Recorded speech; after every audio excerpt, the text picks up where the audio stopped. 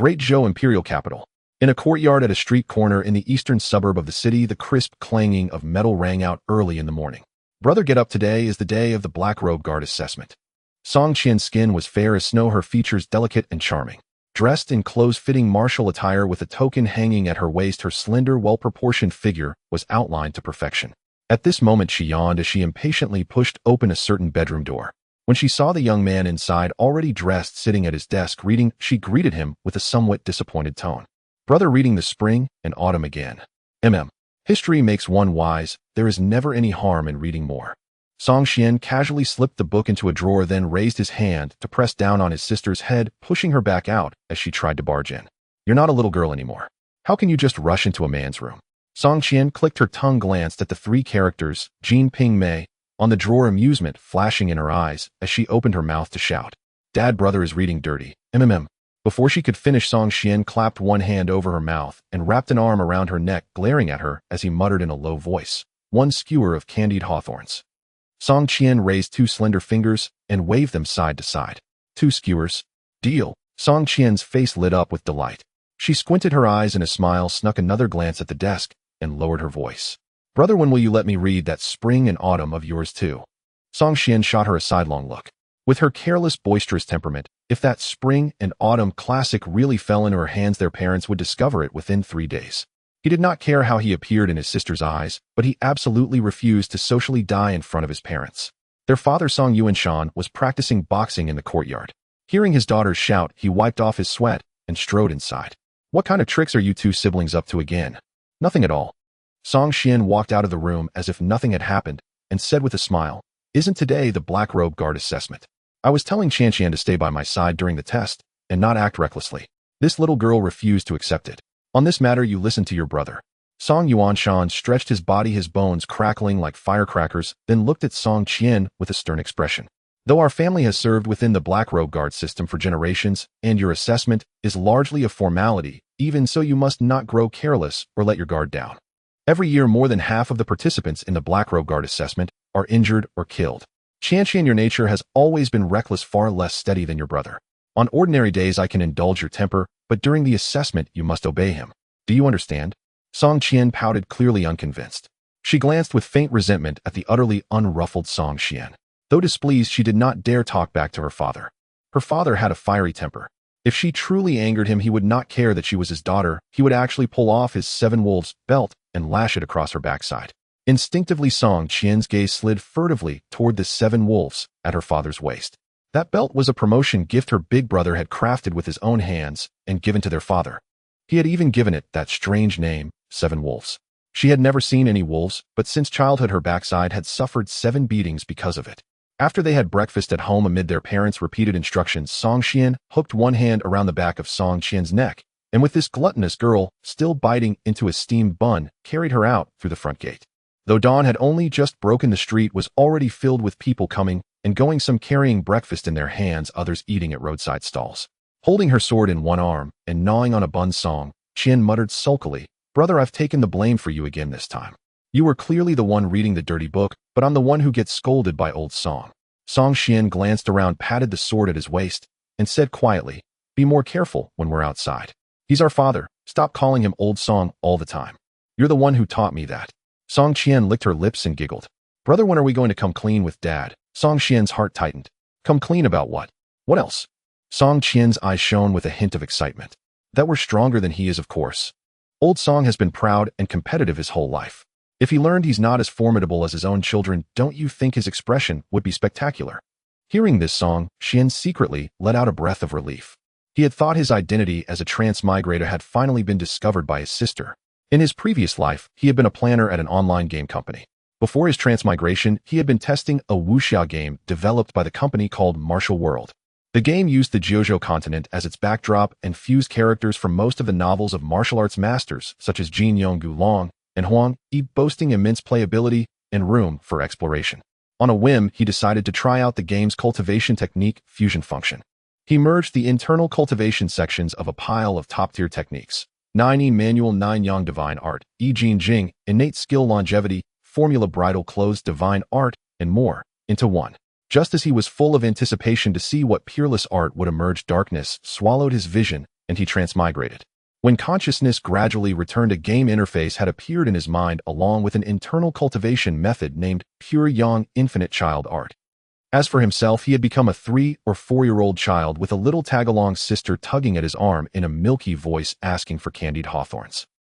"Brother, what are you thinking about?"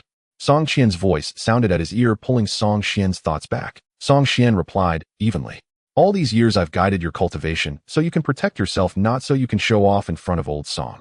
"Oh, got it." Seeing that her brother seemed a bit displeased, Song Qian shrank her shoulders and instantly became well-behaved. The Black Robe Guard Yamen was located outside the Imperial Palace in the Imperial capital. It was a special service directly under the Emperor, beyond the control of any Imperial court department, empowered with investigation, corporal punishment, external intelligence, reconnaissance, arrest, interrogation, and more, akin to the Jinyui of the Ming dynasty. The Song clan was one of the 120 hereditary Black Robe Guard families of Great Zhou. As beneficiaries of family connections, Song Xian and Song Qian had, after review by the Black Robe Guard Yamen earlier that year, become third-class Black Robe Guards, the lowest tier. Third-class Black Robe Guard was the position where most of the second-generation scions in the imperial capital idled their lives away, an implicit benefit granted by the court to the nobility and meritorious clans. The important assignments never fell to them. Most of the time, they simply patrolled the streets, intimidated local gang members, and received a monthly salary of 10 taels of silver, living a rather comfortable life. If one did not wish to idle away in comfort, and instead sought to climb higher and wield greater authority, one had to undergo the Black Robe Guard rank assessment. Upon passing, a third-class guard could be promoted to second class. Only as a second-class Black Robe Guard did one truly count as a member of the Black Robe Guard in the full sense. Especially for hereditary Black Robe Guard clan members like Song Xian, promotion to second class meant not only an extra 20 taels of silver in monthly pay, but also 1 great rejuvenation pill and 2 minor rejuvenation pills every 3 months. A single great rejuvenation pill could increase a year's worth of internal strength. A single minor rejuvenation pill could heal internal and external injuries of the body. These 2 kinds of pills had been personally refined and bestowed by the founding emperor of Great Zhou. Only members of hereditary Black Robe Guard families were eligible to obtain them after promotion to second class. In the Jianghu, they were miracles in pill-form treasures that could hardly be bought, even with fortunes. Even the Son of Heaven did not receive many of these pills each year. The reason Song Xian and Song Qian had signed up for the Black Robe Guard assessment was precisely for the sake of these 2 kinds of pills. The Xian Guard Yamen was vast, its internal departments complex, and its personnel numerous. As third-class Xian Guards, the siblings Song Xian and Song Qian fell under the jurisdiction of the inspection division of the Xian Guard Yamen. "Brother Xian, I heard you signed up for the promotion assessment." As they entered the inspection division, a pudgy-faced young man in a green robe came up to greet them. Song Xian nodded. "The elders at home are pressing me. What about you? When will you sign up?" The green-robed young man laughed carefreely. "I'll pass. You know what kind of useless fellow I am, better than anyone. The salary of a second-class Xian Guard is far beyond my reach." After mocking himself, he turned to look at Song Qian, who regarded him with open disdain. "Sister Song Qian, one of these days I'll have a matchmaker go to your house and propose a marriage. Get lost." Song Qian lashed out with a kick, sending him sprawling face first to the ground. The man did not get angry. He climbed back up, patted the dust from his clothes, then waved at Song Qian. "Seems I won't be your brother-in-law. Brother Qian, how about you be my brother-in-law instead?" With a metallic clang, Song Qian drew her sword, outright frost on her pretty face, as she snapped coldly, "Lu Xiaoliu, do you take my temper for granted?" Lu Xiaoliu shrank his neck and bolted for the Yamen gate, like a streak of smoke. As he left, he still cast a wink at Song Qian. "I'll treat tonight. Let's go to the pleasure quarter and listen to some songs." Song Qian gave a slight nod. Song Qian said angrily, "Brother Lu Xiaoliu is so unreliable, you shouldn't always fool around with him." I know, Song Qian laughed it off. Humming a tune, Song Qian headed toward the main hall of the inspection division. As for whether that fellow was unreliable, how could he not know? That was a good brother who treated him to drinks and to the pleasure quarter to listen to songs. He simply wanted to save a bit of silver. Was that so wrong? In the main hall of the inspection division, Director Zhao Daju was drinking tea and reading through documents. Hearing footsteps, he looked up. "Uncle Zhao," Song Qian called out with a smile. Zhao Daju chuckled and nodded, lifting a cup of tea as he asked, "Top-grade goji berries from Mingzhou. I've heard you've been visiting the pleasure quarters rather often lately. Want to take some home to nourish your body?" "I don't think that'll be necessary." Song Qian's smile turned a bit stiff. He only went to the pleasure quarters to feast his eyes. He truly could not bring himself to partake for real. After all, the cultivation he practiced was a virgin art, and at his current level his cultivation had not yet reached the stage where he could afford to lose his primal yang. Zhao Daju nodded. It's natural for young men to like having fun, but you must know your limits. With Song Qian present, he could not say too much. After sipping his tea, he drew a file from his desk and looked at Song Qian. Have you ever killed anyone? Song Qian shook his head. As a resident of the imperial capital and an I-5 operative feeding at the public trough with the authority of a Xian guard wrapped around him like a protective skin, he was met with bowed heads and flattering smiles wherever he walked.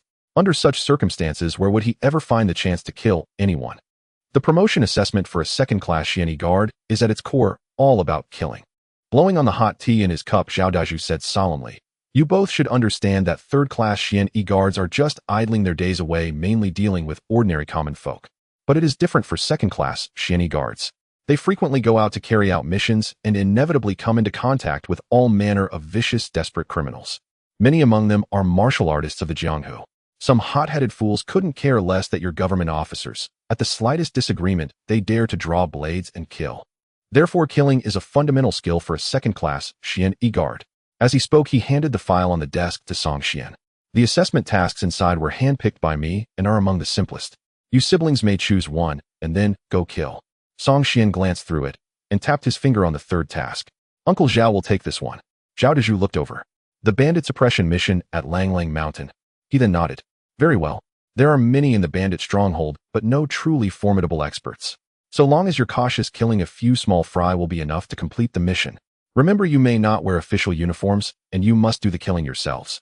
If you resort to trickery and someone seizes on it, you won't be able to stay on in the yamen in future." "I understand, Uncle Zhao." After leaving the inspection division, Song Qian finally couldn't hold back and began chirping away. "Brother, why didn't we pick the first task? Killing the flower-picking pervert who's been active outside the city recently. No matter how you look at it, that sounds easier than wiping out bandits." Song Qian shook his head. "The first task is too random. What if that guy doesn't show up for a whole month? Are we supposed to lie in ambush outside the city for an entire month?" Tilting her head in thought, Song Qian patted her pretty face and said smugly, "That's not so hard. I'll dress myself up all bright and flashy and stroll back and forth outside the city. I don't believe I can't lure a pervert out." Song Qian flicked her forehead. "Show off." When they returned home, their father had already gone to his shift at the yamen, while their mother was busy sewing clothes. Seeing the two siblings come back, she hurriedly asked, "Is the assessment over?" "Not yet." Song Qian waved a hand at her mother. "We just came back to get some things. We'll be heading out again in a bit." Once inside his room, Song Qian immediately began rummaging around. Before long, concealed weapons, daggers, poisons, smoke bombs, and antidote pills were all laid out by his hand. "Brother, we're only going to kill a few minor lackeys. Do we really need such a big operation?" "What do you know?" Song Qian shot her a look. "The Jianghu is treacherous. Many heroes have capsized in the gutter and died at the hands of mere small fry. Compared with the old hands of the Jianghu, the two of us are just fledgling rookies. Having more preparations to preserve our lives can only help." As he spoke, he picked up a heart-protecting mirror and was about to hand it to his sister. Song Qian looked a little disdainful and patted her generously proportioned chest. "Wearing that thing will chafe me. Can I not wear it? Either you put it on yourself or I stuff it in for you. Your choice." Song Qian snorted twice, took the heart-protecting mirror, and slipped it inside her clothes. Then she lowered her head to watch her brother fiddling with a row of bottles and jars. Pointing casually at one of them, she asked, "Brother, what medicine is this?" "Huan powder." "Huh, an aphrodisiac. Keep your voice down." Song Qian glanced toward the doorway and lowered his voice. "You sure know quite a bit." Song Qian gave an awkward chuckle. "That just shows what a good teacher you are, brother." Seeing that her brother ignored her and stuffed a pile of bottles into his robe, Song Qian asked nervously, "Brother, what are you doing with that Huan powder? Aren't the girls in the pleasure quarters enough for you? Could it be that the flower-picking pervert who's been appearing outside the city lately is actually you? If that's really your taste, take me with you next time. I'll keep watch at the door for you." The corner of Song Qian's mouth twitched twice. "You truly are a good sister to me." He patted the bottles hidden in his robe and said in a low voice, "Poisons are useless against truly powerful experts, but Huan powder is not a poison. If used at the right moment, it can bring down even an innate realm master." Song Qian remained skeptical. "If it's not a poison, then what is it?" After pondering his words, Song Qian replied earnestly, "A recreational health supplement." After packing their belongings, the brother and sister left the imperial capital riding the standard steeds of the Xian guards, the Qingzong horses, heading towards the realm of Langling Mountain. On the way, Song Qian's mind stirred, and a transparent module resembling a game player's attribute panel appeared before him. Name: Song Qian. Age: 20. Identity: third-class guard of Xian. Realm: cultivating spirit qi and essence, simultaneously 9th level of postnatal realm. Reputation in the Jianghu: a novice. Pet Xian E Guard Qingzong Horse. Internal skills Pure Yang Ultimate Child Technique Heavenly Human Grade Technique Family Inheritance of Xian Bing Force Innate Grade Technique. Martial skills Basic Fist and Foot Techniques of Xian E Guards Basic Blade Techniques Basic Sword Techniques. Basic Throwing Techniques for Concealed Weapons Basic Iron Cloth Basic Lightness Skill. Equipment Standard Soft Armor of Xian E Guards Standard Longsword Daggers Concealed Weapons Pebbles and Various Poisons. Task Bandit Extermination Task in Progress. Closing the attribute panel song, Xian pondered slightly. This was the result of his 17 years of cultivation since his transmigration, and he had a rather serious bias in his skills. His internal skill cultivation was quite advanced, merely a step away from breaking through to the innate realm, but his martial skills were abysmal. Simply put, he was now a moving artillery platform with profound internal strength, vigorous vitality, and mental power reaching the limit of the postnatal realm, yet he lacked formidable offensive skills. There's no way around it. To acquire powerful martial skills, one must either join a sect or rise to a high rank in the Xian E Guards, both of which are not easy paths to take. Song Xian was not the type to enjoy taking risks. He knew well that the fundamental guarantee of his life in this world was the Pure Yang Ultimate Child Technique. Rather than venturing out to acquire martial arts, it was better to stay silently in the imperial capital and devote himself to intense training. As long as his internal strength was high enough and his cultivation strong enough, even with poor martial skills, a basic sword technique could still kill. After all, it was a heavenly human grade technique, and its power was far beyond that of ordinary techniques. Theoretically, as long as he lived long enough, there was still a great probability that he could become a legendary heavenly human existence. The Great Zhou dynasty was founded on martial power with a flourishing martial spirit and a plethora of martial experts. The levels of martial artists were primarily divided into 5 major realms: mortal level, postnatal, innate, grandmaster, and great grandmaster. Song Xian always suspected that he might have traversed into a martial arts world game developed in his previous life, or a world similar to it, because the background and classification of martial arts levels in this world were almost identical. Mortal level has 3 realms: practicing skin, practicing tendons, and practicing flesh. Postnatal has 9 levels: internal energy, reaching the 5 organs, refining the limbs, internal energy, flowing endlessly, not sinking in water, and having the force of 10,000 pounds in every movement. Innate has 3 flowers: the power of the physical body condenses into the flower of essence, the true qi condenses into the flower of qi, and the mental power condenses into the flower of spirit. Grandmaster: 3 flowers gather at the apex, merging into one, which can transform into the original spirit of martial arts with a unique understanding of martial arts, allowing one person to lead an army. Great Grandmaster, transforming the realm of martial arts with the power of heaven and earth at their fingertips, capable of dispersing thousands of troops. A single person can dominate a nation. Above Great Grandmaster, there is an almost mythical level, the heavenly human level. However, this level has not been reached by anyone in the 300 years since the establishment of the Great Zhou. In his previous life, when he was planning, he merely used this level as a backdrop. However, a game is a game. Now, the world where Song Xian resides is a living, breathing world, and many things cannot be understood solely based on the game from his previous life. For example, if in the game when Song Xian accepted the Xian E Guard's bandit extermination task, he would only need to reach the designated location and then rush into the stronghold to kill. But at this moment, in a village 100 miles away from Langlang Mountain, Song Xian and Song Qian encountered bandits descending from the mountain to rob. More than 10 bandits were indulging in food and drink in the village. Among them, a few bandits were holding village women in their arms, drinking and eating meat, while continuously groping the women, looking quite pleased.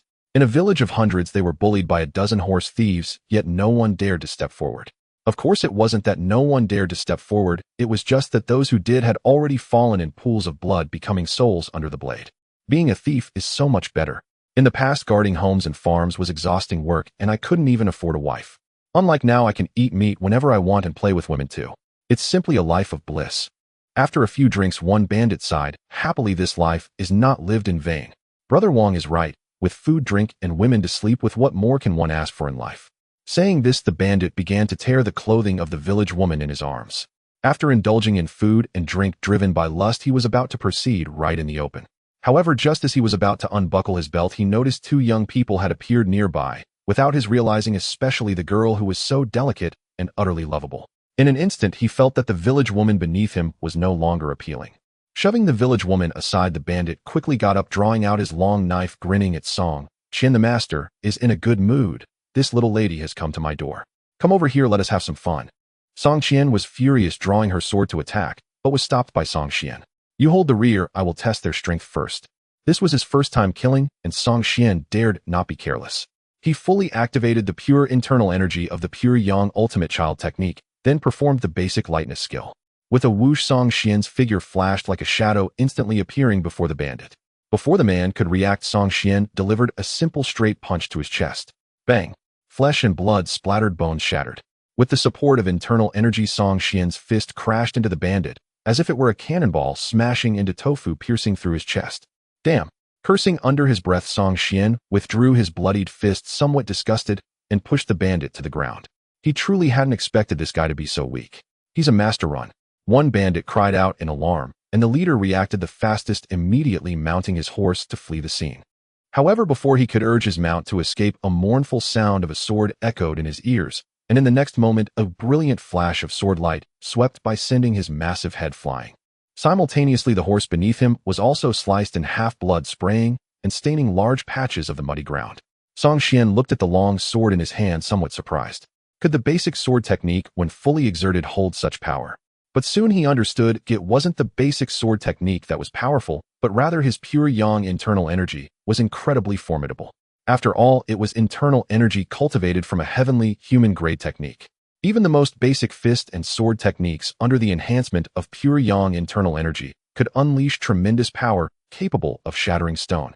Outside the village, there is a hillside of moderate size. On the slope, two men, wearing bamboo hats, are gazing into the distance. One of them, dressed in black, holds a brush in one hand and a small notebook in the other, seemingly recording something. Upon closer inspection, one can faintly see the words "excellent" written on it, with a separate note below. The children of Song Yuanshan are quite formidable. The man recording closed his notebook and marveled at the corpses scattered outside the village, saying, "I've always heard that the children of the Song family lack ambition and only wish to drift through life, but it turns out they can be so ruthless when they get serious." The other nodded in agreement, laughing. "This is indeed beyond my expectations." With a single punch, he pierced a person's chest. Song Xian's family heirloom, the ice-cold fist, must have reached a profound level. In the later stages, few dare to claim their internal energy surpasses his. As for their martial skills, the man hesitated, saying, "These mountain bandits are too weak. They can be taken down with a single sword strike."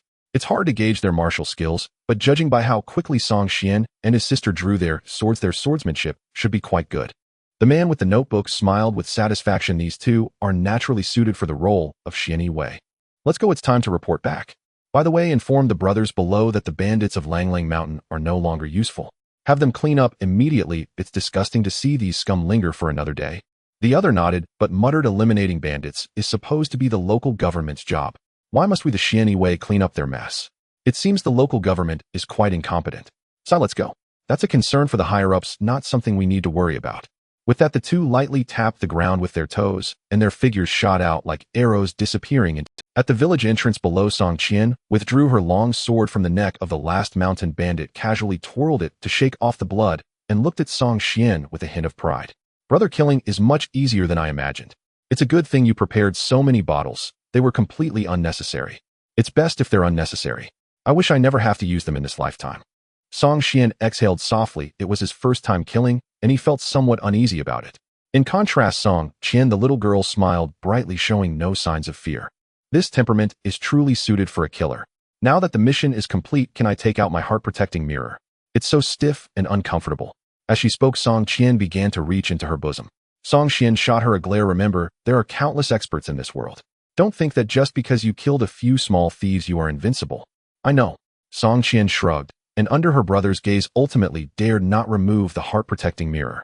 Caution, caution, I understand. You've been saying that for over 10 years. This was her first time going out with her brother to kill, and Song Qian was in a very good mood. Since childhood, she had dreamed of being a chivalrous woman who roamed the world with a sword, but unfortunately her brother's overly cautious nature had kept her from freely leaving the imperial capital, delaying her dreams for a long time. Heaven has shown mercy. Finally, in her 18th year, her long-cherished dream of punishing the strong and aiding the weak was about to be realized. As she sheathed her sword, Song Qian turned to look at the villagers, and in an instant her beautiful mood, because she saw no grateful or admiring gazes. Instead, the villagers' eyes were filled with fear and trust. "What does this mean? I've resolved the bandit problem for you, and while you could at least be grateful, your looks are like you're avoiding a venomous snake. Do I look so fierce?" On the other hand, Song Qian seemed to understand something. He hung his sword at his waist, took out a token from his bosom, and spoke in a loud voice with a hint of authority. Xian Yiwei are handling the case. We are ordered to exterminate the bandits of Langlang Mountain. All unrelated persons hurry home. As soon as these words were uttered, the villagers who had been anxious and fearful immediately changed their demeanor. An elder resembling a village chief was even overjoyed, supported by someone, and walked out to bow to Song Xian. "Oh, great lord, you have finally arrived." A villager boldly stepped forward to ask, "Sir, is what you said true? Are the Xian Yiwei really going to eradicate the bandits?" "Of course it's true." Song Xian put away the token and said solemnly, "Hurry home. If there's no need, try to avoid going out today. Oh, by the way," he pointed to the corpses on the ground, "remember to send a few people to report to the authorities and have them send someone to collect the bodies." The old village chief hesitated. "There are some officials in the county office who have connections with the bandit leader of Langlang Mountain. If we go to report." "My name is Song Xian, a second-rank Xian Yiwei." Song Xian spoke calmly, yet with an air of authority. "If anyone in the county office makes things difficult for you, just report my name. Tell them that if they do not send someone to collect the bodies, I will personally go to do it. If someone is still blind, then come find me in the imperial capital." Right. Song Xian chimed in, "When you get to the imperial capital, you can easily find out where we live. My brother is quite famous in the imperial capital." Cough, cough. Song Xian coughed lightly to interrupt his sister, then pointed to the corpses on the ground, saying, "All right, let's get to work." "Huh? What work?" Song Xian was taken aback. "With people dead, are we supposed to dismember them? Look for any stolen goods on them." Song Xian glanced at her, thinking, "You don't have any professional ethics. How have I taught you for all these years?" "Oh." Song Xian quickly responded happily, starting to rummage through the pockets of the mountain bandit corpses, occasionally letting out sounds of surprise. "Brother, there's silver here. Brother, look, does this bottle look like the health products you carry? Oh, there's a book here. What the heck, a Spring Palace manual? What a disappointment." Leaving the village, Song Xian and his sister headed towards the direction of Langlang Mountain. "Brother, are we really going to the stronghold to suppress the bandits?" Song Xian was somewhat excited. She had always heard that killing and burning led to wealth and power, and her brother was taking her on a big venture this time. A man must keep his word.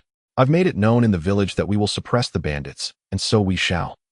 Ever since he had dispatched those minor thugs at the village entrance with a single sword strike each as easily as killing chicks, Song Xian had gained a clear understanding of his own martial prowess. As long as he didn't encounter any renowned masters of the Jianghu bandits, and horse thieves were no challenge for him to slay. With such strength, why hold back? With nothing to do today, he thought of visiting a pleasure house, but no. First he would destroy a stronghold to limber up. Riding his greenman horse and humming a tuned song, Xian leisurely advanced along the mountain path. Song Qian rode beside him, but as the path grew narrower, she gradually fell behind. Gazing at the lush green mountains, Song Xian felt a surge of emotion and recited, "Lamplight in the Jianghu rain for 10 years, a cup of wine amidst peach blossoms and spring breeze. At this moment, if I had a flagon of wine, life would truly be complete."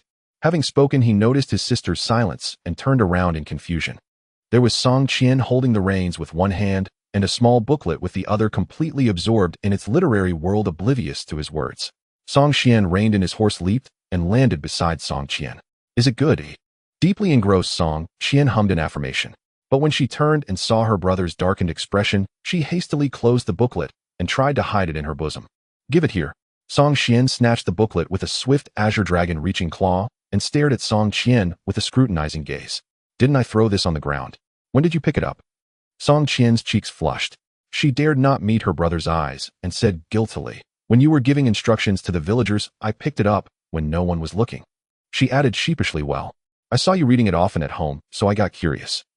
Song Qian calmly put away the booklet without mocking her. Instead, he said earnestly, "Although we children of the Jianghu usually marry later than common folk, you're 18 now, not too young. You're of marriageable age." Before he could finish, Song Qian interrupted indignantly, "You're 20 and not in a rush, so why should I worry at 18? Besides, how can a younger sister marry before her elder brother?" Patting the sword at her waist, she declared proudly, "I, Song Qian, am destined to become a legendary heroine of the Jianghu. If I tie myself to a man, how can I make my name in the martial world?" "Suit yourself." Song Qian didn't bother arguing further.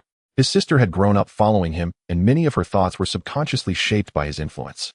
Although he was a slacker in the Black Guard, idling away his days, deep down, he harbored a desire to roam the Jianghu freely. Over time, Song Qian had been infected by this sentiment, and her longing for the legendary Jianghu even surpassed his own. Song Qian was always carefree. Though flustered at first when her brother caught her with the erotic booklet, she soon shrugged it off and rode beside him, laughing and joking again. "Brother, you're known as the little prince of the pleasure house. Have you slept with all the girls there?" "No." Oh, you mean not all of them, or not even one? Sleep, sleep, sleep. Is that all you think about? What's going on in that head of yours? Song Qian stared at him for a long moment, then nodded thoughtfully. Judging by your reaction, you probably haven't slept with any. I knew it. Someone as fastidious as you wouldn't fancy women others have touched. Song Qian said nothing. In truth, he wasn't fastidious at all. He was simply practicing a masculine art that forbade intimacy until he achieved mastery. But the pure young unsurpassed child art was his deepest secret, never revealed even to his family. So in response to Song Qian's speculation, he remained silent, which she took as confirmation. Fastidiousness was a better explanation than her wild guesses. Brother father said he'd arrange a marriage for you after this year. What are you going to do? What else? Stall. Song Qian sighed. Until he cultivated a martial soul and reached the Grandmaster realm, he couldn't be intimate with women. He couldn't marry a wife and leave her to a life of solitude. I knew it. You still can't forget Lu Shao's eldest sister, can you? Song Qian remained silent. Brother, she's been gone for 5 years. What's there to hold on to? I think Lu Qingshuang Shao's second sister is pretty good too. She's gentle and seems easy to push around. We grew up together, so you're childhood sweethearts. If you marry her, I won't have any sister-in-law troubles. Brother, what do you really mean? Don't tell me you haven't noticed Lu Qingshuang's feelings for you. She's 18 too, like me. Matchmakers come to her door one after another, but she refuses them all. Don't tell me you don't know who she's waiting for. Song Qian coughed, unwilling to discuss the matter. What he had done to Lu Qingxue, the eldest miss of the Lu family, was too embarrassing to mention. It would be social suicide. He waved his hand and said, let's talk about it later. I don't want to discuss the Lu sisters now. Song Qian opened her mouth, but dared not press further. Her brother was usually steady and even-tempered, but he grew irritable whenever the Lu sisters were mentioned. Watching his furrowed brow, Song Qian couldn't help but resent Lu Shao's eldest sister, who had been gone for 5 years without a word. Damn that Lu Qingxue. Nearing the foot of Langlang Mountain, Song Qian and his sister dismounted. Gazing at the stronghold halfway up the slope, they both drew their long swords. Stay close behind me and never leave a Tenjong radius. Got it. Got it. Song Qian was unruffled. Killing once started became easier. She felt she had a natural talent for it. Thinking of presenting dozens, or even hundreds of souls to the king of hell, she felt her blood begin to boil. Song Qian's fervor came quickly, but it also cooled just as fast. Looking at the corpses scattered across the stronghold, her once excited heart now felt a chilling emptiness. Brother, someone has gotten ahead of us. Song Qian responded with an surveying the surroundings and examining the wounds on the corpses before searching through several rooms. He then beckoned to Song Qian. Let's go back to the yamen to report. Song Qian asked in confusion. We're leaving just like that. Aren't we going to look for clues? Not necessary. Song Qian shook his head, saying, all the corpses died instantly, clean and swift. They have been dead for less than half an hour, and all valuable items have been looted clean. This is the working style of our Xian way. Unless something unexpected happens after we killed those mountain bandits at the village entrance to complete our mission, the Xian Yi Yamen sent people to eradicate this stronghold. Song Qian began to understand. So the Xian Yi Yamen had been eyeing these bandits all along, only sending people to clean up after we completed the assessment task. Song Qian nodded with a smile. The Xian Yi has 3 yamen. Besides our inspection division, there are also the judgment division and the law enforcement division. The inspection division focuses on handling cases. The judgment division is responsible for trials, and the law enforcement division, to put it bluntly, is an organization specifically tasked with killing and cleaning up trash. There were about 100 bandits here, but none showed signs of struggle before death. They all died in an instant. The disparity in strength was too great. Unless something unexpected happened, it should have been the Xian Yi from the law enforcement division that acted. The people from the law enforcement division. I've heard of them. They say each one is ruthless and exists solely for slaughter. Brother, do you think after we advance to the second rank of Xian Yi we might be transferred to the law enforcement division? Hard to say. That depends on the relationship between our father and Uncle Zhao and how solid it is. Our father Song Yuanshan has mentioned more than once that he grew up alongside Zhao Di's, who's the head of the Xian Yi inspection division. As good brothers, their relationship is extremely close and built on mutual trust. As long as Uncle Zhao doesn't give the nod, the law enforcement division won't be able to do anything. Song Qian sighed. I hope Uncle Zhao can be a bit more supportive. While I don't think killing is particularly difficult, I also don't want to end up in the law enforcement division as a killing machine. Song Qian squinted, rubbing his forehead.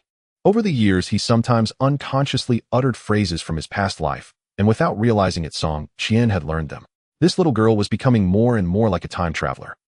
The Great Luo Xian Yi, a privileged organization that instilled fear and trepidation. Although the 3 yamen of the Xian Yi are interconnected, they are relatively independent, each having their own offices. Generally, hereditary descendants of the Xian Yi like Song Xian and Song Qian serve in the Xian Yi Inspection Division. However, after advancing to the second rank of Xian Yi, there is an opportunity for reassignment.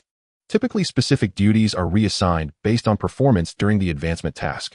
Some may be transferred to the Law Enforcement Division, while a very few may be moved to the Judgment Division. As soon as they stepped through the gates of the Xian Yi Inspection Division, Song Xian and his sister were led to see Zhao Dizhu's Uncle Zhao. Zhao Dizhu's was sitting at his desk handling documents. Upon seeing the siblings arrive, he immediately put down his brush and smiled, nodding at them. I've already received your performance records, and the Law Enforcement Division has given an excellent evaluation. Upon hearing this, Song Xian's heart tightened. Damn, they've been noticed by the Law Enforcement Division. Are they really going to be transferred there? Sure enough, Zhao Dizhu's continued, the Law Enforcement Division has sent an order wanting to transfer you to serve there. I want to ask for your opinion. Do you want to go? Song Xian shook his head, and Song Qian naturally followed suit, quickly shaking her head in agreement. I knew you wouldn't want to, so I've rejected it. Song Xian breathed a sigh of relief. Uncle Zhao, if you directly reject the order from the Law Enforcement Division, will they be displeased? Zhao Dizhu's laughed heartily, saying, what if they are displeased? Does that person named Li dare to fall out with me over 2 second-rank Xian Yi? Serving in the Law Enforcement Division involves fighting with martial arts experts, and the mortality rate is quite high. Given my relationship with your father, I certainly cannot send you to risk your lives. Saying this, he walked up to Song Xian and patted his arm. I heard you punch through the chest of a mountain bandit. Song Xian nodded shyly. It was my first time killing someone, and I wasn't quite adept at controlling my inner strength. I hope Uncle Zhao doesn't mind. Song Xian nodded in agreement. Approaching the desk, Zhao Dizhu's handed out 2 second-rank Xian Yi tokens, saying, previously as third-rank Xian Yi, you mainly just passed the days in the imperial cap. Song Xian nodded in agreement. Approaching the desk, Zhao Dizhu's handed out 2 second-rank Xian Yi tokens, saying, previously as third-rank Xian Yi, you mainly just passed the days in the imperial capital.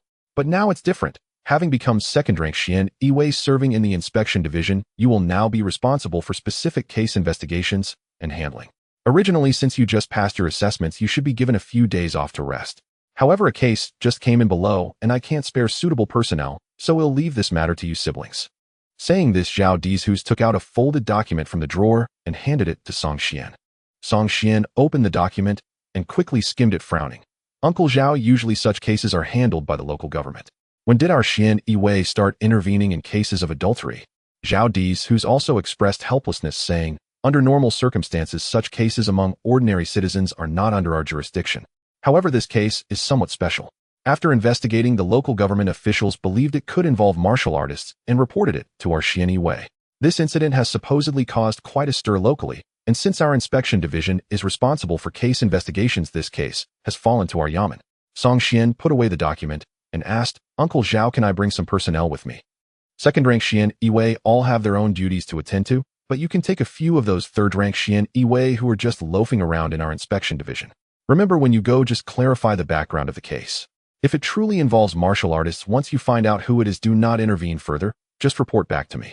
The follow-up will be handled by the Law Enforcement Division's killers.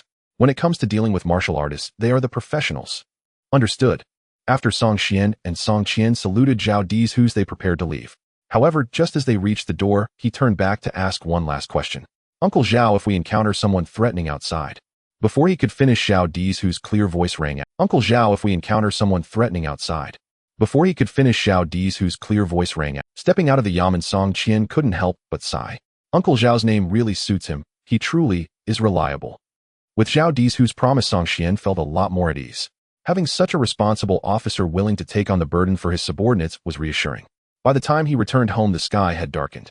His father, Song Yuanshan, rarely came home early. Having received the news that his children had passed the second-level Xian Yi examination, he was in a good mood and had even bought a jar of wine on the way. His mother, Song Lin, had prepared a feast. Even before entering the door, Song Qian could smell the delicious aroma and eagerly moved toward the table.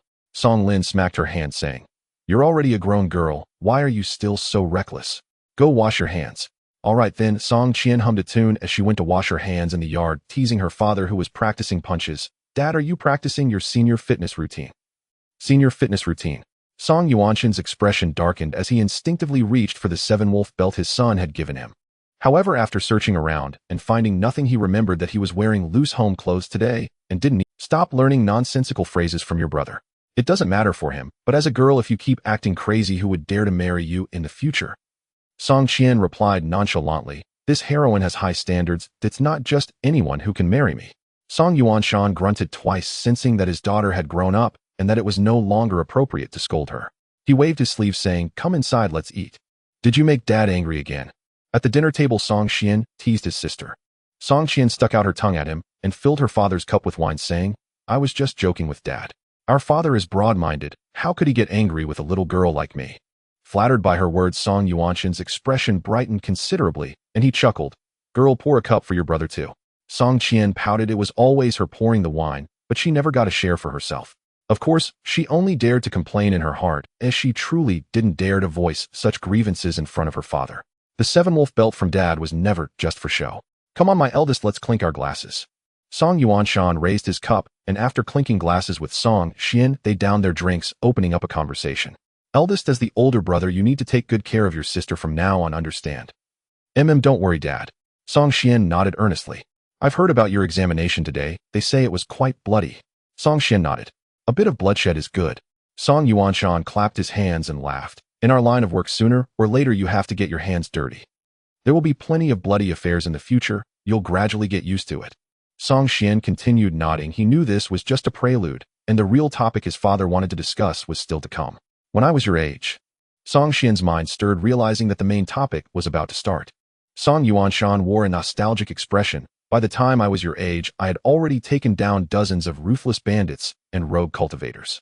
Of course, our family has been in the Xian Yi way for generations. This isn't something to boast about.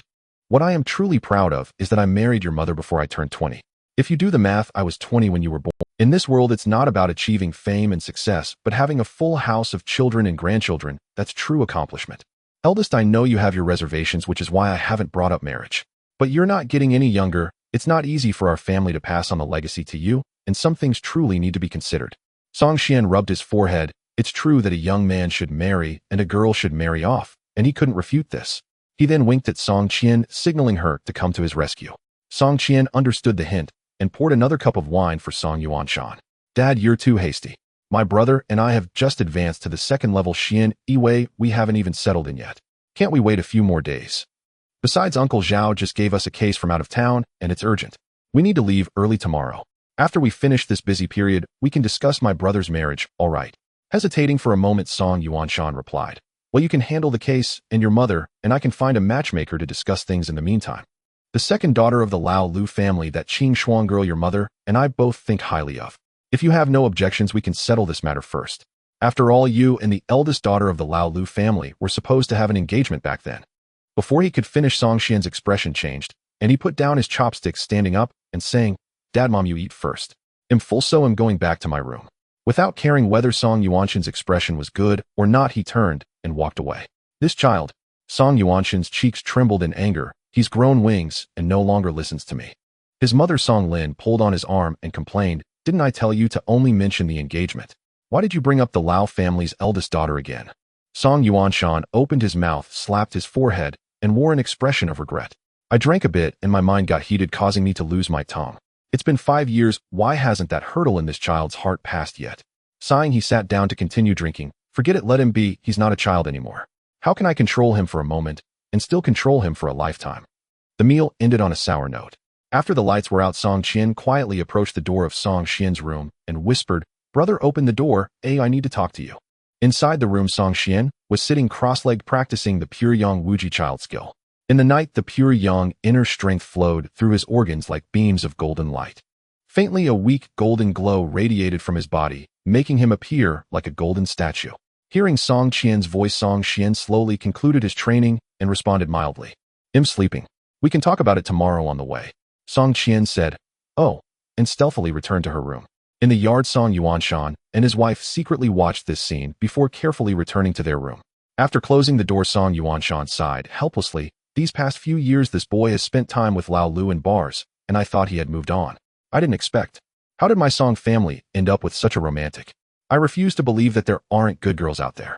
Just because Lu Qingxue left without a word, does that mean my Song family's sons can't find wives? On the second day, just as dawn broke, Song Qian arrived outside Song Qian's door and began to knock. Upon opening the door, Song Qian, with an unhappy expression, flicked his finger against his sister's forehead. Song Ernie, how come you have so much energy every day? Song Qian covered her forehead and grinned. Isn't it? Because we have a business trip today. Just the thought of going out for work makes me so excited that I can't sleep. Song Qian looked her up and down, and today this girl was dressed in the black uniform of the Xuan Guard, losing a bit of elegance, but gaining more vigor. With the long sword at her waist, she indeed looked the part. Wait a moment. Song Qian went inside, packed a bag of various items, and stuffed it into his cloak, then gestured at Song Qian with the long sword on his bedside. Let's go. Oh. Song Qian hurriedly followed, whispering, aren't we going to say goodbye to Dad? Song Qian shot her a glare and pulled her arm, leading them out of the door. Having just made old Song angry yesterday, going to say goodbye now would only invite trouble. As the capital of the Great Luo Dynasty, this ancient city was exceedingly prosperous under the emperor's feet. Early in the morning, the streets were filled with shouting, commotion, horses neighing, and one could even see rows of city guards patrolling the streets. However, whether it was the pedestrians on the street, the vendors by the roadside, or the squads of soldiers, upon seeing the Xuan Guard uniforms worn by the Song siblings, fear appeared on their faces. The Great Luo Xuan Guard is synonym for imperial power and a legitimate killing organization.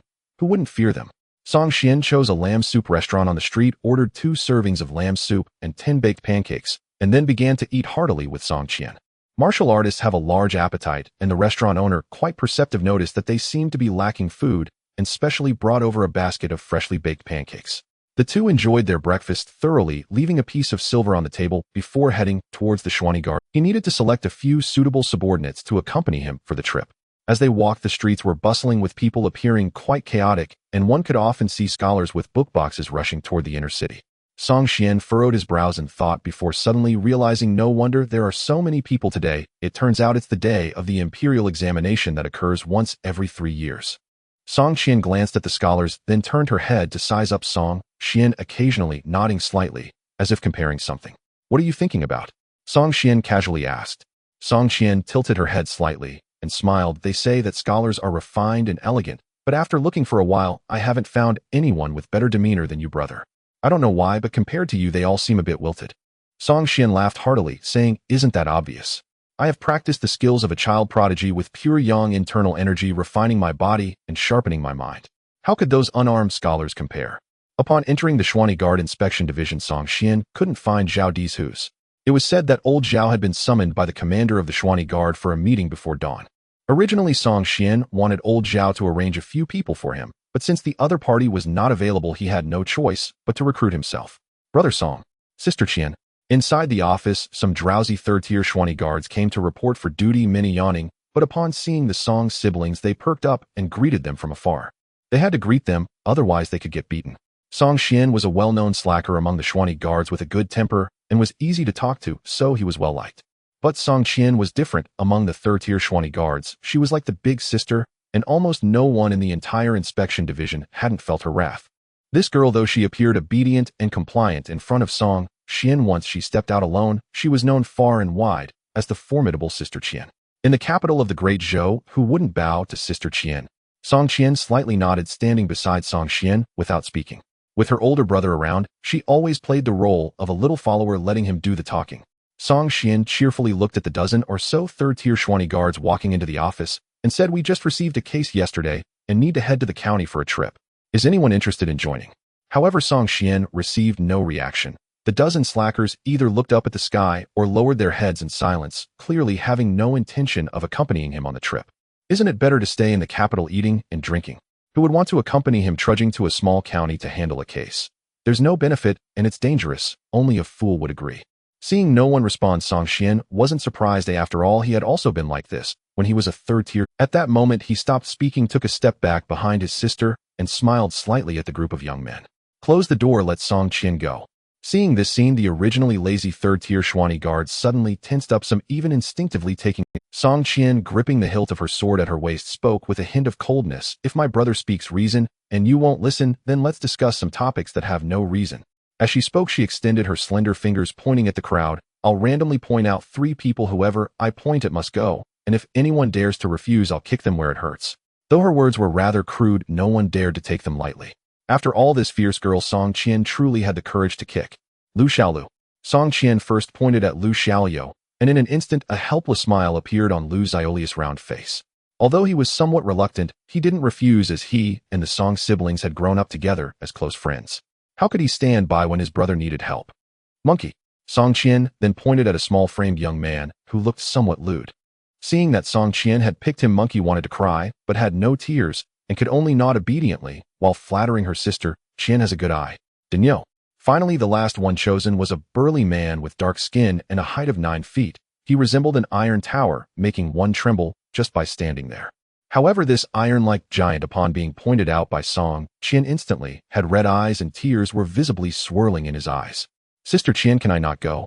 My father said he would arrange a marriage for me in the next few days, and if this falls through, how will I find a wife in the future? Daniel followed along. Because Song Qian had painted a grand vision for him, firmly assuring that he would definitely find him a satisfactory wife in the future. The vision painted was somewhat round, yet Daniel still believed it. Having grown up in the same circle, everyone trusted Song Qian's character. If he said he would find a wife, then he would surely find one. Brother Qian has always been very reliable. The Great Zhou dynasty was vast in territory, implementing a governance model of states, prefectures, counties, and districts, encompassing 9 states, each state containing 12 prefectures, each prefecture 12 counties, and each county 12 districts. To put it bluntly, just one state is equivalent to a nation. To maintain such a vast territory under the control of the court, successive emperors have taken many measures. For instance, the Great Zhou royal family, which established the nation through martial prowess, placed an almost perverse emphasis on martial arts. In other words, the royal family was the greatest martial arts family in the Jianghu.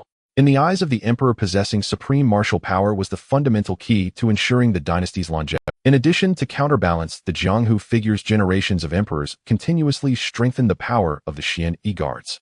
By Song Qian's time, the Xian Guards had become a formidable force. Song Qian once heard Zhao Dezhu say that as long as the emperor did not explicitly prohibit the Xian Guards from intervening in matters, they could involve themselves in any affair within the Great Zhou territory. The extent of their power was astonishing. The county town of Shanin, where Song Qian was dispatched to handle a case, belonged to Mingzhou and was over 800 miles from the imperial capital. It wasn't too far. With the physical conditioning of a few martial artists, it was merely a few days' journey. Mingzhou Huai'an Prefecture. After several days of travel, Song Qian and his companions rode into the prefectural city on their swift horses. Upon entering the city, Song Qian headed straight for the prefectural magistrate's office without a word. The case he was handling had been reported through layers up to the Ministry of Justice, only to eventually reach the Xian Guards Inspection Division. It was already afternoon, and perhaps due to the sun's intensity and just having had lunch, it was the most drowsy time. Outside the magistrate's office, a few officials were leaning against the wall, dozing off. Song Qian looked at the vast magistrate's office, the central hub of a county where a single decision by the magistrate could affect the lives and deaths of millions of citizens in the subordinate counties. Yet such an important place was so lax. Aside from the few drowsy officials, there wasn't a single figure in sight, highlighting the neglect of governance. Brother Qian, Lu Xiaolu whispered, I inquired along the way. The magistrate of Huai'an County, Shen Qingyun, is a parasite who values wealth above all. With those above setting examples, everyone in the magistrate's office, from the magistrate to the deputy magistrate, the chief clerk, and even the minor clerks, are all greedy for wealth. This place, it don't even mention ordinary civilians. Even wealthy families dare not report grievances here. The vampires inside the office feast on both defendants and plaintiffs. Once one steps in here, they either die or are left with nothing. Over time, very few dare to seek justice here. Even when disputes arise among the populace, they would rather spend a little extra money to resolve it privately than risk coming to the magistrate's office. Song Qian, with a subtle gaze, surveyed the surroundings of the magistrate's office, slowly nodding with a smile. Xiaolu, you say that the common people would rather suffer and accept their misfortunes than report to the magistrate, yet a case of adultery has caused such an uproar that it even reached the imperial capital's Xian Guard's office. Isn't this quite intriguing? It is indeed intriguing. Lu Xiaolu laughed along. Song Qian, somewhat puzzled, frowned and said, Can you two gentlemen speak more directly? What do you mean by intriguing? Song Qian explained, Typically when a case occurs locally, it is usually suppressed. Only when it cannot be concealed any longer does it escalate upwards for reporting.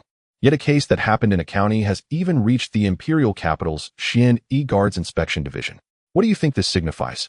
Song Qian suddenly realized. Is it because someone at the governor's or prefectural level suppressed the case, and under duress the magistrate of Huai'an had to use connections to send it to the capital?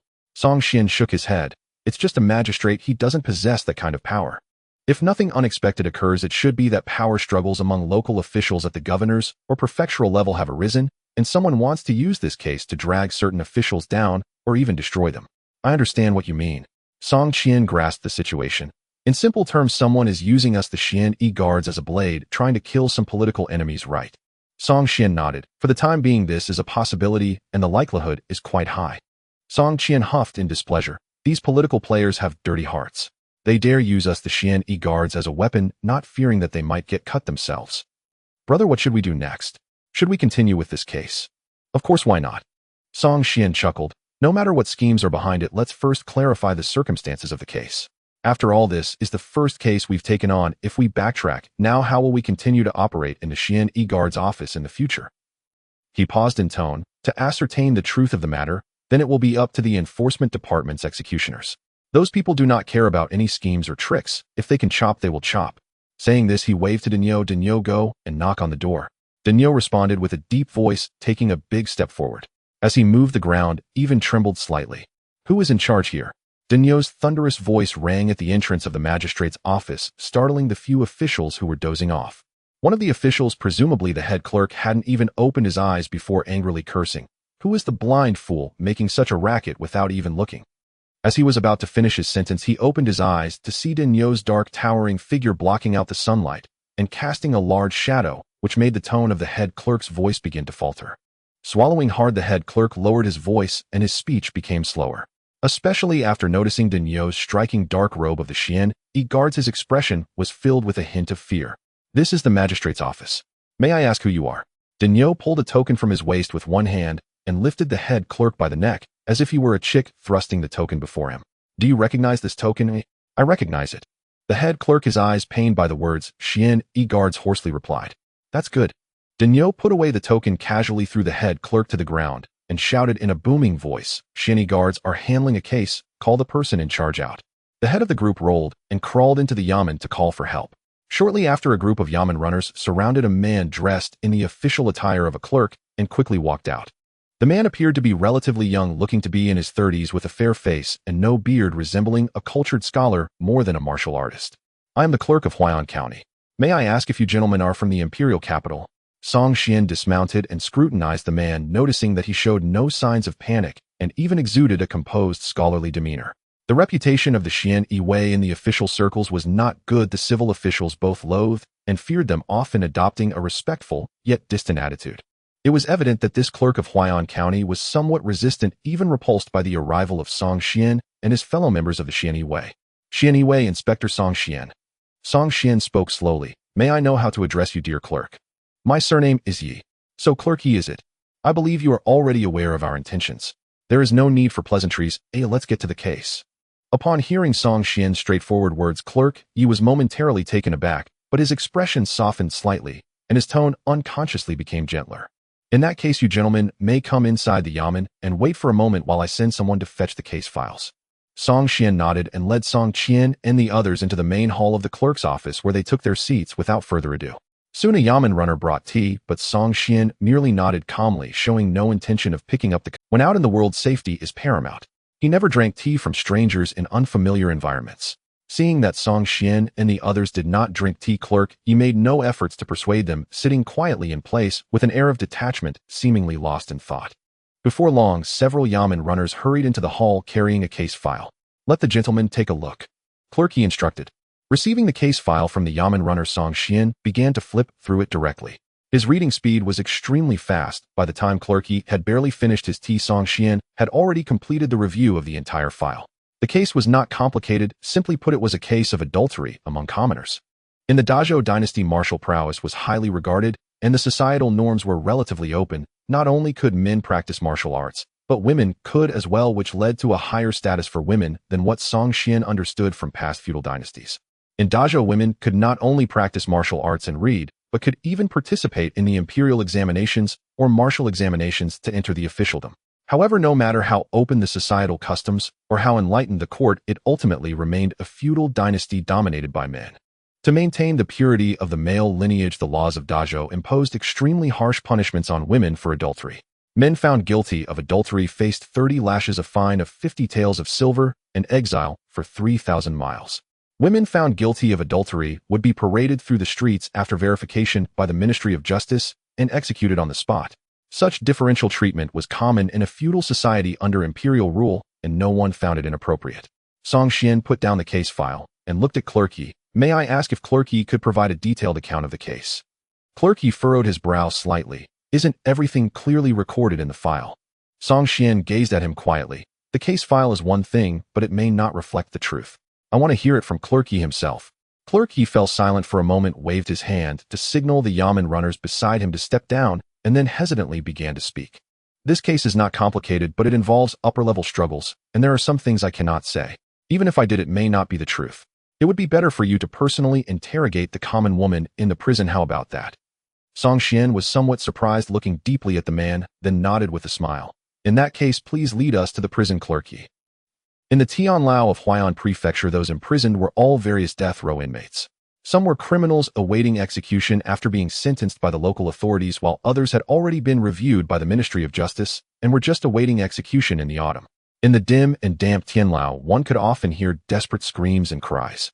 Some inmates, upon seeing Song Xian and the others, continually banged on the cell doors, shouting their grievances. However, Song Xian had no intention of intervening. Under Clerk Yi's guidance, he went straight to one of the death row cells. Sir, it's here. In front of the dark and cramped cell, Song Xian peered through the gap and saw a woman whose specific features were unclear lying on the ground with blood on her clothes, her eyes dim and lifeless as she stared blankly at the ceiling. Open the cell door, Song Xian ordered. Clerk Yi hesitated momentarily, but still nodded slightly to the cell head, signaling to open the door.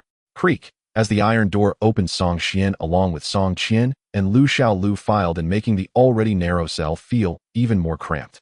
As for Dinyo and Houzi, the two were quite self-aware, standing outside the cell to perfectly block others from entering, even preventing Clerk Yi from following them in. Clerk Yi's expression changed several times, but in the end he did not dare to force his way in. Although he had little regard for the Xian Yi, he did not wish to offend these fierce figures over a single case. Inside the cell, Song Xian looked down at the woman lying on the ground with a blank expression and gently clicked, but the woman showed no reaction at all, seemingly indifferent to who had entered the cell, her gaze fixed on the ceiling, as if she had completely given up. Seeing this, Song Qian frowned and stepped forward to grab her by the arm, lifting her up and turning her head to face herself. This forceful action finally brought a glimmer of light to the woman's eyes, her pupils focusing on Song Qian. It seems you are still alive. Song Qian smiled with satisfaction, causing the woman to kneel halfway on the ground, then smiled at Song Qian. Brother, we can start now. Song Qian nodded, took out his Xian Yi badge, and waved it in front of the woman.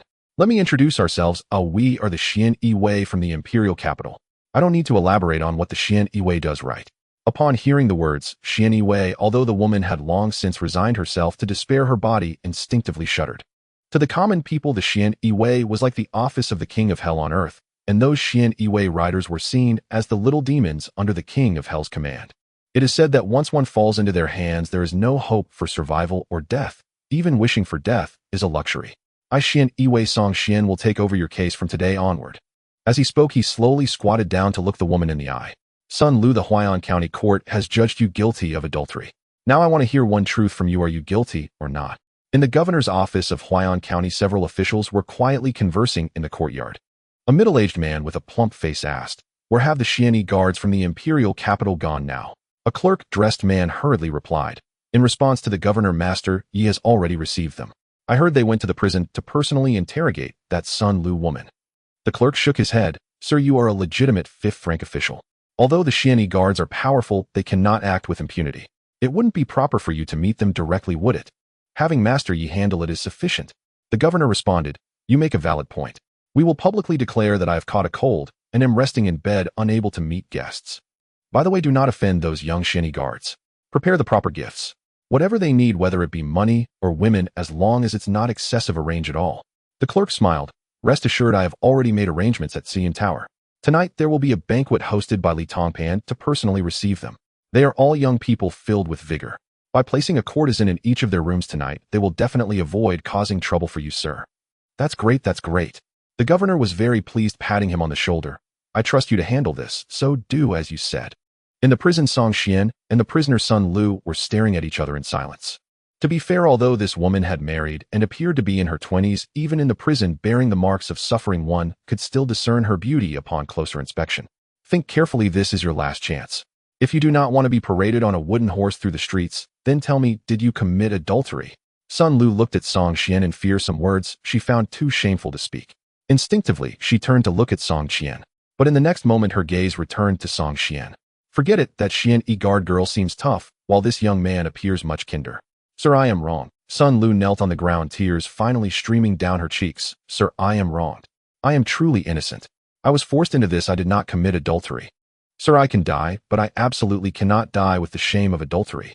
I am wronged. I was forced. I did not commit adultery. Not adultery. The woman became somewhat agitated, repeatedly insisting she did not commit adultery. However, when Song Qian asked what had happened, she became incoherent and could not articulate. Enough. Song Qian sighed and instructed the guard outside the cell, go outside the city and bring the husband of the prisoner here. As he spoke, he turned to Master Yi. Please have a few officers accompany him. Master Yi did not waste words and immediately assigned several officers to follow the guards swiftly out of the prison. More than an hour later, several people dragged a peasant man into the cell. Upon seeing his wife kneeling on the ground, the man immediately shouted angrily, "You shameless woman, what nonsense are you spouting now?" Song Qian found the noise bothersome and signaled Lu Xiaolu to quiet him down. Lu Xiaolu stepped forward and unsheathed his sword with a clang, reprimanding, "Daring to raise your voice in front of the Qian guards, are you seeking death?" With the sound of the weapon being drawn, the man instantly became obedient, especially after seeing the cold gaze of Lu Xiaolu. His legs went weak, and he knelt to the ground. "Sir, I have lived an honest life and have never done anything wrong. You cannot wrong an innocent person."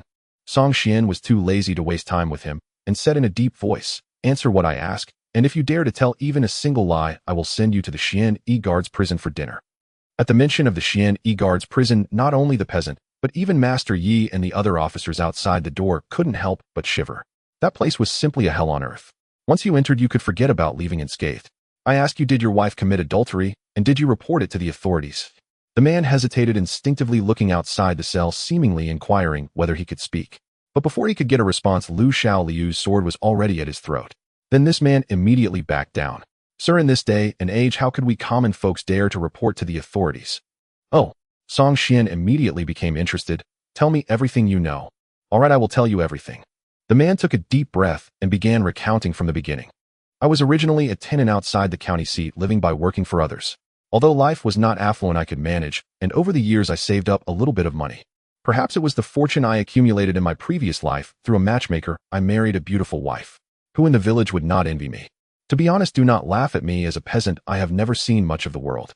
My wife, although not comparable to the daughters of wealthy families, is renowned for her beauty in the surrounding villages."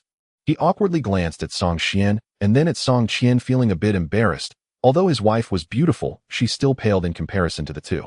"Stop the nonsense and get to the point," Song Qian urged. "All right then." The man swallowed and looked distressed. Then disaster struck. One evening when I returned from working in the city, I found a woman sitting outside my yard looking pitiful and seemingly resting. I approached and asked, and she claimed her name was Xiao Li, living in the neighboring Huaiyang County. She said she had been married for 5 years, but after her husband died last year, her in-laws mistreated her in every possible way, and even her father-in-law had inappropriate thoughts about her. Unable to bear it, she secretly ran away and ended up here, having exhausted her funds, just hoping to stay at my home for one night. The man hesitated for a moment, feeling awkward. I found her pitiful, so I agreed. Song Qian chuckled. "You thought she was pretty, didn't you? I ask you, if an old woman came to your house to stay for a night, would you agree?" The man lowered his head in shame. "Maybe I might consider it." "Is this woman related to the case?" Song Qian asked. "Absolutely. This matter arose because—" Song Qian nodded, then continue. "Hearing about Xiao Li's tragic background was heart-wrenching, yet it seemed so charming and devoid of danger that I felt a surge of compassion and agreed to her request."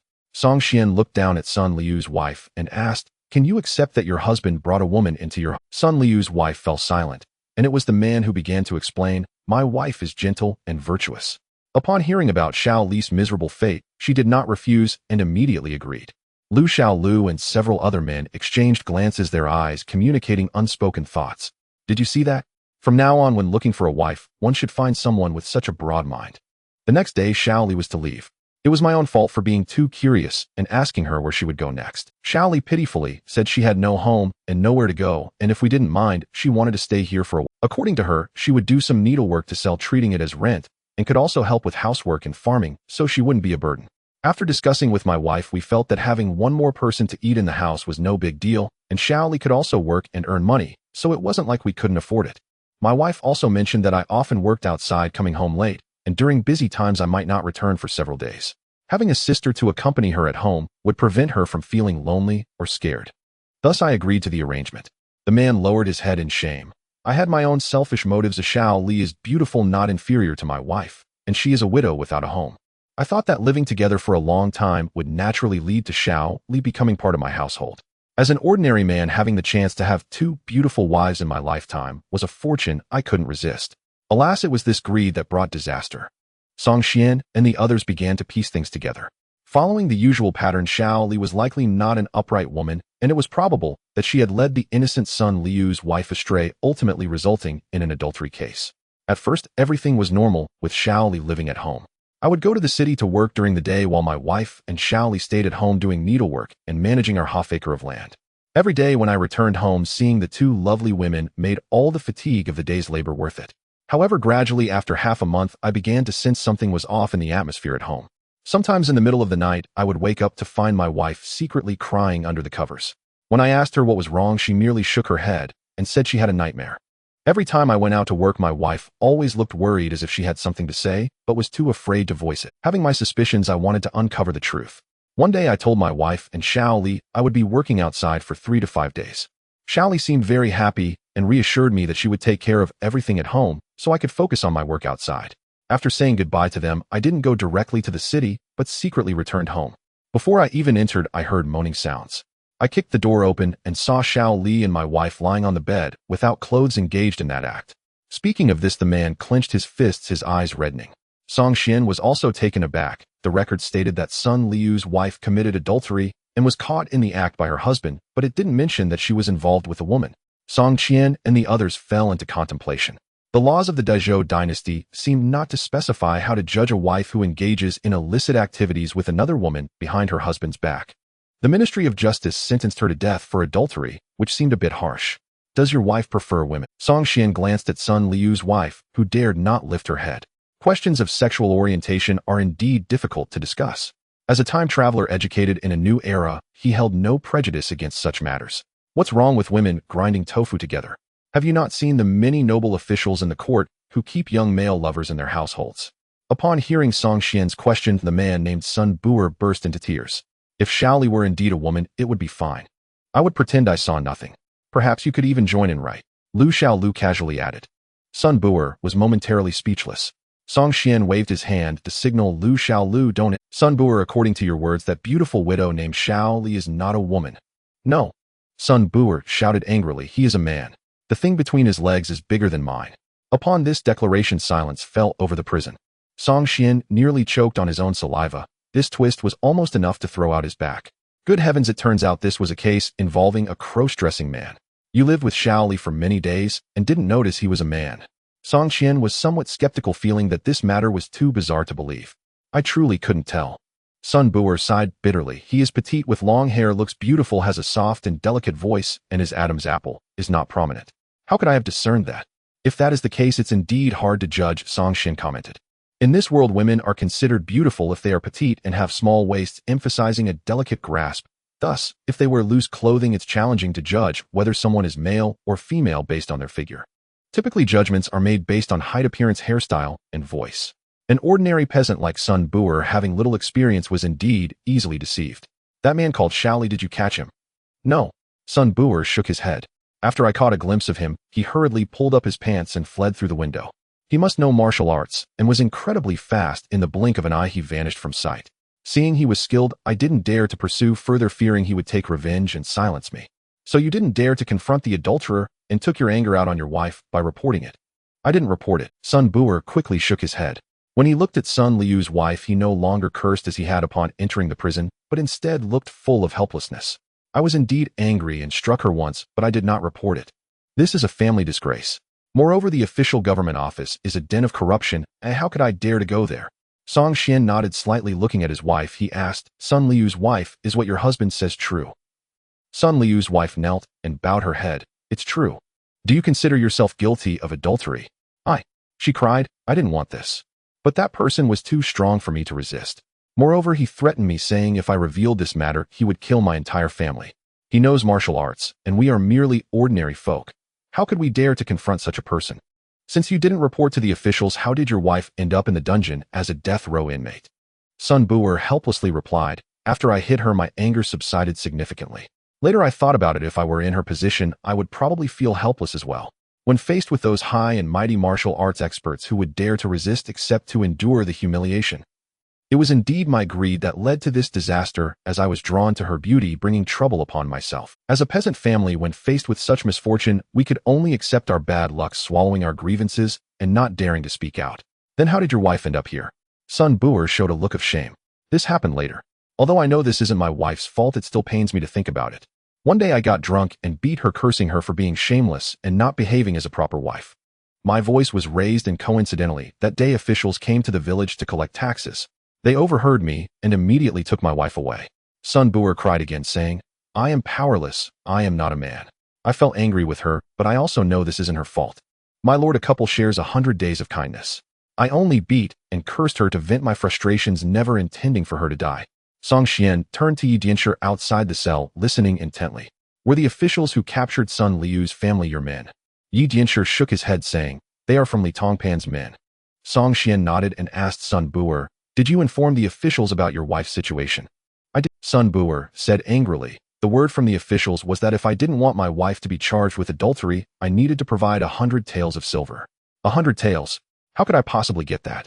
I had to sell my land and property, and even borrowed from relatives and friends. But before I could gather the silver, the officials sent word that my wife's crime was already determined to be adultery. It's set in stone, and no one can change it. They even threatened me that no matter who came to ask, I had to say it was adultery. If I said one wrong word, not only would I die, but my relatives and friends would too. My lord, you are from the Xianyi Guard. I know you are not afraid of those officials. I beg you, please save my wife. Song Xian remained silent, pondering. If this couple had not lied, the case was quite clear at this point. Simply put, Sun Bu'er married a famously beautiful wife in the surrounding villages, attracting the attention of a flower thief. This flower thief seems to have some peculiar habits. He doesn't like to use force directly, but prefers to disguise himself as a woman, using a tragic backstory, coupled with a beautiful appearance, to evoke Sun Bu'er's greed and brazenly move into their home. Then through threats, he violated the man's wife. The matter is not complicated. It falls under the case of a flower thief involving martial artists. Yet strangely, the case file does not mention any information about the flower thief. All details regarding this person have been erased. As Yi Dianshi said, the case is not complex. What complicates it is the people. Lu Xiaolu approached Song Xian and whispered, Brother Xian, according to Sun Bu'er, the officials under Li Tongpan initially captured Sun Liu's family to extort money purely for financial gain. However, they later determined Sun Liu's crime of adultery in a very short time, making it an ironclad case. This is no longer just for money, but to erase information about the flower thief. Clearly, that flower thief is not just someone skilled in martial arts, but likely has a significant background and strong ties to the government. Some people up top don't want news of the flower thief violating women to leak out. Speaking of which, it seems this matter hasn't been kept quiet. Some want to cover it up, while others wish to expose it. Otherwise, this case, which should have been reviewed by the Ministry of Justice, wouldn't have fallen into our Xianyi Guard's hands. Song Xian nodded slightly, saying, Your analysis is thorough, so our current situation is a bit precarious. Lu Xiaolu responded in disbelief. Brother Xian, you can't possibly think that the person behind this would kill us to silence us, right? Is he insane? Does he not fear the Xianyi Guard coming back to slaughter his entire family? The Ministry of Justice requires evidence to handle cases, but for those who kill our Xianyi Guard, the execution department doesn't care about evidence. If there's any suspicion, they execute first and ask questions later. Song Xian laughed, saying, Don't be nervous, it's just a possibility. But to be safe, we should make some preparation. There should be a Xianyi Guard stronghold in Huai'an County, right? Indeed there is. Lu Xiaolu whispered, but those are the people from the execution department. If we want to mobilize them, they probably won't pay us any mind. Then tell them, you come from the capital, that the head of the capital's inspection department, Zhao Dezuzu, is your father. If anything happens to you, he will definitely not spare them. You've been a street rat in the capital. Don't tell me you don't understand how to use this trick to pull a tiger's skin to wave the flag. Lu Xiaolu hesitated, saying, Brother Xian, is this reliable? If old Zhao finds out, won't he deal with me? You don't seek power, you don't seek fame, and the Xianyi Guard's duties are also inherited from ancestors. No one can touch that. You, a slacker, are afraid of old Zhao dealing with you. Besides, before leaving the capital, Uncle Zhao said that if anything happens, just report his name. He can handle anything that comes up. Now that you mention it, I feel more assured. Saying this, he flicked his sleeve and walked out of the cell with an air of confidence, waving to the monkey. Skinny monkey, come with me to handle some business. The monkey glanced at Song Xian, and seeing that the leader had no objections, quickly followed Lu Xiaolu. After the two had left, Song Qian approached Song Xian and quietly asked, "Brother, what were you discussing with Xiaolu just now?" "I asked him to gather some people." "Ah, such matters could also be entrusted to me." "No way." Song Xian shook his head. "You are not as tactful as Xiaolu. Also, you stay close to me. Do not wander far. If something happens, I won't be able to explain it to our parents. Do you still see me as a child?" Song Qian pouted, somewhat unhappy. Yet she knew she couldn't change her elder brother's decision, so after a few huffs, she ceased to bring it up. "My lord." After waiting for a long time, without hearing Song Xian speak, Sun Bu nervously asked, "My lord, do you think my wife still has a chance?" Song Xian wore a kind smile. "As long as what you said is true, there is hope. But if you falsify anything, you won't even need to wait for the Ministry of Justice's documents. I can send you to drink tea with King Yan today." Yi Jianshi, aside from the adultery case involving the Sun and Lu families, are there any similar cases in Huai'an County in recent years? After Lu Xiaolu left, Song Xian turned to Yi Jianshi outside the prison door. "Yes," Yi Jianshi replied without needing to consult any files, stating directly, "In the past 3 years, there have been 8 recorded cases of adultery in Huai'an County and its subordinate towns. These 8 cases, all documented in the files, involve young and beautiful married women engaging in illicit affairs, with 5 of them having been sentenced to death after review by the Ministry of Justice. Additionally, for the remaining 2 cases, the local clans executed their own rules and privately punished the offending women by drowning, leaving only the Sun family woman alive." Song Xian inquired again, "Were the adulterers caught?" Yi Jianshi shook his head. "In these cases, there were witnesses who saw the women committing adultery, but the adulterers were never apprehended." Song Xian took a deep breath, his expression turning cold. Even Song Qian understood what this implied. Brother, ordinary people tend to endure such matters and are unwilling to report them to the authorities. The cases recorded by the officials only reflect a tiny fraction. The unrecorded ones are likely new. Song Xian nodded. "When you see a cockroach at home, it indicates that in the dark corners you cannot see there are countless cockroaches." Song Qian instinctively clenched her fists. "Are you implying that those adultery cases were all committed by that flower thief, and there are people in the government suppressing the matter, turning it into an adultery case?" Song Xian nodded, letting out a cold chuckle. "Disguised as a man, specifically targeting other people's wives, this guy truly acts without restraint. Lu Xiaolia's social skills are quite remarkable. To outsiders, the people in the Xian Wei's law enforcement department are known as executioners, making them extremely difficult to deal with. Yet after less than 2 hours, Xiaolu led a squad of elite law enforcement officers on warhorses, dressed in black Xian Wei robes, each bearing a dark iron sword. Song Xian quickly walked out of the prison with Song Qian to greet a few people. Upon meeting, Song Xian first clasped his fists in gratitude to Lu Xiaoliu, saying, "Thank you for personally coming, young Master Zhao." He emphasized the title Young Master Zhao, and Lu Xiaolu proudly raised his head, saying, "Make sure to speak well of me to my father when you return, so he understands that I'm not just a second-generation heir who lives off others." Of course. Song Xian laughed heartily, his gaze shifting to the leader of the law enforcement. He saw a tall man with well-defined muscles on his arms, the palms of his hands calloused from years of practicing with the sword. He appeared to be around 30 years old, but his face bore signs of hardship. Song Xian warmly clasped his fists in greeting. "I am Song Xian. May I ask how this esteemed official is addressed?" "It is Song Darren." The head of the law enforcement department had a somewhat cold demeanor and was not skilled in social interactions, which was indeed the case. After a brief reply, he fell silent until a companion beside him nudged his arm, prompting him to return to his senses and add, "I am Shen Lian. Thank you for your trouble, Lord Shen." Song Xian casually replied.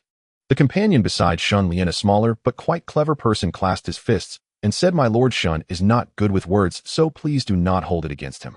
The Xian Wei is divided into 3 main levels: 3rd, 2nd, and 1st. The 3rd level is merely a position for noble offspring to pass the time. The 2nd level of Xian Wei is further divided into 4 ranks: Qian, Hu Bai, Hu Zong Qi, and Xiao. Generally, martial artists recruited from the Jianghu start as Xiao Qi in the Xian Wei and can only be promoted to Zong Qi after accumulating sufficient merit. In contrast, someone like Song Xian, who has a background from the imperial capital and is directly under the imperial capital's inspection department, starts as Zong Qi as long as they pass the 2nd level assessment. Thus, in terms of rank, Song Xian and Shen Lian are considered equals. However, he does not put on airs and smiles gently, saying, "No need to be modest, brother. I invited you all for help, so it would be unreasonable to blame you. By the way, may I ask how to address you, brother?" "I am Jin Yichuan, serving under Zong Qi Shun as a Xiao Qi. You can just call me Yichuan." As he spoke, his expression became serious, glancing at Lu Xiaolu before continuing. "Previously, this young master, Zhao, mentioned that he encountered life-threatening danger in Huai'an and needed our assistance. Lord Song, may I ask where this danger originates? He looked puzzled, and not just him. Even Xin Lian wore a confused expression. Within the Great Zhou realm, it has always been the Xian Yi way that troubles others who few dare to provoke them. So from where does this life-threatening danger arise? Song Xian smiled and said, under the orders of Lord Zhao Dezhun, the chief officer of the Xian Yi Wei Inspection Department, I have come to Huai'an County to investigate a case of adultery. A case of adultery? Xin Lian and the others' expressions turned strange. When did the Xian Yi Wei become so idle that they had to intervene in such trivial matters? This case involves individuals from the Jianghu. Song Xian added. Upon hearing this, the previously indifferent Xin Lian and others became serious. The original purpose of the Xian Yi Wei was to balance the large martial arts community, maintaining a state of equilibrium between the martial world and the court. Generally, the Jianghu people engage in their own conflicts, and the Xian Yi Wei does not interfere provided they do not harm innocents or ordinary citizens.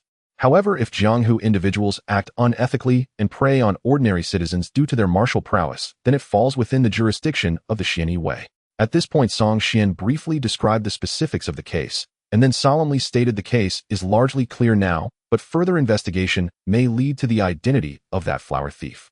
That person's identity is likely to be quite significant, possibly related to local officials. Oh, I worry that if pressed too hard they might act recklessly, which is why I had to request your assistance. This is within our responsibilities. A Lord Song need not be so polite. Xin Lian, being straightforward, unsheathed his long knife with a clank and said solemnly, investigating cases is the duty of the inspection department, but killing falls within our law enforcement's domain. You need not provide too many details about the case. You just tell us who needs to be killed next and how to find that flower. As his words fell behind him, over 20 Shao Qi mounted on warhorses drew their long knives, remaining silent, yet their eyes betrayed a clear intent to kill. Song Xian and Song Qian exchanged subtle glances, each carrying a meaning that was hard to decipher. These law enforcement officials indeed appeared as strange as rumored, each exuding a murderous aura. One could only wonder how many lives they had taken to cultivate such a killing intent. In the grim atmosphere, Song Xian slowly spoke. I still do not know the identity of that flower thief, but it does not matter. The county magistrate handling the adultery case surely knows. As he spoke, he shouted into the jail, Denyo, bring out Sun Buer and his wife. Inside the heavenly prison, Denyo's thunderous voice echoed, and soon after sounds of fists colliding and bodies crashing to the ground could be heard. Quickly, the towering figure of Denyo walked through the cell door, each hand carrying Sun Buer and his wife as he strode out. Originally fierce genie Xuan could not help but exclaim in awe upon seeing Denyo's robust body, which cast a large shadow even before he approached. Lord Song, is this one of your men? Xin Lian asked, warily, feeling the immense pressure Denyo exuded. Such a person was clearly born with great strength. If he practiced any martial arts and donned heavy armor while wielding two heavy swords, he would be a human meat grinder on the battlefield. His name is Hongmeng from the inspection division. Song Xian briefly introduced, offering no further details, as Yi Jianshi angrily rushed over from behind Denyo. Lord Song, what does this mean? Why is your man raiding the heavenly prison? Yi Dianshi's face turned extremely grim. He had brought people to the heavenly prison, yet the death row inmates inside were being abducted. If the higher-ups were to hold him responsible, his burden would be significant. It's no big deal. Song Xian cheerfully replied. This case is now under the jurisdiction of the Xian Yi Guard, and keeping the prisoners in the Huai'an County prison is inappropriate. Yi Jianshi felt helpless, but he is a death row inmate. Just like that, he is taken away. What should I? Before he could finish, Song Qian shot him a glare and coldly said, Yi Jianshi, to speak plainly, we do not trust Sun and Lu being held in your Huai'an County prison. My Xian Yi Guard wants to take them away. Do you dare to stop us? Yi Jianshi fell silent, especially upon seeing the 20 or so murderous Xian Yi Guard riders outside. He prudently closed his mouth and stepped back. Song Xian took a step forward and cupped his fists in salute. Yi Jianshi, although we have not known each other for long, I see you are a capable person. Next, Huai'an County may undergo some changes, so I trouble you to maintain order in the city. Yi Jianshi nodded in confusion, but when he saw Song Xian mount his horse and waved to Song Qian and the others, saying, Let's go, I'll take you to kill. With the case reaching this point, it was confirmed that it involved people from the martial world, which fell under the Xian Yi Guard's jurisdiction. Thus Song Xian no longer held back and directly took action. On the streets, the sound of galloping hooves was deafening, and many citizens saw the Xian Yi Guard riders charging like a dark cloud, quickly hiding in fear, trembling. Once the dark cavalry line disappeared at the end of the street, the hidden citizens emerged, whispering to each other. Those people must be the Xian Yi Guard. What's going on? From that direction, it seems they are heading towards the county magistrate's office. Could it be that the county magistrate is in trouble? Shall lower your voice. What if things go well and they come back to deal with you? What is there to fear? Those people are specifically responsible for killing within the Xian Guard. With this many assassins charging towards the county magistrate's office, do you think that fat man can survive?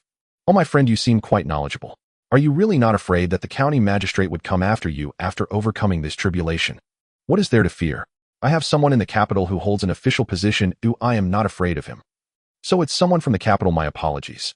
Outside the county magistrate's office, several officers who were dozing in the sun immediately lost all drowsiness when they saw the fierce Xian guard trembling in fear. Open the door, Song Xian shouted coldly. The officers turned to look at the leader, whose lips twitched slightly. Without hesitation, he decisively opened the gate of the magistrate's office. Seeing the imposing manner of the Xian guard, even if he had hesitated for a moment, he would likely lose his head in the next instant. After all, these people were heading for the officials inside. As a lowly officer, why would he risk his life?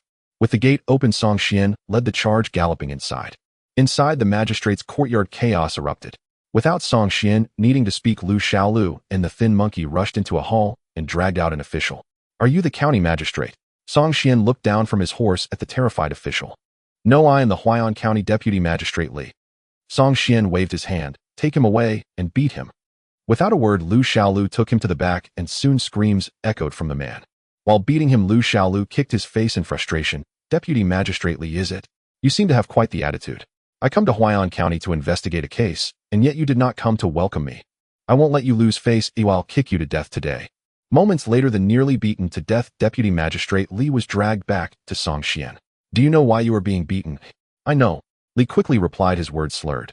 He had learned his lesson. From now on, anyone from the capital, regardless of rank, he would personally go to greet. Of course, if he even had a future to do so. Given the stance of the Xian Guard, it was likely that his years of corruption and bribery had been reported, and he was now to be the sacrifice. Good, now I don't want to waste words. Just tell me, who exactly is that flower thief? Deputy Magistrate Li froze, his heart momentarily stopping.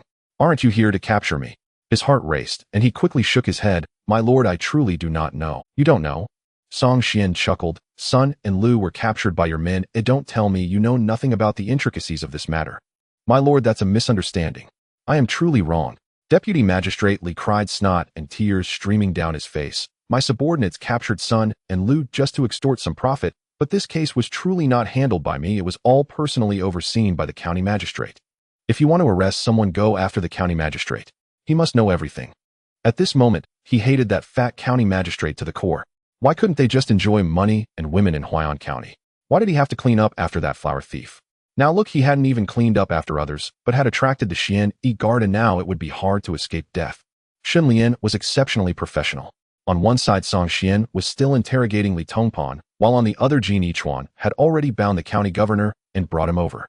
This fat man seems quite spirited. He's performing a spring scene with women in the inner residence in broad daylight. Saying this, he kicked the county governor in the rear, sending him tumbling to the ground. Song Xian stepped forward, saying, County Governor, you truly are a person of importance. It really isn't easy to meet you. The county governor Wang crawled up from the ground, touched the blood on his face, and shivered as he looked at Song Xian. I am the county governor of Huai'an, officially appointed by the court, a bona fide fifth-rank local official. You forcibly entered the government office and assaulted a court official. I will report this to the emperor and impeach you. I must impeach you. Song Xian surveyed him from head to toe and couldn't help but smile. You actually have a bit of spirit. He waved his hand. Take him away so our county governor can recognize reality. Lu Xiaolu chuckled as he dragged the corpulent county governor away to the side of the courtyard, while Song Qian rubbed her fists together and followed with a grin.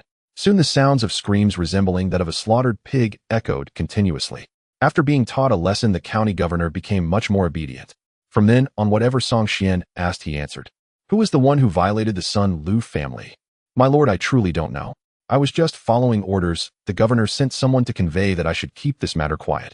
I am merely a worker for dirty jobs. How could I dare offend the governor, that esteemed superior? What is the governor's name? The governor's name is Tian Yuan, the younger brother of the patriarch of the Tian family, a prominent clan in Mingzhou, and the left assistant minister of the Ministry of Justice is his elder brother. Continue, speak in detail. Tian Yuan has 1 wife and 5 concubines with 6 daughters, but only 1 son whom he dotes on excessively, practically spoiling him to the heavens. I have speculated that the governor is desperate to cover this up. There's a good chance it's related to his son. He only has this 1 son. The county governor recalled saying the governor had his fortune read early on, and it was said he would have no sons, so he adopted a son from the Tian clan. However, after he had his own biological son, he looked down upon that child. It is said that after an argument between father and son, that child ran away and has since been missing. What is the name of the adopted child? I think it's Tian shown courtesy, named Bo Guang. Tian Bo. Song Xian's expression turned strange. My lord, have you heard of him? Song Xian remained silent, pondering for a moment before looking at Shun Lian and asking, is there any recorded information about Tian Bo Guang in your place? Yes. Shun Lian replied, there are quite a few martial arts masters with renown in the Mingzhou area, and Tian Bo Guang is known for his exceptional lightness skill and outstanding swordsmanship, nicknamed the Lone Traveler of 10,000 miles in the Jianghu.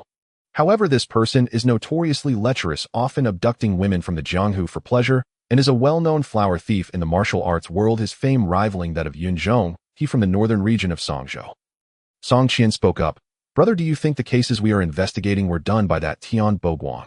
It's hard to say. Does Lord Shin have any opinions? It should not be Tian Bo Guang. Shun Lian analyzed. He is considered a notable figure in the Mingzhou martial arts, skilled in lightness, and has escaped from innate masters pursuing him. His swordsmanship is also outstanding among postnatal martial artists. An ordinary person truly can. This person is lecherous and is a notorious flower thief, but he usually targets women from the Jianghu. He may not even have an eye for women from ordinary families. Song Xian gently nodded, his mind flashing back to the story in The Smiling Proud Wanderer, where Tian Bo Guang abducted Yuan. You could doubt Tian Bo Guang's character, but you cannot doubt his taste. Simply put, Tian Bo Guang plays at a high level. Although Sun Lu has beauty, she is only relatively outstanding among ordinary people compared to those female martial artists who have practiced martial arts for years and possess inner strength. She pales in comparison. It's quite unlikely that he would take an interest in her. If it's not him, then it must be his adopted brother. Song Qian analyzed with a very serious expression. They are all from the old Tian family, and I suspect none of them are good people. Regardless of whether he is or not, we should just arrest him first. Though her words were somewhat simplistic and crude, they aligned with Song Qian's thoughts. Since the case has progressed this far, it must have a conclusion. Just as Song Qian said, this matter is definitely related to that Governor Tian. Let's arrest him first.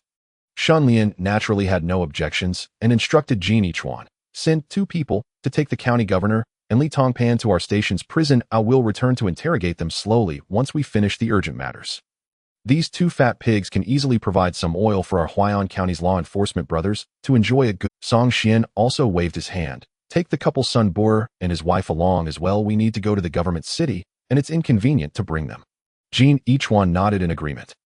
In Mingzhou Zhonghuai Prefecture, when Song Xian and the others arrived in the prefectural city, it was already the morning of the second day. Lord Shin, since Tian Bo Guang is a registered figure in your law enforcement, why have you not sent anyone to capture him? Song Qian took a bite of the dried food she brought and had a sip of water, gazing at the ancient city that seemed inexplicably grand in the morning light, casually asking. Shun Lian, drinking from his water flask, explained, although our Xian Yi guard holds great power, we are merely a sword for the emperor and are not truly without restrictions. Tian Bo Guang is a flower thief, but he usually targets women from the Jianghu. I have yet to hear of him harming women from ordinary families. Generally speaking, there is no clear division between the court and the Jianghu, but there are some unspoken rules that both sides tacitly accept. That is, the Jianghu is the Jianghu, and the court is the court. How the people of the Jianghu fight and struggle is their own business. As long as it does not involve ordinary people, the court will turn a blind eye and watch from the sidelines without intervening. Even if we want to intervene, we would only secretly support certain forces within the Jianghu to maintain a balance, and would not directly step in to interfere. This is something that everyone understands.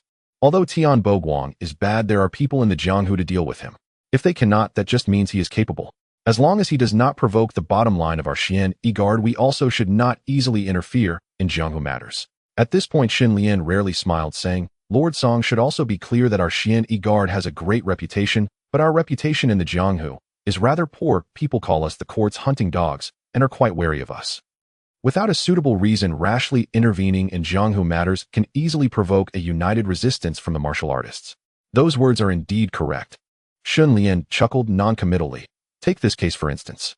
It's clear that martial artists are involved in harming ordinary folks, which crosses the bottom line of our Black Robe Guard and gives us a reason to act. If that person is shielded by a sect, we can report it to the Black Robe Guard headquarters in the capital. The higher-ups will dispatch suitable personnel to clean up the trash based on the specifics. If it truly involves a martial sect, we might even witness a first-class Black Robe Guard in action. First-class Black Robe Guard. Upon hearing those words, even Song Xian's face showed a look of yearning. Having spent years in the capital, he knew the weight of that title well.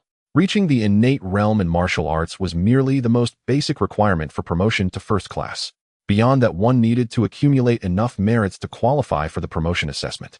At that level, even the Son of Heaven would treat them with respect and dare not neglect them. It would be no exaggeration to call them the pillar of the Great Zhou Empire's military strength. Jianghuai Prefecture was one of the 12 prefectures of Mingzhou, and its prefect was a third-rank official, a true regional magnate. Without proper justification, even the Black Robe Guard dared not arrest someone at will. The prefectural office was situated in the most bustling area south of the city, with sprawling pavilions and halls covering a vast expanse. Protected by high walls and patrolled by yamen runners and guards, it was a heavily fortified site. Song Xian and his company of Black Robe Guards rode on horseback, scattering the common folk along the way. But as they neared the prefectural office, a squad of guards stationed outside blocked their path. "This is the prefectural office. Halt." Song Xian surveyed the guards, noting their fine equipment and fierce demeanor. What surprised him most was their cold, sharp gazes. They showed not a trace of fear toward the infamous Black Robe Guards. Song Xian flashed his token. "The Black Robe Guard is on official business. Withdraw immediately." Ordinarily, flashing the Black Robe Guard's insignia would make anyone with a shred of sense back down. But today, outside the Jianghuai prefectural office, the ever-effective token proved useless. "We only recognize the prefect's writ. No other orders matter." The leading guard captain's face was cold, as if he had never heard of the Black Robe Guard, his sharp eyes fixed on Song Xian. "State your purpose, or don't blame us for being rude." Song Xian chuckled. Truth be told, since joining the Black Robe Guard, this was the first time he had met someone more arrogant than himself. Shen Lian rode up beside Song Xian and whispered, "These guards at the prefectural office are likely private soldiers raised by the Tian family. They know only the Tian family, not the imperial court. Just charge in and kill them. No need for words." As his words fell, a sharp clang rang out. Shen Lian's long blade was drawn in an instant. A flash of steel and a massive head soared into the air, trailing a spray of blood. The guard captain was decapitated by Shen Lian's strike. Song Xian paused briefly, gaining a clear understanding of Shen Lian's style of action. Brother Shen was a man of few words and swift action, cutting down people without hesitation. Truly a product of the enforcement department. Shen Lian's move did not cow the guards. Instead, they roared ferociously. Undaunted, they drew their blades and charged at Shen Lian and Song Xian. Song Xian and the other Black Robe Guards reacted swiftly, their swords and blades scraping against scabbards in a cacophony of sound. Song Xian met the first guard charging at him with a palm strike. His speed was several times faster than the guard's blade swing. Before the long blade could descend, his palm had already slammed into the man's chest. Boom! The sound of shattering bones rang out. The guard's chest caved inward. Before his body could even fly back, Song Xian grabbed his arm and tossed him aside. With a loud crash, the three guards charging behind were knocked to the ground. After his last skirmish with bandits, Song Xian's control over his strikes was now perfectly measured. He wasted no inner energy and avoided getting splattered with blood, a fact that pleased him greatly. Indeed, real combat was the best way to hone martial skills. The commotion outside roused the guards within the prefectural office. Soon the office gate swung open and dozens of fierce-looking guards roared as they charged out with drawn blades. Song Xian, still mounted, shattered a guard's skull with a palm strike, then snatched his long blade with his left hand. With his right, he channeled pure yang inner energy into a palm strike against the blade's body. Boom! The long blade shattered instantly. Guided by Song Xian's inner energy, the sharp fragments shot out like arrows, riddling the foremost dozen guards with 1,000 wounds in an instant. Even Shen Lian, who was in the midst of a bloody slaughter, paused for a moment at the sight. Shattering a long blade with a palm strike, he could do that too. But controlling the flying fragments to kill enemies was beyond him. That required not only profound inner energy, but also masterful control over its flow. More and more guards poured out of the prefectural office, but after witnessing Song Xian's effortless slaughter of over a dozen men in one move, they were all intimidated. They encircled the group, but dared not advance further. "Charge! All of you charge!" Outside the office gate, a man who looked like a steward barked. "Your salaries come from the prefect. Your lands were arranged by the prefect. Even your marriages were brokered by the prefect's men. If the prefect falls, everything you've gained will be gone." At these words, the guards, who had been hesitant, now had bloodshot eyes. Roaring, they charged forward with their blades and swords, ready to fight to the death. They understood no grand principles. They only knew to obey whoever fed them.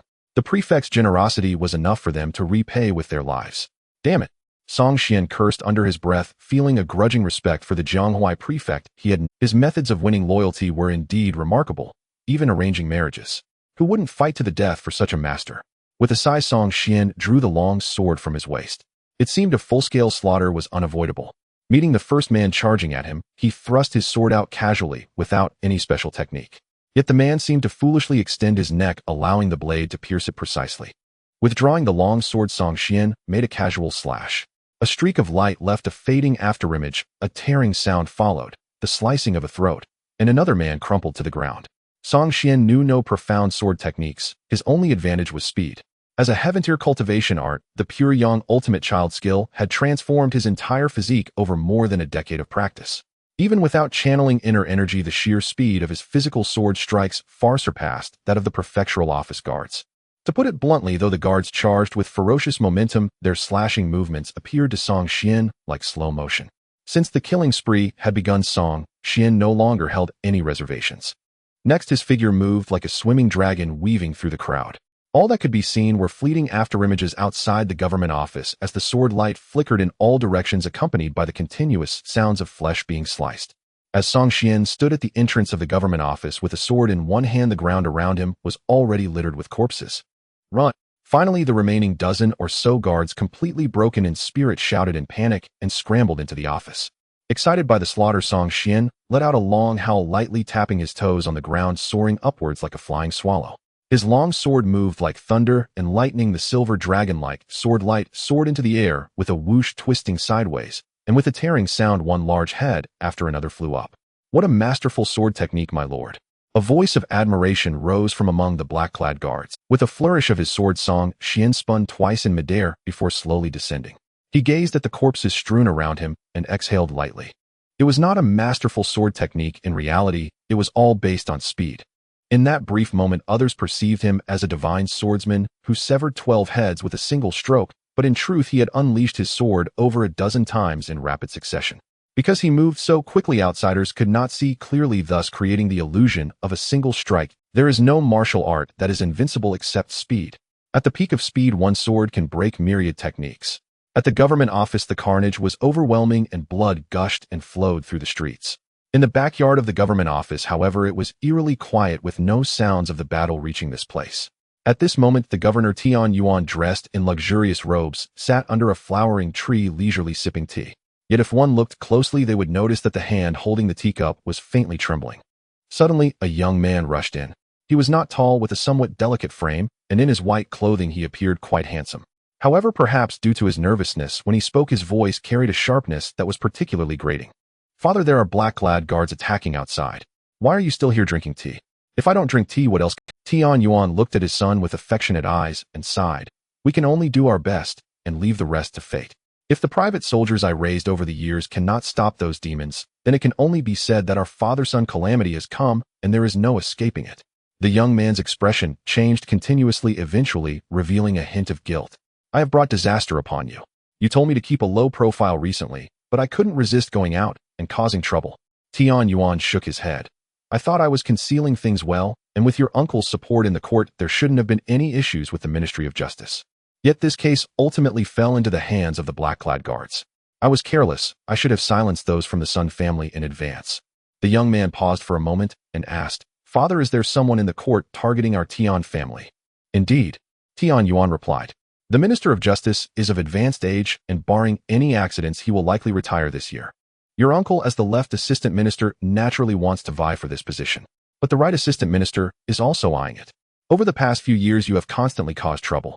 I have been covering for you, and your uncle has been trying his best to resolve the issues you created, all to prevent your actions from affecting his bid for the minister's position.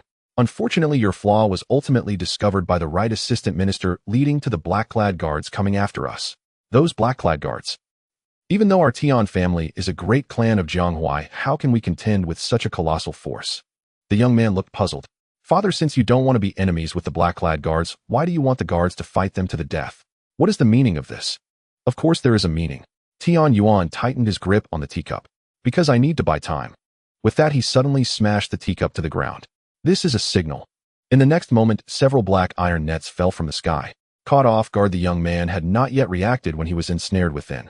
In the corner of the backyard, several men in black emerged from the shadows, holding knives and firmly securing the iron net. Father, what are you doing? What am I doing? Naturally, I am going to kill you. Tian Yuan stood up, pulling a dagger from his sleeve and stepping forward.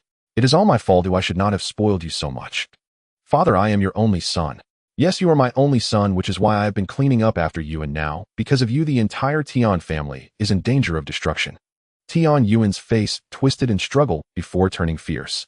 "Son, I know you learned a form of lightness skill from that rebellious disciple Tian Buoguang. So upon learning that your case was handed to the black-clad guards, I began having people prepare these iron nets. I have always held a glimmer of hope that the black-clad guards would not find this place, but now there is no other way.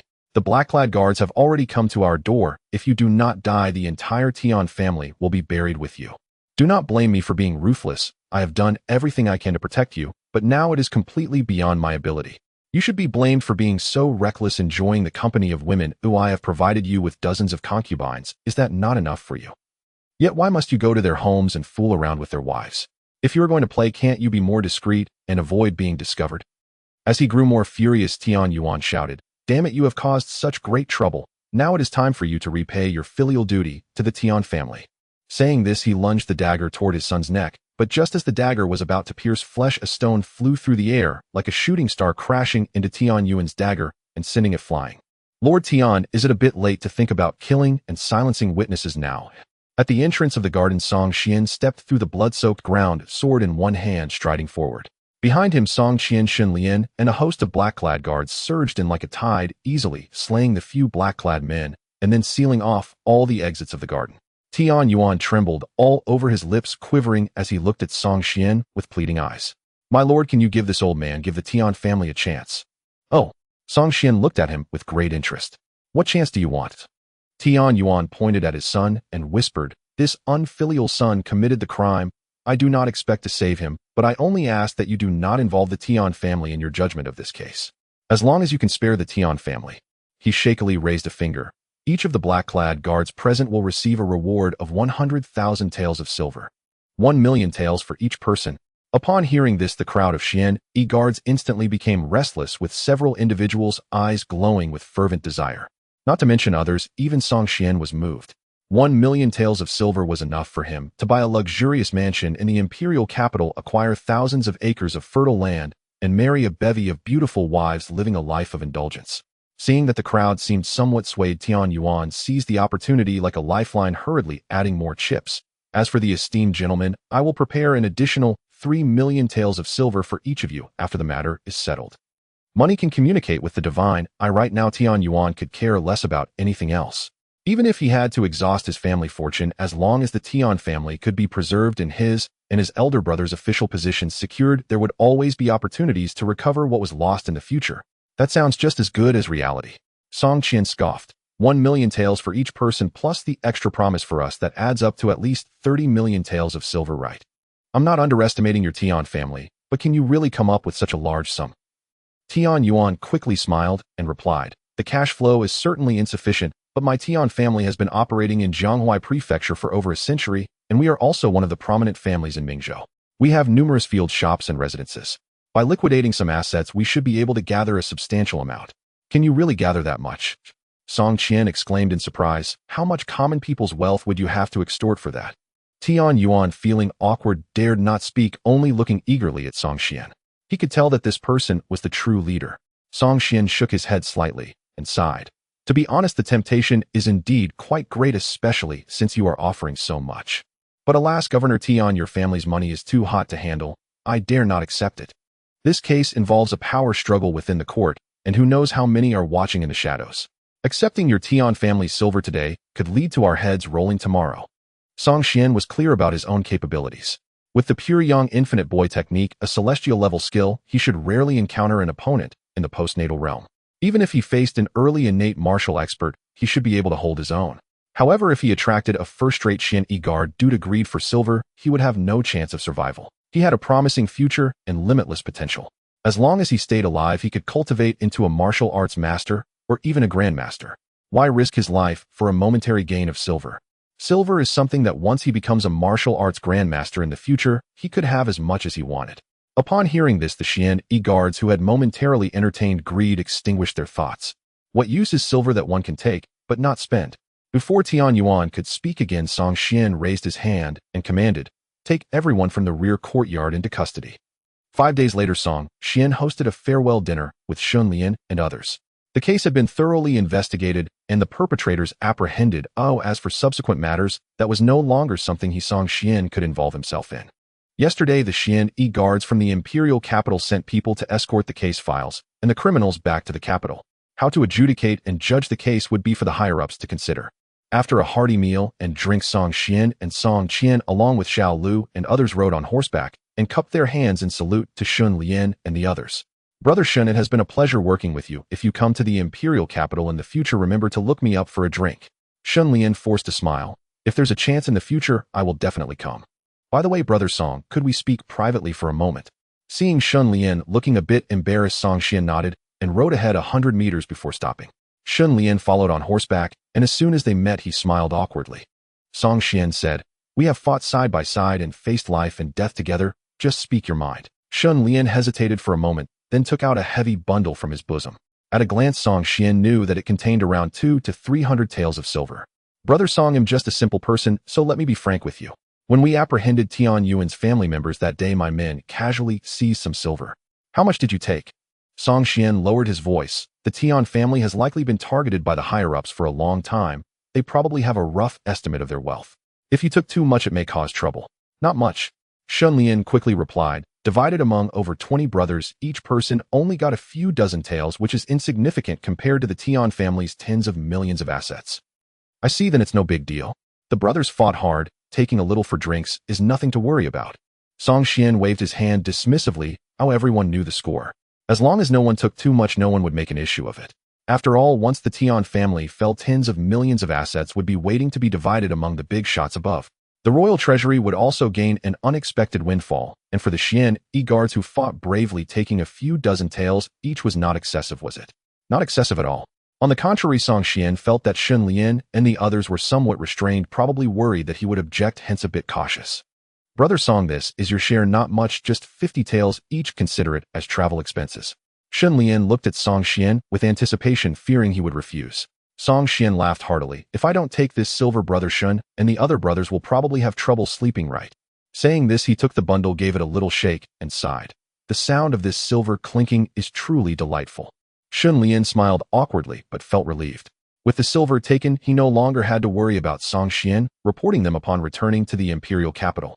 Although he didn't believe that Song Qian would be the kind of person to stab them in the back, it was always more reassuring to have things laid out in the open. With the bundle on his back, Song Qian cupped his hands and smiled. All gatherings must eventually end. Let's leave it at that, Brother Xun. I hope we can work together again in the future. Xun Lian smiled. Brother Song is a dragon among men. When we meet next time, you might have already been promoted to 100 households. Song Qian laughed heartily. He had gained a deeper understanding of Xun Lian. This person really was not good with words. Such phrases as dragon among men are not something one can say casually. Why not say I have the disposition of an emperor? After bidding farewell to Song Qian and the others, Song Qian and his group set out on the journey back to the imperial capital.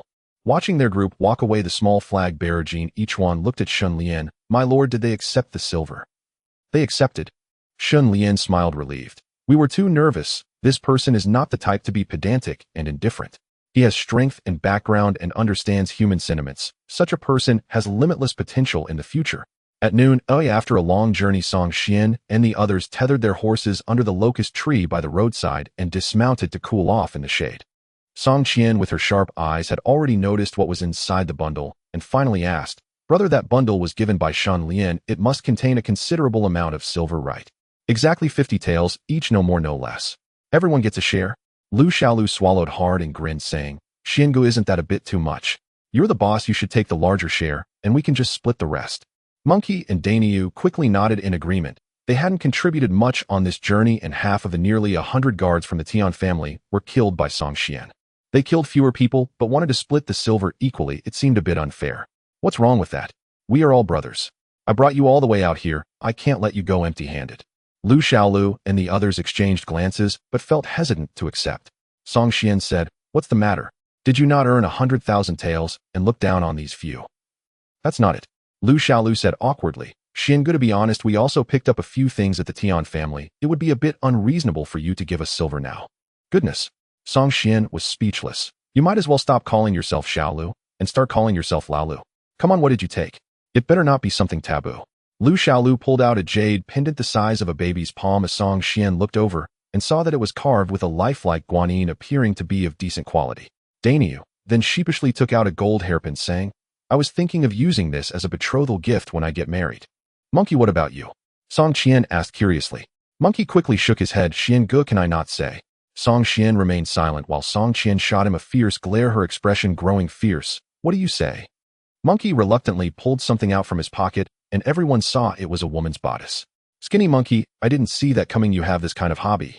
Lu Xiaolu laughed mischievously. Monkey blushed and felt utterly embarrassed. "I mainly thought the gold trim on it made it look valuable." "All right, enough. Put it away." Although Song Qian found it somewhat ridiculous, he didn't think it was a big deal. "Song Qian, what about you? Don't say you didn't take anything."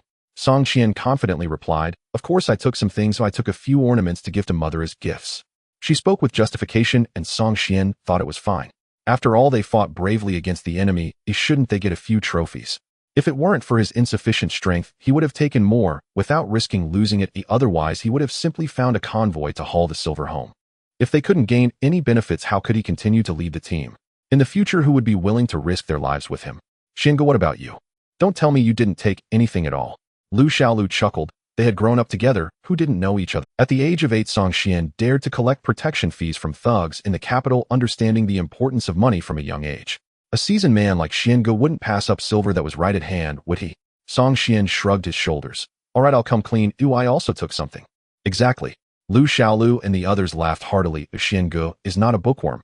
How could he possibly be so naive as to not profit at all? "However, what I took isn't money." Saying this, Song Qian pulled out a manual from his pocket. "This is a lightness skill manual that I found in Tian Yuan's son's room. It should have been copied by Tian Boguang for his younger brother." It was evident that although they were not biological brothers, their relationship was quite good.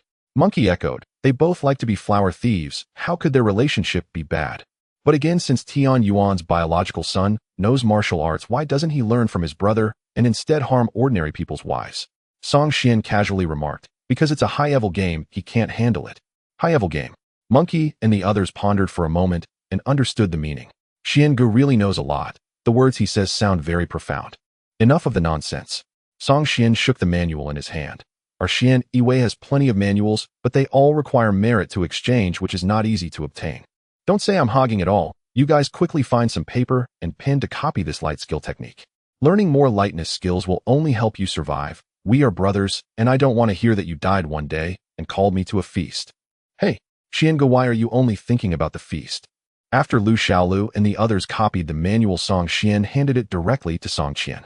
This manual isn't particularly profound. After getting it, he almost learned it after reading it once.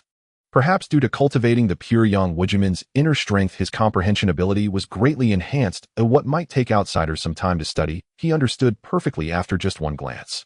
In a way, this could be considered one of his few advantages. After obtaining the publicly available lightness skill manual from Song Qian, Lu Xiaolu and the others absolutely refused to share the silver, and Song Qian did not continue with the pleasantries, pushing the bundle towards Song Qian. "You keep this silver. When you return to the capital, buy some good wine for our father, get our mother a new set of clothes, and buy yourself some cosmetics and powders." With over 200 taels of silver suddenly handed to her, Song Qian didn't show any joy. Instead, her face turned pale with fright. "Brother, what do you mean? Are you suddenly giving me so much money because you're preparing for something?" Upon hearing this, Song Qian's cheeks twitched twice. "It's just a few silver taels. Why are you so scared? When I become powerful and start hauling silver carts home, you'll still be able to ride a crane into the skies." "Oh, I see." Song Qian's expression quickly changed back to a cheerful one. "I'm not afraid of having more silver.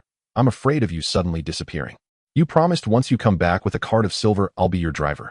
I want to experience the thrill of strolling down the street with a cart full of silver." "Little money grubber."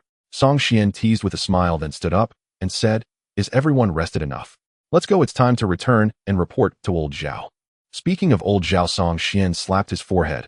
How could I forget old Zhao? We've made quite a stir this time, and we'll need him to take care of things in the future, so we should bring him a gift. After saying that, everyone began discussing what gift they should bring back for old Zhao. In the end, Song Qian took out a small bottle from his pocket and tore off the paper label that said, "Small dose of He Huan powder." Song Qian had quite a few items stashed away. The He Huan sen was divided into small and large doses. The large dose acted quickly with potent effects, but of course the side effects were significant, leaving one wanting more, and the body would soon be drained. Back when he concocted this substance, it was intended for underhanded dealings. As for the small dose, its effects were much milder, and it had minimal side effects. Just as he had previously told Song Qian, it was merely a health supplement for enhancing enjoyment. He planned to mass-produce this item when the time was right to make a profit. Many nobles in the imperial capital had frail bodies, and barring any unforeseen circumstances, this item should become a hot commodity. Upon returning to the imperial capital, Song Qian and the others did not go home, but headed directly to the Xian Yiwei inspection office to report their duties. Seeing Song Qian and the others return, Zhao Dezuzi smiled and said, "Bring out the chilled watermelon and drinks. Let us host a banquet for our heroes." Song Qian smiled as he approached, completed the duty report, and then puzzledly asked Uncle Zhao, "It's just a case. Is there really a need for a banquet?" "Why wouldn't there be a need?" Zhao Dezuzi's smile showed no signs of concealment. "The case you handled this time truly brought honor to our inspection office." He lowered his voice and said, "The Tian Yuan father and son arbitration office finished their hearings 3 days ago. Can you guess how many virtuous women that scoundrel from the Tian family has harmed over the years?" Song Qian estimated at least dozens, maybe even over 100. Less than that, much less. Zhao Dezuzi held up 3 fingers. Over 300. In the 300 years since our great Zhou established its nation, we've caught many flower thieves, but encountering one who has harmed so many virtuous women is a first.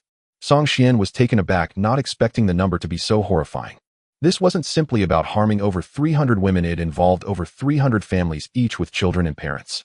If this matter wasn't handled properly, over 300 families would be ruined.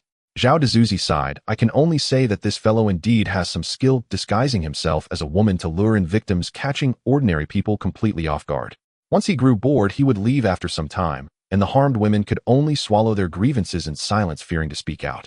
Thus this matter remained well hidden, rarely revealing any clues. But those who walk by the river will inevitably get their shoes wet. Over time, there would always be a slip-up. This case ultimately fell into our Xian Yiwei's lap because it was seized upon by the Tian family's rivals." Song Qian asked, "How will this case ultimately be judged?" "It's hard to say." Zhao Dezuzi shook his head slightly. "Yesterday in court, the emperor was furious about it. Such a major case of flower theft involving hundreds of families had gone unnoticed for years. It's one thing for local officials to deceive, but even important departments like the Ministry of Justice were found to be fraudulent. The emperor has lost trust in the officials of the Ministry of Justice. The Minister of Justice was supposed to retire and return home peacefully this year, but the emperor didn't give him that chance, directly dismissing him from his position in front of the court. Barring any unforeseen circumstances, the Ministry of Justice would undergo a major shakeup. Many high-ranking officials in Mingzhou would likely be implicated. The emperor intends to use this major case to rectify the issues of collusion between the court and local officials. However, regardless of the final outcome, the Tian family is doomed.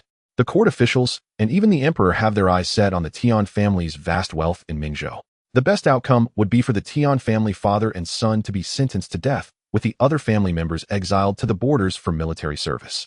If things turn grim, it could even lead to death by 1,000 cuts and the extermination of their clan. Zhao Dezuzi took a sip of goji berry tea, squinting his eyes with a smile. "You are the organizer of this case. The emperor even remembers your name. If you work hard, your future is limitless. By the way, if you were the one to judge the Tian family, how would you rule?" "Death by 1,000 cuts." Song Qian replied without hesitation. His enmity with the Tian family had reached a point of no return. If the Tian family were to rise again, it would be him who faced trouble. Naturally, Song Qian hoped to eradicate the Tian family completely to eliminate future problems. The first major flower theft case since the establishment of Great Zhou. Death by 1,000 cuts is not excessive, right? Zhao Dezuzi nodded slowly. "Not excessive." Song Qian smiled as he took out a small bottle from his pocket and said mysteriously, "Uncle Zhao, this is a miraculous pill I obtained from an old Chinese medicine doctor in Mingzhou. 1 dose revitalizes a man's vigor." Zhao Dezuzi took the bottle and glanced around, noticing others busy eating chilled watermelon. He whispered, "Is this thing reliable?" Song Qian replied seriously, "If it weren't reliable, how could I dare to present it to you? You're a thoughtful lad." Zhao Dezuzi was satisfied as he tucked the bottle into his sleeve. He wasn't worried about Song Qian playing tricks. The two families were close friends, and he was also Song Qian's supporter in the Xian Yiwei. Unless the lad had lost his mind, he wouldn't harm him. "By the way, during this business trip, did you manage to make a profit?" Zhao Dezuzi suddenly asked. Song Qian pondered for a moment and retorted, "Uncle Zhao, can I really make a profit?" Zhao Dezuzi glanced at Lu Xiaolu and the others. "Your subordinates traveled a long way. They can't return empty-handed. You should at least give them some benefits. Otherwise, when you want to take people out again, leading the team will become difficult. Rest assured, Uncle Zhao, while I can't offer anything substantial, I can manage to secure a few dozen taels of silver for each of them." Zhao Dezuzi nodded. "Such matters shouldn't be publicly discussed, but it's something everyone understands. You'll need to navigate these nuances carefully in the future." When to take, when not to take, you'll understand better as you handle more cases in the future. In short, working in our unique office requires learning a lot. Song Xian nodded eagerly. I'm still young and don't understand many things. I'll have to rely on you, Uncle Zhao, to guide me. As they left, the office, night had already fallen. After a hearty meal, everyone returned to their own homes. After a day of official duties, Zhao Dezuzi returned to his residence where his wife ordered a maid to bring warm water, then began to wipe his face with a towel. My lord, what has you so happy, and why have you drunk so much? You know about the children from the Laosong family, right? I have a vague impression of what happened. Those two are now successful. In a few years they might even become top-tier members of the Xianyi Wei. Zhao Dezuzi burped. In the past few years I've supported them a bit. In a few years they might be the ones supporting our Zhao family. That child is 15 this year, right? In the future our family will likely depend on the Song siblings for support. As he said this, looking at his wife's figure, who despite being of an age still retained her charm, Zhao, under the influence of alcohol, felt a surge of restlessness. Just in time, that kid Song Xian sent some items, and tonight we shall test the effects. Half an hour later, Zhao Dezuzi's wife was almost in tears. My lord, I really can't take any more. When will this be over? Song Xian and Song Qian were happily returning home with gifts they had bought on the street. But as they stepped through the door, they were stopped by two strong women at the entrance. Song Xian took a step back, glancing around to confirm once again that this was indeed his home. Who are you? Before Song Xian could speak, the two women spoke first, eyeing the siblings with evident wariness. Who are you, and what are you doing at our house? Song Qian was not one to tolerate their behavior. She threw her bundle to the ground, grabbed both women, and pressed them down onto the floor. Qian. Old man Song Yuanshan heard the commotion and quickly rushed over, scolding. What nonsense is this? How can you treat guests like this? Guests? Song Qian released her grip on the two women, glaring at them unfriendly. Is this how guests behave, blocking the door and not letting the host enter? The two women got up from the ground, looking at Song Qian with eyes full of fear. This hot-tempered girl appeared slender and delicate, but who would have thought her strength was so great? The two strong women were pressed down like helpless chicks. At this moment, a soft voice that sounded like pearls falling on a jade plate floated from the courtyard. It is my failure to educate properly, having startled my cousin and cousin. Dai will apologize to everyone first. Song Xian turned his head to look, and at the corner of the yard a girl dressed in a pale green flowing long gown was lowering her brow, tears streaming down her face as she repeatedly bowed to Song Xian and Song Qian. At that moment Song Xian's head buzzed, and one question filled his mind. What world had he actually traveled to? Wasn't this supposed to be a martial arts world? How could someone as delicate as Lin Mimi, who was sickly and fragile, even appear here? What on earth is going on? Mother Song Lin quickly approached, holding the hand of the girl in green and soothing her repeatedly. It's just a small misunderstanding. Why are you crying, dear? Mother, who is she? Song Qian had no good impression of the delicate girl who cried when trouble arose. According to her elder brother's previous remarks about certain scheming women, that was just like a green tea. She is your cousin. Mother shot a glare at Song Qian. You, this girl, are so grown up, yet still so reckless and careless. If you could show even half of Dai's gentleness, I wouldn't be so worried about your marriage all the time. Saying this, Song Lin ignored the sulking Song Qian and took the girl's hand, leading her towards the inner courtyard. Come, Dai, it's getting late. Let's go see the room that has been prepared for you. You will stay here tonight, and tomorrow I will have your cousins escort you back. I will follow Auntie's arrangements. The girl's soft voice further filled Song Lin's heart with affection. The two women glanced awkwardly at Song Qian, bowed to Song Yuanshan, and then quickly followed along. Once the group had moved away, Song Qian glared angrily at her father Song Yuanshan and exclaimed, Father, what is going on? When did I get another cousin? Song Yuanshan scratched his head. I'm not too sure either. She's a relative from your mother's side, probably from the same clan. But she's likely just a distant relative. I've never heard your mother mention her before, and they only recently got in touch. This? Song Qian coughed lightly and asked curiously, so what is that cousin's name? Is it Lin Daiyu? Yes, that's her name. Song Yuanshan looked at Song Qian meaningfully. She is almost 15 this year. Although she is a bit younger than you, the age gap isn't too large. She's quite good, isn't she? Song Qian chuckled a couple of times, but did not respond. I'm tired. I'll go back to my room for a rest. Seeing her brother entering the room, Song Qian quickly stopped her father. Father, tell me the truth. Is this something you and mother planned, bringing a distant cousin here for my brother to meet? Song Yuanshan first chuckled awkwardly, then spread his hands and revealed, that's exactly what it means. Saying this, he clasped his hands behind his back and hummed a tune as he turned to leave. Song Qian was not about to let it go, insisting that her father clarify everything. After a round of pestering, her father had no choice but to explain what he knew in detail. Song Qian pushed open the door of her brother's room. Song Qian was sitting on a chair sipping tea. Upon seeing Song Qian enter, he grunted, Don't you know how to knock? Get out, knock. Song Qian rolled her eyes, but obediently stepped out to close the door properly, then knocked on the door with a series of knocks. Brother, are you there? I need to talk to you. I'm asleep, but let's talk tomorrow. Oomph. Song Qian angrily pushed the door open. Brother, I really have something to discuss with you. While drinking tea, Song Qian was organizing the gains from this trip. He had acquired a pile of silver. Where should he hide it? Brother, I found out that our little cousin is a distant relative of our mother. Oh, and then our cousin lost her mother at a young age, and her father has been away from home for years, so she grew up living with her grandmother, having been raised under someone else's roof, which has made her character peculiar and sensitive.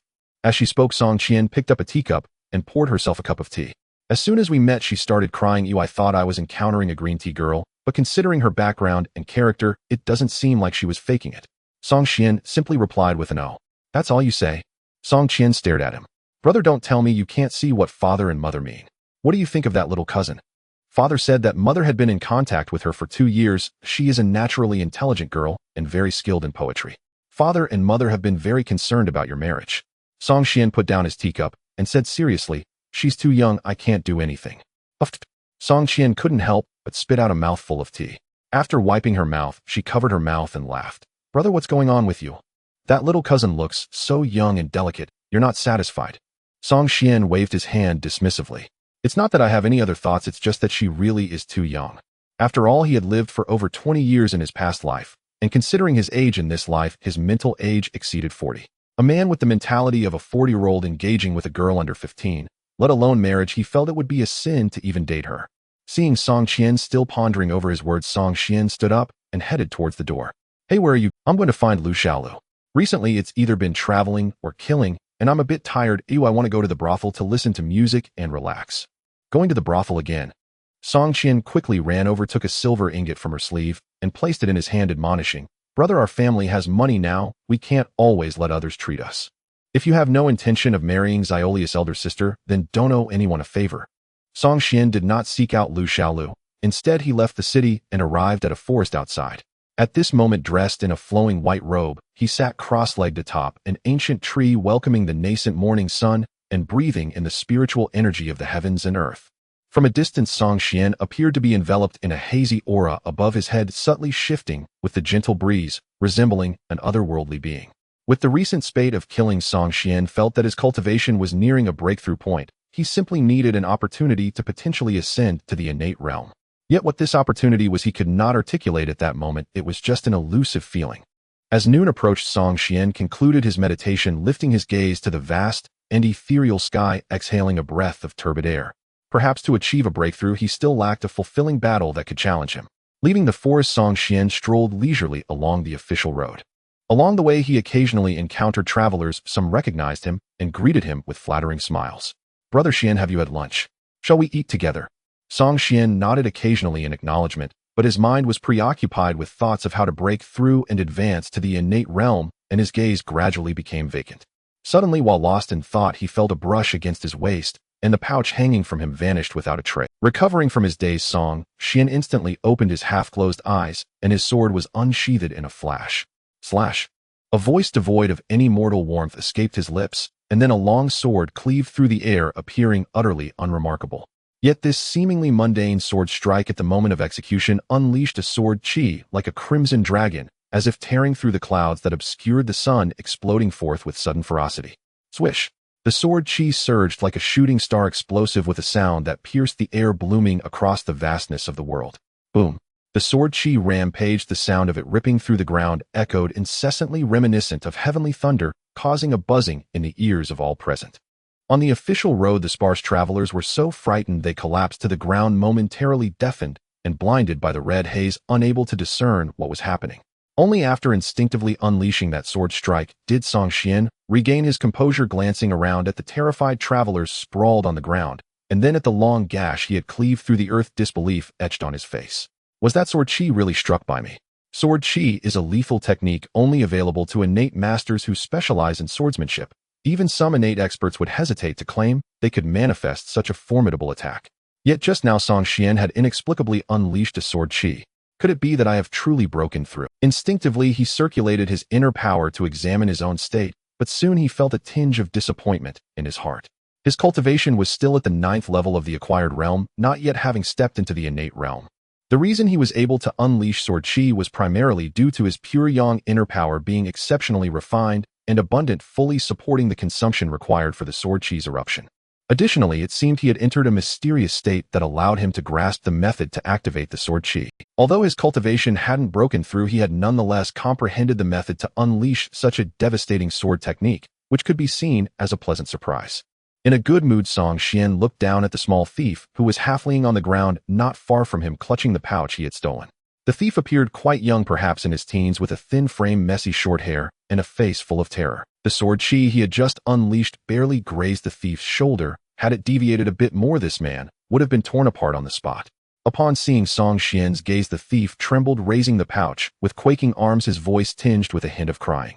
"I was just stealing a pouch. Do you really have to go this far?" Sword chi.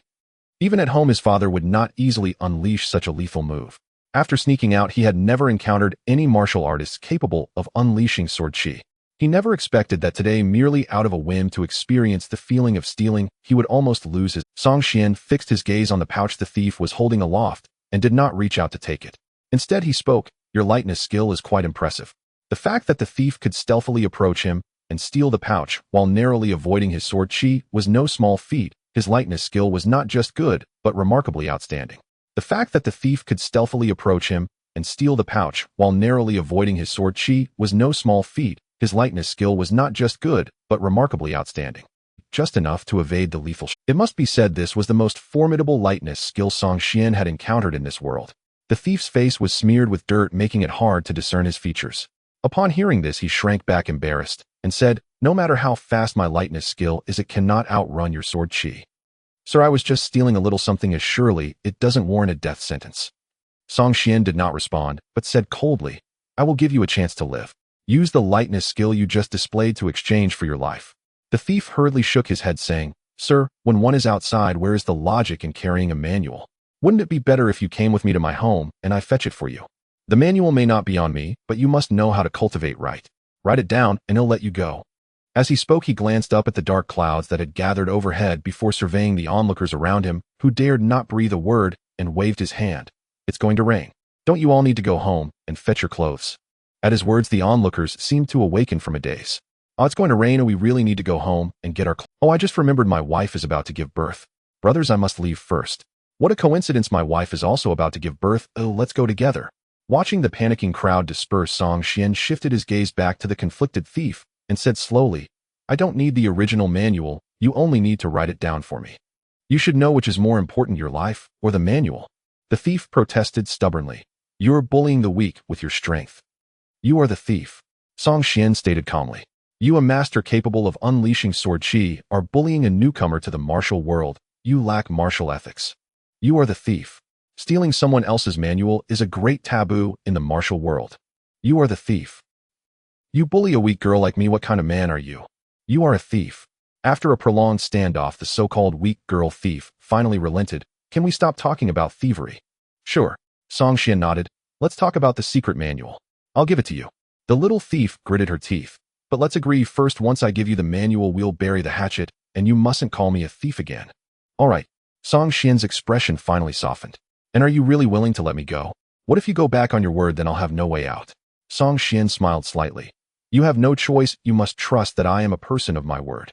"Weak girl," the little thief sighed, appearing resigned. Fine, encountering you is my misfortune. I'll." Saying this, she picked up a twig from the ground and began to write directly on the yellow earth. After a cup of tea, she stood up, stretched, and pointed at the characters on the ground. "It's done. Remember to erase it after you memorize it. It mustn't be revealed to outsiders." Song Xian shook his head. "I am a man of integrity and do not like to break promises, but if someone breaks their word first, don't blame me for being ruthless." Hearing this, the little thief looked at him warily. "What do you mean?" "No hidden meaning." Song Xian pointed at the secret manual on the ground and calmly said, "Young lady, the noble often forgets. Perhaps you've forgotten some crucial details. Hey, race, another chance to take a good look and see where the mistake is." The little thief stared at Song Xian, but seeing his calm expression, she could not fathom his thoughts. At that moment, she felt completely convinced. "It seems you are an old hand at this. I'm unfortunate." Saying this, she squatted down, wiped away some content, and added more than seriously said, "This time I really didn't make a mistake." Song Xian read the characters on the ground several times and nodded in satisfaction. At that moment, a personal attribute panel appeared before his eyes. In the column for lightness skills, there was an additional skill called Spiral 9 Shadows. Spiral 9 Shadows, a lightness skill recorded in the latter part of the 9 scriptures, when cultivated to a profound level 1, can instantly summon 9 afterimages, a supreme mastery of martial arts. A little thief covered in dirt possessed the top lightness skill of the age. At this moment, Song Xian had basically confirmed the identity of this person. On the shores of the East Sea Peach Blossom Island, the daughter of the island lord Huang Rong. Yes, she is that Huang Rong who appears in various martial arts novels the most. With a casual step, he kicked up a cloud of dust that covered the secret manual Huang Rong had written. Song Xian waved his hand and said, "Our grievances are now settled. I won't bring up your thievery again. I hope you can keep this secret and not mention the manual." "I know," Huang Rong huffed, seeming a bit reluctant. Seeing Song Xian turn to leave, she immediately called out, "Hey, aren't you going to take your money pouch? Take this silver, consider it my purchase of your manual. We exchanged money for goods. Now that we are clear on all accounts, our grievances are settled." Looking at Song Xian gradually walking away, Huang Rong pouted. "Just a few dozen taels of silver, bought a supreme skill. This deal was quite clear on your part." Once Song Xian's figure completely disappeared, she slumped down on the ground, anxiously patting her chest. "What a scary person, I almost lost my life." After a while, she finally calmed down and started walking in the opposite direction of the imperial capital. "This place is too sinister, and there are too many experts. Father used to say that the imperial capital harbors dragons and tigers, and I didn't believe it. Yet I came here for only a short time and encountered such a terrifying character. Heaven knows how many old monsters are hidden in the city. Forget it, I can't stay in the imperial capital while wander around Mingzhou. Surely there can't be so many experts in Mingzhou, right?" Muttering to herself, she walked into the woods. Before long, Huang Rong was riding a little donkey, trotting leisurely along the official road towards Mingzhou. "Speaking of that guy, he doesn't look much older than me. How could he be so strong? Although he doesn't have the demeanor of a master and immediately thinks of others' secret manuals, at least he seems to keep his word. My life is spared." Riding the donkey with her chin resting on her hand, Huang Rong's mind drifted to Song Xian's cold and proud figure in white, and she couldn't help but snort again. "This guy is really arrogant. He actually let me go just like that without worrying I'd go back and seek revenge." But the next moment, recalling Song Xian's sword energy that was as swift as a startled swan, she instinctively swallowed. Forget it, since he is so impressive at such a young age, he must be a powerful figure in some great force within the imperial capital. It's best not to provoke enemies for my father. Subconsciously, she touched Song Xian's money pouch, comforting herself. "I just happen to be short on silver, and that person lacks lightness skills. This is a fair trade, where both parties get what they need." "Yes, exactly." Huang Rong nodded heavily. "It's a fair trade where both parties get what they need." Thinking this way, she immediately felt much better. Compared to having provoked a master and still being alive, she considered herself quite lucky. Oh, what could she possibly be unhappy about? She can't just run away from home for a few days and cry back home to ask her father to uphold justice just because she was wronged outside, right? Huang Rong cannot bring such shame upon herself. Song Xian actually hadn't gone far. He was standing atop an old tree watching Huang Rong's departing figure. After seeing her riding the little donkey leisurely towards Mingzhou, he felt a bit relieved. For now it can be confirmed that the little thief, the daughter of the island lord of Peach Blossom Island, has no intention of going back to find trouble for him. He smiled self-deprecatingly. Having stayed in this world for so long, his nature had become overly cautious. In fact, given Huang Rong's character, since they agreed to bury the hatchet, it would indeed be settled. Although that girl is quite willful and cunning, she wouldn't resort to reporting to her parents if she lost a fight. With a light smile, Song Xian turned and left, diving back into the forest, beginning to attempt to summon his. Soon the forest echoed with the hissing sound of sword energy, accompanied by the sound of stones crumbling and trees crashing to the ground. When Song Xian returned home, it was already past mealtime. His mother Song Lin was cleaning up the leftover dishes on the table, while his father Song Yuanshan was strolling in the yard to digest his meal. Song Qian was holding Lin Dai's hand, and they were sitting under a tree whispering and laughing. As for the two maids brought by the little cousin Daiyu, they were currently sweeping the yard with unwilling expression. Upon seeing Song Xian push open the courtyard door, one of the maids remarked with a sarcastic tone, "Although the young master is a relative of our young lady, there are still distinctions between men and women. The young master should avoid some things, lest rumors spread that our young lady does not understand propriety and privately associates with a male outsider. How embarrassing would that be?" Listening to the sarcastic remarks, Song Xian did not get angry. Instead, he nodded earnestly. "You have a point." With that, he raised his left hand, forming a sword with his fingers, and gently scraped it across the ground of the courtyard. A red sword aura over 3 feet long howled out like lightning, and with a pop it plunged into the ground. Soon with the naked eye, a large pit appeared on the ground, large enough to easily bury a person. Song Xian coldly spoke. There are only a few of us here. If any rumors spread outside, it must be the two of you old grannies spreading them recklessly. I have a bad temper. As soon as I hear even a hint of gossip, someone will definitely have to lie down in this pit. As he spoke, he fixed his gaze on the two trembling old women for a moment, asking, "Who do you think should lie down?" Upon hearing this, the two old women could no longer hold on and plopped down to their knees.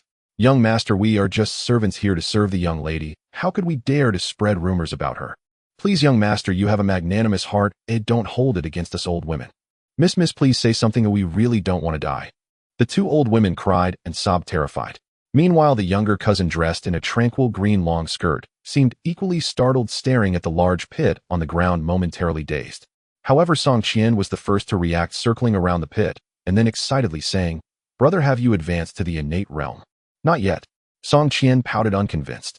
"That sword energy requires at least an innate martial artist who has condensed the bloom of qi to unleash right. Are you really not innate?" Song Qian waved his hand. "We'll talk about this later. I'm a bit tired. I'll head back to rest." As he passed by Lin Daiyu, he paused and said, "Your body is too weak. You have a short-lived appearance. If you have time, you could learn some strength training techniques from your elder sister." After saying this, without waiting for her response, he stepped into his room, leaving his still dazed younger cousin behind. This child really doesn't know how to speak. Song's mother sighed speechlessly. She had hoped to marry Daiyu into the Lin family, but judging by her son's attitude, it seemed he had no such intention. Having barely met a few times, he directly spoke of a short-lived appearance. Which woman would like a man with such a one-track mind? Meanwhile, Song Yuanshan pondered over the large pit on the ground. He knew that although his children had always been low-key, their strength was definitely not weak. But he had never imagined that it was not just weak, it was downright astonishing. In the evening, Song Qian entered Song Xian's room with a food container. "You didn't knock." Song Xian sat cross-legged on the bed with closed eyes, his long sword resting on his legs. Hearing the noise, he slowly opened his eyes and sighed speechlessly. Song Qian stuck out her tongue, hurriedly assuring him, "I'll definitely knock next time." She placed the food container on the table and said, "You didn't eat dinner. I made some food for you in the kitchen. Eat while it's warm." Song Xian got up and, not being polite, picked up a steamed bun and started eating with the two side dishes. Song Qian skillfully poured him a cup of tea, asking, "Brother, you really haven't broken through to the innate realm?" Song Xian shook his head, "Not quite yet." Hearing this, Song Qian immediately became excited. "If you're this strong without breaking through, once you do, wouldn't you be invincible? Think again." Song Xian took a sip of tea. "There are many strong figures in this world. It's far from as simple as you imagine." Song Qian responded with an "oh" and did not continue on that topic. She knew her brother's nature was humble and cautious. Even if he were truly invincible, he would never admit it. "Brother, your sword today really scared our little cousin." After returning to her room, she was dazed. I spoke to her, but she hardly responded. Song Xian chuckled. She has been in the Jia family's courtyard all these years, surrounded only by talented women and scholars. It's probably her first time encountering someone like us who wields swords and spears. It's normal for her to be taken aback. If she really wants to learn martial arts from me, should I teach her? After pondering for a moment, Song Xian decided. For some reason, a scene flashed in his mind of Lin Daiyu pulling down the willow tree. The image was so beautiful that he felt somewhat expectant. The next day, after breakfast, Song Xian prepared to go to the yamen for work. Recently, he had been relatively free ever since he finished the flower-picking case. Last time, the yamen had temporarily not assigned him new cases, and young Master Song was naturally happy to enjoy leisure. In the inspection office, Song Xian and Zhao Dizhus were sitting each with a sunflower seed in hand, drinking tea and munching on the seeds. "It feels quite peaceful in the capital these days." Song Xian spat out the seed shell as he spoke. "The Tian family has fallen. Those officials in the court are busy dividing the spoils, and the emperor wants to take this opportunity to adjust the balance of certain powers." Zhao Dizhus leisurely replied while sipping tea, "There are many powerful people in the capital, and they are not fools. Right now, it's the most intense time for power struggles in the court, and no one would dare to cause trouble at such a time. If the second-generation young masters don't stir up trouble, the streets will naturally be much calmer." Song Xian nodded in agreement. For 300 years since the founding of the Great Zhou, the number of nobles in the capital is not small, and he knew full well the character of those descendants of the noble families. The better ones still understand how to mix in the Xian E-Guard office, getting a third-rank Xian E-Guard position. Although they are just passing time, at least they have a job and won't be idle all day. The worst ones do absolutely nothing at all. Bullying the weak and fighting are almost commonplace. Song Xian had previously been a third-rank Xian E-Guard and had few dealings with those second-generation heirs, but now that he had advanced to second rank, there would inevitably be cases requiring his involvement, and he would have to interact with those fellows. Just the thought of having to connect with those kinds of people who look down on others made Song Xian feel a bit uncomfortable. He feared that if he lost control, he might bury a few of them.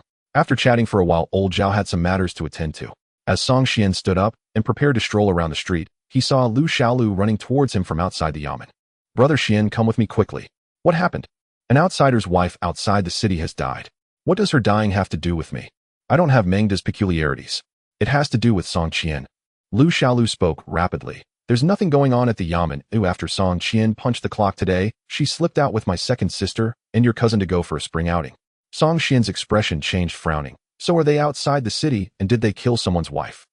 Lu Xiaolu sighed, helplessly telling Brother Song that although Sister Qian could be a little fierce at times, she would never in broad daylight attack someone's wife. He muttered that surely she would at least wait until nightfall. Song Qian slapped his shoulder and told him to stop clowning and speak plainly about the matter. Lu Xiaoyokamer now explained that a few people had gone out for an outing and found a woman hanged in a small. They reported it to the local yamen and were currently waiting there for the results. Song Qian asked whether anything serious had happened. Song Qian asked casually. Song Qian was a second-rank member of the Xian Yi. Lu Xiaolia's second sister Lu Qingxuang, though not of the Xian Yi, had trained in martial arts since childhood and was no weakling. With those two present, any trouble would surely fall on others, not them. It was nothing major, only that Song Xian's younger cousin had been frightened by seeing the corpse. Song Xian nodded, left the yamen, mounted his horse, and guided by Lu Xiaoliu rode toward Pinggan County outside the city. Clad in the dark robes of the Xian Yi, Song Xian was not stopped by the constables at the Pinggan yamen. They received him with civility and led him to the outer court. Inside the court, the Pinggan County magistrate was hearing a case. Song Qian sat to one side, watching with lively interest. Beside her stood her close friends Lin Daiyu and Lu Qingxuan. Seeing Song Xian enter, Song Qian greeted him cheerfully as brother. Lin Daiyu offered a delicate bow and called him cousin. Lu Qingxuan, however, looked at Song Xian with a faint trace of quiet grievance on her gentle face. She said nothing, merely nodded slightly. An ordinary person who had barged into the yamen court and disrupted proceedings would long ago have been ordered seized by the magistrate. But when the magistrate saw Song Xian's dark official robe, he only showed a brief start, then rose with a beaming smile and greeted him with a formal salute. Song Xian returned the salute and apologized for troubling Lord Xuan.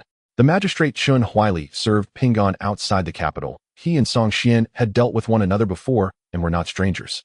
Chun Huili replied with a genial smile that they owed thanks to Lady Song Qian. Had she not discovered the body early, waiting a few more days until decomposition set, and would have made the case far harder to solve. Lowering his voice, Chun Huili asked whether Lord Song might accompany him to the inner chamber for a private word. Song Xian glanced at Song Qian and the others and followed him in. Once inside, Chun Huili looked troubled and asked whether Sir would take his younger sister away for the time being, for with her present the magistrate felt he could not properly conduct the inquiry. Song Xian did not answer directly, but smiled and asked Lord Chun to relate the matter, carefully asking what exactly had happened in the case. A homicide within Pinggan's jurisdiction would by ordinary procedure be reported up to the Xingbu. But the Xian Yi was a privileged body that if it wished could assume control over cases across the Zhou. Since Song Xian desired to learn the facts, Chun Huili dared not obstruct him. The deceased was the wife of Shun Yuan Wei of Pinggan. According to the Shun household servants and maids, the couple quarreled last night, and the wife was discovered this morning hanged in the woods beyond town. Song Xian remarked that Shun Yuan Wei would thus be a prime suspect. Chun Huili sighed and agreed there was suspicion, but insisted it remained only that, suspicion. The servants reported that after the argument, Shun Yuan Wei left the house angrily. Shun himself stated that he went to a friend's house to drink and spent the night there. That friend could attest to his presence, providing an alibi. Song Xian smiled and asked Lord Chun whether he believed the case to be murder or suicide. Chun Huili analyzed that he believed it to be suicide. The servants claimed that during last night's quarrel, Shin's wife had wept and raged, crying that she would rather die, and the entire household had heard her. When Shin left, he had shouted that if she was going to die, she should do it outside and not inside the house. The magistrate suspected that Madame Shin, overwhelmed and not thinking clearly, had gone to the outskirts and hanged herself. Song Xian asked whether the body had been examined. The coroner had indeed inspected it and found no signs of binding or beating nor obvious marks of struggle, so they could largely rule out murder. Chun Huili held that the matter was a straightforward suicide, but he complained that Lord Song's sister insisted Madame Shun had been murdered and refused to leave the court until he solved the case, making his duty difficult. "Isn't that putting me in a bind?" he asked. Song Xian chuckled that although Song Qian was headstrong, she would not speak lightly about a life-and-death matter. If she believed it murder, there must be grounds, and they should summon her to hear them. Soon Song Qian was called into the inner chamber and asked to explain why she insisted that Madame Shun had been murdered. She asked whether her brother had ever tried to hang himself. Song Qian stared at her in astonishment and asked whether she had. Song Qian admitted that earlier that day in the very wood where the corpse was found she had tried to hang herself. But the crooked-neck tree on which Madame Xuan was hung bore no such abrasion marks. That indicated Madame Xuan had not committed suicide but had been killed and then hung to feign a— But the crooked-neck tree on which Madame Xuan was hung bore no such abrasion marks.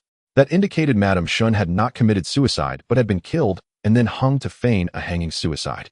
Song Qian scolded her sharply, calling the act reckless and reminding her that investigating the case was the magistrate's duty, not a reason for her to risk her life. Song Qian shrank back and whispered that she only wanted to learn more. On the last case in Huai'an Prefecture, she had been of little help and wished to gain experience so as not to be a burden to him. Song Qian fixed her with a stern gaze, glared for a long moment, then sighed, and told her to ask him whenever she did not understand something and never to risk her life in such ways again. Song Qian exhaled and promised it would not happen again, swearing it would be the last time. She then nudged Chen Huaili and teased that his standard of inquiry needed improvement. A matter of life and death should not be dismissed as suicide with a single sentence, and she half-joked whether he had been bribed by the Shin family. As soon as Song Qian's words fell, Chen Huaili felt a buzzing in his head. You can say him incompetent, but you cannot say him corrupt. If you say my case is poorly handled, that is a matter of my ability, and at most I might receive a mediocre evaluation from the Ministry of Personnel. But if you say I embezzled and took bribes to the point of being putrid without waiting for the Ministry of Personnel, I might be dragged by this Miss Song to the Xian Guards prison for a onady tour. Thinking of the Xian Guards prison, Chen Huaili turned pale with fright and looked at Song Qian with a pleading expression. Lord Song, I have never offended you. Song Qian waved his hand. She is just joking, Lord Chen, do not be nervous. It is getting late, and we still have cases outside to review. Yes. I will go out to review them now. Previously referring to himself as this official, Chen Huaili, frightened by Song Qian, immediately changed to this humble official and bowed gratefully to Song Qian before eagerly returning to the court to start reviewing cases. Seeing him leave, Song Qian huffed. To treat human lives so lightly, and he still calls himself a public servant. I am much better than him. Song Qian glanced at her. You speak as if you treat human lives with care. Do not forget when you killed the bandits and the Tian family's assassins, you were more enthusiastic than anyone else. That is different. Song Qian protested. They are bandits. I am an official. It is entirely justified. Yet the way Chen Huaili as a county magistrate treats cases involving human lives as a joke makes it hard not to suspect whether he has accepted bribes. Song Qian shook his head slightly. This has nothing to do with accepting money. Even if it were another official, most likely they would still conclude this case as a hanging suicide. After all, not everyone possesses your curiosity, wanting to see what happens when one hangs themselves. Speaking of hanging, Song Qian became furious and flicked Song Qian's forehead. If your father finds out about this, even the 7 wolves would be broken. While the siblings were conversing outside the court, the judge's block was struck, and Chen Huaili glared at the kneeling Shun Yuanwei below, instantly unleashing his pent-up anger upon him. Bring in the harsh punishment. Ping'an County is close to the imperial capital, where officials are always cautious, and generally, they do not dare to use severe punishment unless it is a major case. After all, if it is mishandled, one might face impeachment from the Dali Temple or the censorate. However, at this moment, Chen Huaili could not care less. Being impeached by the censors is much better than a onady tour in the Xian Guards prison. Today he must solve this case quickly and send off the few devils from the Xian Guards. Otherwise, if Song Qian and the others stay here too long, he fears he will end up inside. The cries of Shun Yuanwei could be clearly heard by Song Qian in the back hall. By the time he and Song Qian arrived at the court, Shun Yuanwei's lower half was nearly beaten to a pulp, looking extremely tragic. Yet despite this, no matter how Chen Huaili interrogated him, he stubbornly refused to admit any connection between his wife's death and himself. This man's resilience posed a challenge even for Chen Huaili. After all, Shun Yuanwei had an alibi, and now that he had undergone torture, the opponent still refused to confess. Could it be that this case was truly not committed by him? Let me ask a few questions. Song Qian stepped in front of Shun Yuanwei and said calmly, You know who I am. Shun Yuanwei endured the pain, swallowed hard, and humbly said, Lord of the Xian Guards, please. Song Qian smiled non-committally. Generally, we Xian Guards do not intervene in such civilian cases. But since we have intervened, we will certainly uncover the truth. You have probably heard of the rules of the Xian Guards. I ask you answer. If you dare to utter even a single lie, what awaits you next is a cozy stay in the prison. Lord, please ask. I would never dare to conceal anything. Song Qian nodded and took the case record from the scribe, reading through it. Whose house were you drinking at last night? Replying to the Lord, I was drinking at my friend Wang Shi's house. Song Xian glanced at the records in his hand. Xuan Huili had already interrogated Wang Shi, who admitted that Shun Yuanwei had not gone anywhere last night and stayed at his house after getting drunk. What kind of wine did you drink? Osmanthus wine. Where did you buy the wine? At the Liu family's tavern on East Street. Is the Osmanthus wine good? Yes, it is delicious, fragrant, and leaves a lingering taste. Did you buy the wine? I did. Shin Yuanwei started to sweat on his forehead. How much silver did you spend? 2 taels of silver. Did the shopkeeper Liu know you killed your wife when you bought the wine? He did not know. Shin Yuanwei instinctively replied, but immediately realized and hurriedly said, Lord, I did not kill anyone. Do not be nervous. Song Xian waved his hand. After leaving home, which route did you take to Wang Shi's house? I went from the East City Gate. Song Xian smiled and said, that day there happened to be a funeral at the East City Gate, and the road was a bit blocked. Did you encounter it? Shin Yuanwei took a deep breath, recalling carefully. It seemed that there indeed was a funeral that day, and he immediately felt a bit more relaxed. I encountered it. There were indeed many people that day, or I waited for a while at the East City Gate before passing. Song Xian's face gradually turned cold as he coldly said, you are lying. There was indeed a funeral last night, but it left from the Southwest Gate. How could you see someone leaving from the Southwest Gate while you were at the East Gate? Shin Yuanwei panicked and quickly said, Lord, I remembered wrong. I did not go through the East Gate that day. I went through the Southwest Gate and indeed saw someone leaving for a funeral. Song Xian squatted down, staring into Shan Yuanwei's eyes, and coldly said, there was absolutely no funeral at the Southwest Gate that day. I will give you one last chance. What exactly did you do that night?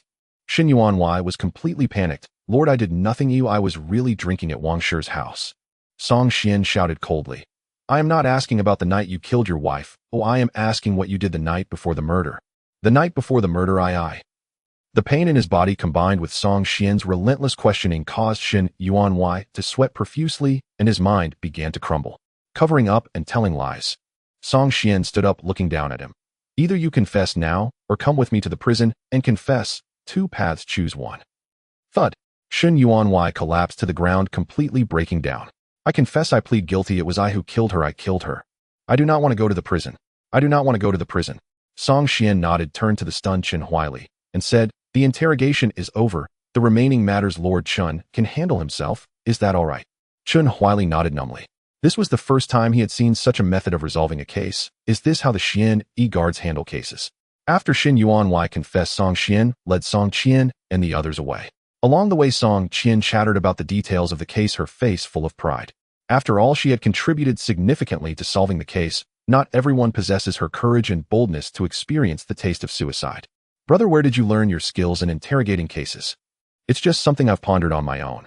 After all, in our line of work, we will inevitably have to deal with criminals. Song Xian casually made up an excuse. After all, he couldn't tell her that he learned it from watching movies in his past life.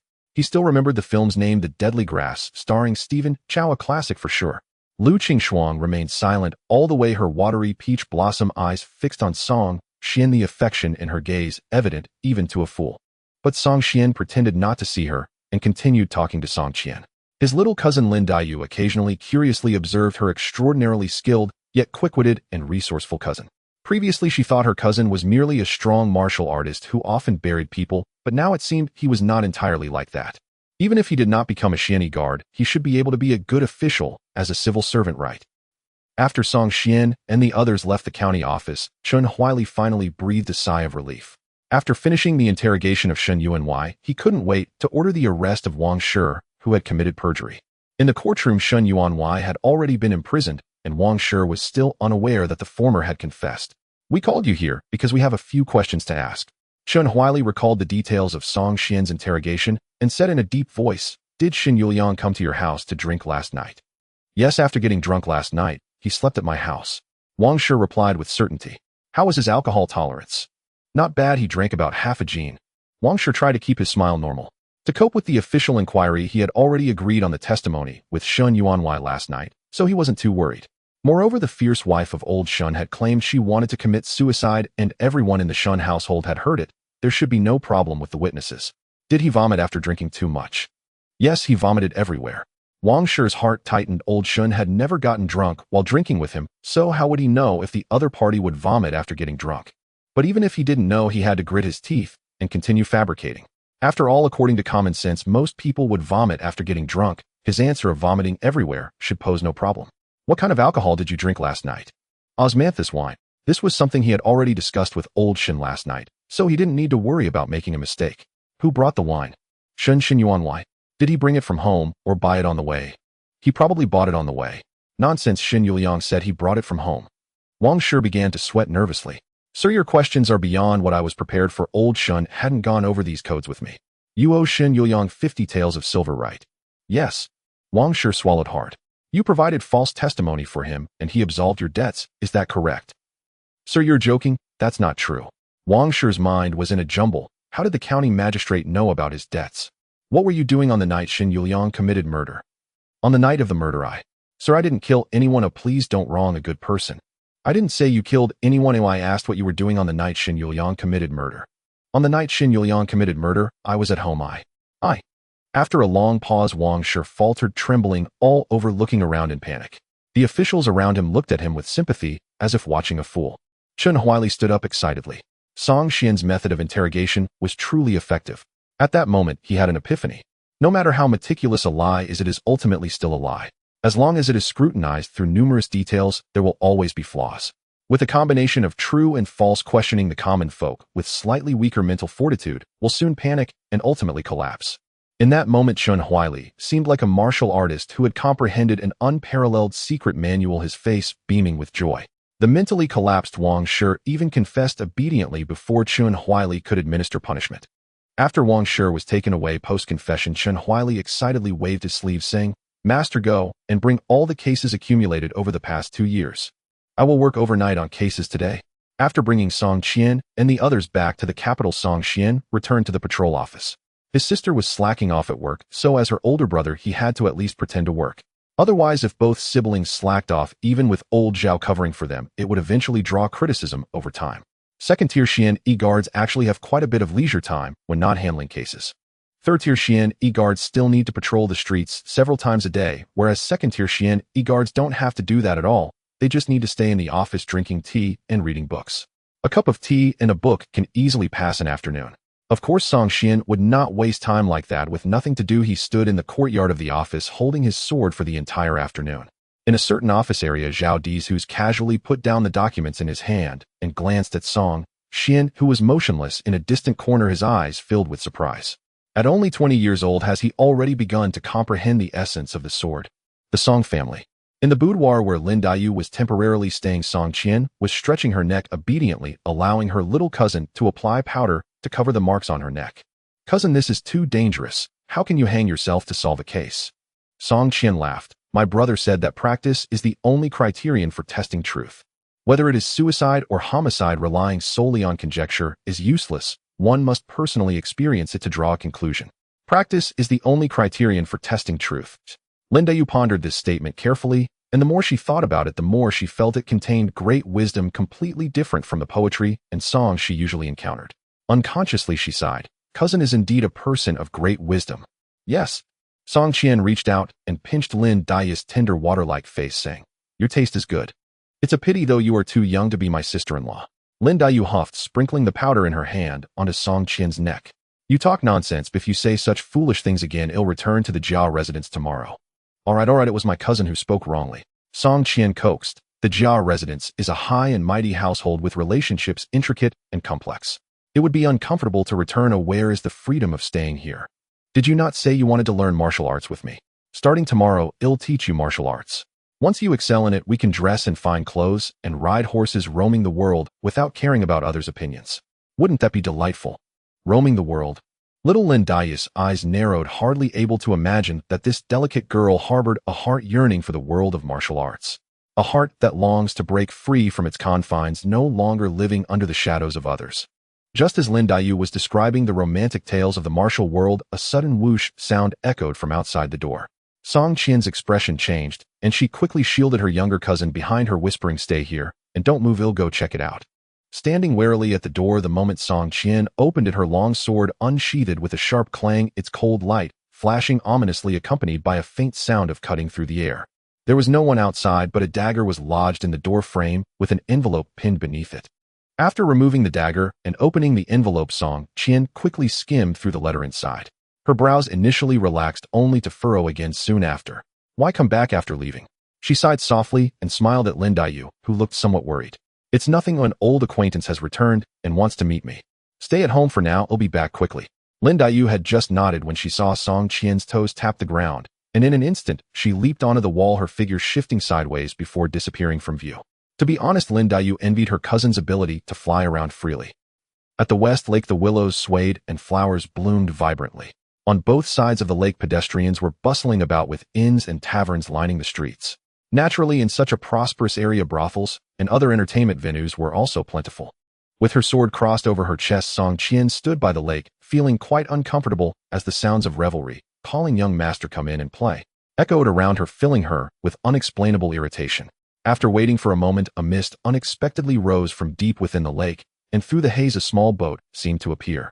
Through the mist, the average person couldn't discern the scene inside, but Song Qian, with her exceptional martial skills and keen eyesight, clearly saw a stunningly beautiful woman resembling an immortal standing on the small boat.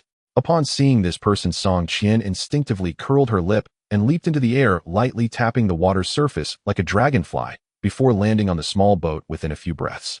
As Song Qian stepped onto the boat, the exquisite woman in white, drifting like an ethereal being amidst the mist, slowly spoke with a hint of a smile at the corners of her mouth. It has been years since we last met, Xiao Qian. You've grown into a fine young lady. Song Qian looked at the familiar face, so beautiful it was beyond comparison. Though she felt a pang of anger inside, she had to admit that this woman was the most beautiful person she had ever seen in her life. After a brief silence, Song Qian spoke in a low voice, "Since you've left, why come back? It seems you harbor quite a bit of resentment against me, Xiao Qian. Are you unwilling to even call me Sister Qingxua now?" Song Qian snorted. "You and my brother were childhood sweethearts, and our families were on the verge of an engagement. Then you suddenly disappeared without a word, leaving only a letter saying the world is so big, I want to see it, and vanished without a trace. What right does such a selfish person have to make me call you sister?" "Selfish?" The smile on the woman in white faded, replaced by a hint of anger between her brows. "Has your brother never mentioned what he did back then?" "What did he do?" Song Qian frowned. "Are you trying to say he developed a fondness for the pleasures of the brothel in these past years? That was after you left, he was provoked by you. He still goes to the brothel."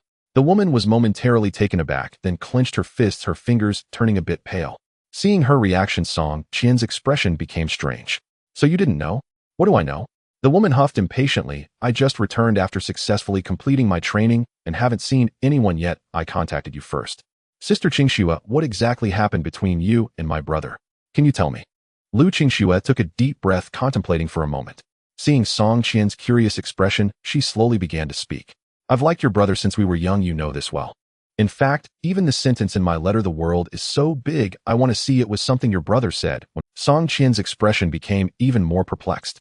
"Since you like him so much, why did you suddenly disappear right before the engagement?" "I was angered by your brother." Lu Qingxua said, her teeth gritting audibly.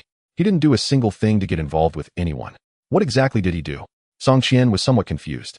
Her older brother, aside from occasionally saying some inexplicable yet meaningful words, had never behaved excessively. Lu Qingxua took a deep breath to calm her emotions and said calmly, "Before our families were to be betrothed, I went to your house to see your brother. At that time, he was home alone." Song Qian's expression changed. "So my brother, taking advantage of the absence of others, turned into a beast, and if that were the case, I wouldn't have gotten so angry that I left home." Lu Qingxu's exquisite face showed a hint of embarrassment and anger. "That day, I went to find him to ask if he had any thoughts about the engagement." "What did my brother say? Did he disagree?" "He agreed, but said that while the engagement was fine, the wedding date should be postponed. I asked him how long to wait, and he said to wait 10 years. 10 years. Song Qian counted on her fingers. "You're already a year older than my brother. Waiting another 10 years means you'll be 26, almost an old maid. My brother is indeed a bit excessive." "So Sister Lu, you disagreed and left in anger?" Lu Qingxua shook her head, her face slightly flushed, her voice lowering. "I agreed. I like your brother deeply, so don't say 10 years I'd be willing to wait even another 10 years. I promised him I could wait 10 years, but proposed a condition at that time." "What condition?" Song Qian's intuition told her that the conflict between her brother and Lu Qingxua must have arisen from this condition. "I said I could wait for 10 years, but 10 years is too long. To prevent him from changing his mind later, we should consummate our relationship first." "Oh," Song Qian exclaimed, her expression turning peculiar as she looked Lu Qingxua up and down. "Sister Lu, are you playing at this wild?" Lu Qingxua turned her head, feeling embarrassed to meet her gaze. "You know your brother's temperament. Expecting him to be proactive is harder than getting a tree to blossom. So I let go of my modesty and threw away my pride. The result. What happened?" When I was about to undress, your brother took the opportunity to seal my acupoints. Song Qian felt her mind was unable to keep up. What is going on? My brother doesn't like to be proactive. Does he prefer to take things by force? You two really play it quite perverse. Lu Qingxue was familiar with the term pervert. Growing up alongside Song Qian, she had heard a variety of interesting and bizarre vocabulary from him. Upon hearing Song Qian's description of her brother as a pervert, Lu Qingxue's chest heaved a few times as she gritted her teeth and said, "If your brother is a pervert, even if he's a bit beastly, I could still accept it. What exactly did he do?" After he immobilized me with a pressure point, he leaned in and whispered something in my ear. What did he say? Song Qian's expression changed as if she recalled something, and she nervously asked, "He doesn't like women, but actually prefers men." No. Lu Qingxue shot her a strange look. Why would you think along those lines? You two siblings are truly one stranger than the other. With a curious expression on Song Qian's face, she coughed lightly and said, "He said, little girl, at such a young age you actually want to ruin my cultivation." At this point, Lu Qingxue's fingers turned white from clenching them, and she angrily said, "What's worse is that he rolled me up in a bedsheet and hung me from the beam." Then he pulled out a Buddhist scripture from the bookcase and recited the calm heart and pure goodness mantra to me all night. He claimed it was to purify my soul, cultivate my character, and cleanse the impurities of my spirit, so that I, a flower of the motherland, could grow healthily. Song Qian couldn't hold back any longer and burst into laughter. She imagined all the possible things her brother could have done, but she simply couldn't keep up with his train of thought. No wonder Sister Lu was so furious. What her brother did was indeed beyond reason. In my life, I have never endured such humiliation. Your brother has thoroughly trampled my dignity into the ground. Tell me, how can I face him again without running away from home? Having expressed the secret that had been bottled up inside her, Lu Qingxue seemed to feel a bit relieved, exhaling deeply, her demeanor calming significantly. Song Qian pondered for a moment and nodded. No wonder in recent years my brother has not allowed anyone in the family to mention you. I thought it was because he was hurt after being stimulated by you. After all this time, it turned out he hadn't done anything human. Lu Qingxue sneered. He may be feeling guilty, but he doesn't look the least bit remorseful. Didn't you just say that your brother has taken a liking to brothels in recent years? Song Qian chuckled awkwardly and quickly changed the subject. By the way, Sister Qingxue, where have you been all these years? I joined the Yihua Palace and was accepted as a direct disciple by the current palace master. Yihua Palace. Song Qian's expression changed. Isn't that one of the sacred places of martial art? In the Great Zhou dynasty, martial arts flourished, and there were countless martial families and sects. Among these prestigious sects, there were also some top-tier forces that held sway in the martial world. These forces are referred to as sacred places of martial arts by the people. Yihua Palace is one of these sacred. It is an extremely mysterious sacred place, said to have only beautiful women since its founding, and disciples of the sacred place rarely walk in the mortal realm. The world knows Yihua Palace to be a place of blooming flowers akin to a fairyland, but very few know its exact location. Unexpectedly, during the 5 years Lu Qingxue was away, she became a disciple of Yihua Palace, and even a direct disciple of the palace master. There are some brief records about Yihua Palace in the Xianyi Guard. It is said that apart from the palace master's direct disciples, other disciples can only consider themselves as sword servants. Is that true? Lu Qingxue nodded. That's correct. It is rumored in the martial world that the direct disciples of Yihua Palace are mostly named after the moon and stars. What is your title in the martial world, Sister Lu? My master gave me the title Yaoyu. When I walk in the martial world in the future, I will also use the name Yaoyu. Song Qian blinked. That's quite a pleasant name. So your return this time is not for my brother, right? Lu Qingxue shook her head.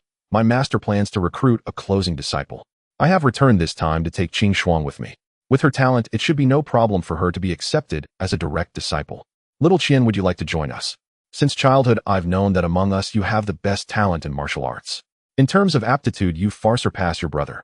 Yihua Palace is one of the sacred places of martial arts with countless martial arts secrets within. If you go there, you will probably enter the innate realm in less than a year. Song Qian showed little interest in Lu Qingxue's invitation. There's no need. Even if I don't go to Yihua Palace, breaking through to the innate realm won't be difficult for me. Also, you've misjudged.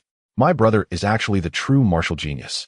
He is the type that accumulates strength over time. His talent needs to be developed little by little, and the later he cultivates, the more terrifying his strength will become.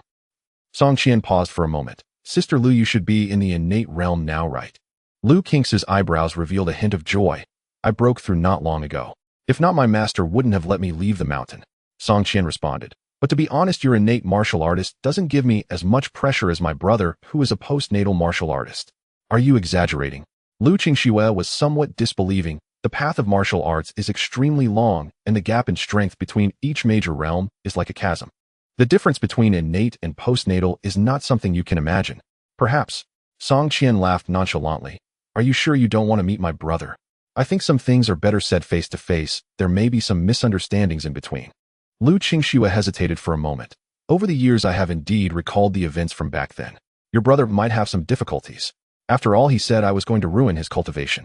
Little Qian, does your family have any special martial arts that prevent men from doing that after they cultivate? Which one? Song Qian grinned mischievously. The one. Lu Qingxue rolled her eyes at her. Stop pretending to be confused. Just tell me, is there? I don't know.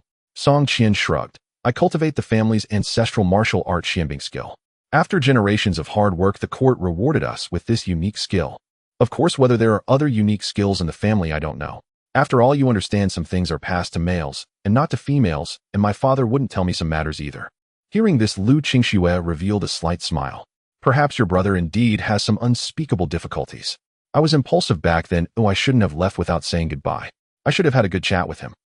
Now, before she could finish her sentence, Lu Qingxue's smile faded, her gaze fixed on the lakeside as she coldly said, I take back what I just said.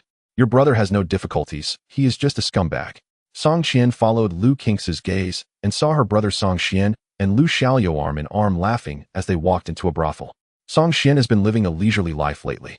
During the day, he slacks off at work contemplating the essence of swordsmanship, and after work he drinks and chats with a few friends while enjoying music in the tavern. His life is quite comfortable. By the time he returned home, the sky had already darkened. Song Xian greeted old Song and mentioned that he had eaten out before heading back to his room. Just as he sat down at the table to pour himself a cup of tea, Song Qian pushed the door and entered. You didn't knock again. Song Qian glanced at her with discontent. Song Qian did not respond, but gazed at him with a complex expression. When Song Qian frowned under her stare, she finally spoke. Brother, Sister Lu has come back. Oh. Song Qian paused in his action of holding the teacup and asked, she didn't give you a hard time, did she? I have no grievances with her. Why would she make things difficult for me? Song Qian chuckled awkwardly. There were some misunderstandings before. By the way, is there something she wants this time she's back? She joined the Yihua Palace 5 years ago and has become the deputy master of the palace, already a master at the innate stage. She's come back this time to take Qing Shuang to the Yihua Palace. Oh, impressive.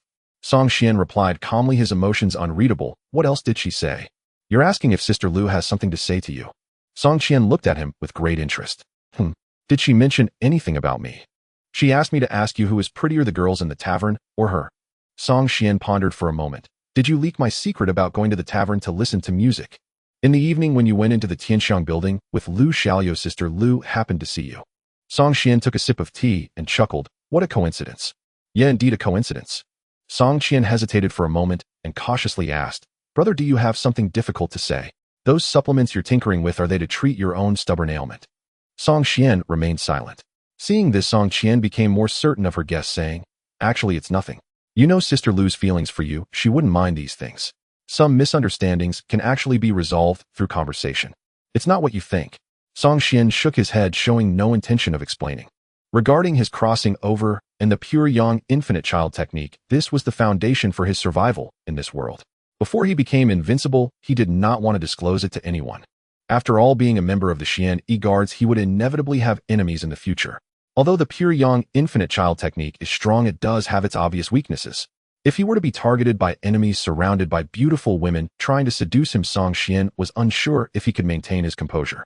If he lost control and broke his cultivation, then his martial arts journey would basically come to an end.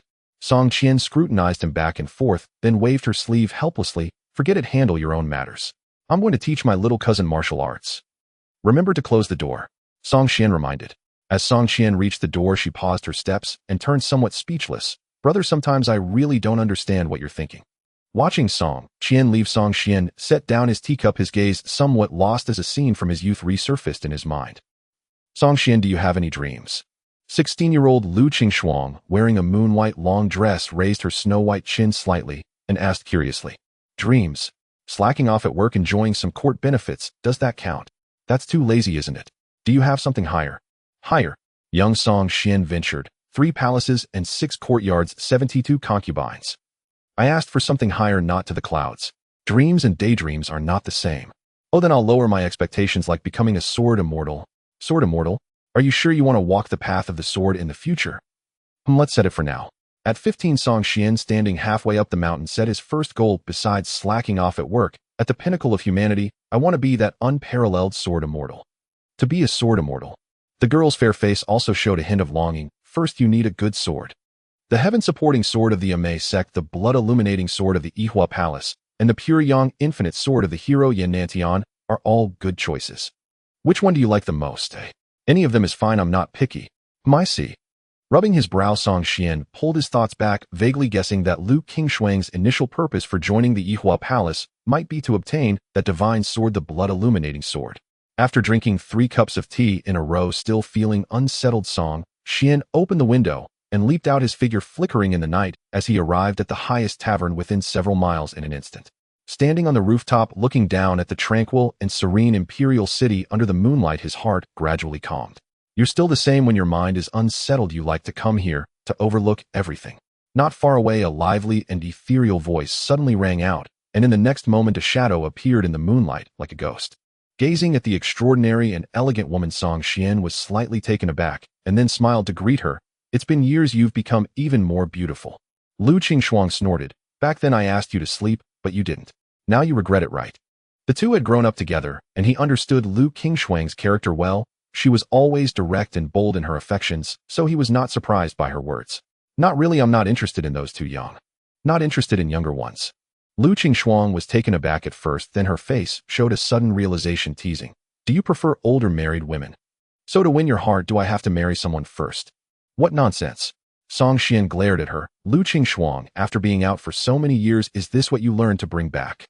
Mentioning this, Lu Qingshuang immediately reacted. Her soft sword at her waist jingled and fell into her hand. Pointing the long sword at Song Xian, Lu Qingshuang asked word by word, Song, what you said back, then does it still count? What did I say?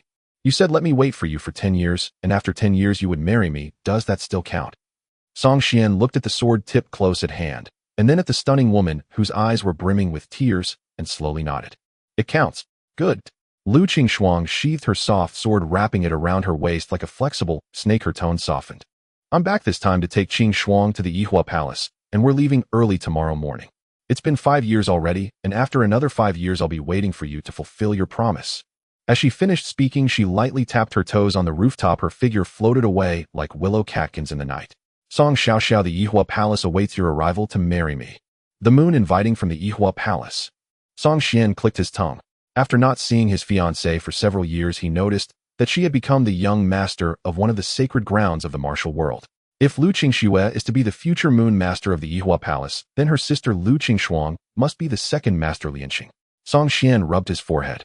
With a fiancé who could control a sacred ground of the martial world, Song Xian had already earned the qualification to live off her. Having a future fiancé who could preside over a martial sacred ground, Song Xian felt that even if he chose to lie flat from now on, his future life would surely be smooth sailing. The moonlight was like water enveloping the ancient capital. Song Xian looked up at the round moon in the night sky, smiled faintly after a moment, and turned to leave. The moonlight tonight is truly beautiful. For the next half-month, Song Xian enjoyed a leisurely life, working from 9 to 5, while slacking off, living comfortably. The eerie atmosphere in the imperial capital gradually dissipated. According to Zhao Dezhu, the power redistribution conference in the court had nearly reached its conclusion. The right deputy minister of the Ministry of Revenue, who had been using others to achieve his goals, successfully became the acting minister of the Ministry of Revenue. Other factions in the court also gained their share of the vacant positions. As for that Emperor Zhou, it was said that after the Tian family was raided, half of their assets were confiscated into the royal treasury, suddenly adding over 10 million taels of silver. The emperor had reportedly been in a good mood lately. In the emperor's study, the faint scent of incense filled the room. The emperor, whose hair was slightly graying, yawned and sighed at the old eunuch beside him. At my age, my energy is indeed waning. If it were 10 years ago, even if I had to review 100 memorials, I wouldn't feel tired. The old eunuch seemed not to have heard, appearing somewhat drowsy. The emperor glared at him. I am speaking to you. Are you deaf? The old eunuch, as if waking from a dream, turned his head in confusion. Your Majesty, were you calling for me? He hurriedly lowered his body, looking somewhat flustered. This old servant is getting on in years, and my hearing is starting to fade. I fear I won't be able to serve your Majesty for much longer. The emperor looked at his frail figure, his anger subsiding as he sighed.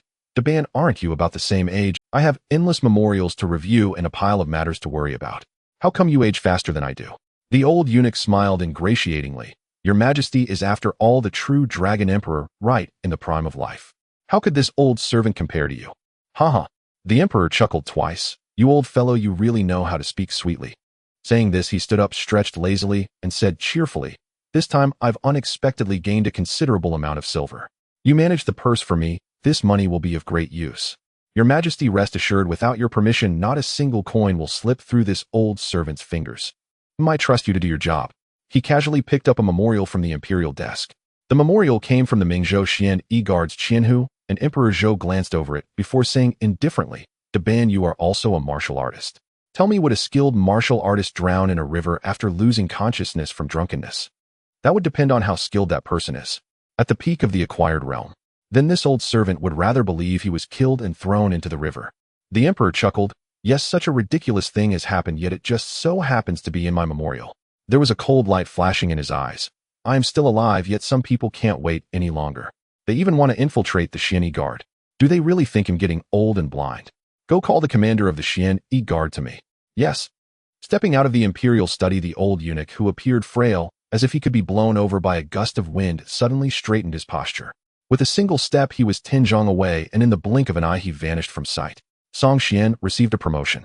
He advanced 2 levels from the commander of the Xian Guard to 100 households. Even Song Xian was promoted from commander to deputy 100 households with benefits and treatment more than doubled compared to before. In Zhao De's office, Song Xian and he chatted over tea. You did an excellent job with the last case. The emperor was very satisfied and specifically praised you to the commander. Otherwise, it wouldn't have been so easy to cross from commander to 100 households. Song Xian smiled and nodded. It was not easy to rise in rank in the Xian Guard. His father had struggled for half his life and only achieved the rank of 100 households.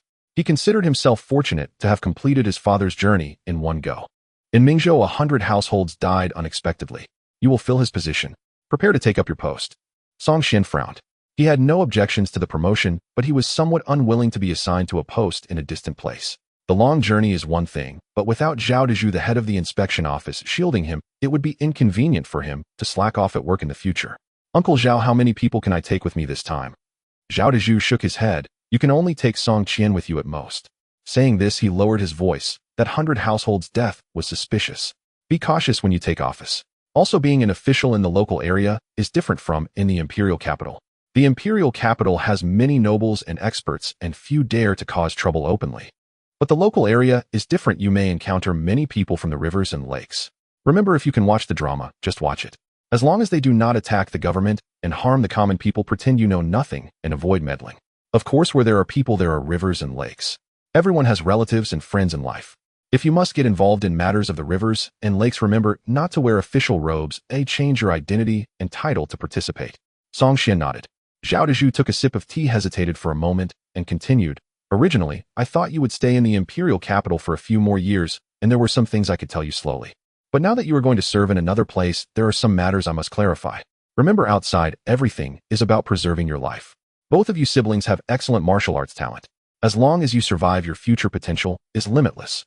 If you encounter life-threatening situations, ignore all the rules of the rivers and lakes and the officialdom. The power of the Xian Guard should be used when necessary. Those who bring danger to your lives, no matter who they are, should be killed. We are hereditary Xian Guards. This official status was bestowed upon us by our ancestors who followed the founding emperor to expand the territory for future generations. As long as the great Zhou does not perish, we will remain the most trusted support of the emperor. As long as we do not rebel, even if we accidentally handle a case incorrectly or kill the wrong person, the most that will happen is that we will lose these official robes. It will not affect the next generation of the Song family inheriting. When you are in the local area, do not have too many concerns. Remember, in the imperial capital, I, Uncle Zhao, have your back. If I can't protect you, the commander will. If the commander can't help either, just remember, the emperor stands behind us. Zhao Dezuzu spoke with great fervor, but Song Xian felt his scalp tingle in response. No, Uncle Zhao, I am just going to be a 100 household officer. There are more than 100 household officers in Jiangxi Prefecture, and above them, there are 1,000 household officers overseeing them. I am going to be an official, not to fight in wars. There is no need to exaggerate like this, right? Zhao Dezuzu shook his head slightly. Jiangxi Prefecture is the largest prefecture in Mingzhou and the most prosperous place in Mingzhou, a critical area for the imperial treasury. That place has always been of great importance to the court. The 100 household officer who died this time was from the Su family. The Su family, like us, is one of the 120 hereditary Xian Yi families in the imperial capital. Our families do not hold titles, but are deeply rooted in the Xian Yi system, tied closely to the Great Zhou, and are among the forces most trusted by the Son of Heaven. Suddenly, 100 household officer from the Su family died inexplicably, especially in a sensitive area like Jiangxia Prefecture, which is closely monitored by the court. This matter was indeed unusual. I suspect that the 1,000 household officers in Jiangxia Prefecture may have already been infiltrated by other forces, something that the Son of Heaven absolutely cannot tolerate. Your last case was handled brilliantly, and I estimate the Son of Heaven has already taken notice of you. This time, he dispatched you to take office with the intention of having you clarify the internal situation. Song Xian frowned slightly.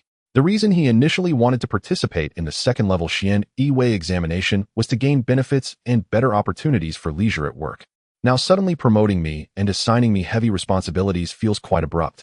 After work, Song Xian ignored Lu Xiolius' invitation to enjoy music and went straight home. In the courtyard, 2 grandmothers from the Jia family were diligently sweeping the ground, while Song Qian lounged with her legs crossed eating grapes and supervising her little cousin Lin Daiyu practicing stances. Have you skipped work again? Song Qian casually asked. Song Qian spat out the grape skin from his mouth and mumbled, I reported in after the morning bell. Anyway, there isn't much to do in the office, so I might as well teach my sister Daiyu martial arts. Her physique is too weak and needs to start with building strength. Song Qian nodded, not minding. Unless there were special arrangements from above, second-level Xian Yi officers typically had quite a leisurely time. Everyone was slacking off, and Song Qian was no exception.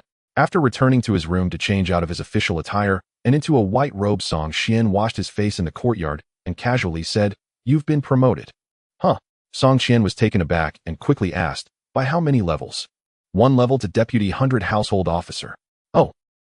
Song Qian immediately lost interest. 100 household officer is still just a deputy, not much of a deal. What about you, brother? I am 100 household officer. So, does that mean my monthly salary has increased? Song Qian nodded, increased by 20 taels. 20 taels each, that makes 40 taels for us too. Song Qian counted on her fingers. That would be an extra 4,800 taels a year, and over 3 years that's 12,000 taels. Brother, we could buy that marquee mansion in the east of the city after 3 years. Lin Daiyu, who had been blushing while practicing stances, suddenly burst out laughing. Song Qian huffed, What are you laughing at? Do you think my calculations are wrong? Sister, how could I say that? I think your calculations are spot on. Working in the Xianyi way is a waste of your talent. You should be in the Ministry of Revenue. Upon hearing this, Song Qian slightly raised her chin and smiled. Right, my brother has always said I'm a genius at arithmetic, and you say so too. It seems I really do have a talent for it. Lin Daiyu covered her mouth, stifling her laughter, and finally raised her hand to cover her mouth, looking at her cousin Song Xian with bright eyes. At this moment, Song Xian also wore a speechless expression entirely different from his usual calm and detached demeanor, which intrigued Lin Daiyu. In a few days, we will be going to Jiangxia Prefecture for our new posts. Prepare yourself, or we will set off the day after tomorrow. Huh, going to Jiangxia Prefecture. Song Qian seemed somewhat reluctant. That place is unfamiliar to us. Why are we being assigned there? Oh, there was just 100 household officer who died there, and I happen to fill in the vacancy. Oh, otherwise I wouldn't get this position. I know my elder brother has made achievements and is being promoted. That 100 household officer's death was quite timely. Song Xian sighed. He died a bit too early. I had no plans to go out of town to be an official. Is that so? Song Qian pondered for a moment. Then when we get to Jiangxia Prefecture, I will go dig up his grave. Song Xian nodded. Indeed, we need to dig it up to clarify some matters. Lin Daiyu listened wide-eyed to the conversation between her cousin and sister. Are these two really talking like this? Someone died to make room for you, and you're not satisfied. You want to go dig up graves. Is this how people in the Xian Yi think? Such bizarre ideas. Of course, Lin Daiyu wasn't concerned about the grave digging at this moment. She was gazing earnestly at Song Xian, which made him feel a bit uneasy. Are the girls nowadays so bold? My brother is somewhat handsome, but even if you're looking, can't you be a bit more subtle? This open and passionate attitude doesn't quite fit your character, Lin Mei. Cousin. Lin Daiyu called out softly, her eyes full of expectation. When you go to Jiangxia Prefecture, can you take me with you? Song Xian shook his head. We are going on official business, not for sightseeing. It wouldn't be suitable for you. Lin Daiyu hurriedly said, My father is an official in the Jiangxia area. I haven't seen him in many years. Could you take me with you? Your father? Song Xian was taken aback. Lin Rahai. Hearing her father's name, Lin Daiyu's expression turned serious as she gave a graceful bow. My father indeed goes by this name. Song Xian hesitated and asked, Your father is still alive? According to the settings of Dream of the Red Chamber, Lin Daiyu's father passed away when she was around 10 years old. Now Lin Daiyu was almost 15. Her father should have died about 4 or 5 years ago, right? Lin Daiyu's expression changed upon hearing this, her eyes sharpening with anger. Cousin, I respect you as my elder brother, but how can you curse my father like this? My father received a letter last month. Although he has been unwell, he has been treated by a doctor and is not in danger. Song Xian felt a bit bewildered. It seemed he had assumed too much. This was not merely the world of dream of the Red Chamber, but a grand world where multiple martial arts realms converged, and Lin Daiyu had become his little cousin, which seemed quite normal, right? Song Xian was not the type to be stubborn. After saying something wrong, he immediately apologized. I misspoke. I thought you had always lived in Jia Mansion and your close relatives had already passed away. Seeing Lin Daiyu's eyes brimming with tears, he quickly said, since my cousin wishes to go to Jiangxia Prefecture to find her family, then let us go together. It would be good for you to have company with your sister on the road. Thank you, cousin. The little cousin's sadness turned to joy as she wiped away her tears and smiled sweetly at Song Xian and Song Qian. Then I will go back to Jia Mansion tonight to inform my ancestors. My ancestors have taken great care of me over the years, so I must obtain her consent before leaving. Song Xian nodded. You should return to Jia Mansion first. The day after tomorrow morning, we will pick you up outside Jia Mansion. The morning of the day after tomorrow, Song Lin prepared breakfast early and began to pack for her children who were about to embark on a journey. It is often said that a mother worries for her children who travel far, but Song Lin was not particularly concerned about their safety as she had been prepared since the day she married into the Song family. Those who work for the Xian guards often roam from north to south, and running errands is a common affair. The only thing that worried her was that this journey would likely delay her children's marriage for another year or so. Fortunately, accompanying them was her little niece Lin Daiyu, and she could only hope that her son would gain some insight along the way and spark a connection with that child. After breakfast, old man Song Yuanshan also had to go to the yamen for roll call. Once he stepped out the door, he began to remind Song Xian, there is never a time when the work is truly finished. Don't overexert yourself when you get there, just do what you can. Song Xian nodded, showing no surprise at his father's admonition. After all, slacking off was a long-standing tradition in the Song family. You've always had your own ideas since you were little. There's nothing much for me to say. Just be careful out there. If things get tough over there, just come back directly. It's not a big deal. I can withstand the pressure from above. Song Xian slightly nodded, discreetly sizing up his father. Old Song was quite seasoned in the Xian guards yamen, yet today, he surprisingly displayed such a dominance. Upon leaving home, Song Qian hired a carriage, and then the two headed towards the Jia family's Rongwa mansion. The ancestors of the Jia family had followed the founding emperor of the Great Zhou to establish their fortunes and were granted the title of Duke of Rongwa, a hereditary noble title. However, by now the Jia family had long since fallen from grace, retaining only their title. In the vast Duke of Rongwa's mansion, there was hardly a single clan member who amounted to anything. Of course, even in decline, the hereditary title of the Duke still held weight. The Jia family's display was not to be underestimated. From afar, the expansive mansion was lined with servants and housekeepers standing proudly at the entrance, surveying the passing pedestrians with an air of superiority. Their demeanor suggested that everyone else were mere country bumpkins. Hey, what are you doing? No parking in front of the Duke's mansion. As soon as Song Xian's carriage approached, a servant from the Jia family came up to shoo them away. Today, Song Xian was dressed modestly in a white scholar's robe, exuding a scholarly aura that made him appear refined. In the eyes of the Jia family's servants, such scholars were the easiest to bully. Every year, many impoverished scholars came to the Rongwa mansion to seek connections and take advantage, so when they encountered such people, they simply drove them away. Dismounting from the carriage, Song Xian clasped his fists in greeting. I am Song Xian. According to our agreement, I have come to escort my cousin Lin Daiyu back home for a visit, and I hope you can inform the steward, a relative of Miss Lin. The servant scrutinized Song Xian, initially intending to bark out a command to drive him away, but hesitated and said, please wait a moment while I fetch the steward. Watching the servant leave, Song Xian stepped down from the carriage and gazed at the somewhat old yet magnificent Duke's mansion, feeling a twinge of envy. Brother, how about we get a big house like this in the future?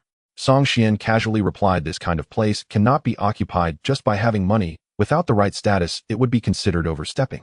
Is that so? Song Xian rolled her eyes at Song Xian and whispered, brother, I think your rise in rank is still a bit too slow. Song Xian chuckled lightly, too lazy to continue the conversation. After a while, several servants surrounded a middle-aged man as he stepped forward amidst whispers of take it slow, master. The only one in the Jia mansion who could be called master was probably the current head of the clan Jiaxi. Jiaxi was not particularly capable, but had a temper. He carried himself with the airs of a master while scrutinizing Song Xian and his companion. He had heard that Lin Daiyu had recently visited her maternal relatives for a period of time, but he had not paid much attention and certainly did not care about the status of those relatives. Now seeing that Song Xian and his companion were just two young people dressed plainly and without the trappings of wealth, he felt a twinge of disdain. Who notified you to come pick someone up? Jiashi stood on the steps looking down at Song Xian and his companion. Song Xian spoke up. We agreed with my cousin the other day to pick her up early today. Didn't she tell you? What did she say? Eating my Jia family's food and drinking my Jia family's drinks. When did it become her decision? Jiashi shouted loudly enough. You may leave. Even if she is going back to visit her family, it should be my Jia family sending someone to escort her. When did it become your place to intervene? As he spoke, he waved his sleeve disdainfully and glared at the steward Lu. In the future, don't let anyone disturb me while I'm reading. What kind of people can just come to ingratiate themselves in the Duke of Rongguo's mansion? You son of a... Song Qian's fiery temper flared, and she swore. Even Song Xian, who usually had a good temper, felt his expression cool as he raised a hand to restrain the impulsive Song Qian, saying mildly, calm down. Song Qian glared at Jia. She pulled out a concealed arrow from her sleeve and flicked it towards the sky. In the next moment, the concealed arrow exploded above the Rongguo mansion, like fireworks blossoming into a magnificent character, Xian in midair. What do you mean by this? Jiashi also noticed the peculiar fireworks and seemed to realize something, staring at Song Xian with a grim expression. It means nothing. Song Xian sneered. If you can't understand a polite conversation, let's change to a method you can. As he finished speaking, at the end of the street, two Xian guards clad in black battle robes wielding dark iron sabers charged in on horseback. With the horses whinnying, they stopped in front of the Rongguo mansion. Brother Xian, did you send the signal? Song Xian nodded slightly. I encountered some trouble and need your help. The two looked quite young, about 17 or 18 years old, and upon hearing this they displayed excited expressions instead of being difficult. Brother Xian, just say the word. Who should we deal with? No rush, let's wait a bit longer. Soon after, within a short teacup's time, Xian guards began to arrive one after another in front of the Rongguo mansion. As their numbers grew, they nearly filled the entire street. The dark armor gleamed coldly under the sunlight, and the sound of the dark iron sabers clashing against each other sent shivers down Jiaxi's spine, leaving him dry-mouthed and trembling. It's a misunderstanding, just a misunderstanding. There's no need for such a grand display, right? Jiaxi's voice started to tremble. This truly was a stroke of bad luck. He had thought they were just two low-status poor relatives, yet in the blink of an eye he had stirred up the Xian guard's hornet's nest. Song Xian coldly stared at him. After being stared at by Jiaxi until he broke out in a cold sweat, he finally said in a cold voice, a quarter of an hour. Either you bring the person out, or we will go in and find them.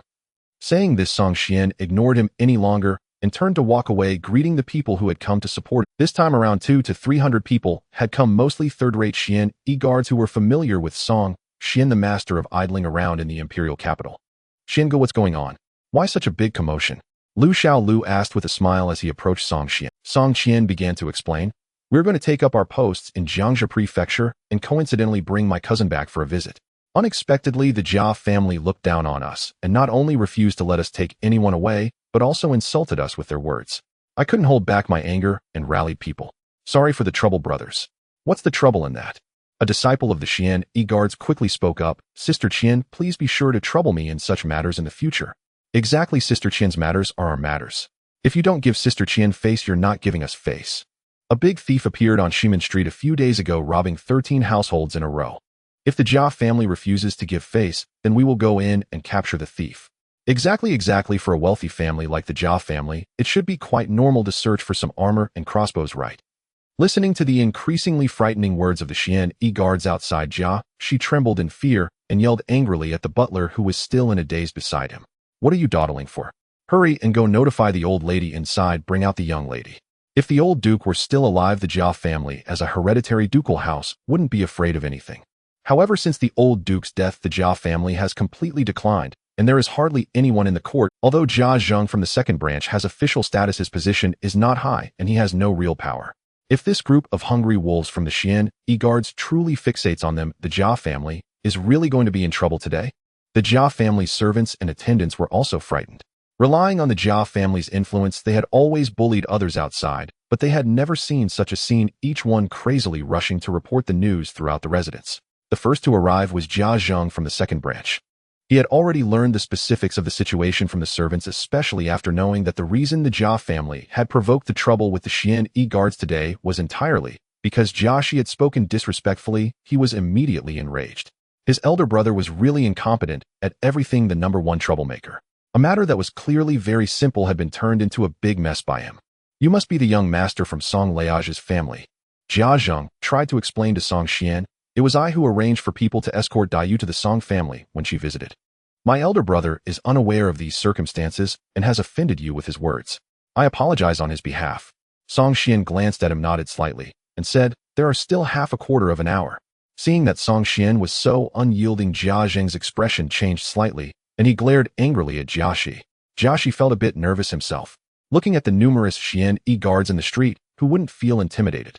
If Jia Zheng couldn't handle the situation well today, given the nature of those Xian guards, they might really dare to randomly find a charge to drag him into the imperial prison.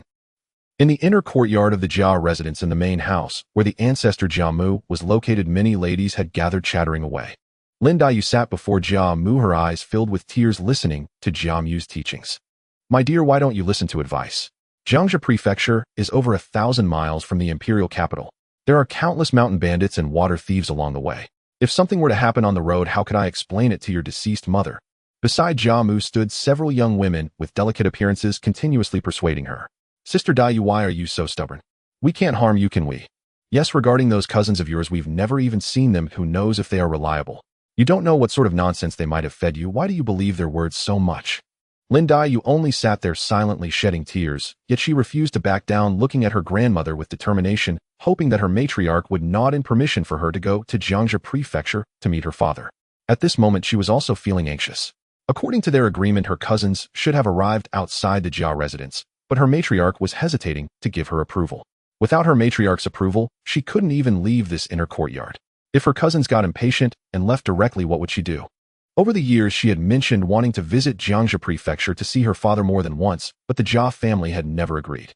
This time, she had finally managed to secure an opportunity for herself, and she didn't want to give it up so easily. No matter how good the Jia residence was, it was ultimately not her own home. She would rather follow her father through hardships than live in the Jia family, seemingly in luxury, but actually trapped like a canary without freedom. She hated the feeling of living under someone else's roof. Just then, the door was suddenly pushed open, and several old women rushed in anxiously. "Matriarch, something is wrong. Our Jia family is surrounded by countless Xian guards." "What?" Jia Mu was taken aback, forgetting to advise her granddaughter Lin Daiyu. She quickly said, "Who caused trouble outside this time? They even provoked the Xian guards." "It's the eldest master." One of the old maids explained. "Two people came outside claiming to be Miss Lin's cousins, wanting to take her to Jiangxia Prefecture. The eldest master spoke disrespectfully, angering them, and those two summoned countless Xian guards, filling the street. That person also said if the young lady isn't sent out in a quarter of an hour, they will come in to search themselves." As soon as this was said, the young ladies in the room panicked. "Matriarch, please think of a way.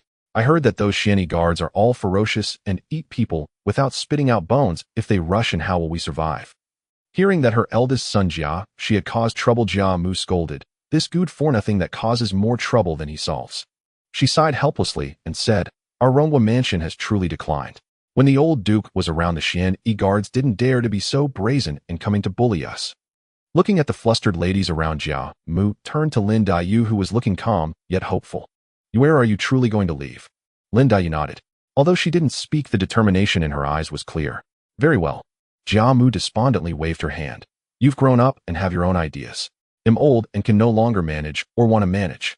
Go ahead." Lin Daiyu looked around, gazing at all the familiar faces, seemingly wanting to remember them all. She knew that this farewell would likely make it hard to meet again. Wiping her tears, Lin Daiyu knelt before Jia Mu and bowed 3 times, then stood up and resolutely walked towards the door. Lin Daiyu had made up her mind. Several of her friends also knew they could not dissuade her. One by one, they sighed and went to her room to help her pack. "Piner, remember to write to us when you go to the Jiangxia region. Once you leave, who knows when we'll see you again. By the time we meet next, our Daiyu sister might already be a wife and mother." Lin Daiyu blushed at the words and huffed at one of the girls. "You little brat, say that again, and it'll tear your mouth apart. I just had to ask. Piner, how does your cousin look? Is he handsome?" Lin Daiyu hesitated for a moment. "He's not bad, I suppose. He works in the Xian Guard, but he might have a bit of a temper. They say cousins are a match made in heaven. Piner, you're of age for marriage, aren't you? Don't you have any thoughts on it?" Lin Daiyu was immediately filled with shame and anger. "You wicked one. If you dare gossip again, it'll tear your mouth apart." The group of girls chatted and laughed, but when they finished packing and arrived at the gate of Jia Mansion, they were immediately intimidated by the imposing presence of the Xian guards outside. Manager Lu saw Lin Daiyu's figure and wiped the cold sweat from his forehead, his face filled with joy. "Young lady, you finally arrived. If you were any later, those devils would have barged in." Lin Daiyu ignored him and first gave a slight bow to Jia Zhang. She didn't even glance at Jia Shi, the elder of the Jia family who had caused the trouble, and instead walked to the entrance. Cousin sister. Lin Daiyu greeted with a slight bow. Song Xian looked her over. Although she was still young, she already possessed a hint of extraordinary beauty, so he nodded slightly. They didn't make things difficult for you, did they, eh? No, the ancestors and my sisters were reluctant to part with me, so they talked a lot, making you wait for a long time. Waiting a little longer is no trouble. Song Xian waved his hand. Let's go, we'll take you home. As he spoke, he exchanged glances with Dinyo and Ho Zi, who were close to him, signaling the Xian guards behind them. In the next moment, everyone shouted in unison, Cousin is taking you home. With 100 or 200 voices raised together, it sounded like thunder. Not only the people of Jiao Mansion heard it, but even those at the end of the street watching the commotion could hear it clearly. Song Xian frowned and scolded, What are you shouting about? Ho Zi chuckled, Xian Gu and Xian Jie's cousin is naturally our cousin too. What's wrong with that? He then flashed Lin Daiyu a smile. He considered kind. Cousin, don't be afraid when you encounter trouble. We are all your cousins and can always speak on your behalf. Song Xian kicked him in annoyance. Can you not talk for a second? He turned to Lin Daiyu, who was already confused, and smiled. A bunch of uncultured brutes, just ignore them. Let's go, we should get in the carriage and depart. Saying this, he waved his hand behind him. As he gestured, the Xian guards behind him neatly split into 2 lines, clearing the path in the middle. To an outsider, it looked as if a general was inspecting his troops. Lu Xiaolu and the others naturally took Lin Daiyu's luggage and placed it on the carriage. Song Qian grabbed her little cousin's arm, and the two exchanged a few words before getting into the carriage. Song Qian leaped up and sat in front of the carriage, wielding the whip and acting as the coachman. In the next moment, the carriage slowly began to move, heading toward the outskirts of the city. Behind the carriage followed a large number of Xian guards, forming 2 neat lines escorting the carriage. Once the group of intimidating Xian guards had departed, Jia Zhang was the first to speak. Daiyu's cousin holds significant prestige among the Xian guards. Jia Shi finally felt his heart relax a bit. With a cold snort, trying to save face, he said, "Just a bunch of uncultured brutes, how disgraceful." "Indeed, it is disgraceful." Jia Zhang shot him a glance, too lazy to engage, placed his hands behind his back, and walked away. Jia Shi's expression changed several times. He had been thoroughly frightened today and dared not linger any longer. He hurriedly made his way back to his residence. Soaking wet all over, he needed to hurry back to change clothes, otherwise he would be embarrassed to the core. After the 2 lords left, the young ladies and maidservants of Jiao Mansion began whispering among themselves. Daiyu's cousins are truly handsome. Sigh, why don't I have such a capable cousin? No wonder Piner insisted on leaving. If I had such a cousin, I would definitely follow him wholeheartedly. What a loose girl, has spring feelings awakened. She'll lower your voice, we'll talk about it inside. Don't let outsiders hear. At the inspection department, Zhao Dezui was handling official business. Outside, a Xian guard hurried over, whispering a few words in his ear. Zhao Dezui raised his head, a smile on his lips, and asked, "Is it causing quite a stir?" "Yes, quite a bit. Everyone on duty nearby has gone over, blocking the Rongwu Gongfu. Sir, after all, it is the Duke's residence. With Song Xian making such a fuss, it might not bode well when it reaches the court. If it's not good, then so be it." Zhao Dezui waved his hand indifferently. "Our Xian guards already have a bad reputation at court. On the contrary, if we maintain a too good reputation, the emperor will suspect our loyalty. Young people tend to be a bit impulsive, but it's normal. As long as no one dies, it's not a big deal. You can leave now." "Yes, sir." In the palace, the emperor's study. After reviewing official documents all morning, the emperor stood up and yawned. Being an emperor is exhausting. There are no holidays, and he can barely guarantee enough sleep. During the day, he has to deal with national affairs, and at night, he has to go back to appease those hungry concubines. Even though he considers himself healthy, he is starting to feel the strain of age. After drinking a cup of ginseng tea, he asked the old eunuch beside him, "Are there any interesting happenings in the capital recently? Tell me about them." "Interesting happenings?" The old eunuch was taken aback. "The Duke of Loyalty and Valor has been found to have an outside mistress by his legal wife. They got into a fight, and the Duke's left leg was broken. He reportedly won't be able to get out of bed for 3 months. The emperor recalled this and chuckled. The Duke of Loyalty and Valor is not surprising. His fierce wife even gives me a headache when I see her. The old eunuch quickly agreed. After all, she's the daughter of a military family skilled in martial arts and with a fiery temper. The Duke is truly in a tight spot. Besides this, are there any other interesting matters? Indeed, there is one more. The old eunuch pondered his words and said, "It happened this morning. The Rongwu Gongfu was blocked by the Xian guards." "Oh." The smile on the emperor's face gradually faded. "The Rongwu Duke's residence. How did they provoke the Xian guards?" "Reporting to your majesty, it is not a significant matter." The old eunuch cautiously replied. "Lin Rahai's daughter has been residing at the Jia residence for years, and this time, she intends to travel south to Mingzhou with her cousin to visit relatives. However, the people of the Jia residence blocked her and spoke disrespectfully, which drew the Xian guards to surround them. Oh, by the way, your majesty should remember that Lin girl's cousin who was involved in the flower-picking case in Jianghuai is Song Xian. It's him. Hearing the name Song Xian, the emperor's expression improved considerably as he held a favorable view of this new talent from the Xiani guards. How could he not have a good impression? After all, just one case had added over 1 million taels to the royal treasury. He would gladly welcome more capable ministers like this.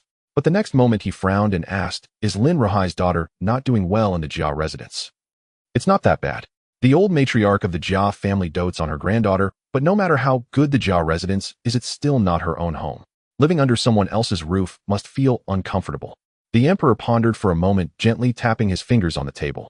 Lin Ruhai serves as the salt inspector in Mingzhou, and I hold him in high regard. The salt industry has always been a challenge for our great Zhou. Over the years, he has stabilized the salt trade there, alleviating the problem of an empty national treasury. Not long ago, Lin Ruhai submitted a memorial stating that some salt merchants in Jiangzhou were getting restless. Your Majesty, the old eunuch suggested Song Xian is going to Jiangzhou to take up a post as a 100-house officer. Should we issue a command from the Xian guards to assist Lin Ruhai in managing the salt trade? No need to interfere, the emperor waved his hand. I will not provide Lin Ruhai with any obvious support. This man is someone I envision as a future cabinet minister. How could he not handle this small trouble? After Song Xian set off in a horse-drawn carriage, he headed straight for the harbor. Traveling south to Mingzhou via land was too far, and there were many bandits in the mountains and fields. Taking the water route would be quicker and safer. To be precise, Song Xian and the others would first take a boat to the estuary and then transfer to a sea vessel to head south directly to Jiangzhou. The territory of the Great Zhou dynasty is vast, so much so that rather than saying there are 9 provinces within Great Zhou, it would be more accurate to say it governs over 9 continents. Each province is comparable to a continent with provinces separated by seas, while the imperial capital serves as the junction of the 9 continents. Song Xian had specifically studied a map of the Great Zhou territory, and he found that the area of this world was significantly larger than the Earth he had known in his past life. The continental plates of each province are remarkably similar to the Eurasian continent of his previous life. One could even say that the 9 Eurasian continents have been forcibly merged into one world. Ultimately, 300 years ago, Emperor Zhou Taizu Ji Wuming emerged and led an unstoppable martial army to conquer all 9 continents, establishing the 9 provinces. Wherever the sun and moon shine, there lies the territory of Great Zhou. This phrase became a reality under Emperor Zhou Taizu. Years ago, when Song Xian first saw the map of the Great Zhou territory, he was left utterly stunned. This territory of Great Zhou closely resembled the vast martial world game he had once envisioned, even more so than his own design. It was so well developed that he once doubted whether he had truly crossed into a game world. Unfortunately, it was just a similar worldview. He hadn't actually crossed into a game world, as he had often followed game guides to seek treasure in certain fortuitous areas. Yet the results were always fruitless, and in the end he completely lost the motivation to explore the world, choosing instead to stay in the imperial capital, diligently cultivating the pure yang wuzhigong for over a decade. Days later, Song Xian and the others boarded the ship and began their journey south along the East China Sea. Lin Daiyu felt a bit seasick and spent most of her time in the cabin, rarely appearing on deck. On the contrary, Song Qian, this young girl, was highly skilled in martial arts and had no idea what seasickness felt like. At this moment, she was busy barbecuing with Song Xian on the deck. Song Qian was quite resourceful. She made a wooden frame on top of which sat an iron pot filled with charcoal. Above the iron pot were several skewers threaded with lamb bought before boarding, along with 2 fish caught from the sea, sprinkled with cumin chili and other seasonings, causing the aroma of the meat to waft through the sea breeze. Soon someone was drawn in by the enticing aroma. The newcomer appeared to be a wealthy young master dressed in expensive brocade, looking around 16 or 17, with red lips and white teeth, rather handsome. This person was someone Song Xian had met on the ship in these past few days, with an easy Tory member named Lin. Indeed, he is the same Lin Pingji from the Smiling Proud Wanderer, who in order to avenge his family cut his own chicken to practice the evil repelling sword technique. The Lin family runs a security business, and their holdings in Mingzhou are extensive. It is said that their Fuwei escort agency operates in nearly every prefecture and county in Mingzhou, supporting thousands of escort masters and various staff. His father, Lin Jinan, as the head of the Fuwei escort, has spent years escorting goods and has cultivated numerous connections, wielding considerable influence in both the official and martial worlds. This sea vessel is indeed a property of the Lin family. Lin Pingji, as the young master of the family, is responsible for escorting a shipment of goods to the Jiangzhou area, along with other escort masters this time. Seeing Lin Pingji approach, Song Qian waved at him without hesitation, saying, Little Lin come over and barbecue for a while. Hearing Song Qian's call, Lin Pingji was not the least bit displeased. Instead, he had a smile on his face as he quickly walked over to sit by the stove flipping the lamb while initiating a conversation. Qian Gu, Qian, Jie, you both look like you should be martial artists as well, right? Song Qian, sitting nearby, gazed leisurely at the boundless ocean and said with a faint smile, I've practiced some self-defense techniques, but they are nothing compared to the 72 methods of evil repelling sword technique from your Lin family. The evil repelling sword technique of the Lin family is quite renowned throughout Mingzhou, especially known for Lin Pingzi's grandfather Lin Yuantu. Back then, Lin Yuantu defeated numerous masters in the Jianghu with his 72 methods of evil repelling sword technique, establishing a great reputation. However, by the time it reached Lin Xinan's generation, the evil repelling sword technique became rather ordinary. Although it is much stronger than general martial arts, it has long lost the splendor of Lin Yuantu's era. People in the Jianghu merely say that Lin Xinan's martial arts talent is mediocre and that he has not grasped the essence of the evil repelling sword technique. Only Song Qian knows that it is not due to Lin Xinan's lack of talent, but because he has not cultivated the true evil repelling sword manual. An evil repelling sword technique that does not cut chickens is not a good sword technique, and similarly Lin Pingji, who does not cut chickens. Song Qian glanced at the young man who was seriously barbecuing and occasionally showing a shy smile. This kid is not bad, lacking the arrogance and hubris of a wealthy young master. Song Qian felt that having fewer Lin Pingzis in the Jianghu wouldn't be a bad thing. The vast ocean stretches endlessly with nothing but water as far as the eye can see. Initially, Song Qian and the others found it curious and amusing. Song Qian even flew over the surface of the sea, performing a few graceful water-walking techniques. However, after spending more than 10 days at sea, even the impatient Song Qian began to feel a bit bored, let alone Song Qian. One day the ship docked at a harbor, requiring a 2-day stay to replenish food and fresh water, allowing for a brief respite. Unable to resist Song Qian's plea, Song Qian took her and his cousin Lin Daiyu ashore, planning to explore the nearby town. Before disembarking, Song Qian casually asked Lin Pingji if he would like to join. Lin Pingji declined as he needed to stay on the ship with the bodyguards to guard the cargo. Little Lin, despite your young age, you are quite serious in your duties, Song Qian praised as they got off the ship. Lin Pingzi's face immediately lit up with a smile, his cheeks turning as red as a maiden's, prompting hearty laughter from Song Qian. Not far from the dock, there was a village. As they strolled, they arrived there and saw that the village was lively with the sounds of drums and suona, creating a festive atmosphere. Shall we go in and take a look? Song Qian casually asked. Yes, yes. Song Qian, being someone who loved excitement, immediately wished to enter. Lin Daiyu softly replied, I have no objections, cousin, you decide how to proceed. Song Qian smiled and glanced at her, making Lin Daiyu feel somewhat puzzled. Cousin, why are you looking at me? Song Qian chuckled. I heard from the servants of the Ronghua mansion that Miss Lin speaks as sharply as a knife, making it impossible for anyone to gain an advantage. Indeed, as the saying goes, hearing is less than seeing. My cousin does not seem like a domineering person at all. Lin Daiyu sighed. Given my situation, living under someone else's roof, if I don't stand my ground, how can I maintain my dignity in the high-status Jia family? If life could be peaceful, who would want to bicker with them? Nodding, Song Qian and the others continued their conversation until they reached the village entrance, where several villagers approached them briskly. Perhaps seeing that Song Qian and the others were well-dressed and of noble status, the villagers dared not be impolite. One elder, more reserved than the rest, asked, May I ask where you esteemed guests hail from? Song Qian cupped his hands in greeting. We come from the imperial capital and noticed the festivities here, so we came to take a look. Elder, what is the occasion for the celebration in the village? Haha, so you are esteemed guests from the imperial capital. The elder chuckled heartily, his wrinkles seeming to lessen with his joy. Today is my son's wedding day. Would you esteemed guests care to join us for some drinks in the village? Will we be disturbing you? Not at all, not at all. After a brief moment of contemplation, Song Qian clasped his fist and said, Then we shall intrude.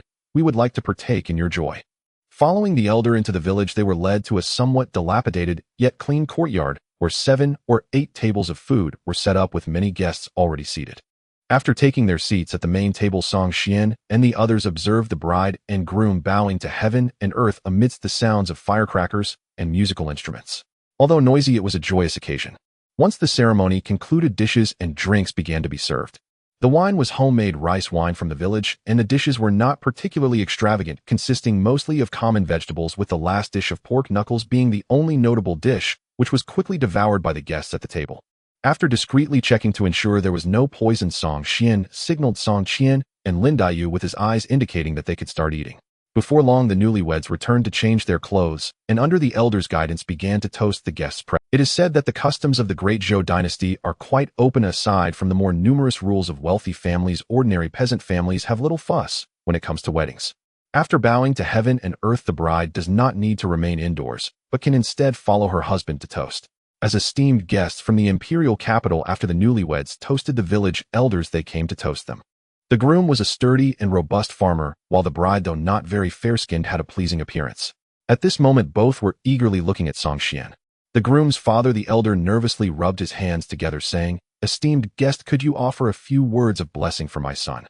After downing a cup of wine, Song Xian smiled and said, "It takes 10 years to build a ship together, and 100 years to share a bed. Meeting in the vast sea is a fate of 1,000 years. I wish you both a lifetime of love and companionship." Good.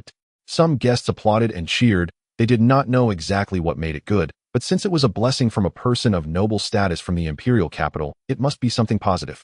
The elder was overjoyed, repeatedly thanking Song Xian, feeling a bit embarrassed by the simplicity of the village. As night fell, Song Xian declined the elder's offer to stay overnight, and after bidding farewell to the newlyweds, headed towards the county town about 10 miles away.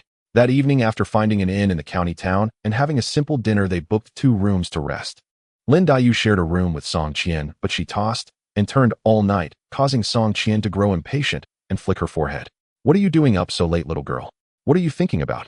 Lin Daiyu showed no signs of fatigue, her eyes sparkling in the night. "Cousin, I have lived in the Ronghua mansion since I was little, and this is my first time staying in and outside. I feel a bit nervous." "Nervous about what?"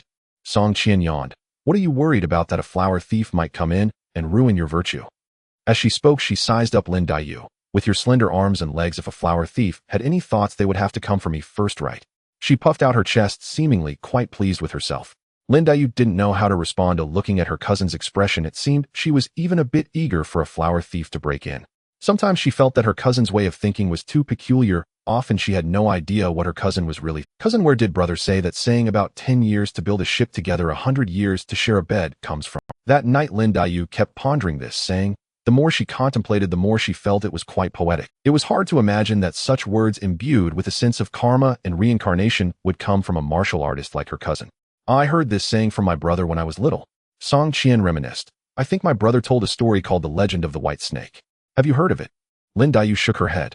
Seeing this, Song Qian felt a bit superior. "They say you're a talented woman, but it seems you haven't read enough books. Let me tell you about it." The story begins on the distant Qingqing mountain. Early the next morning, Lin Daiyu, with dark circles under her eyes, listlessly ate her breakfast. Song Qian had not slept all night either, but being a martial artist, she could endure several sleepless nights without showing any signs of fatigue. "Can't get used to sleeping in the inn?" Song Qian asked, sipping his tofu pudding. Lin Daiyu replied somewhat sheepishly. She had been so captivated by the story last night that she had pestered her cousin to tell the tale of the white snake until dawn. "Let's take a stroll through the town later. See if there's anything you'd like to buy. We'll return to the boat in the afternoon, and you can catch up on sleep then." Song Qian briefly outlined the day's plan and fell silent. After all, young people staying up all night was nothing serious. An occasional all-nighter was something he could understand. After breakfast, they checked out and wandered around the county town. Passing near the county office, they heard the thunderous sound of drums. Is someone beating the drum to appeal for justice? Song Qian looked curiously toward the county office and was startled to recognize the person beating the drum. It was the bride who had toasted them the previous night. But now she looked utterly wretched, her clothes tattered, her hair disheveled, with visible bruises on her arms and legs, and the clear imprint of a slap on her face. Soon the drumming stopped. Yamen runners rushed out, dragged the bride into the main hall, and shortly afterward anguished screams echoed from within. "Murdering innocents devoid of all conscience. You corrupt officials, you'll die a miserable death." These cries were accompanied by the sharp sound of beating with wooden boards. On the street, someone witnessing the scene shook their head and sighed. What was that woman thinking? Everyone avoids the county office like the plague, and she dares to go beat the drum for justice. Someone who seemed to know something said, "I heard there were several murders over in Huiquan village. That woman must be a survivor who came to report it. What a pity. Falling into Sun the Flayer's hands, she'll be lucky to escape with her skin intact." Hearing the murmurs around her, Song Qian's expression changed. She turned to Song Xian and asked, "Brother, should we intervene?" "Yes." Song Xian's face grew stern. The newlyweds who had just offered him a toast and wedding wishes the night before were now entangled in a murder case. Since they had encountered this, they had to step in. As they approached the county office, some Yamen runners blocked their way. One who seemed to be the head constable didn't even glance at Song Qian, his eyes instead lecherously lingering on Song Qian and Lin Daiyu. Song Qian couldn't be bothered to waste words with him. He kicked the man aside and strode inside. Someone is attacking the government office. Inside the county office, seeing this, some runners grabbed their water and fire clubs and charged out. But Song Qian casually snatched a club, and with a single blow each sent the obstructing underlings flying. Who are you? Are you attacking the county office to start a rebellion? On the dais, the obese county magistrate scrambled to his feet and shouted at the remaining runners, "Quickly have the county captain bring troops to arrest these bandits." But before his words faded, Song Qian knocked down all the runners in the outer hall with a palm strike, each leaving them lying on the ground groaning half dead. Song Qian's hand shot out like lightning, grabbing the fat magistrate by the neck and hoisting him into the air. But the next moment he flung the man to the ground in disgust and planted his foot on his pudgy face. Song Qian stepped forward to help the bride, who had been beaten, to her feet. She smoothed the woman's tangled hair and said gently, "Do you remember us?" The bride stared blankly at Song Qian. Her dazed eyes gradually brightened and tears streamed uncontrollably down her cheeks. "They're all dead, sister. My whole family is dead." Song Qian wiped her tears. "Don't panic. Take your time and tell us. Don't worry, we're here. We'll get you justice." Through her tears, the bride recounted the events of the previous night. After the wedding feast ended and the villagers had left, two people suddenly appeared at our door. A young man and an old man in his 50s. The young man claimed to be the son of the prefectural governor. He said they had missed the inn while traveling and wanted to stay at our house for the night. My father-in-law kind-hearted let them stay. Who knew they weren't human but beasts? At this point, the bride gritted her teeth, her face twisted with hatred. In the middle of the night, when we should have been celebrating our wedding night, the old man, accompanying the governor's son, snapped my husband's neck. Then the two of them raped me. My parents-in-law heard the commotion and came to check, but they were beaten to death. They didn't even spare my 9-year-old brother-in-law. That old man crushed his skull with a single palm strike. Song Qian frowned. "They didn't kill you." "No, they left at dawn. The governor's son said I could go ahead and report it. He said he likes to see people's desperate expressions when they find no way out." Song Qian kicked the fat man under his foot and said coldly, "You knew about this, didn't you?" The fat man's face twisted with anxiety, but feeling the increasing pressure from Song Qian's foot, his mental defenses completely crumbled. "Hero, I knew. The prefectural governor's son came to me early this morning. He said had gotten into a bit of trouble in a village down below and wanted me to clean it up for him. When I asked, I found out there had been several murders. The key thing was Head left a witness. The governor's son said Head had a great time last night and really liked that bride's fiery spirit. He told me to find some excuse to lock her up so he could come back and have fun with her later. Hero, that's the whole story. I didn't kill anyone. It has nothing to do with me. I was just following orders. Please don't kill me, don't kill me."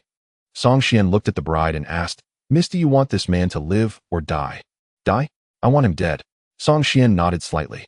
"As you wish." The next moment he raised his foot and stomped down hard. The sound of snapping bones filled the air. The magistrate didn't even have time to squeal before his neck was crushed under Song Qian's foot.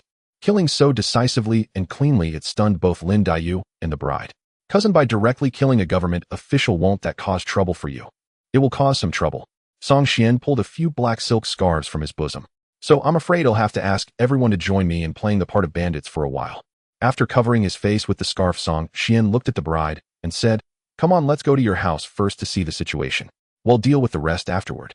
Without a word of complaint, Song Qian picked up the bride, who was covered in wounds, and strode outside. At the doorstep, she lightly tapped the ground with her toes, activated her lightness skill, and landed directly on the rooftop. Then, like a nimble monkey, she leaped from roof to roof, disappearing at the end of the street in just a few breaths. Inside the county office, Song Qian glanced at Lin Daiyu. Her face, hidden beneath the black scarf, flushed slightly as she murmured, "Cousin, go slowly. I'm afraid I'll get dizzy." Before she could finish her sentence, she felt herself being hoisted onto Song Qian's shoulder. The next moment, the roaring sound of wind whistled past her ears. Lin Daiyu couldn't open her eyes against the wind. Only one thought filled her mind: fast. It was far too fast. The once bustling courtyard filled with visitors yesterday was now permeated with the stench of blood. Several corpses lay on the ground, flies buzzing around, creating a scene that was truly distressing.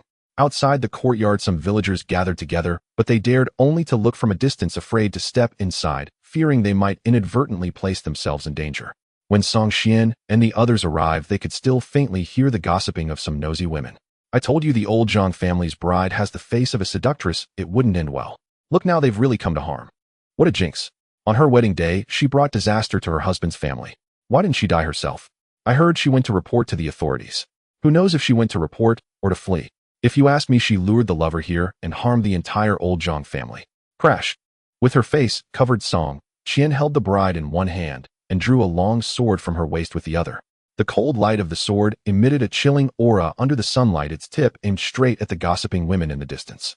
Though these women dared to spread rumors about everyone in the village, encountering someone like Song Qian who would draw her sword at the slightest provocation made them shrink back like frightened dogs. Without a word from Song Qian, they scattered in a panic. A group of gossips, there's no need to pay them any mind. Song Qian comforted. The bride's face was pale, and she simply shook her head, remaining silent. Soon Song Qian appeared at the village entrance carrying Lin Daiyu, and in a flash they landed outside the courtyard.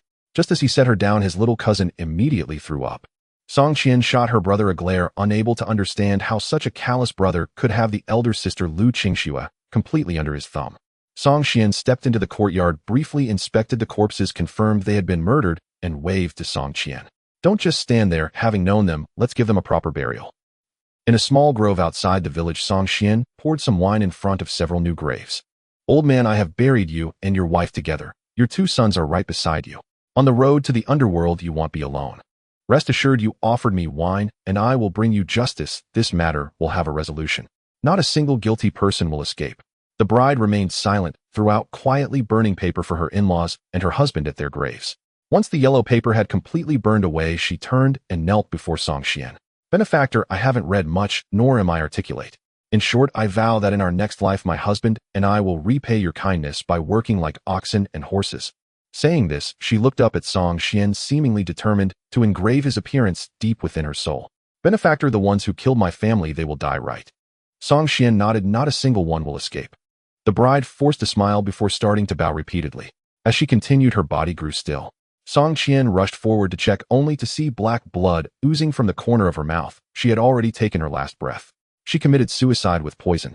She must have prepared the poison before going to the county office to seek justice. Song Qian's eyes grew moist as she reached into her pocket and pulled out a small vial containing a healing pill from the Xian E-Guard known to treat various injuries. I don't know if this pill can counteract the poison, or what if? Song Qian stopped her. Forget it, her mind is set on death, living would only be torment for her. Song Qian's lips moved silently as she put the pill away, angrily cursing a phrase that Song Qian had said before. This damned feudal society. After cursing, she began to dig a grave, preparing to bury the young couple together. Once she completed this, she took a deep breath.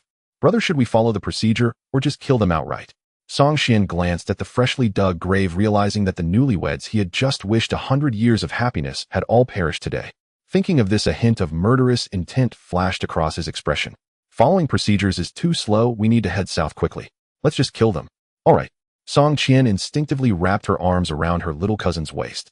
They'll take you back to the boat first. The scenes that follow may be a bit bloody. Lin Daiyu shook her head. Cousin, sister, let's stay together. Until I see that scoundrel die, my heart won't be at peace. Song Qian turned to her brother. What do you think? Should we take her? Let's take her along. Song Qian replied indifferently, since she doesn't want to be a caged bird. Shall encounter such matters sooner or later. The world of martial arts is never as beautiful as you imagine. In the afternoon, a light drizzle fell from the sky, and the streets were sparse with people hurrying home to avoid the rain. Hardly anyone could be seen. The 3 of them held paper umbrellas, strolling through the rain until they arrived outside a manor. Song Qian whispered, I've found out. This is the property of the county magistrate's son. Someone saw him come here this morning. Song Qian didn't ask how she found out, just as Song Qian never inquired about the inner workings of his cultivation.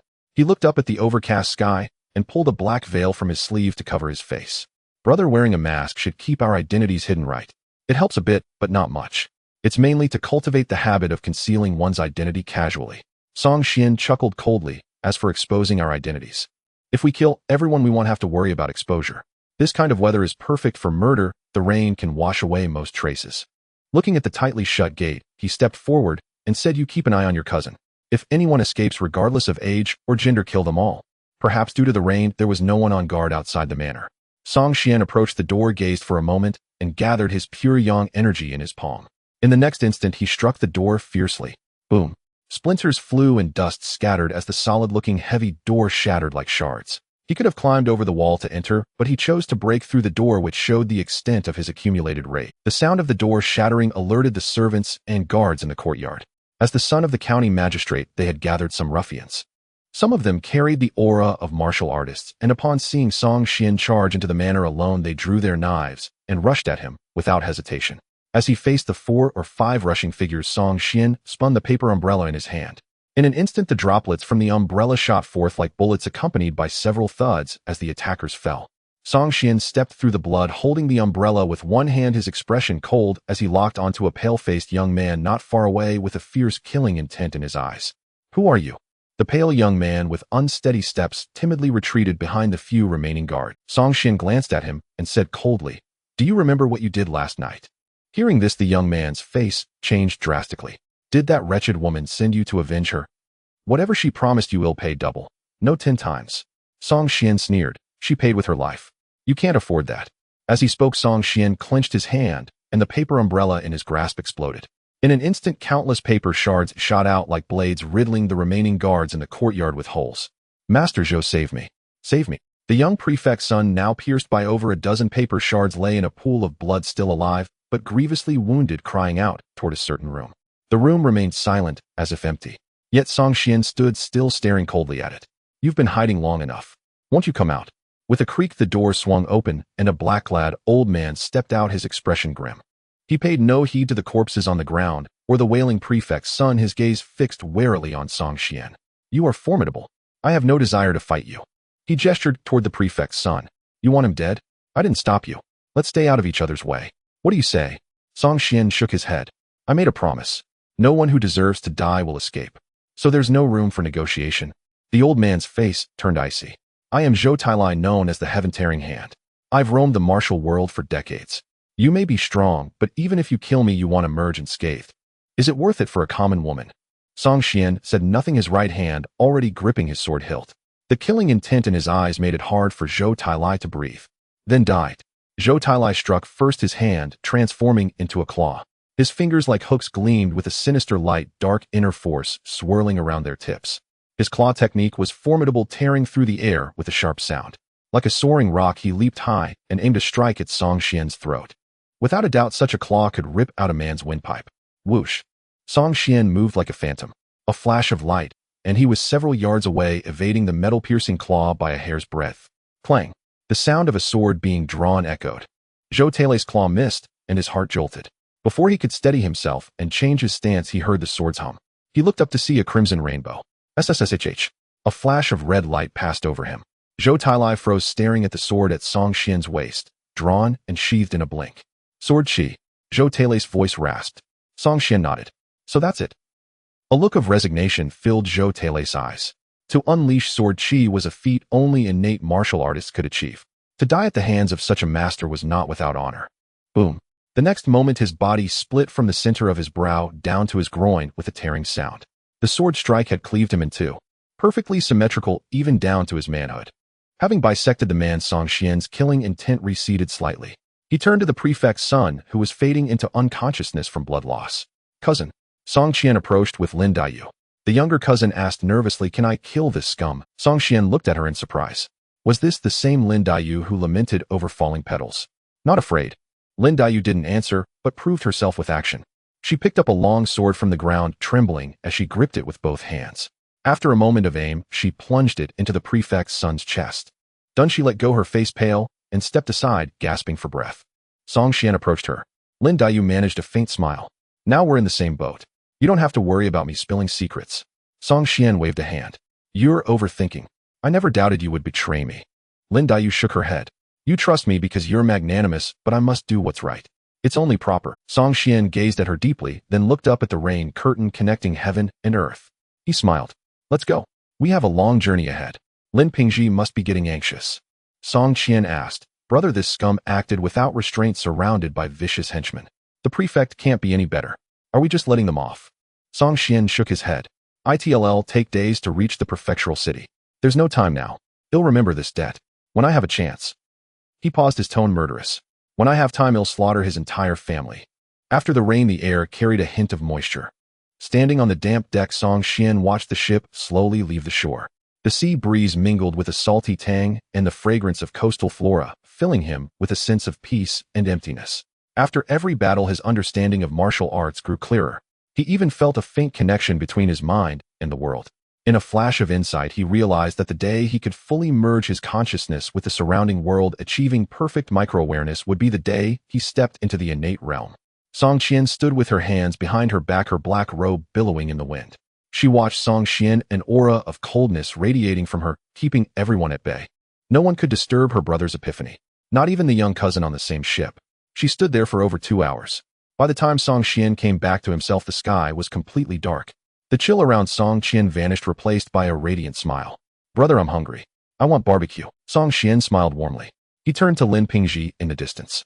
"Pingji, bring the grill I made a couple of days ago, and have someone send 2 jars of wine."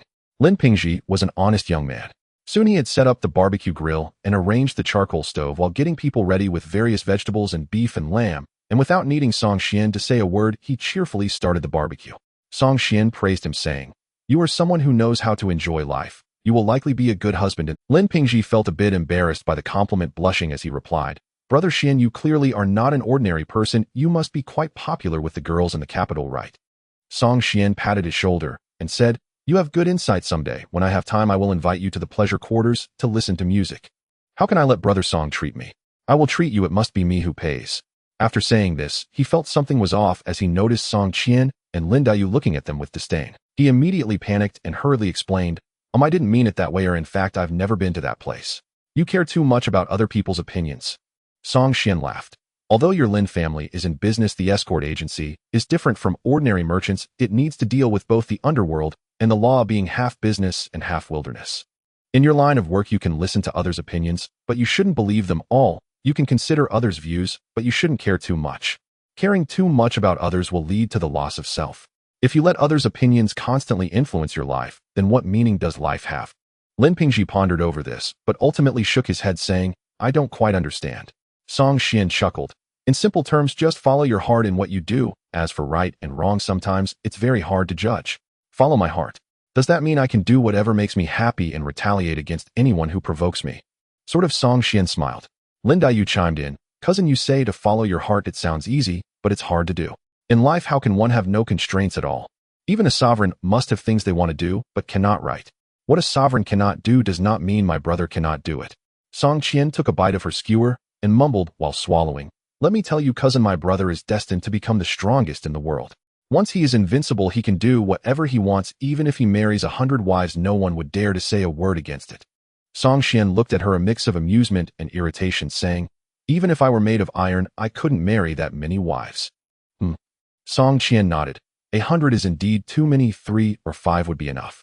However, our Song family has a tradition of having only one heir, so the responsibility of carrying on the family line still falls on you, brother." Watching the siblings joke around, Lin Pingji felt a bit envious and asked, "Brother Song, you must have a high status in the capital, right? May I ask, what do you do?" "We work in the government office," Song Qian casually replied after taking a sip of wine. "People from the officialdom, huh?" Lin Pingji laughed. "My father often tells me to interact more with people from the government. I didn't expect to meet you so coincidentally. Brother Song, if I encounter trouble in the capital in the future, can I ask you for help?" "We are all friends." As saying this is too formal. Song Qian pointed at Song Qian, saying, "If you encounter any issues in the capital, just mention Qian Jia. It will definitely work wonders." "Huh?" Lin Pingji was taken aback. "Sister Qian is that capable? She also works in the government office?" "Yes." Song Qian tore off a piece of lamb leg, took a bite, and said, "By the way, we are being assigned to Jiangzhou Prefecture this time. It is likely we won't stay in the capital for the next few years. The capital may not be able to offer much help, but we still have some influence around Jiangzhou." Lin Pingji excitedly said, "The Lin family has quite a few industries in Jiangzhou, and it's not far from the headquarters of the Fui Escort Agency. If you go there for your assignment, it would be much more convenient for us to keep in touch. By the way, Brother Song, where is your government office? After this escort mission, I will come to visit you. You probably won't want to go there." Song Qian laughed, saying, "The Xuani Guard office. Do you dare to go?" "Huh?" Lin Pingji was stunned, then awkwardly chuckled, sitting up straight with a bit of reverence as he looked at Song Qian. "Brother Song, you are with the Xuani Guard?" "Yes." "Are you scared?" "A little." Lin Pingji laughed awkwardly, saying, "I always thought the Xuani Guard looked fearsome. I didn't expect someone as gentle as Brother Song to be one of them. The Xuani Guard is made up of people. We are not as frightening as you think. Comparatively, we mainly target those from the underworld and the officialdom. As for ordinary citizens, we actually want to make things difficult for them." "I see." Lin Pingji smiled, saying, "I don't know much about the Xuani Guard. I only know it is an organization that can silence crying children. Hearing you say this, it seems easier to deal with than some other government offices. Song Xian waved his hand, saying, what I said may not necessarily be true or good. You need to judge for yourself and not believe everything others say. Sometimes what you hear isn't true, and what you see isn't necessarily true either. Before doing anything, think more about the causes and consequences. Do not act impulsively and bring disaster to yourself and your family. Lin Pingji felt that Song Xian's words hinted at something, as if he was implying something. But after careful consideration, he recalled that he hadn't acted impulsively or caused trouble lately, and he had begun trying to take over the family business and learn to interact with people. He shouldn't have made any mistakes. He simply smiled, thinking that Brother Song was likely just someone who enjoyed lecturing while working in the government office and was not necessarily hinting at anything. Perhaps he was just overthinking it. In Jiangxing County, the county magistrate gazed at the corpse laid out in the courtyard, his eyes cold and seemingly ready to devour someone. His son had only gone to the county town for a few days to have fun, but after a few days apart, he returned to lose a son. Even though he held a high position, the pain of losing a child still made him tremble all over. Have you found out anything? Wiping away his tears, he turned to the captain of the guards behind him and asked, my lord, it rained heavily that day, washing away the traces. There is nothing we can find at the scene. The captain continued, this time the young master and all his guards died.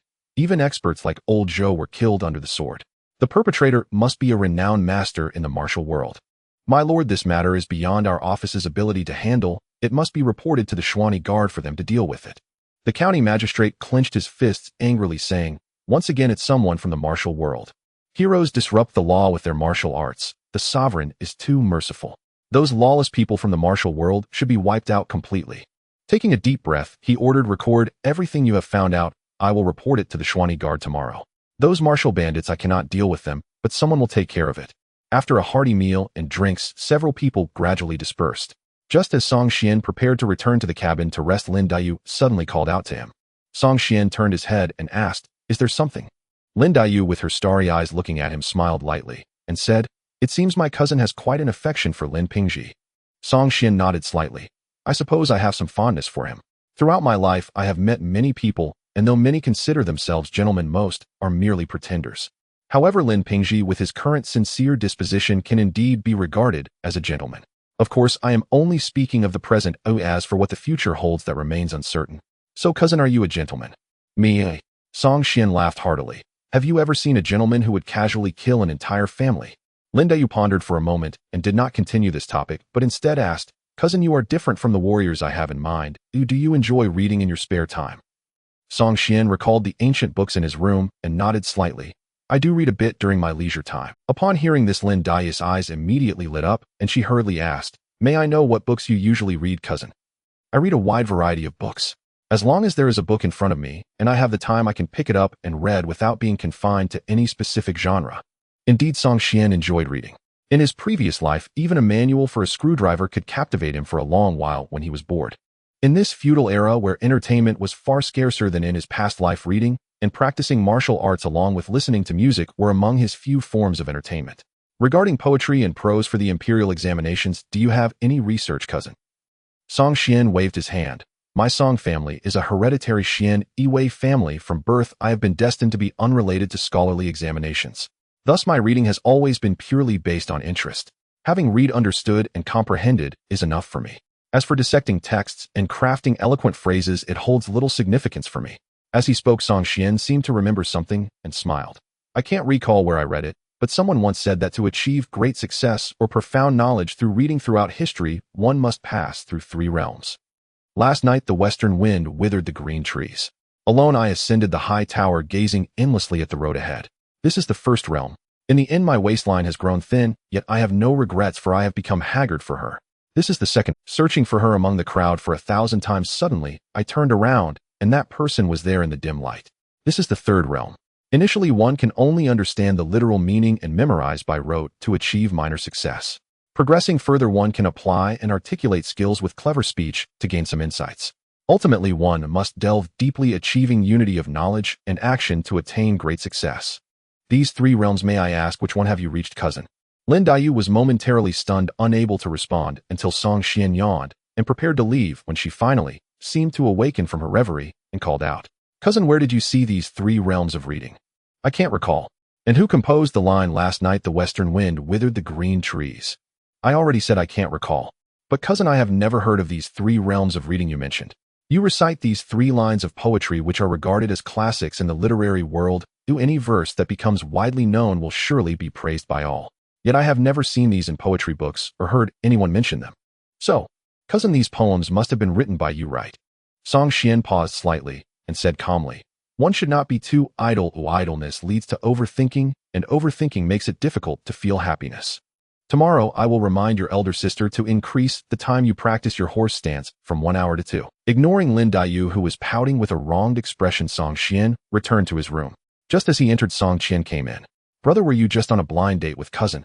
Song Qian asked, her curious eyes blinking rapidly, filled with a thirst for knowledge. Sometimes I really want to pry open your head to see what you think about all day. Song Qian replied speechlessly. Which of your eyes saw me on a blind date? Song Qian pouted and said, isn't a blind date just discussing each other's likes and habits? You were just talking about the realms of reading, discussing poetry and prose, and even caring about her progress in martial arts, suggesting she add an hour to her daily practice. Isn't that considered a blind date? Song Qian stared at her for a long while, and then sighed. Sometimes I really feel you were born in the wrong era. In another time, with your creativity, your potential would be limitless. He'll take that as a compliment. Song Qian replied cheerfully as she sat beside him. What you just said about the 3 realms of reading, how about in martial arts? Do you have any insights? Song Qian pondered. When it comes to martial arts, the internal energy circulation can be learned from manuals, and techniques can also be taught by others. However, manuals and techniques can only be considered the foundation to becoming a powerful practitioner. If one wishes to achieve great success in the martial arts path and become a master of martial arts, ultimately one must gain insights themselves. Relying solely on others' explanations is of little use. What I have come to understand may not necessarily be useful to you. Whether it's useful or not, just tell me. Song Xian patted the long sword placed at the head of his bed and said, since we have both been practicing swordsmanship since childhood, I will share my understanding of the sword path. It won't involve specific cultivation methods. It will purely be my insights on the essence of the sword path. In my view, the sword path can be divided into 5 realms: sharp sword, soft sword, heavy sword, wooden sword, and no sword. 5 realms. Song Qian immediately became interested and said, brother, please explain in detail. Song Qian poured himself a cup of tea and began to speak leisurely while sipping. The first realm, sharp sword without intention. This realm is about utilizing the sharpness of the sword to bring out the maximum potential of techniques, relying on the techniques and the sword's sharpness to harm the enemy. The second realm, soft sword without permanence. In this realm, one must wield the sword not only fiercely and swiftly, but also use every move and every sword stroke's fantastical variations to continuously attack the opponent with the whimsical nature of the soft sword. The so-called soft sword without permanence means pursuing the ultimate variation based on having already maximized the techniques. Through the manipulation of physical force and internal energy, the soft sword's form can change infinitely according to the user's intent. Reaching this realm signifies that one has essentially attained the pinnacle of skill. The third realm, heavy sword without edge, superb skill without artifice. When one reaches this realm, they no longer pursue the complexities and variations of techniques, but begin to overpower the opponent with sheer strength. Regardless of how the opponent uses their techniques or whether there are flaws in their martial arts, simply swinging a sword directly can yield remarkable results. In the fourth realm, the wooden sword is unparalleled. If the heavy sword without edge belongs to the stage of easily wielding great weight using internal force, physical strength, and the might of the heavy sword to overpower others, then the fourth realm implies effortlessly wielding lightness to overpower others with momentum. The lightweight wooden sword can unleash a force that can move mountains and overturn seas in your hands, commanding the might of heaven and earth, with each gesture overpowering others with sheer force. I estimate that if one can cultivate the sword path to this realm, they are essentially at the level of a martial arts master on the path of martial arts, seeing 1,000 troops as mere trifles. As for the fifth realm, the realm without a sword, this is merely my conjecture. In this realm, one is no longer attached to whether there is a sword in hand, nor to sword techniques, but rather follows the natural way and resides in one's heart. In simple terms, when the sword is drawn, it can draw upon the power of heaven and earth, which is beyond human strength to resist. I cannot say whether a grand master can reach this level, but it is certain that upon reaching this realm, one can be called a terrestrial immortal. In simple terms, when the sword is drawn, it can draw upon the power of heaven and earth, which is beyond human strength to resist. I cannot say whether a grand master can reach this level, but it is certain that upon reaching this realm. Song Qian listened in astonishment. Brother, is this truly your own insight? Well, sort of.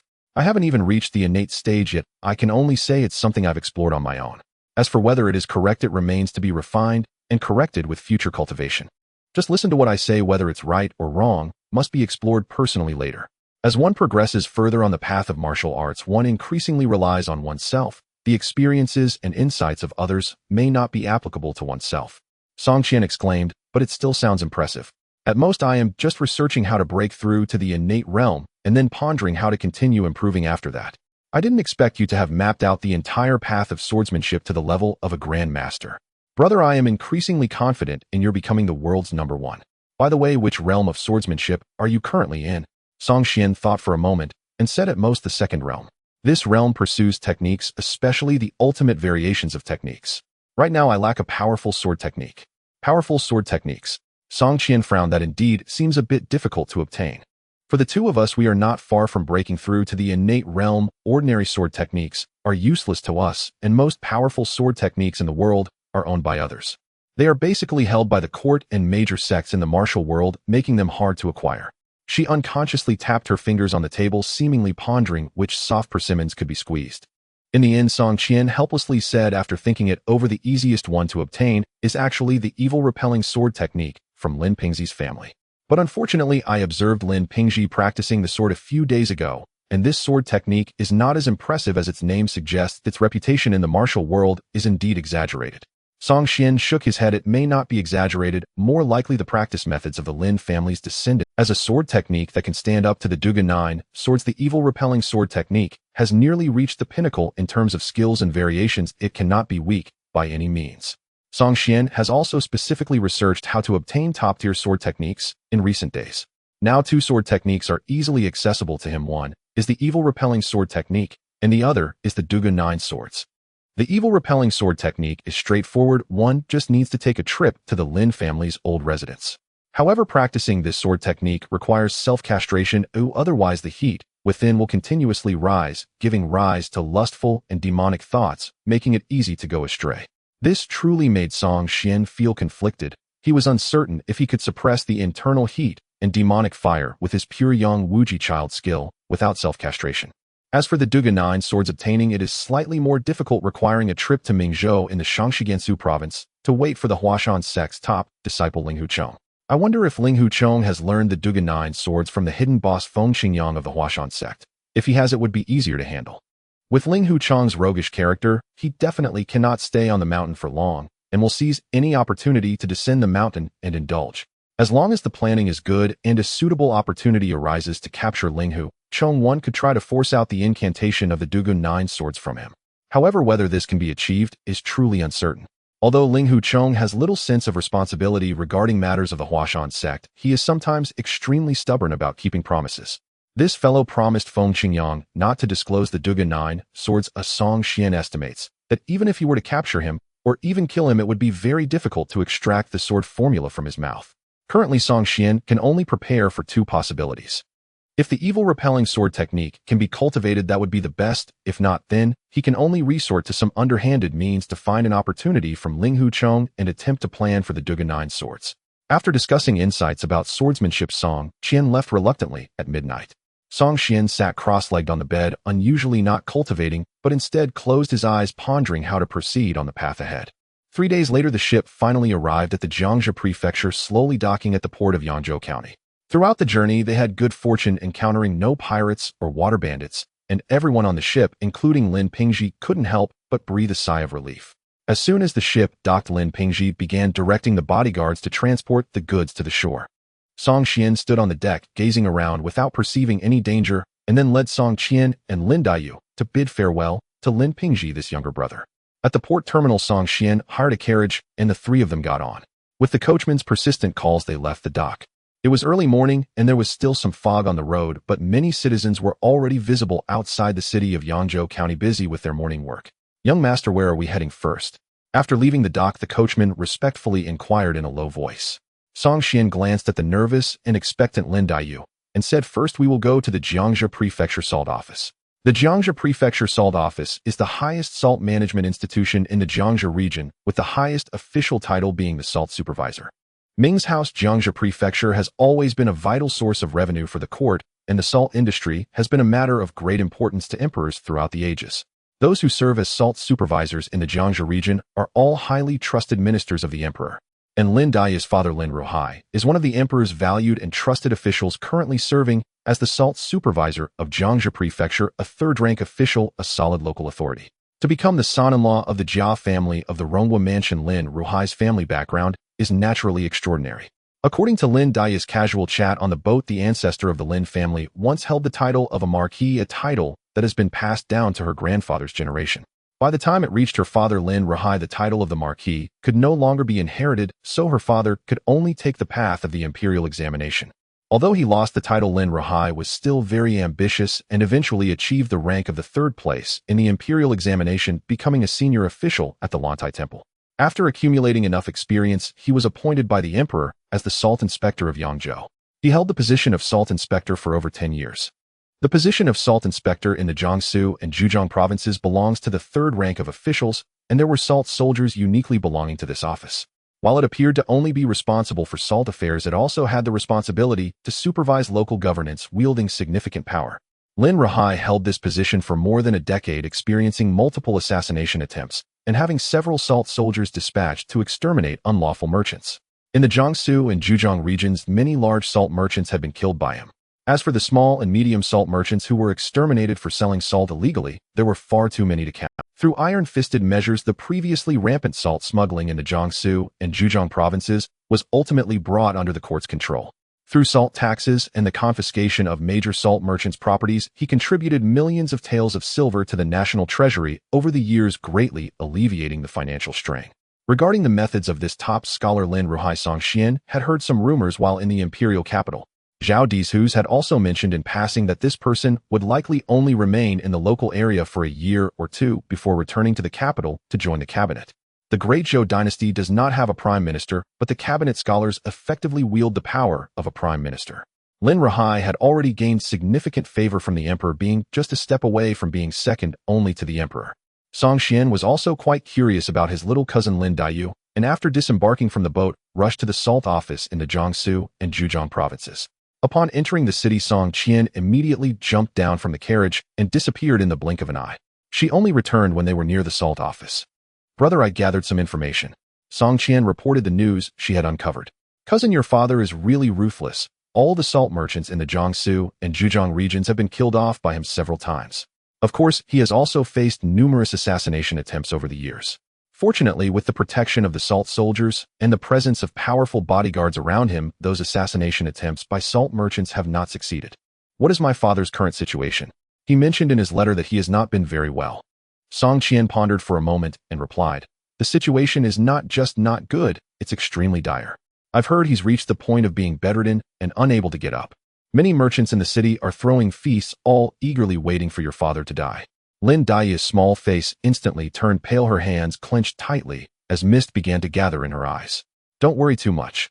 Song Xian looked at his sister with a speechless expression. Although he knew she had been relatively subtle in her words, it still sounded a bit too blunt.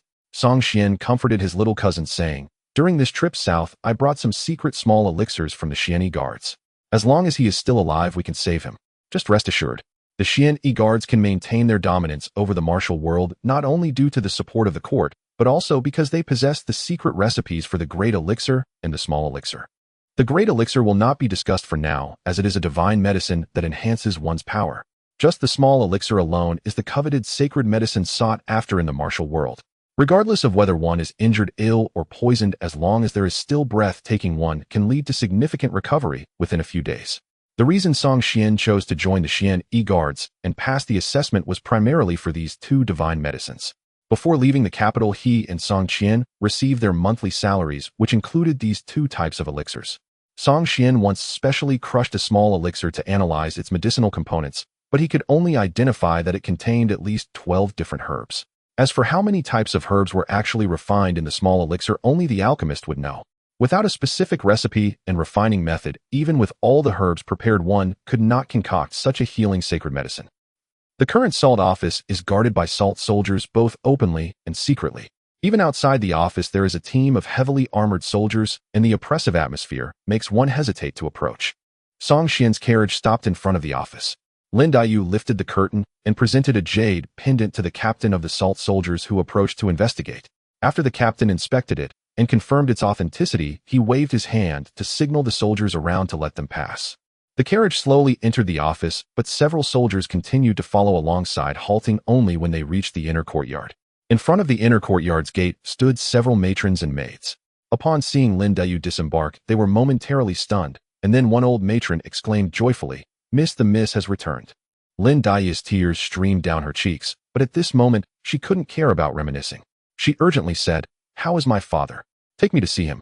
The matron did not dare to delay, hurriedly saying, "Miss, please follow me. I will take you there right away." She glanced at Song Xian and Song Qian, saying, "Miss, these two are.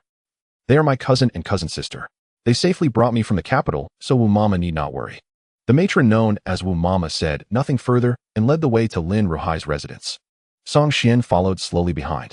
Along the way, he had already sensed that there were no less than a dozen expert bodyguards surrounding them. It was hard to say exactly how strong they were, but Song Xian estimated that they were at least seasoned martial artists who had cultivated internal energy. Pushing open the door to a bedroom in a small courtyard, Lin Daiyu stepped inside and immediately knelt. "Father, your daughter has come back to see you." On the bed, Lin Ruhai looked emaciated with gray hair and a murky gaze, appearing to have reached the point of exhaustion. Hearing Lin Daiyu's voice, he struggled to sit up, trembling as he reached out, his voice hoarse. "Come closer, let your father take a good look at you. After you die, your father can also tell your mother what you have grown into." Upon hearing this, Daiyu wiped her tears and stood up to move closer.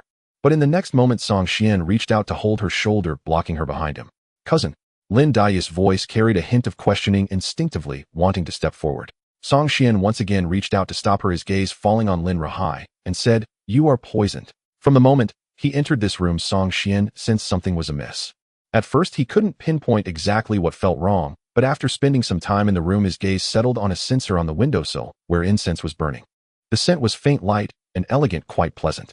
Yet after inhaling a few more breaths, the pure yang supreme internal force in his dantian suddenly erupted in fury. Streams of inner force surged like a torrent, as if facing a formidable enemy, devouring the inhaled fragrance entirely. At that moment, Song Xian understood. The incense burning in the censer was poisoned. As a transcendent-level cultivation art, the inner force cultivated by the pure yang supreme child's skill possessed extraordinary abilities, one of which was immunity to all toxins. Any poison entering the body would trigger a violent reaction from the pure yang inner force, which would then swarm and consume the toxin completely. Clearly, the incense that provoked such a response from his pure yang inner force must contain an unknown poison. He didn't know what poison it was, but knowing it was toxic was enough. After declaring that Lin Ruhai was poisoned, Song Xian flicked his sleeve. A sudden gale swept through, shattering the doors and windows of the bedroom. The censer still burning incense flew out and landed in the courtyard. Lin Ruhai's dim eyes brightened slightly. He didn't ask what poison it was or who had poisoned him. Instead, he fixed his gaze on Song Xian with hopeful anticipation. "The censer is poisoned." Song Xian nodded. "Can I still be saved?" "Yes." Without further ado, Song Xian took a jade bottle from his bosom, carefully pulled out the stopper, and tipped out a single pill. The pill was small, no larger than a fingernail, and pale gold. The moment it left the bottle, a rich aroma of medicine filled the entire room. This medicine. Lin Ruhai seemed to recognize it, a flicker of wonder in his eyes. A secret elixir of the black guard, the minor return pill. Song Xian flicked his finger, and before Lin Ruhai could react, the pill flew into his mouth. In the next instant, he felt a sweetness on his tongue and instinctively swallowed. Then streams of warmth began to flow through his body.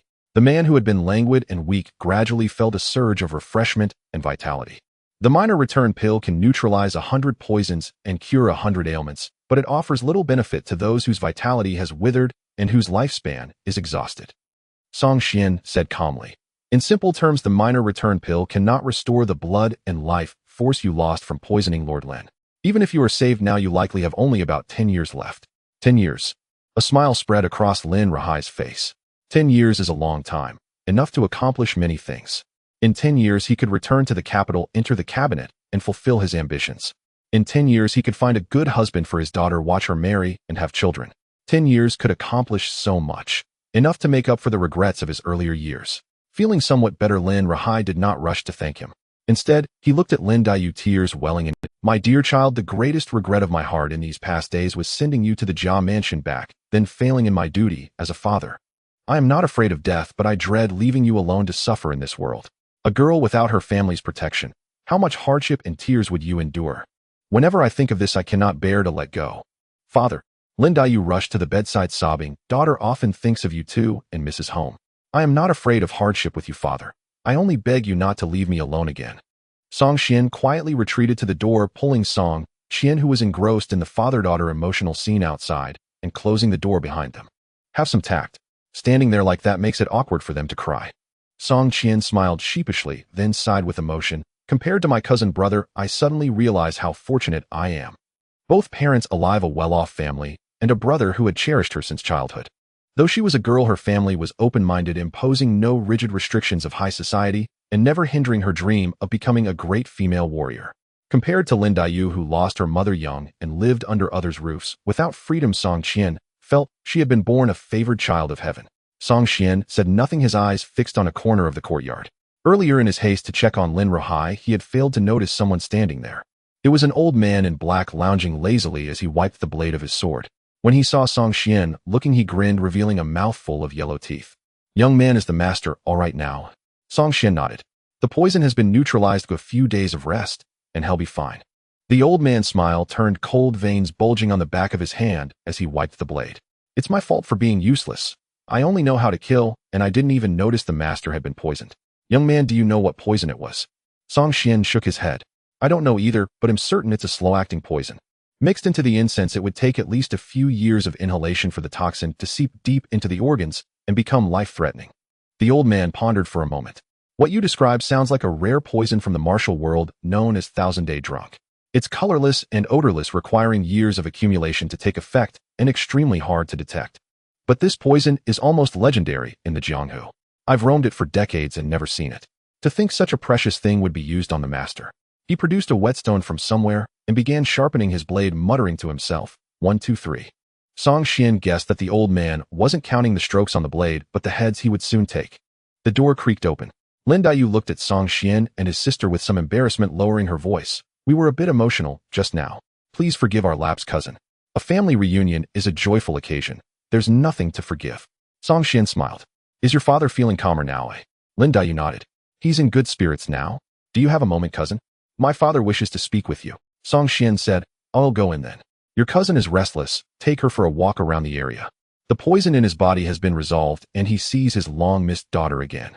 Lin Ruhai is indeed in very good condition now. While he wouldn't say he looked radiant, at least his spirit appeared quite good, no longer exhibiting the imminent death state he had before.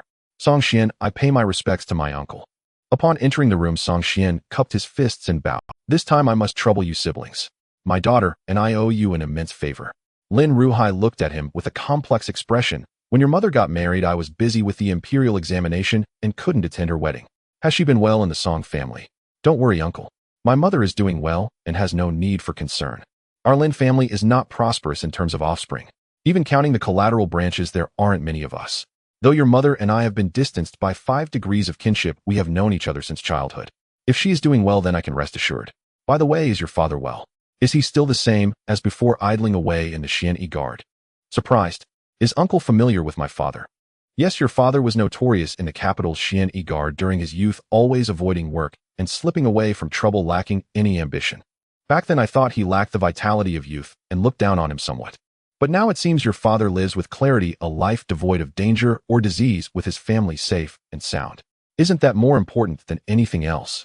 Song Qian chuckled, but did not respond as it involved his own parents. He did not wish to discuss too much with outsiders. I heard from Daiyu that you siblings are here to take up positions in Jiangxia Prefecture. Yes, not long ago 100 households died here, and the capital summoned me over. Lin Ruhai's smile gradually faded as he said the situation in Jiangxia Prefecture is quite complex. Just dealing with those salt merchants is no easy task.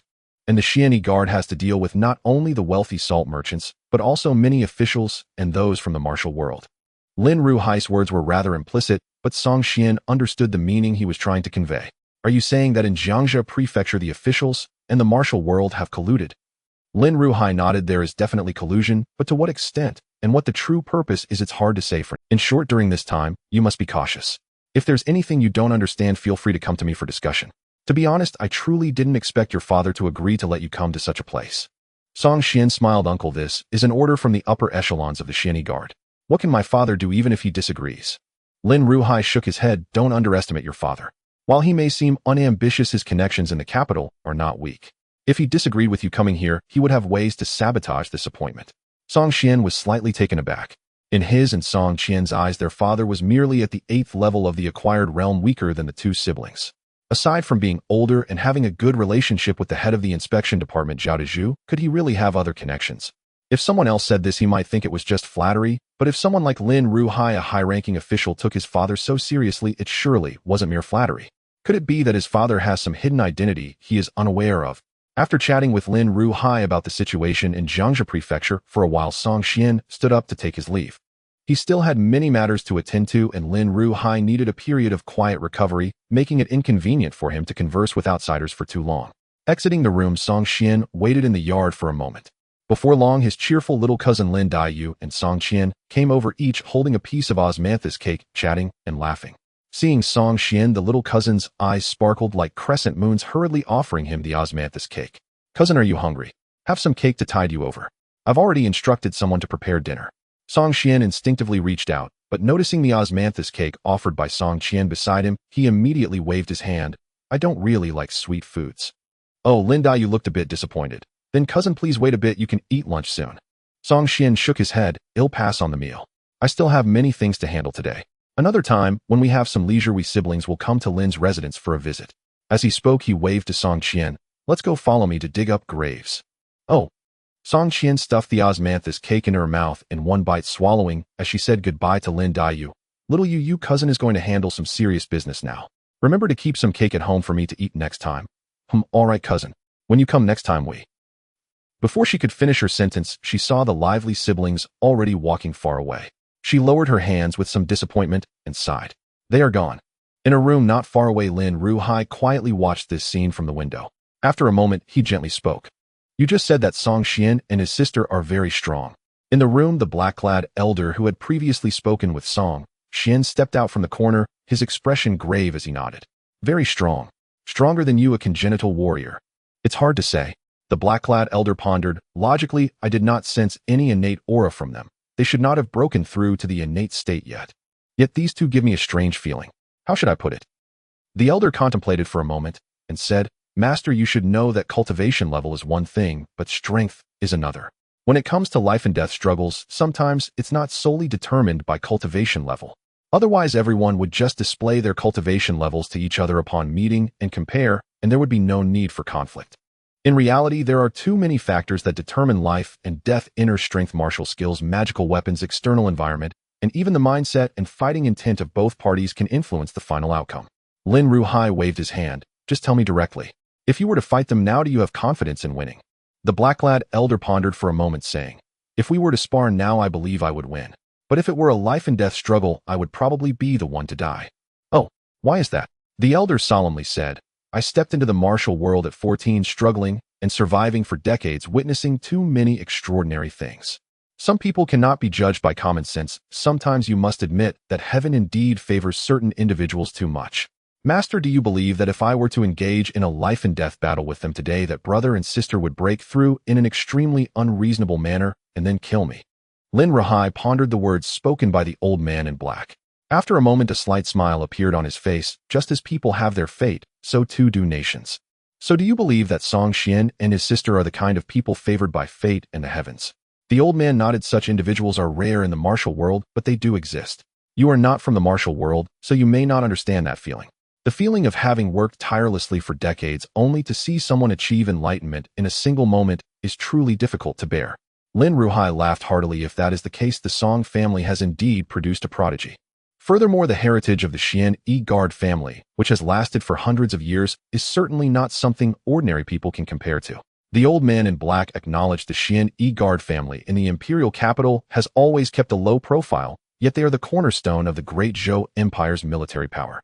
The 100 household who died this time is said to be from the Xian Guard family, and it seems they are ready to take significant action. "Oh, so you mean that Song Qian is not only formidable in martial arts, but also capable in other areas?" "Indeed." The old man in black contemplated for a moment. "The master has been quite ill lately and may not be aware of. Recently, Song Qian has gained significant notoriety within the Xian Guard in the imperial capital. The highly publicized case of the Great Zhou's first flower-picking incident was handled by him. As a result of this case, no fewer than 3 prominent families were implicated and had their houses raided, and several high-ranking officials were dismissed and imprisoned. This person is meticulous in thought and decisive in action. Most importantly, he has a powerful background, as the enforcers of the Xian Yi Guard can be mobilized at his command. The master is related to him, and there is also the connection with the young lady, making it a considerable support whether they remain in Jiangsu and Zhejiang or return to the imperial capital. Lin Ruhai shook his head. The waters of the Xian Yi Guard are significantly deeper than the salt trade. Let's see how he establishes himself first. The mountains are high and the emperor is far. This area in Jiangsu and Zhejiang is distant from the imperial capital. He is just 100 household with 1,000 household above him. Whether he can achieve anything remains to be seen. After some contemplation, he looked at the old man in black. Feng Lao, if the situation requires it, I may need you to intervene and assist him. The old man nodded without any intention of declining, just for the fact that he saved the master. It is indeed. Outside Yangzhou City at a cemetery, Song Xian and Song Qian were currently digging a grave. At this time the night had deepened and the surrounding trees were dense. Not even a chirp of insects or a call of birds could be heard, creating an eerie atmosphere. To avoid causing too much noise, Song Xian and his sister chose to dig the grave at such a quiet hour. Half an hour later, after they had covered the coffin and filled in the soil, they left the place quickly without wanting to stay even a moment longer. As they walked further away, Song Qian kept shaking her sleeve and frowned. This stench of corpses seems to cling to me. It just won't dissipate. Song Qian shrugged it off. You'll get used to it after seeing it more often. Song Qian sighed. Brother, it can basically be determined now that the person from the old Su family was murdered, right? Song Qian replied, under normal circumstances, if a person drowns accidentally, they would inhale some silt through their mouth and nose. But as you saw just now, there wasn't a trace of silt in his mouth or nose. Clearly, he was already dead before drowning. Moreover, as you saw in the autopsy, his body was stiff and cold with no visible injuries, yet his heart was completely shattered. It is evident that he was killed by some extraordinary technique. Song Qian said the Xian Bing technique passed down in our family can freeze and shatter a person's internal organs without harming the exterior. Such techniques that specifically damage internal organs are not uncommon in the martial world.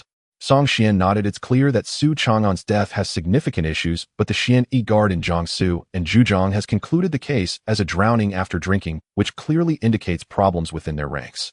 Song Qian exclaimed, the old Su family is indeed unfortunate. Although they are a hereditary Xian Yi Guard family, their numbers are even thinner than our Song family. It seems that this generation has only Su Chang'an as the sole male heir. Su Chang'an lost both parents at age 10, and now he is dead too. The Su family might soon be erased from the ranks of the hereditary Xian Yi Guard families in the imperial capital. Song Qian scoffed. Those hidden individuals likely understand the situation of the Su family, which is why they dare to act recklessly, thinking that Su Chang'an's death would go unnoticed, as he has no family to seek retribution for him. Song Qian touched the sword at her waist and scoffed. Those people probably don't realize that the hereditary Xian Yi Guard families in the imperial capital are interconnected. They are not just targeting Su Chang'an. They are provoking all of us from the hereditary Xian Yi Guard families. Song Qian fell silent, gazing up at the darkened night sky with a sigh. It seems that this journey to Mingzhou will once again be a bloody one. The next morning, Song Qian changed into a deep black robe of the Xian Yi Guard's 100 household uniform. This robe was not only splendid, it added a certain majesty and pressure when worn on Song Qian's tall and slender frame. Exiting the inn, Song Qian was already dressed in official attire, holding the reins of 2 war horses waiting outside. Passers-by saw her clothing and the sword at her waist, each displaying a look of fear and keeping their distance. Let's go. Song Qian mounted his horse, waved his sleeve, and led the way towards the Xian Yi Guard's 1,000 household office located in Yangzhou City. Today marks the official appointment day for the 2 siblings. Even if this 1,000 household office is a den of tigers and dragons, he must go and have a clear look. If the Xian Yi Guard here is still usable, they will continue to use them. If not, a glint of ruthlessness flashed in Song Qian's eyes. At worst, he would clean house and replace them. The Xian Yi Guard system is too vast, filled with numerous factions and ongoing struggles, both overt and covert. Just within the inspection department, there are multiple factions. Before leaving the capital, old Zhao specifically instructed him to let loose and stir up trouble. If necessary, the enforcement officers outside Yangzhou City can be mobilized at any time. In recent years, the hereditary Xian Yi Guard families in the imperial capital have declined severely, with many families having few members or even going extinct. While some families still bear their names, they have essentially lost their power. This has led many to forget their terror. The recent death of Su Chang'an might just be a test from certain forces. They are probing the reactions of the hereditary Xian Yi Guard families and investigating their true strength. In a certain sense, Song Xian and his sister are the new leaders of the next generation of the hereditary Xian guard families. This time Zhao Dizhu sent him here to assume the position of 100 household, but in reality the true purpose is to let him kill to establish his authority. The Daizhou Xian Wei is divided into 3 systems. The tribunal is the most independent, primarily overseeing judgments, and is the most mysterious, rarely making public appearances akin to a military court in later times.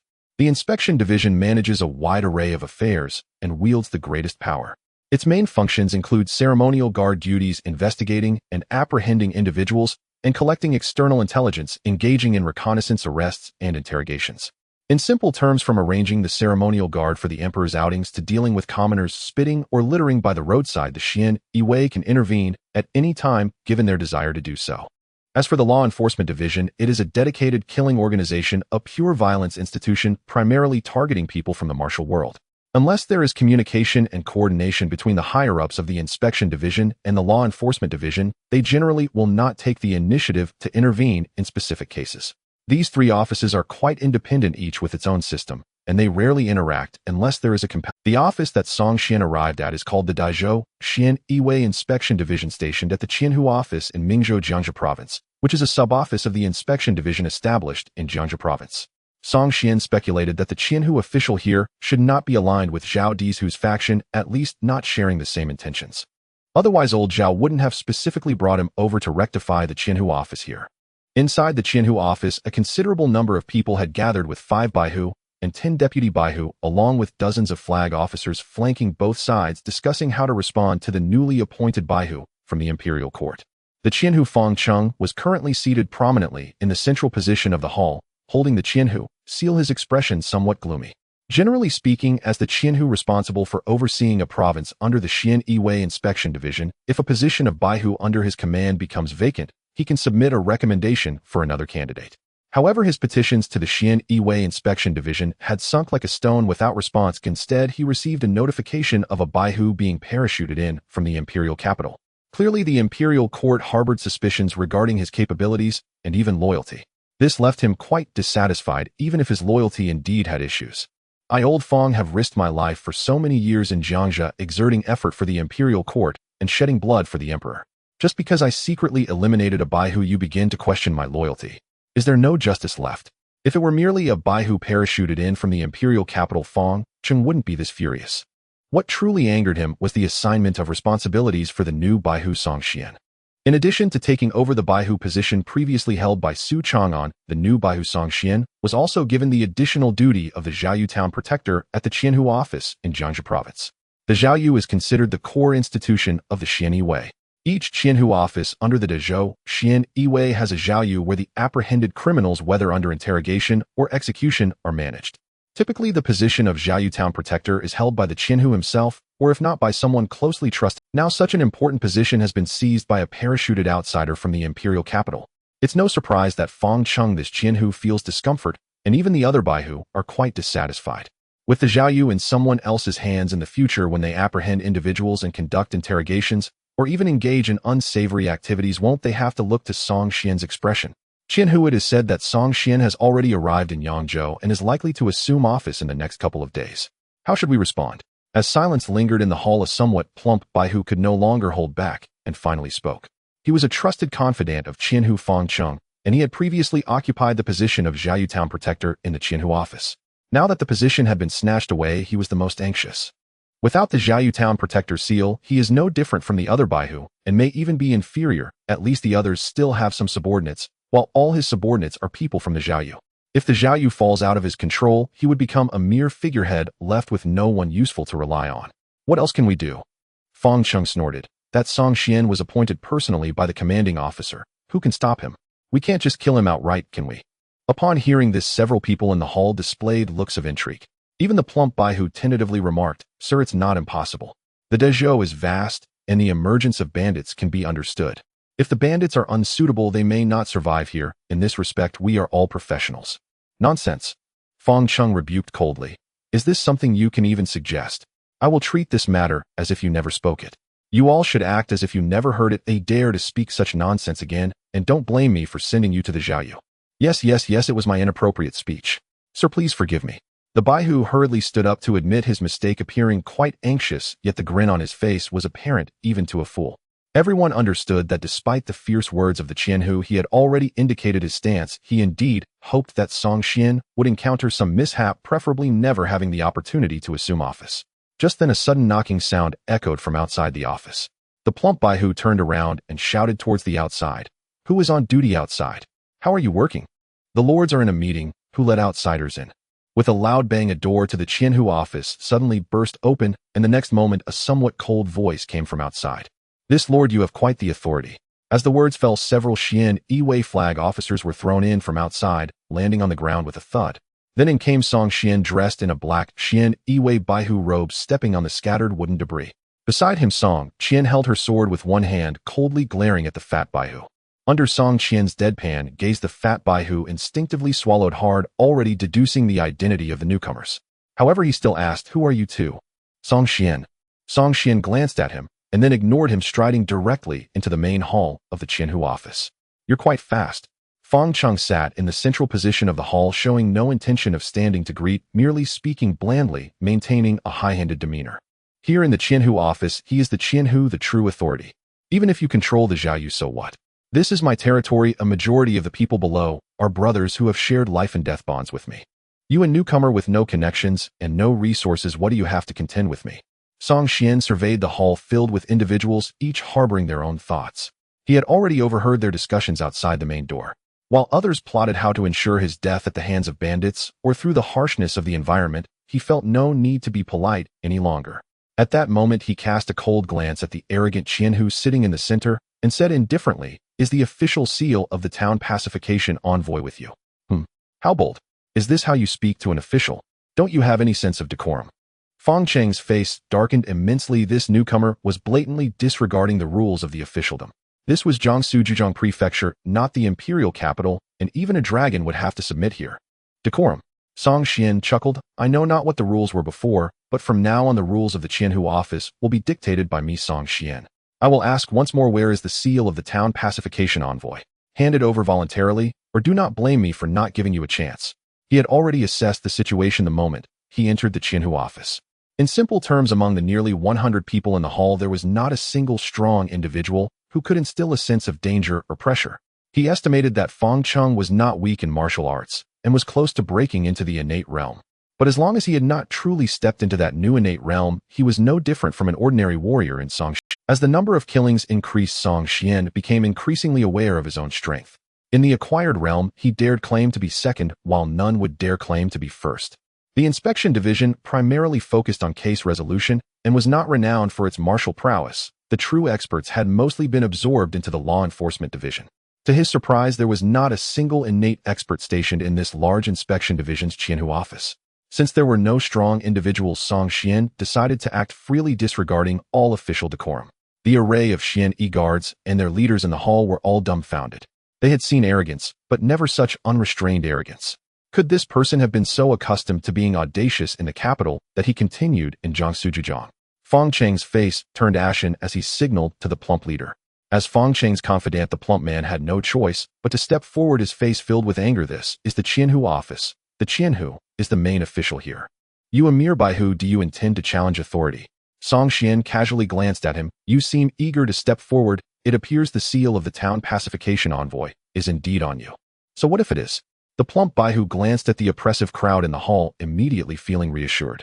More than half of the nearly 100 individuals here were loyal to the Qianhu. This was their territory. How could a mere child like Song Xian possibly overturn it? "Song Xian, let me be honest, the affairs at the official seal are complex, and I currently have no time to hand it over to you. Once I sort things out, I will naturally deliver the seal to you. You can file a complaint if you wish. Even if you report to the commander of the Xian Yi guards, I will not be found at fault for my actions." Song Xian clapped his hands and said, "Well said. This aligns perfectly with my intentions." He then glanced at Song Qian, who stood with her sword crossed over her chest, exuding a murderous aura, and calmly said, "Kill him." With that, a shadow flashed past, and in the next moment, everyone in the hall felt a chilling aura rise, followed by a sickening crack of bones breaking. Song Qian had appeared behind the plump Baihu at some unknown time, one hand pressing down on his head, brutally twisting his neck until it snapped. You actually..." The Qianhu was stunned. He had seen brutality before, but this was the first time he witnessed someone kill openly in the Qianhu office of the Xianyi guards. Looking at the lifeless head of his confidant, twisted unrecognizably, Fong Chung trembled with rage. What was happening? Was the style of handling affairs in the capital really this crude? Killing at the slightest disagreement? Did he truly fear no consequences from above? In the hall, some baihu and leaders had already drawn their swords, but instinctively, they took a step back, none daring to rush forward. Song Qian's swift movements had indeed left them in shock. To act rashly now would only lead to being. Song Qian searched the dead, plump man's body and pulled out a large seal from his sleeve, cheerfully handing it to Song Qian. Brother, this thing was indeed on him. Song Qian glanced at it satisfied as he put it away, then smiled widely as he surveyed the crowd. If any of you are dissatisfied, feel free to file a complaint, even if it reaches the commander of the Xianyi guards. Believe me, even if I were to kill all of you today, the commander would merely scold me a few times. There would be no substantial punishment. Upon hearing this, the already hesitant Xian Baihu and leaders exchanged looks, each becoming even more cautious. At that moment, they all understood Song Qian must have a significant background deeply rooted in the capital, otherwise he would not dare to kill so recklessly. Considering Song Qian's elusive movements earlier, some individuals who were not entirely in alignment with Qianhu Fangcheng immediately sheathed their long knives. Some even spoke up.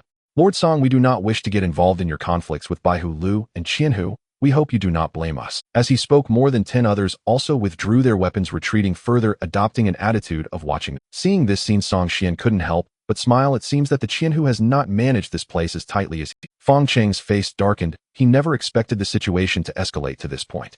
He had thought he was the sole authority in the Qianhu office, yet these people whom he had lavished with silver and gifts had not been completely won over. These fickle individuals would be dealt with once today's affair was settled. What use was a disobedient dog? Song Qian, killing a colleague is a grave offense for you intending to rebel. Some chose to observe while others stepped forward. At this moment, a man with a leader's token around his waist pointed his long knife at Song Qian. The Xianyi guards do not belong to the Song family. Even if the commander shields you, how could the emperor let you off? In response to the reprimand from the banner, Song Qian merely cast a faint glance at him, then surveyed the crowd. Is there anyone else who wishes to step forward? Upon hearing this, a few more members of the black-clad guards bearing the banner tokens at their waists stepped forward, drawing their long blades to point at Song Qian. They were direct subordinates of the Thousand House Lord, their wealth and status long intertwined with him. If this newcomer Song Baihu were to usurp power today, their future lives would undoubtedly be miserable. Even if they feared Song Qian's skills, it was imperative to step forward now. Song Qian chuckled, halting Song Qian, who was about to take action, saying, I've stated that from now on the rules of this Thousand House will be dictated by me, Song Qian. If anyone is dissatisfied, they may step forward now. With that, nearly 8 more people stepped forward, surrounding Song Qian in an aggressive stance, totaling 10. Very well. Song Qian nodded in satisfaction, but as he bent his back and arched his body, the muscles within him tensed, the sound of cracking bones echoing, as even Song Qian felt that her brother seemed like a volcano ready to erupt. Clang! The sound of a sword being drawn echoed. Song Qian's speed in wielding his sword was so astounding that the people in the hall barely had time to see a white streak slicing through the air, but their bodies could not react in time. The sound of the long sword piercing throats rang out almost instantaneously. In the hall, blood erupted like a fountain, vivid and eerie, filling the already solemn Thousand House hall with a thick scent of death. Thud, thud, thud. 10 blood-soaked corpses collapsed to the ground. Song Qian casually kicked aside the body of a banner holder before shaking off the blood dripping from his sword tip, smiling faintly at the others. From now on, I, Song Qian, hold the power in this Thousand House. Is there anyone who still dares to contest this? I guarantee I won't make things difficult for them. I'll be damned. Some of the banner holders who were still hesitating and unsure of which side to take now backed away in fear, worried that being too close might lead to their necks being pierced next.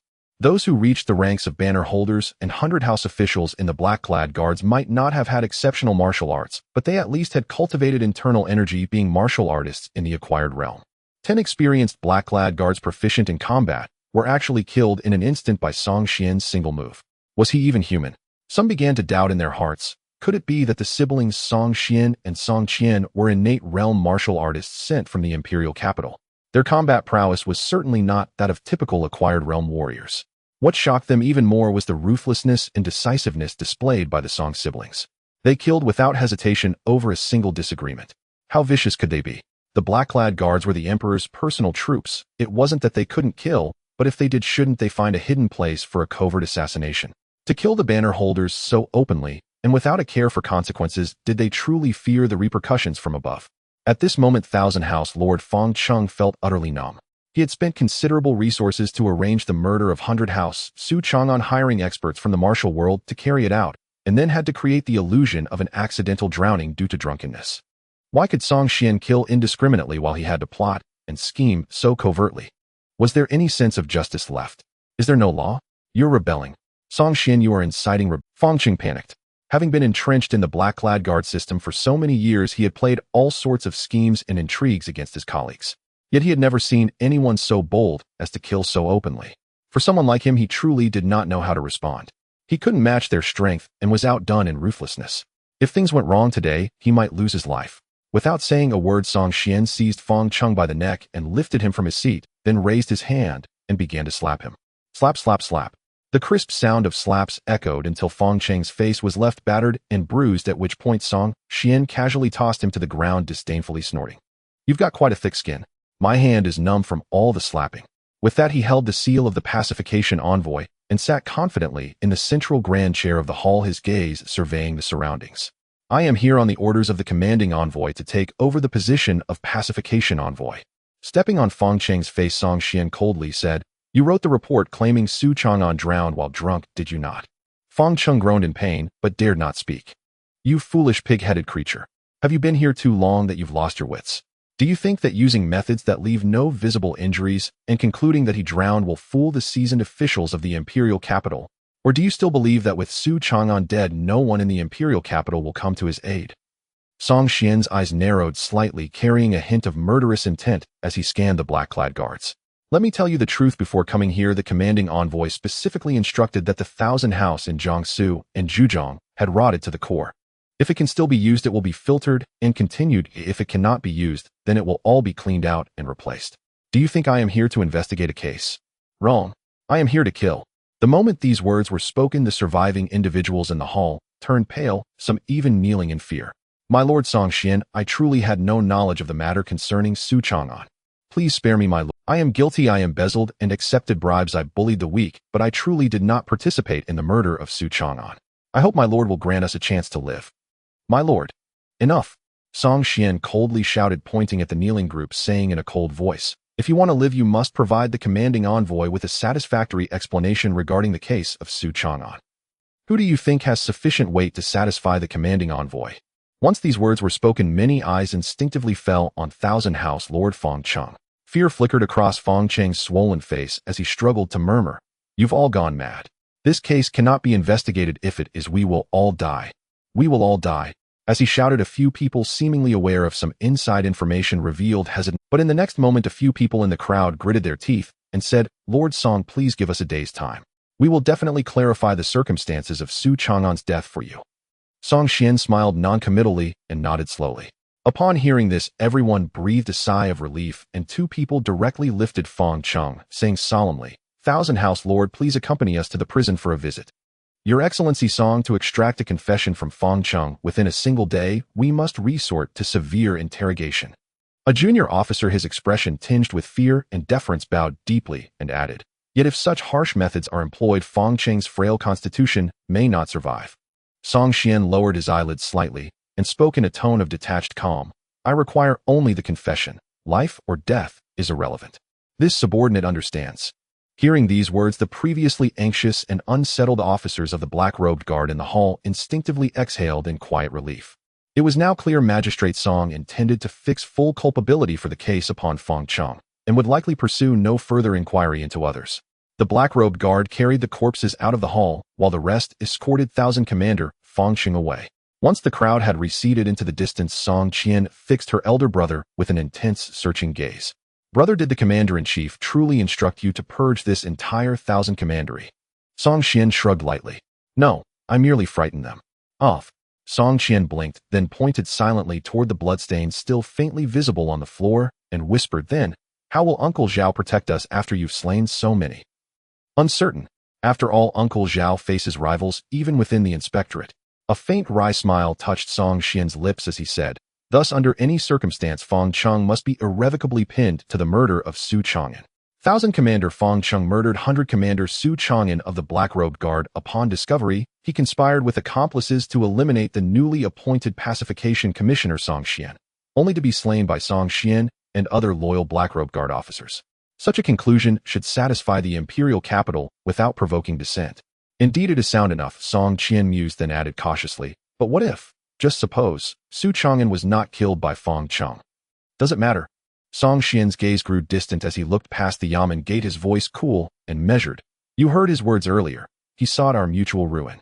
Since rupture was inevitable, better to sever it cleanly and decisively. Against a seasoned political operator like him, one cannot abide by convention. One must strike swiftly, shattering his composure before he can react. Today, even if the celestial sovereign himself descended, Su Chang'an's death shall be attributed solely to Feng Cheng. Whether true or not, it must be so. Song Qian blinked slowly as though seeing her brother for the first time. In a hushed voice, she murmured, Brother, I've just realized, you're far more ruthless than I ever imagined. Merely self-preservation. Song Qian sighed softly. Had Feng Cheng not first plotted our deaths, I'd have had no intention of investigating anything at all. Drifting through each day, idling through duty, would have suited me well enough. Alas, the tree yearns for stillness, but the wind refuses to cease. Some souls simply rush headlong toward their own demise. What choice do I have? That too is true. Song Qian paused thoughtfully, then continued. How do you intend to handle the remaining 100 commanders and battalion captains? These opportunists may pledge loyalty, but will they truly serve you? For now, we retain them. Today's executions were sufficient to establish authority. Likely they'll dare not stir trouble for some time. Though I invoke the commander-in-chief's name, I cannot slaughter them all outright. Time remains, plenty of it, to discern who among them is worthy of trust. Incidentally, go to the imperial prison and oversee matters closely. Though unlikely, we must guard against any unforeseen contingency. Understood. Familiar with her brother's meticulous nature, Song Qian acknowledged his instruction with a soft reply. Then, crossing her arms over her chest with swords still sheathed, she lightly tapped the floor with her foot and drifted from the hall like a willow down on the breeze. Song Qian stood alone in the hollowed-out hall, then walked to the threshold. Outside, 2 rows of junior black-robed guard officers patrolled. Spotting him, they bowed their heads low in trembling apprehension. Within a remarkably short span, word had already spread across the 1,000 commandery Yamen. The newly arrived pacification commissioner had slain over 100 commanders and battalion captains, and even cast the 1,000 commander himself into the imperial prison. Who could fail to tremble before such a merciless figure, one who kills without hesitation? You there? Song Qian pointed toward one rank of guards and commanded, bring me intelligence reports on all martial sects and underworld factions operating within Mingzhou Prefecture. Yes, sir. Relieved that the commissioner demanded only service, not punishment, the men bowed deeply and departed swiftly, breathing easier with every step. Clearly, this was an internal power struggle between the pacification commissioner and the 1,000 commander. Now that Song Qian held sway, he seemed disinclined to persecute lower-ranking officers. Soon a stack of dossiers arrived, delivered by junior black-robed guard officers. Song Qian skimmed each volume, each meticulously chronicling a distinct martial faction. He read swiftly. After 2 hours, he exhaled softly, his understanding of Mingzhou's martial landscape now roughly complete. In brief, the most powerful public-facing sect was the Wudong sect. Though relatively young in origin, its supremacy rested upon a single pillar, the founding patriarch Zhang Sanfeng. The Great Zhou imperial dynasty ruled over the 9 provinces of the continent. According to internal black-robed guard assessments, Mingzhou ranked among the weakest in martial prowess across all 9 provinces. Most martial artists remained in the mortal realm, some lacking even rudimentary inner energy, while those who attained the innate realm were rare, each serving as a cornerstone for their respective sects. Zhang Sanfeng of the Wudong sect stood alone as the sole known martial grandmaster across all of Mingzhou, and the only sect master formally infeft and recognized by the imperial court. All other sects, be they self-proclaimed orthodox or demon cults, were deemed illegitimate by the throne, unregistered, unofficial, and unworthy of sanction. Song Qian dipped his brush in ink and began inscribing names onto a sheet of rice paper. Shaolin sect Zuolinchan, Huashan sect reclusive master Feng Qingyang, Amei sect current abbess Mie Zhu Shirtai, Ming cult leader Zhang Wuji, Sunmoon holy cult Ren Wuxing Dongfang Bubi, Shaolin temple master Fangzheng, White Cloud City Lord Yi Guqing, rising sword prodigy Shimin Chueshua, four-eyebrow gentleman Lu Xiaofeng, flying dagger master Li Xuanhuan, and so on.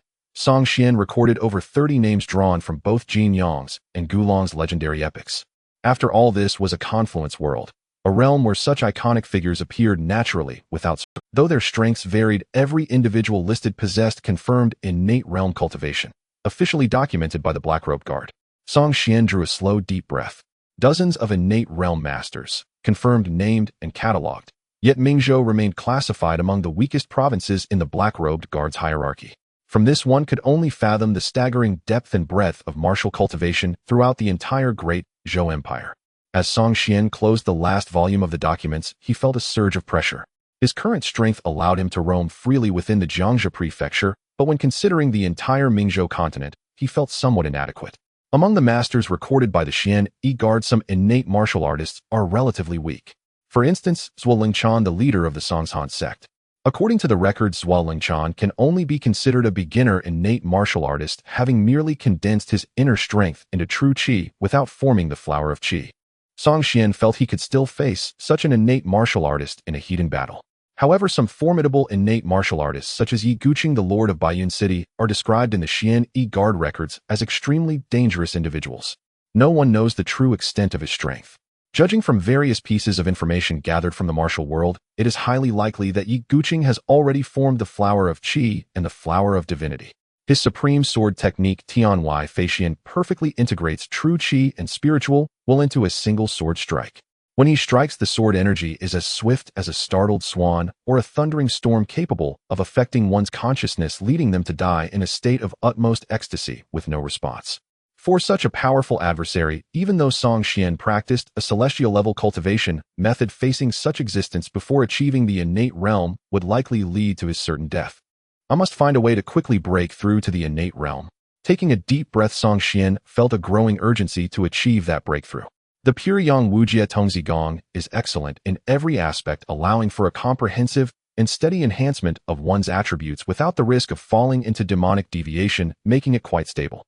However, perhaps it is too stable. The progress of this method is not fast in the early stages compared to rapid success methods like the Kuehua Budian and Bixia sword manual. It can be said to be slower. In simple terms, the essence of my cultivation method is tongzi gong, which requires time to mature. The longer the time spent, the more powerful the effects of the technique. Yet Song Xian is only 20 years old and has not yet reached the true explosive potential of the tongzi. Normally, a martial artist like Song Xian, having reached the peak of the postnatal realm, might break through to the innate realm with just a moment of enlightenment. But Song Xian is keenly aware that not only does he need that moment of enlightenment, even several such moments would not guarantee a direct breakthrough. His cultivation method requires time unless he encounters a great opportunity. As for where that opportunity lies, Song Xian inexplicably thought of the Lin family's Bixia sword manual. The Bixia sword manual can only be cultivated by self-castration, otherwise one would fall into demonic deviation. Conversely, Song Xian's pure yang wuxia tongzi gong has the super stable characteristic of not falling into demonic deviation, which makes him constantly think about the Bixia sword manual. I wonder if this sword manual derived from the Kuehua Baodian would aid in my cultivation breakthrough. Just then the door creaked open and Song Xian looked up to see Song Qian briskly entering with a confession in hand. Brother, here is Fong Cheng's confession. Song Qian placed the confession on the table, puzzled. This guy appears extremely terrified of death, yet he stubbornly refuses to admit anything. I was frightened by the heavy sentence he faced, yet he stubbornly held on, only admitting to being the mastermind behind Su Chang'an's murder while refusing to speak on anything else. According to the confession, Fong Cheng acknowledged that he had accumulated considerable grievances with Su Chang'an at work, ultimately leading him to harbor thoughts of secretly killing him. In short, he is the murderer, he committed the crime, and it is a personal grudge between him and Su Chang'an, unrelated to anyone else. This guy took all the blame on himself. I underestimated him, Song Qian remarked. What has become of him now? He's dead, Song Qian said flatly. After undergoing such severe punishment, his body was already beyond recognition. He passed away after taking all the blame on himself. Brother, the clues end here. Should we continue our investigation? No need to investigate further. This case is too deep. Even someone as fearful of death as Fong Cheng has turned into a hard man, unwilling to speak the truth, even if it means death. What do you think the truth is? Are you suggesting that if he doesn't reveal the truth, only he will die, but if he does not, only he, but also his wife and children will perish? Perhaps his entire clan would have to thank his ancestors for the next 8 generations, Song Qian chuckled. I understand now. This guy is likely entangled in a major conspiracy of rebellion. Now that makes sense. No wonder you don't want to continue investigating. Su Chang'an probably got silenced because he learned something he shouldn't have. If we keep digging, the next to be silenced could be us. Song Qian nodded. One should only concern themselves with matters within their capacity. If one lacks the ability, yet meddles in affairs, that is the path to death. As you said, I am destined to become the world's #1. If I fall halfway due to meddling, wouldn't that be a huge loss? The court has over 100,000 troops, and countless masters of matters of rebellion and treason are naturally handled by those above us. We as mere small officers of the Xian Guard should deal with corrupt officials and thugs. Song Qian exclaimed, realizing her brother's personality is indeed extreme. He is more ruthless than anyone when killing, yet more cautious than anyone else when it comes to self-preservation, as if another soul resides within him. So is this case concluded? Yes, let it be known.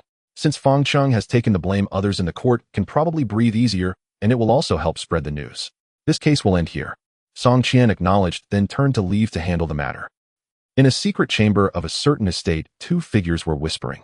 A man in a yellow robe said, "Sir, news has come from the Xian Guard. Fang Cheng is dead." Oh, another man dressed as a scholar sipping tea frowned upon hearing this.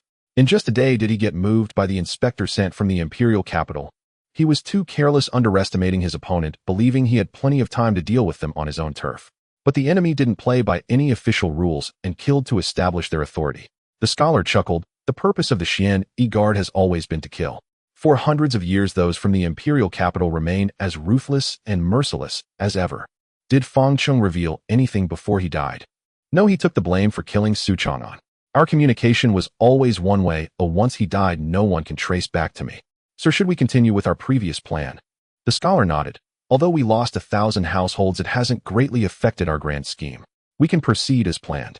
The search for the dragon vein of the Mingzhou continent cannot stop. So, sir, how should we deal with the newly appointed Qian, his pacification envoy? The scholar in a robe pondered for a moment and replied, since the matter has been settled on their end, let's not complicate things further. The death of Su Chang'an has already raised alarms in the capital. If these two newcomers were to die as well, the next ones to come would likely be the elite Xian Guards. Upon hearing the words elite Xian Guards, the man in the yellow robe fell silent for a moment, then slowly nodded. That works. As long as the one surnamed Song does not interfere with our plans to sever the dragon vein, we will not provoke him for now. After stepping onto the head of Qianhu, Fangqing, Song Xian became the true master of the Jiangxia prefecture. The previously grim atmosphere of the Qianhu office gradually shifted to a more relaxed one as Song Xian took control and the officials pledged their loyalty. Song Xian was essentially a slacker at work, with the only requirement for his subordinates being not to harm the common people. As for everything else, they could continue as before. In the Salt Bureau of Jiangxia Prefecture, Song Xian and his sister had come for a visit during their free time. The water town of Jiangnan seemed to carry an additional layer of vibrant colors compared to the capital. Upon seeing Lin Daiyu again, the once melancholic little cousin appeared significantly more radiant. Perhaps knowing that her cousins were visiting, Daiyu had changed into brightly colored clothing.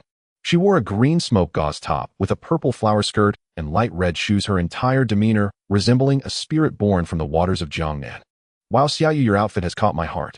Song Qian exclaimed, exaggeratedly rushing to her side to pinch her delicate face. I feel like I could squeeze water out of it. Daiyu playfully swatted her cousin's hand away and then curtsied to Song Qian. I heard from my father that the troubles on your side have been resolved. Song Qian nodded slightly. As long as there are people, there will be trouble. Let's say we can breathe a little easier for now. Oh, it shouldn't be too busy in the short term. By the way, have you been practicing the skills your cousin taught you seriously? The little cousin eagerly nodded. I have been practicing diligently. Ever since leaving the capital, my mind has felt so much clearer, and I've noticed that my physique has become much stronger during this time of practice. Song Qian smiled in satisfaction. You used to be too troubled, and now you are merely refining your foundation to make up for your qi and blood deficiency. Once your qi and blood are abundant, I will have your cousin teach you some real martial arts. At this point he paused and curiously asked, by the way, as a young lady practicing these things at home, does your father have any objections? Daiyu laughed. Don't worry, cousin. My father is very open-minded. Whether I am reading, practicing calligraphy, or strengthening my body through martial arts, he fully supports me. Song Qian chuckled. Let's go meet your father. He stepped forward, heading towards a courtyard filled with bamboo. Song Qian walked behind, giggling beside Lin Daiyu. Why don't you call cousin so affectionately? Daiyu playfully retorted. Cousin, what nonsense are you talking about? Her face turned slightly red as she looked ahead, noticing the tall figure walking leisurely, seemingly not having heard her cousin's teasing. The little cousin felt a slight sigh of relief, but for some reason her heart inexplicably felt a bit more desolate. In the reception room, Lin Rahai appeared much better than in the past few days. Song Qian looked him over and said, Uncle, it seems your health has nearly recovered. The now healthier Lin Rahai gradually exuded the demeanor of a provincial governor, smiling gently. I owe it to the medicinal pills you brought. The Shaohuan Dan is a holy medicine for healing and detoxifying. Even among the Xian Guards, very few are qualified to obtain it. Using it on an ordinary person like me feels a bit wasteful. This statement was not simply polite, Lin Ruhai genuinely felt it was somewhat wasteful. After leaving the capital and arriving at Qianhu, Song Qian realized just how difficult it was to obtain the large and small Huan Dan he and Song Qian had received. He initially thought this was standard for second-tier Qianhe guards, but he recently learned that the captains of the 100 households in the Qianhu did belong to the second-tier Qianhe guards, but did not have the qualifications to obtain them at all.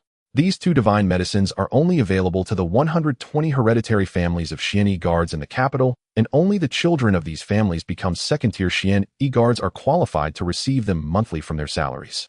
Otherwise, other Qianhe guards wishing to obtain them would have to become elite Qianhe guards first. We are all family, uncle, so there is no need to be so formal. Lin Ruhai, upon hearing this, no longer mentioned the matter, and instead began discussing the events that had occurred at Qianhu a few days ago. The news of your indiscriminate slaughter at the Qianhu office has probably spread throughout the Jiangzhou officialdom these past few days. To be honest, your decisiveness in killing has surprised me. I hadn't intended to directly confront them, but as soon as I arrived outside the office, I overheard them plotting how to make me die from the local conditions. Since they were already conspiring to take my life, I could only strike first. Lin Ruhai stroked his beard and said, while slaughter isn't the best way to solve problems, it is undoubtedly the fastest. Your direct and reckless slaughter, while somewhat risky, caught them off guard. The quick resolution turned out to be surprisingly effective. It could be said to be a stroke of genius. Song Qian chuckled, Uncle, you flatter me. I was just a young man acting impulsively. I didn't think too much. He then recounted the details of that day's events and mentioned how Qianhu Fangcheng was willing to take the blame. He also expressed his confusion about what could make a greedy, lustful, and cowardly person become so resolute in their defiance. It can't simply be faith, can it? Upon hearing this, Lin Ruhai's expression grew serious. This matter is quite unusual. Su Chang'an's case is merely the tip of the iceberg. What lies behind it may involve a massive case of confiscation and extermination. By the way, there have been quite a few martial artists entering the Jiangzhou region recently.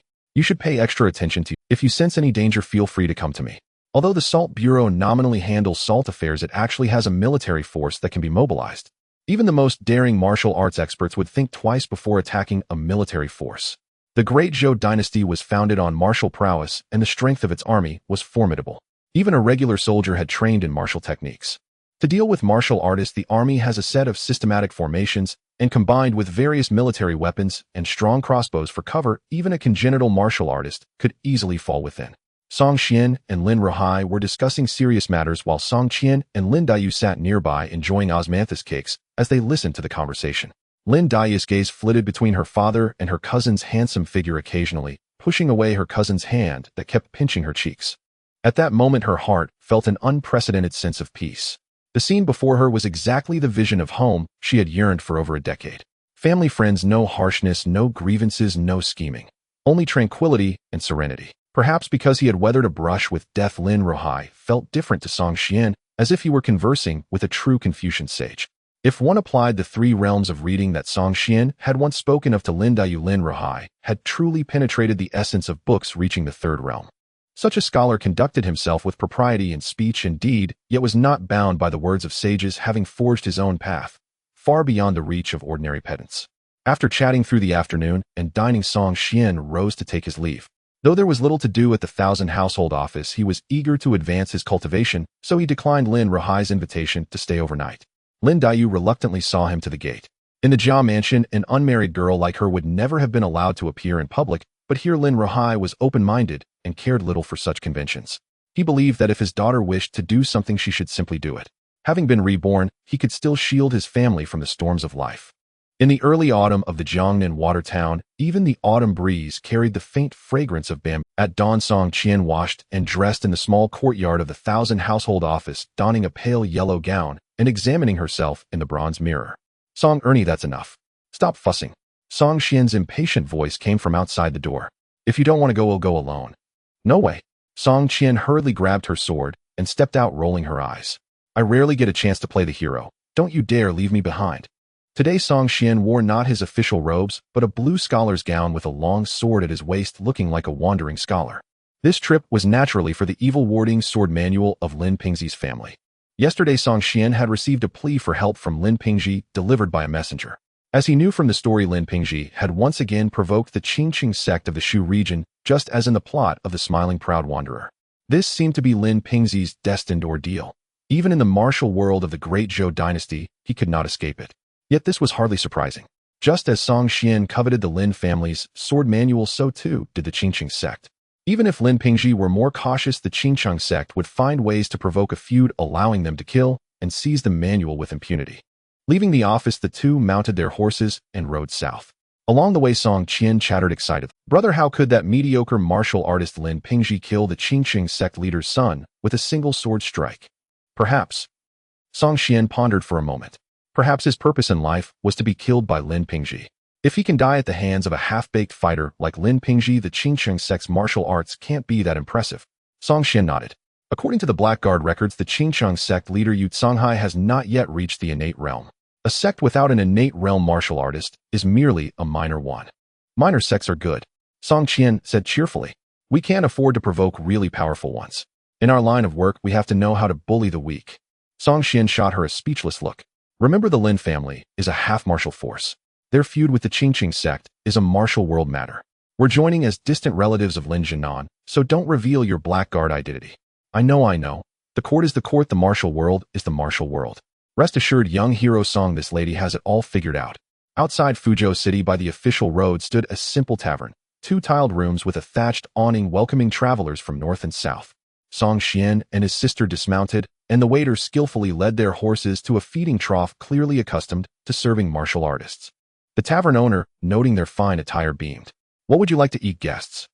Song Qian laughed. I've read tales of wandering heroes who always start with 2 caddies of beef. Boss, do you have beef? The owner waved his hand hastily. The lady jokes. Under the Great Zhou law, slaughtering cattle without official permission is illegal. Song Qian complained. So tales really are all lies. Not entirely, the owner said in a low voice. The law only forbids unauthorized slaughter. If a cow dies of illness, old age, or an accident, it can be eaten with official approval. If you're willing to pay, we might have a cow that accidentally falls dead today. What do you mean? Song Qian was slow to catch on. Song Xian waved a hand. Forget it. Just bring us some of your signature dishes and whatever you have for a main course. Right away, young master. Watching the owner walk away, Song Qian finally understood and frowned. So as long as you have money, even a cow can accidentally die at any time. That's a big loophole in the Great Zhou law. Song Xian shrugged. The law is meant to maintain state control. It's always used to constrain ordinary people. For the privileged, it's just a formality. Song Qian seemed a bit disheartened. Brother, nothing in this world seems real. Everything feels fake. Justice and fairness are relative. There's never absolute fairness, Song Xian said calmly. The essence of this world has always been the strong ruling. If you're strong enough, your words can override the law and no one will dare object. Song Qian looked at him thoughtfully, then asked eagerly, So brother, when will you become the strongest under heaven? I want to experience the thrill of being second only to one. Song Qian smiled, gazing into the distance. When you truly reach that level, you might not have such thoughts. The loneliness of supremacy may not suit you. Song Qian blinked. So brother, you don't want to be the strongest? Of course I do. Song Qian laughed heartily. I was just showing off. Why take it so seriously? Not only do I want to be the strongest, I even want to become an immortal. After the dishes were served, Song Qian, who had some experience in the martial world, consciously took out a silver needle and began to pierce each dish. In this world, common poisons can be tested with silver needles. However, substances like sleeping drugs or aphrodisiacs cannot be detected. After Song Qian finished her testing, Song Qian picked up his chopsticks and started eating. With the pure yang wuxia child technique, which is immune to all poisons, if there was no reaction from the pure yang internal energy upon consuming the food, it could be safely ingested. The shopkeeper felt somewhat uncomfortable with Song Qian's actions, saying, Rest assured, both of you. I've been running this shop for over a decade and my reputation is guaranteed. This is no black shop. This is not something easily said. Song Qian looked the shopkeeper up and down and said lightly, In the past, you might not have run a black shop. But now that you are older and your health isn't what it used to be, what if you thought of doing something big to secure your retirement? Upon hearing this, several guests at other tables couldn't hold back and laughed out loud. Some even thought Song Qian made a point and took out their silver needles to cautiously examine the food. The shopkeeper's face turned grim with anger. You two guests aren't here to ruin my business, are you? I run my business honestly. How can you tarnish my reputation for no reason? Song Qian calmly placed a silver coin on the table and said softly, Is this enough to restore your reputation? The shopkeeper glanced at the silver on the table and estimated it to be around 10 taels. 10 taels of silver may not amount to much in the eyes of the powerful, but for an ordinary family, it could provide for their needs for half a year. The shopkeeper's dissatisfaction instantly vanished, replaced by a warm smile. Young hero, you flatter me. Why don't you scold me a few more times? Otherwise I feel a bit uneasy accepting this silver. Song Xian smiled and said, how about this? They'll ask you a question and you just need to answer truthfully. Ask away, esteemed guest. I've been running this shop for over a decade and I've seen all kinds of travelers, so I'm quite well informed. There's nothing within 100 miles that I don't know. Song Xian pondered for a moment and replied, recently, there is a batch of goods at home that needs to be sent to the northern territories. I'm looking for a security agency for protection. I've heard that the Fu Wei security agency in the city is quite good. Since you are a local, can you tell me honestly, is the Fu Wei security agency reliable? Fu Wei security agency. The old shopkeeper frowned and said, if it were before, I would definitely recommend you choose Fu Wei security agency. Lin, the head of the agency, is a righteous and generous person, and he is very trustworthy, having a good reputation in both the righteous and the underworld. Finding help from his agency is absolutely reliable.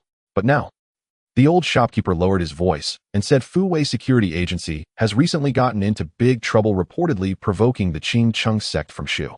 Lin's family might find it difficult to survive this tribulation. At this point, I truly do not recommend you approach Fu Wei security agency for escorting goods. Song Xian chuckled, what does the local government say about this? Don't they care? What can they do? The old shopkeeper replied, the young master of Lin's family killed the son of the Qing Chung sect's leader. Such enmities in the martial world are usually not meddled with by the court. As long as the Qing Chung sect does not harm ordinary civilians, even if Lin's entire family is wiped out, the government will only come out afterwards to collect the bodies and will not provoke the Qing Chung sect. Song Xian frowned and asked, Lin's family has been running Fu Wei security agency for many years. They must know some people in the martial world, right? Haven't they sought any help? Of course they sought help. The old shopkeeper, who loved to chat, eagerly shared the gossip without needing further prompting from Song Xian. In recent days, Lin Jingnan, the head of the agency, has been begging everywhere. He has sent out one letter after another, but no one has come to help. The leader of the Qing Chung sect, Yu Songhai, is famous for his unique skill, the crushing heart palm. Everyone in the martial world knows it. It's said that when someone is struck by this palm, they die without any visible injuries, their bodies cold and bloodless, but their hearts are shattered. Upon hearing that they have offended the Qing Chung sect, no one dares to get involved, fearing they might bring trouble upon. Oh, Song Xian's expression changed as he exchanged glances with Song Qian. The two almost simultaneously thought of the death of the former 100 householder Su Chang'an. Such abilities, which leave no visible injuries but shatter the heart within, exist in many martial arts. Initially, Song Xian did not connect this incident with Yu Songhai, considering that one was in Jiangsu province and the other in Shu, separated by thousands of miles.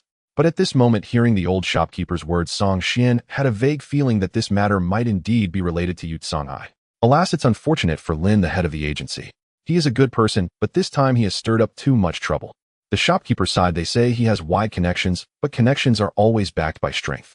For minor matters, people in the martial world would give him face. But this time Lin's family killed the son of the Qing Chung sect's leader. Such a grudge for killing a son, other martial artists wouldn't even dare to mediate. If you ask me, relying on others is ultimately not as good as relying on oneself. If Lin, the head of the agency, were to muster the courage to gather all the escorts from various places, even if 1,000 or 800 of them were not as skilled as the Qing Chung sect's disciples, their sheer numbers would still cause the Qing Chung sect to hesitate. Unfortunately, he remains too indecisive. I heard yesterday that he not only failed to gather manpower, but was secretly dispersing the agency's members, clearly showing his unwillingness to confront directly and only wanting to flee. A person like this with no fighting spirit when facing enemies, I think Lin's family is not far from being exterminated. Song Xian looked at the shopkeeper with some surprise and said, you have a far-reaching perspective, much more profound than Lin Zhengnan. You're overpraising me, young hero. The old shopkeeper replied proudly, as I've gotten older, I've seen more things. Plus, after running a shop here for over a decade and witnessing various occurrences, I can understand many things with just a glance. As he spoke, he subtly pocketed the silver on the table and whispered, since you both have asked so much about Lin's family, are you here to help them from afar? For the sake of the silver, heed my advice. Eat and drink to your fill, then return the way you came. Don't meddle in this muddy water involving Lin's family. Months ago, before the son of the Qing Chung sect's leader was killed, disciples had already come to Fuzhou County. At that time, they even dined here with me. They have long set their sights on Lin's family. Whether the leader's son is dead or alive, Lin's family cannot escape this tribulation. I've seen many young heroes like you eager to draw swords in the name of justice. I understand the desire for fame, but it's truly unnecessary to provoke a martial faction like the Qing Chung sect. The Fu Wei escort agency, located in Fuzhou County, is considered a formidable force. In the past, even the county magistrate would greet Lin Zhengnan with a smile and a respectful gesture, calling him head escort Lin. The Lin family's escort agency operates on a large scale with branches in nearly all 12 prefectures of Mingzhou.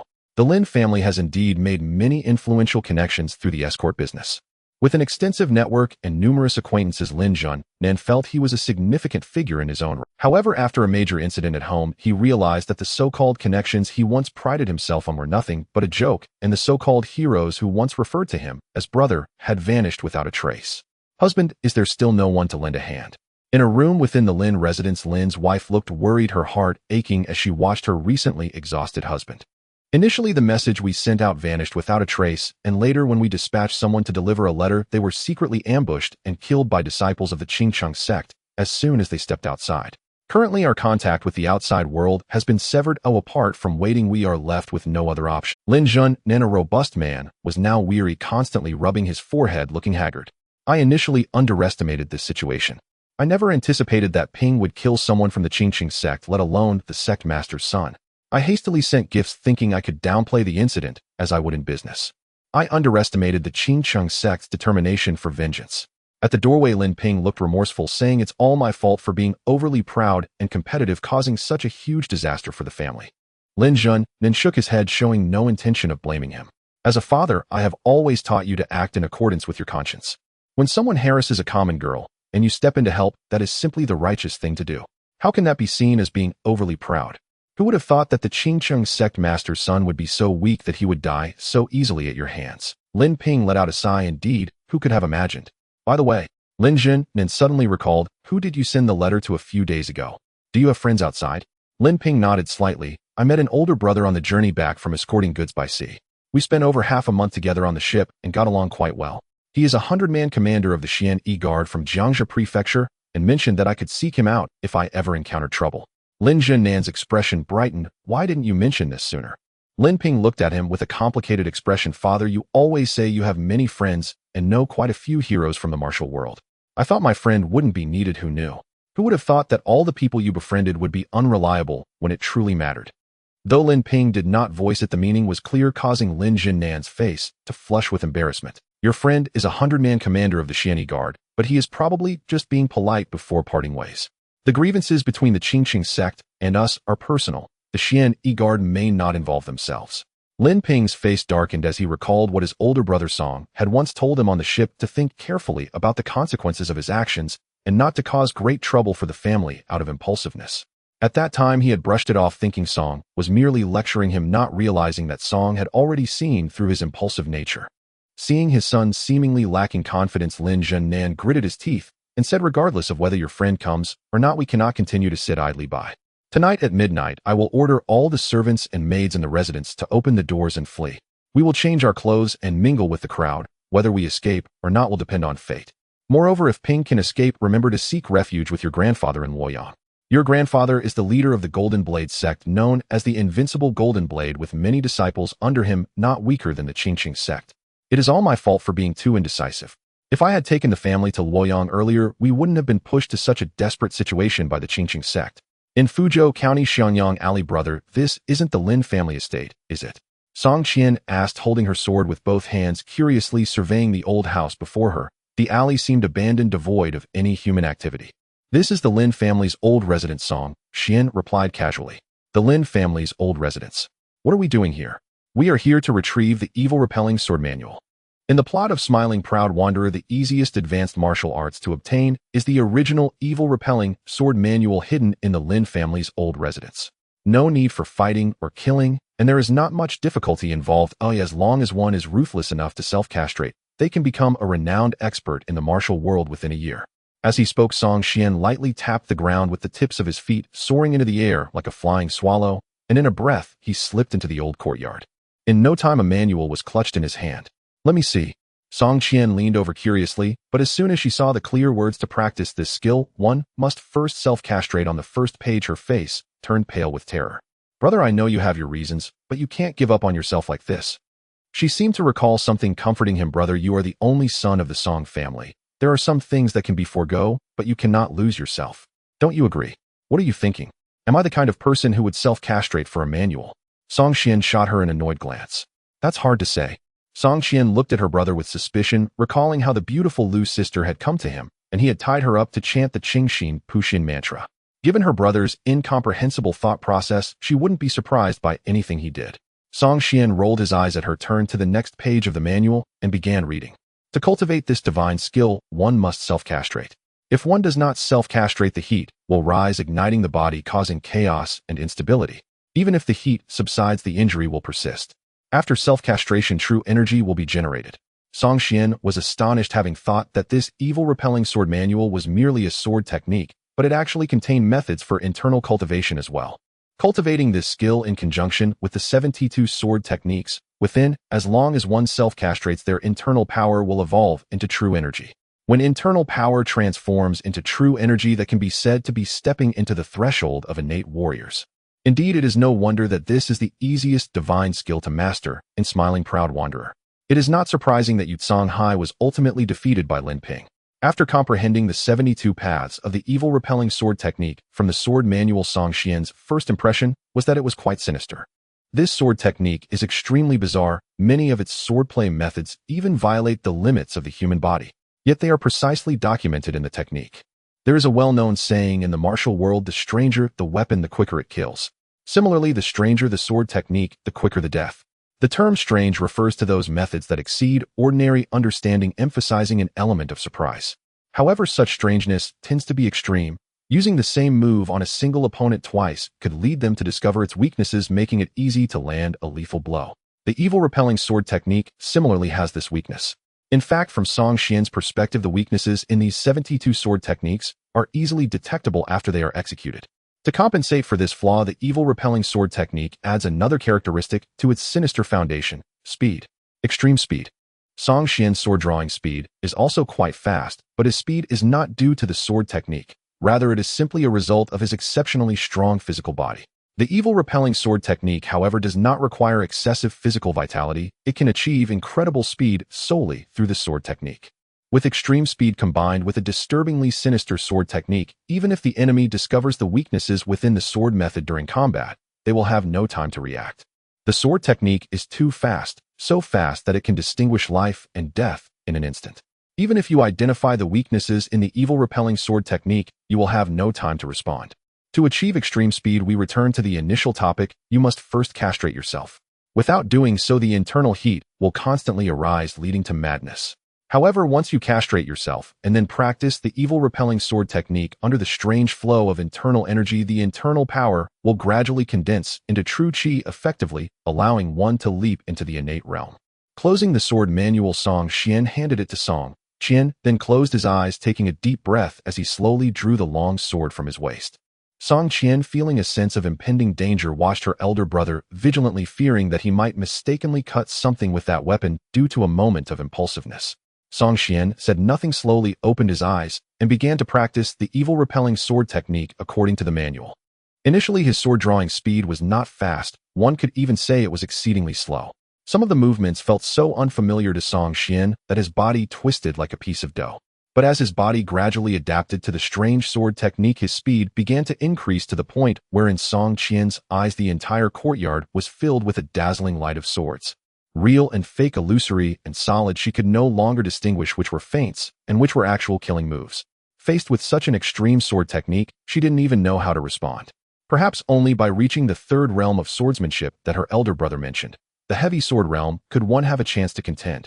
Regardless of the sword technique or the variations in moves, I will break through all with sheer strength. Song Xian's sword-drawing speed continued to accelerate fast enough to astonish even him. His face gradually reddened, and sweat covered his body with mist rising around him. Due to not having castrated himself, practicing the evil-repelling sword technique caused a continuous surge of heat within him, reaching an astonishing level of fiery intensity. Song Xian felt that if he placed an egg on himself at that moment, it could be cooked in an instant. "Brother, stop. If you continue, you will go mad." Song Qian, seeing Song Xian's strange condition, urgently called out. "It's fine." Song Xian calmly replied, showing no intention of stopping, for the heat rising within him was being absorbed by his pure yang internal energy. The crimson pure yang internal energy in his dantian resembled a mist, as if it were an unfathomable abyss. No matter how much heat you produced, it would be devoured entirely. As the heat within him was continuously consumed, Song Xian could clearly sense that his cultivation, which had been stuck at the limit of the acquired realm, began to loosen. The crimson pure yang internal energy was beginning to shift from a misty form towards a liquid state. The internal power was gradually converting into innate true qi. Opportunities. This evil-repelling sword manual is indeed my opportunity for a breakthrough. Song Xian felt a rush of joy, and his movements in practicing the evil-repelling sword technique became even faster. From an ordinary person's perspective, practicing a sword technique without castration would inevitably lead to madness. Yet in Song Xian's hands it became an external aid for his breakthrough. Such a sudden opportunity left him exhilarated. Brother, you are too fast, too fast. Initially, seeing the rising smoke around her elder brother Song Qian would remind him with concern. But later, seeing that her elder brother was only slightly pale and his face red like a braised pig's trotters, she stopped commenting and silently watched the scene. Time passed slowly. After 3 hours, as Song Xian pushed the sword technique to its limit, he suddenly felt a buzzing in his head, and everything in the courtyard was vividly imprinted in his mind. The wind rustled through the bamboo forest, and the leaves made a soft rustling sound. In the courtyard, he could clearly pinpoint the locations of the chirping insects and singing birds. He could even hear the heartbeat of Song Qian and distinctly capture the sound of her breath. Within a 3-zhang radius, Song Qian even felt a sense of being able to control life and death. As long as he wished, he would be invincible within that range. The speed of the sword technique gradually slowed down, and finally, as Song Qian stood with his sword, sensing that the pure yang internal energy in his dantian had completely condensed into pure yang true qi, he let out a gentle breath. From this day forth, Song Qian has stepped into the realm of innate martial artists. With a thought, a transparent module similar to a game player's attribute panel appeared before his eyes. Name: Song Qian. Age: 20. Identity: second-class guard of the Xian E Guard. Realm: early innate realm. Reputation: in the martial world, a novice. Mount: Xian E Guard's Azure Mane Horse. Internal cultivation method: pure yang infinite boy technique, heavenly human level technique. Family: inherited Xian Bing skill, innata level technique. Martial skills: evil repelling sword technique, innata level sword technique, light body technique, spiral 9 shadows, master level body technique, basic fist and foot techniques of the Xian E Guard, basic sword techniques.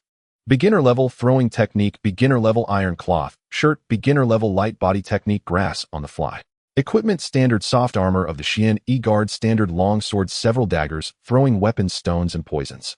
Closing the attribute panel, Song Xian felt the pure yang true qi constantly circulating within his body, refining his physical form and sharpening his spirit. The sensation of power flooding his entire being was truly exhilarating. Brother, have you broken through? Song Qian's eyes lit up with surprise as she joyfully ran to his side, examining him closely. I've broken through. Song Qian smiled, his mood exceptionally good at that moment. Stepping into the innate realm meant that as long as he didn't recklessly provoke Zhang Sanfeng at Wudong Mountain, he wouldn't dare to act without restraint in Mingzhou. At the very least, he could protect himself. As she spoke, without waiting for Song Qian to reply, she drew her long sword and began practicing the moves inscribed within. Who cares? I'll try it first and see. Castrate myself right. As she spoke, without waiting for Song Qian to reply, she drew her long sword and began practicing the moves inscribed within. Who cares? I'll try it first and see. A quarter of an hour later, Song Qian was flushed and her body radiated heat, her gaze becoming hazy as she looked at Song Qian with a strange, silly grin. Seeing this, Song Qian stepped forward, directly approached her, swatted the long sword from her hand, and then grabbed her arm, throwing her into a pond within the old residence. As the cool water splashed against her, Song Qian's eyes gradually regained clarity. She raised her hand and slapped the water's surface, leaping out. Did I just go into a frenzy? You were smiling like a fool. Song Qian curiously asked. When you were in a frenzy, did you see any illusion? Song Qian, still somewhat flushed, turned her face away shyly. No, I don't know. My mind was hazy, I can't remember. Song Qian nodded, not surprised. During a frenzy, it was normal for one's mind to be unclear. Brother, why are you fine without castration while I can't practice? Song Qian pouted. The Xianbing energy in my dantian can't suppress the rising heat. How did you manage to control it? I'm not using Xianbing energy. Song Qian pondered for a moment. Perhaps it was due to his significant power boost from the recent breakthrough that he had come to terms with many things and became less cautious. You might have guessed it. I just practiced Xianbing energy casually, but what I truly cultivated was actually the Tongzi skill. Tongzi skill? Song Qian seemed to have anticipated this and wasn't overly shocked. After Sister Lu mentioned the things you've done, I actually had this guess. Brother, did Dad pass the Tongzi skill to you? Song Qian paused for a moment before shaking his head no. This was the reason he had previously been reluctant to discuss the matter, as he couldn't openly disclose the origins of the technique and had to rely on fabrication. One lie would lead to more lies. It was quite troublesome. It's not from Dad. Suddenly Song Qian became cheerful. It seems Father is... It seems you have quite a few secrets. Does anyone else know about your practice of the Tongzi skill? No, you are the first, Song Qian said with a grin. Brother, you cultivate the Tongzi skill, so you often go to the brothels to listen to songs. Is it to temper your temperament? Thinking about this, she clapped her hands as if she understood the reason. No wonder you can withstand the heat within you and endure going into a frenzy. This tempering of character is indeed remarkable. Song Qian was taken aback and then slowly nodded. If you think of it this way, then I must admit, yes, your brother indeed went to temper my character. In many ways, Song Qian was quite perceptive. For example, she seemed to have noticed that her elder brother did not want to discuss the Tongzi skill too much, so she no longer mentioned the origins of that technique. This relieved Song Qian quite a bit, sparing him the trouble of fabricating a story about encountering an old beggar while out shopping as a child and being taught a divine art. Song Qian regretfully put away the evil dissipating sword manual. This sword technique is pretty good, but it seems unfriendly to women. This martial art is naturally meant for eunuchs in the palace. Song Qian casually laughed. Perhaps it was originally created by eunuchs in the palace.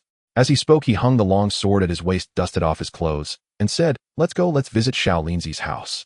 After all, my breakthrough was greatly aided by the Lin family sword manual, so I'll handle some minor troubles for them. As darkness fell inside the Lin family mansion, numerous maids and servants had already gathered with their belongings packed, ready to rush out as soon as Lin Jinan gave the command.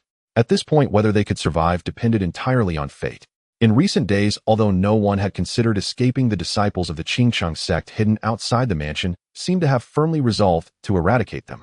Anyone from the Lin family mansion was only allowed in, not out. Whether you were a maid servant or a family member of the Lin clan, as soon as you stepped out the door onto the street, you would quickly become a corpse. Outside the mansion, in a corner, several disciples of the Qingcheng sect were quietly conversing. When will the master arrive?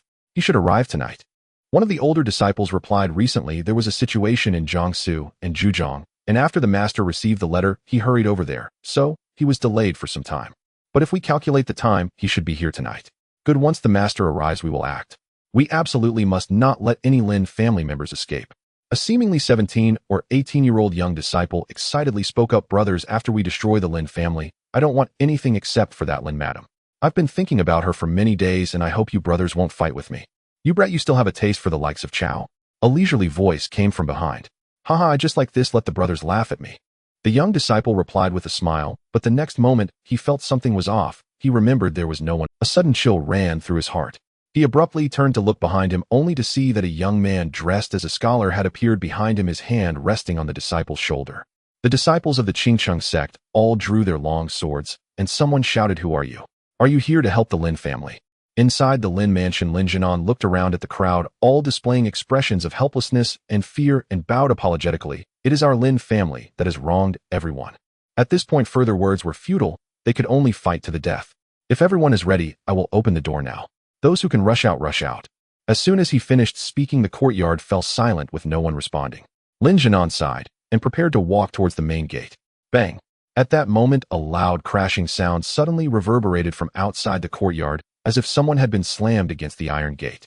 Vaguely, a woman's reprimanding voice could be heard. Where this young lady go? Do I need to report to you shrimp-like fellows? Then the knocking on the door resumed. Open the door, warmth is here. Within the Lin residence, many people were stunned, glancing at each other in confusion. Lin Jinan bitterly smiled. It seems that the Qingcheng sect is preparing to storm in. Everyone be ready. Those who can escape should do so. Bang! Bang! Bang! The knocking on the door sounded again. Little Lin, are you still alive? If you are, make a sound. The voice of the woman outside began to grow impatient. Eek! Lin Pingzhi, as if waking from a dream, finally realized who had arrived. Instinctively, he made a sound and excitedly shouted towards the door, Sister Qian, is that you? Oh, it seems you're still alive. Song Qian paused for a moment before raising her voice. If you're alive, hurry up and open the door. Song Qian felt somewhat anxious. She knew very well that the early stages of child practice progressed the slowest. Before reaching the innate stage, it could only be considered laying the foundation, and breaking through from postnatal to innate was a significant hurdle. And her elder brother had been stuck at the 9th level of postnatal cultivation for several years. Now that he had finally broken through, his path in martial arts would surely advance rapidly. She was currently focused on resolving matters related to the Lin family as quickly as possible, so she could return and enter seclusion for a period, striving to break through to the innate realm. Otherwise, given her brother's characteristic of progressing from the innate stage being difficult at first, the gap between her and her brother would only grow wider. I'm coming. Lin Pingzhi hurriedly opened the door, and what met his eyes was the tall and upright figure of Song Qian. Dressed in scholarly robes, Song Qian appeared gentle and refined, yet Lin Ping, she inexplicably felt a heavy pressure. Facing the familiar Song de Ge, he found it somewhat hard to breathe. You sounded so urgent in your letter. I thought you were on the verge of death.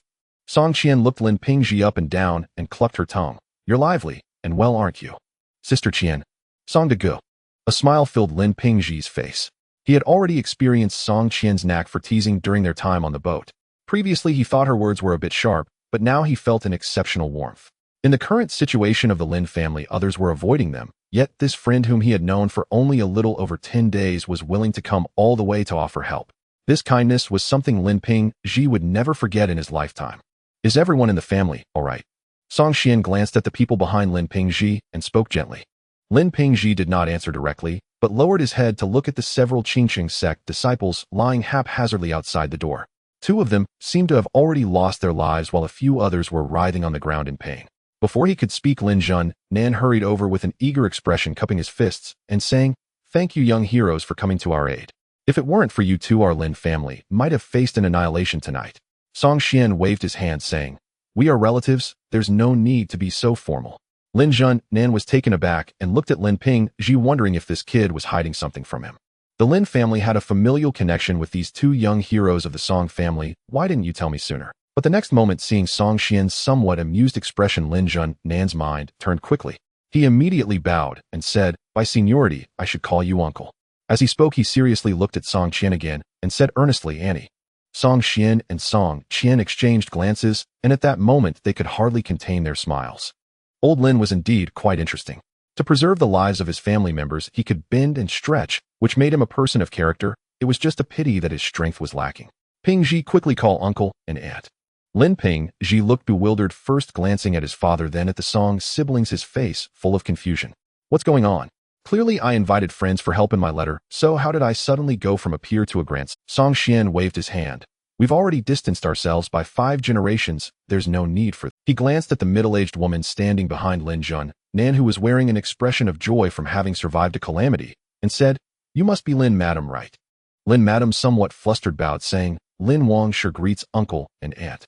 Before she could finish, Song Qian kicked a Qingqing sect disciple, who was rolling on the ground, over to the feet of Lin Jun Nan and his wife. "Earlier outside I heard this kid say he wanted to have a good talk with Lin Madam." Song Qian paused, glancing at Lin Jun Nan, whose expression was somewhat displeased. "How about you two take him away for a slow chat?" Lin Jun Nan took a deep breath, cupped his fists, and bowed, saying, "Thank you." With that, he grabbed the man's neck and quickly led Lin Madam towards the backyard. Soon the backyard echoed with the sounds of miserable wails mixed with Lin Jun Nan's furious curse. Since they were already at odds with the Qingqing sect, and the latter intended to annihilate the Lin family and humiliate his wife, what was there to hesitate about? At this moment, Lin Jun Nan was merciless, stabbing the knife into the man countless times until his rage gradually subsided. Only then did he stand up and wipe the blood from his hands. Lin Madam took out a handkerchief to wipe the sweat from her husband's forehead, saying softly, "Is the Song family siblings that Ping Er knows really are distant relatives?" "No." Lin Jun Nan shook his head. "At first I didn't realize and just followed along with his words to establish some familial connection. Now I understand their identities are special since they are from the court. If they didn't have a suitable identity, it would cause unnecessary trouble for the court personnel to intervene in matters of the martial world. This time, they purely came to help out of regard for Pingji under the guise of distant relatives of the Lin. They risked defending the entire Qingqing sect by coming all the way here. It's only right that we call them uncle and aunt."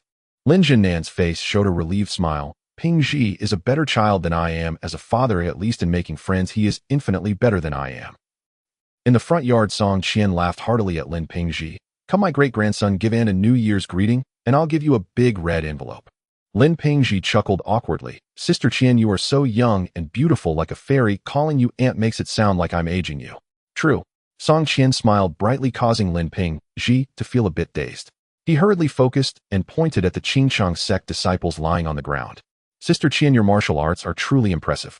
These people killed many from our escort agency not long ago, but unexpectedly, they were like children in your hands, unable to resist at all. I wonder if I will ever have the chance to reach the level you are at in this life." Upon hearing this, a peculiar smile appeared on Song Qian's face as she said, "Little Lin, let me ask you a question, and you must answer truthfully." "Sister Qian, feel free to ask. I definitely won't dare to hide anything." Lin Pingzi's face was serious, even tinged with a hint of nervousness, not knowing what questions this peculiar Miss Song would pose. Don't be nervous, I'm just asking casually.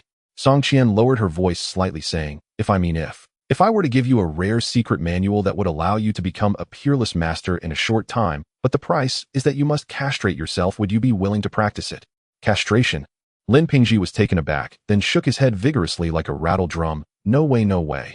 Hey, why are you only focusing on castration? Didn't you hear me say you could become a peerless master quickly? Aren't you even a little tempted? I am tempted, Lin Pingji replied earnestly, but if I castrate myself, I wouldn't even be a man anymore. What's the point of living then? Even if I became a peerless master, I wouldn't feel a shred of joy. Oh, I see. Song Qian nodded thoughtfully, realizing that Min truly valued that aspect highly. In this light, her previous concern that her brother might castrate himself for a secret manual seemed somewhat excessive. Your way of asking is wrong, Song Qian interjected. Pingji, if today we siblings hadn't come, the Qingcheng sect would have killed your entire family, and you would have been the only one to escape by luck. At this moment, if a manual that could make you a peerless master appeared before you, but you had to castrate yourself to practice it, would you practice it? Lin Pingji fell silent, looking down at the corpse of a Qingcheng sect disciple lying on the ground. He understood that Song De Guest's words were not wrong. Had they not come to rescue him today, it would have been a member of the Lin family lying there. Thinking of the scene where his entire family could perish, his eyes instantly turned red, and he gritted his teeth, saying, I will practice it. So Song De Guo, is there really such a manual? Song Qian waved his hand. I was just asking casually, don't get too excited, you all seem well right. Lin Pingji shook his head, saying, brother, you don't know? These are just the vanguard sent by the Qingcheng sect. Their leader Yu Songhai hasn't arrived yet. I have gathered enough information about Yu Songhai in recent days. He is ruthless and powerful. Even if my Lin family escapes this calamity today, we will eventually have to face him. I killed his son, and even if I were to give my life in compensation, he would never let my Lin family off the hook. The troubles I have caused, if I could solve such a huge problem as Yu Songhai, by castrating myself, I would naturally be more than willing. Song Qian chuckled. You should relax, since I am here I will handle things properly. Logically speaking, since Lin Pingji killed his son, it was natural for Yu Songhai to seek revenge. However, once you enter the martial world, you are bound to face uncertainty. The essence of the martial world is that you kill me, I kill you. It's a matter of strength, and whose fist is harder. Who will tell you about laws? If Yu Songhai has the ability, he can naturally wipe out the Lin family, and the court won't intervene at all. If the Lin family is powerful enough, they can counterattack the Qingcheng sect, and the court will still not care. Whoever wins is the one in the right, the one with justice on their side. And where does justice stand now? Song Qian, who had just broken through to the innate stage, declared wherever he stands is where justice is. The Qingcheng sect disciples outside monitoring the Lin family have already been cleared up by Song Qian and his companion, and the Lin family's crisis has temporarily come to an end. What remains is to bide time, waiting for Yu Songhai to arrive. That will be the true moment of final resolution. After a long journey, Song Qian and his companion were arranged by Lin Zhun Nan to 2 rooms to rest. Afterward, old Lin arranged for the household servants to begin cleaning the courtyard and preparing for the evening banquet, dispelling the previously anxious atmosphere. Pingji, come here. After instructing the servants, Lin Zhun Nan pulled Lin Pingji to a corner, whispering, do you know how strong your 2 friends really are? Has your brother Song mentioned whether they can deal with Yu Songhai? I don't know. Lin Pingji hesitated for a moment, shaking his head. I didn't ask, and they haven't brought it up either. But I feel that when they spoke of Yu Songhai, their tone and expression did not show any regard for him. Lin Jin Nan's expression relaxed a bit, saying, that's right, if they didn't have confidence in dealing with Yu Songhai, they wouldn't have rushed over like this. Those who can achieve the rank of a commander in the Xian Yi Guard possess intellect and means beyond our understanding. As a father, I now seek nothing more than for those 2 young heroes to make Yu Songhai retreat in defeat. Once this calamity is over, we will move our headquarters to Jiangxia Prefecture. He is a commander of the Xian Yi Guard. Ordinary merchants might not catch his eye, but our Lin family operates a transport agency, and our agency has served tens of thousands of people across various prefectures. With so many people coming and going, it is easiest to collect information to the Xian Yi Guard. This is a ready-made intelligence network. Lin Pingji was somewhat confused. Father, why are you saying all this? What I mean is our Lin family still has some value. Your brother Song has just arrived in Jiangxia Prefecture. He probably has few capable people at hand. I believe that in your brother Song's eyes, our Lin family's usefulness is likely not small. Lin Zhunnan smiled. At such a young age, he is already a commander in the Xian Yi Guard, and his future is limitless. After experiencing this difficulty, I finally understand that no matter how many connections or friends you have, they are useless if you cannot firmly grasp a powerful support. Pingji, relying solely on friends' loyalty, they can help you once or twice, but they can't keep helping you repeatedly. Only by tying interests together can we ensure the survival of our Lin family. Lin Pingji hesitated a bit. Father, although Brother Song is a member of the Xian Yi Guard, he has a noble character and is not a commoner. What if discussing business matters with him causes him to feel disgusted? Lin Zhennan laughed heartily. Pingji, you are still young. There are some things that he may not want, but we cannot avoid mentioning. Moreover, I believe that even the noblest character still needs to eat right. As a commander, he will need to assemble his own team and build his own intelligence network, and all of this requires significant financial and human resources. Our Lin family has wealth and people. We provide him with financial and human support, and he becomes our Lin family's backing, providing us with the strength we need. Pingji, your mother and I have grown old and are not afraid of death, but we must consider you and the future of the Lin family descendants. After this calamity, our Lin family must think about the future and find a reliable support. At the Lin residence in a guest room, Song Qian sat cross-legged on the bed, quietly sorting out his strength after the breakthrough. Song Qian pushed the door open and entered. Song Qian opened his eyes and looked at his sister, who never seemed to knock before entering, and asked, "Is there something? Brother, you aren't planning to stay here, are you? The climate here is a bit hot, and I don't really like it. Can't we just go deal with Yutsonghai directly? Why do we have to wait here for him?" "I'm not waiting for Yutsonghai." "Ah, then who are you waiting for?" Song Qian stared at him curiously. "No wonder you know there's a sword manual in the Lin family's old house. Do you have acquaintances here? Or perhaps is there someone special?" Song Qian lazily replied, "I'm waiting for Lin Zhennan." Song Qian felt indifferent towards Lin Zhennan and had little fondness for him. This person is too indecisive. He had a great hand of cards, but managed to turn it into a deadlock. If it weren't for our old ties coming to help, the entire Lin family would have been in their coffins by now. Song Qian smiled. People, after experiencing life and death, always grow in some way. Lin Zhennan managed to run a security bureau across Mingzhou, and although his martial prowess is lacking, his capabilities are still commendable. If he were a bit more decisive, he could be a useful asset. You want to use him? Song Qian narrowed her eyes, slightly pondering for a moment before saying, "Speaking of which, the Lin family is quite wealthy. They have money and people, and their security bureaus scattered across the land can serve as ready-made intelligence networks." No wonder you agreed without hesitation after receiving little Lin's distress letter. "I thought you, Song Xiaoxia, were an honorable and chivalrous person, but it turns out that the thick-browed and bide young Master Song is also eyeing someone else's property. Truly cunning and calculating." Song Qian rolled his eyes at her. "You are so high-minded and exceptional, don't even think about touching a single cent of the silver I obtained from the Lin family." "That won't do," Song Qian said with a chuckle. "Brother, what I said earlier was incorrect. You are not cunning, you are just far-sighted, strategically planning ahead. The living conditions at our residence in the Qianhu office are too poor. I want to change to a manor. I'm not picky, just a house like my little cousin's with a back garden will do." Song Qian was left speechless. "Then you might as well keep looking to that kind of manor. Even if you have the money, you won't be able to buy it without meeting certain standards." Knock, knock, knock. At that moment, a knock sounded from outside the door. "Uncle, are you resting?" Lin Zhennan's voice came from outside. Song Qian signaled Song Qian to be quiet and said, "Not yet, Lin Chief Guard, please come in." Lin Zhennan entered, and upon seeing Song Qian, quickly bowed, "And is also here." Song Qian shook his head slightly and smiled. "Enough, there's no one else here, no need to put on airs. I trust Lin Chief Guard understands what I mean, right?" "Understood." Lin Zhennan quickly responded, "I know both of you have special identities and need a suitable reason to participate in Lin family's affairs. Rest assured, I won't let anything slip outside." Song Qian nodded slightly. As the head of a large security bureau, Lin Zhennan might have some flaws in his character, but the fact that he managed to bring a security bureau to the top of the industry speaks volumes about his intelligence. "Lin Chief Guard is a smart man. Did you come to find me this late? Because there's an important matter to discuss." Lin Zhennan pondered for a moment and said, "Xiaoxia Yutsonghai might arrive in Fuzhou County tonight. How do you see it? Should we wait for him here or pack up and leave overnight?" Song Qian remained silent and glanced at Song Qian. Song Qian understood and smiled. "He's just Yutsonghai. His so-called heart-crushing palm is nothing but a scare tactic against unremarkable characters. Don't say, my brother, I could crush him with one hand." She wasn't exaggerating. The family's inherited Xianbing technique she practiced was considered one of the highest levels among innate martial arts. In Song Qian's eyes, Yukanghai's palm technique, which specifically freezes the heart's veins to destroy the heart, was just a joke, especially since she had a natural counter against it. Hearing this, Lin Zhennan's heart sank, and he looked at Song Qian with a mix of astonishment and anticipation, his voice trembling. "Song Xiaoxia, could it be that you?" "Exactly, my brother is an innate martial artist," she proudly proclaimed. "A mere Yutsonghai is not worth my brother coming personally, but little Lin is a good person who, just in case of any unexpected events, my brother still came in person." "Lin Chief Guard, do you feel touched by this friendship?"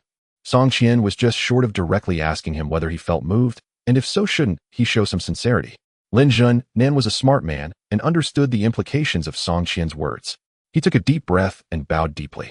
What virtue does my Lin family possess to deserve the direct intervention of a high person like the Lin Shaoxia? If the Shaoxia does not mind, my Lin family would like to regard you as our superior only to follow your lead. The Lin family has accumulated quite a fortune over the years. If the Shaoxia does not reject it, I would be willing to offer everything without asking for anything in return, only hoping that the Shaoxia can give Ping Ji an opportunity to follow you too and repay the favor. After Lin Zhennan entered the room, Song Qian, who had been unresponsive, finally showed a slight change in expression. Lin Chief Guard, are you planning to give up your family fortune just to secure a future for your son? Lin Zhennan nodded heavily. Indeed, I hope the Shaoxia can give me a chance. Song Qian smiled. I know Lin Chief Guard has considerable wealth, but I am not fond of money. To me, wealth is like floating clouds. Lin Zhennan's expression stiffened. Then what do you mean, Shaoxia? How the Fuwei Security Bureau was managed in the past will remain the same in the future, and it will still be managed by you. I only require one thing. Lin Zhennan sighed with relief. Although Song Qian claimed not to love money, his words clearly indicated he had accepted Lin Zhennan's allegiance. Please, master. Lin Zhennan quickly changed his address. In addition to normal operations, the Fuwei Security Bureau will also have an additional task to collect various valuable intelligence from all over. Lin Zhennan hurriedly asked, Master, what kind of intelligence is considered valuable? Intelligence from the official circles and the martial world needs to be collected. Understood. Song Qian nodded slowly. If nothing unexpected occurs, Yu Songhai should arrive tonight. Once we deal with him, my sister and I will return to Yangzhou County. Make sure to arrange for the headquarters of the Security Bureau to move to Yangzhou as well. The closer you are, the better. If anything happens to the Lin family, I can respond quickly. Everything will be done according to your arrangements. Lin Zhennan felt immense joy. This was the promise he had been waiting for. With the assurance of an innate expert like Song Qian, the safety of the Lin family in Yangzhou was secured. By the way, master, what about Ping Ji's matter? He wanted Lin Ping Ji to stay close to Song Qian. If he could also secure a position in the Xian guards, he could die in peace, even if he passed away. This matter is not urgent. Song Qian waved his hand. Lin Ping Ji is not a child anymore. I think it would be best to let him marry and have children first. Your Lin family's lineage doesn't seem to be thriving enough. You are right, my lord. The Lin family indeed lacks heirs. Once this tribulation is over, I shall arrange a marriage for Ping Ji. Song Qian nodded with a smile. Very well, go back and rest. There may be some commotion tonight, but it should not escalate. After the lord dismissed him, Lin Zhennan quickly took his leave. The moment he stepped into the courtyard, Song Qian caught up. Miss, do you have further instructions? Lin Zhennan's tone was exceedingly respectful. Not only was Song Qian the lord's own sister, but even setting aside her status, her utter disregard for Yu Songhai alone commanded his utmost caution. My brother is a man of deep loyalty, so some things do not trouble him. But since he does not care, I must make certain matters clear to Chief Lin in advance. Please speak, miss. Song Qian paused briefly. Tonight, Chief Lin voluntarily offered your family estate to my brother. Did he ever coerce you? Not at all. The Lord is benevolent and never exerted the slightest pressure. Song Qian nodded with satisfaction. Since this was your own choice, if I ever discover any betrayal, do not blame me for being ruthless. Lin Zhennan bowed lower. Rest assured, miss. Though I am no hero, I am not an ingrate either. If I ever betray the Lord, may the Lin family be utterly destroyed with no descendants left. Song Qian's expression softened, and she smiled. In that case, you may return and rest easy. After tonight, the enmity between the Lin family and the Qingqing sect will be settled. With that, Song Qian's figure flickered and vanished into the night like a phantom. The eerie movement technique sent a chill down Lin Zhennan's spine. Such an elusive technique. If used to kill, one would not even know how they died. Returning to the room, Lin Pingji hurriedly approached. Father, did brother Song agree? Lin Zhennan let out a long breath and smiled. Your brother Song is a good man, quite reasonable. From now on, the Lin family acknowledges him as our lord. Our family businesses will still be managed by us, but secretly we will gather intelligence on the martial world and officialdom for him, while he ensures our safety. After tonight, we will pack up and move the escort agency's headquarters to Yangzhou City. Lin Pingji was overjoyed. Father, did brother Song mention anything else? No. Oh, he did say our family lacks heirs, and urged me to find you a wife soon. It seems our lord is one who likes to meddle. Lin Pingji smiled. Brother Song is indeed quite caring. He often asks rather interesting questions. For instance, tonight he asked me if I would be willing to practice a secret manual that could make me a supreme martial arts master, but only if I castrated myself first. Oh, Lin Zhennan's hand trembled slightly as he raised his teacup. What did you say? At first, but then Brother Song asked me if he had not arrived tonight, and the Qingqing sect killed my whole family, leaving only me alive. Would I still be willing to practice that supreme manual? What was your answer? Lin Zenen's expression began to change. Lin Pingxi's face darkened. The thought of my parents dying at Yu Kanghai's hands is unbearable. To take revenge, I would not hesitate to castrate myself, or even give my life. Lin Zhenan fell silent for a moment. It's late. You should rest too. I suspect the latter half of the night may not be peaceful. Be careful. Then I shall take my leave. After Lin Pingxi bowed and exited, Lin Zhenan sat in his chair rubbing his temples in deep thought. Seeing this, Lady Lin grew anxious. Husband, that manual Pingxi mentioned, the one requiring castration. Could it be real? Lin Zhenan hesitated. The martial world is vast, all kinds of manuals exist. Since the Lord specifically asked such a question, it is unlikely to be baseless. Lady Lin was startled. So was he testing Pingxi, or does he think Pingxi has the potential to practice that Hard to say. Lin Zhenan tapped his fingers lightly on the chair. Given the Lord's cultivation and his background in the capital, it is not impossible for him to possess such a bizarre manual. Lady Lin's face showed alarm. Then our son. Lin Zhenan waved his hand. No need to worry about Pingxi. If the Lord truly meant to scheme against him, he could have simply not come tonight, let the Qingqiang sect kill us, then rescue Pingxi, and give him the manual. But from the Lord's concern about our family's heirs, it seems Pingxi might be one of the candidates he favors. Taking a deep breath, Lin Zenen's face twisted in conflict before he said gravely, I am old, but Pingxi is still young.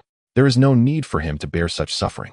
Wife, if one day I am no longer a complete man, would you look down on me? Lady Lin smiled, tenderly stepped forward and rested her face against his chest, murmuring, In my heart, no matter what you become, you will always be my hero, the pillar for me and Pingxi. But I feel sorry for you. Lin Zhenan laughed heartily. What is there to be sorry about?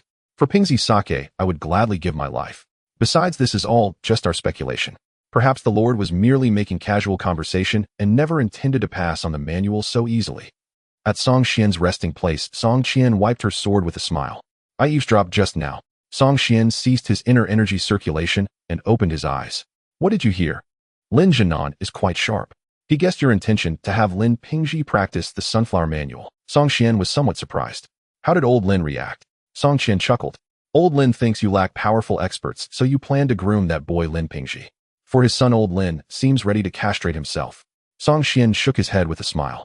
That one, indeed, it was unnecessary. If he had not yet broken through to the Xiantian realm, a subordinate trained in the Sunflower Manual would have been tempting. But now, with sufficient personal martial power and Lin Zenen's voluntary allegiance, there was no need to scheme against his own people. Just then, Song Xian raised an eyebrow, sensing several new sounds in the silent courtyard. He stretched lazily and picked up his long sword from the bedside. The night's protagonists have finally arrived. Come, let us go out and have a look. Lin, come out and die. A voice of reprimand from a disciple of the Qingqing sect echoed in the Lin family. Upon hearing such commotion, Lin Zhenan and others hurriedly emerged from their rooms, anxiously glancing towards the room where Song Xian was. Brother, let me handle this. Song Qian called out to her elder brother, who was about to step outside, smiling. This time, let me show you my skills. In the next moment, Song Qian's fair and slender fingers tapped the teacup on the table, lightly flipping her finger. With a surge of inner power, several drops of tea instantly crystallized and shot forward. Before anyone could react, several people in the shadowy corner of the courtyard fell to the ground, unaware of what kind of hidden weapon had taken their lives. In the courtyard, the Lin family members were horrified, looking at each other in disbelief. Song Qian feigned disappointment, softly chuckling. Alas, my power is still not yet at its peak. The sound of my aerial strike hasn't been concealed. If I encounter a master of the innate realm, they could easily evade it. It seems I must cultivate diligently for a while after returning. Ignoring his sister's modesty, Song Xian stepped out, first glancing at the bodies lying in the corner, then his gaze fell upon a middle-aged man. This man wore a large robe and had an unusual stature. Behind him, a few disciples of the Qingqing sect. Seeing Song Xian approach, the middle-aged man in the robe's expression turned dark, coldly saying, I am Yu Songhai, the sect master of the Qingqing sect. And you are? Did you just kill my disciple? It was I who killed him. Song Qian cheerfully stepped forward with her sword in one hand, her demeanor somewhat, What? You shorty don't agree. Shorty. Yu Songhai was taken aback, angrily asking, Which sect do you belong to? Do your elders know you killed my disciple? So what if I did? Song Qian embraced her sword. Isn't it just about killing each other in the martial world? What, little shorty, do you think you can't beat this heroine and plan to tell your parents? You are too much. Yu Songhai was infuriated, unable to contain his anger. This girl had a sharp tongue, calling him shorty and mocking him for losing and seeking help from his parents. It was simply too much. Initially, Yu Songhai had some fear about Song Qian's hidden weapon technique, but at this moment anger took over, and with his disciples watching, he could no longer care about anything else. If he didn't properly deal with this dead girl today, his prestige as the sect master of the Qingsheng sect would be trampled into the ground, becoming a laughingstock in the martial world. Die! Yu Songhai roared, pushing off the ground and leaping forward over 10 meters, suddenly ambushing Song Qian. He took a deep breath, causing his robe to billow, and then he struck out with his palm, a cold and powerful force surging forth. Song Qian remained calm, the Xianbing force surging into her hand as she countered with a palm strike. But to her surprise, her palm struck nothing but an afterimage of Yu Songhai. Song Qian's gaze shifted suddenly, and she was shocked to see Yu Kanghai's real body had appeared behind her elder brother, wearing a sinister smile. Yu Kanghai's palm, imbued with an icy aura, slammed into Song Qian's back, and he wore a triumphant grin that showed no intention of hiding. You little girl dare to challenge me. I've navigated the martial world for decades. My combat experience far surpasses yours. First I will kill your helper, then slowly deal with you, this little girl with tender skin. I will take you back to Qingxing Mountain and teach you a lesson. With a powerful strike. Yu Songhai trembled, his eyes filled with fear and confusion, then suddenly turned, moving faster than before. He leaped onto the Lin family's courtyard wall and disappeared into the night. Master! The disciples of the Qingxing sect were utterly bewildered. What just happened? Wasn't the sect master's ultimate technique, the heart-crushing palm, supposed to hit that young man? But why did the master turn and flee? Before they could process their confusion, Song Qian raised his index and middle fingers together, gently slicing through the air. With a tearing sound, flesh and bone were ripped apart, and then blood sprayed into the sky. Several heads filled with confusion were thrown high into the air. Everyone shut up! Song Qian shouted angrily. Once the crowd quieted in fear, she nervously approached her elder brother. Everyone shut up! Song Qian shouted angrily. Once the crowd quieted in fear, she nervously approached her elder brother. Are you okay? Song Qian smiled, saying, just a postnatal warrior, what could happen to me? Song Qian retorted, then why didn't you dodge just now? Don't tell me you didn't react. I didn't want to dodge. I wanted to test how strong my Buddhist defenses are after breaking through. In a good mood, Song Qian realized that even without using true energy, his physical strength was sufficient to withstand the techniques of postnatal warriors. I will chase after you, Songhai. Seeing her brother was fine, Song Qian raised her sword to pursue, but Song Qian reached out to stop her. No need. Song Qian shook his head slightly. He won't survive. The backlash from his pure yang true energy was not something a postnatal warrior could withstand. Yu Songhai activated his lightness skill and fled the city in a panic, stopping to sit down on a small hill outside the city. Master! On the hillside, 3 figures appeared, disciples Yu Songhai had left behind before entering the city. Their original purpose was to guard against any stragglers from the Lin family. Unexpectedly, they had become the only remaining members of the Qingxing sect. Yu Songhai leaned against a tree stump, gasping for breath. He ignored the 3 disciples lifting the arm that had struck Song Qian's back. It was grotesquely twisted, and perhaps due to the severity of the injury, he could hardly feel any pain. At this moment, Yu Songhai was filled with confusion. He unleashed his full strength in the heart-crushing palm martial technique, and instead of injuring the other, the backlash nearly shattered his entire arm. Did I really hit a person? Is this truly a human body? Even the Shaolin monks who specialize in toughening their bodies couldn't possibly be this strong. Cough, cough. He coughed up a mouthful of old blood mixed with pieces of internal organs. Yu Kanghai's expression shifted from shock and despair to a profound sense of loss. He knew he was going to die. Master, what on earth happened? Don't ask. Take my body and leave quickly. Take me back to Qingxing Mountain. From today on, the Qingxing sect will seal its mountain for 100 years and not emerge. Leave behind the sect rules from now on. Whenever a young person in a white scholar's robe is encountered, the disciples of the Qingxing sect must stay far away and not provoke them. And our sect's martial arts are hidden in. Before he could finish his sentence, he had already passed away. Master, don't die yet. Master, please clarify where our sect's martial arts are hidden. Master. Stop whining. But Master wants us to bring his body back to Qingxing Mountain. What nonsense. Master has provoked a great enemy. If we return to Qingxing Mountain, won't we just be waiting to be slaughtered at the mountain gate? If you want to die, I don't.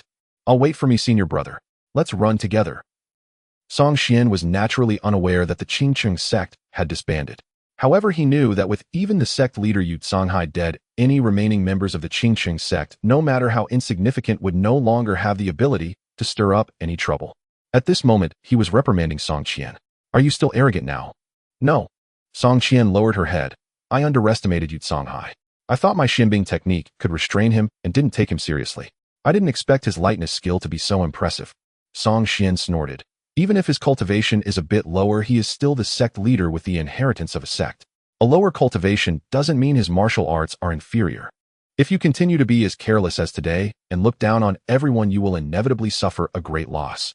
Song Qian sincerely admitted her mistake. I will give my all in future battles and will never dare to underestimate others again. Brother, please don't be angry anymore. Seeing that Song Qian had honestly admitted her mistake, Song Qian stopped scolding her and said to Lin Zhennan and the others, the courtyard is a bit messy, you all clean it up and then go back to rest early. Tonight we can finally sleep soundly. Lin Pingji still felt a bit uneasy. Brother Xian, is Yu Songhai really dead? After being reprimanded by her elder brother, Song Qian was worried that no one would get angry, so she immediately turned and scolded Lin Pingji. If my brother says he's dead, then he is dead. What do you not believe in my brother's abilities? Lin Pingji shivered, not daring to retort. He forced a smile and hurriedly instructed the servants to clean the courtyard, while he himself began sweeping the ground with a large broom. Song Qian lost interest in someone who wouldn't argue back. She turned to Song Xian with a smile. Brother, that Yu Kanghai's lightness skill is quite impressive. Shouldn't we go after him to seize his technique? There's no need. Song Xian pondered for a moment and said, in a few days when we return, I'll teach you a more powerful lightness skill. Martial arts might be lacking, but the ability to escape must be top-notch. Good. Song Qian exclaimed, brother, how many secrets do you have? You've been in the imperial capital for so many years. Where did you get all these martial arts? Song Qian said nothing and directly returned to his room. Song Qian followed him in, and after closing the door, eagerly poured tea for her elder brother.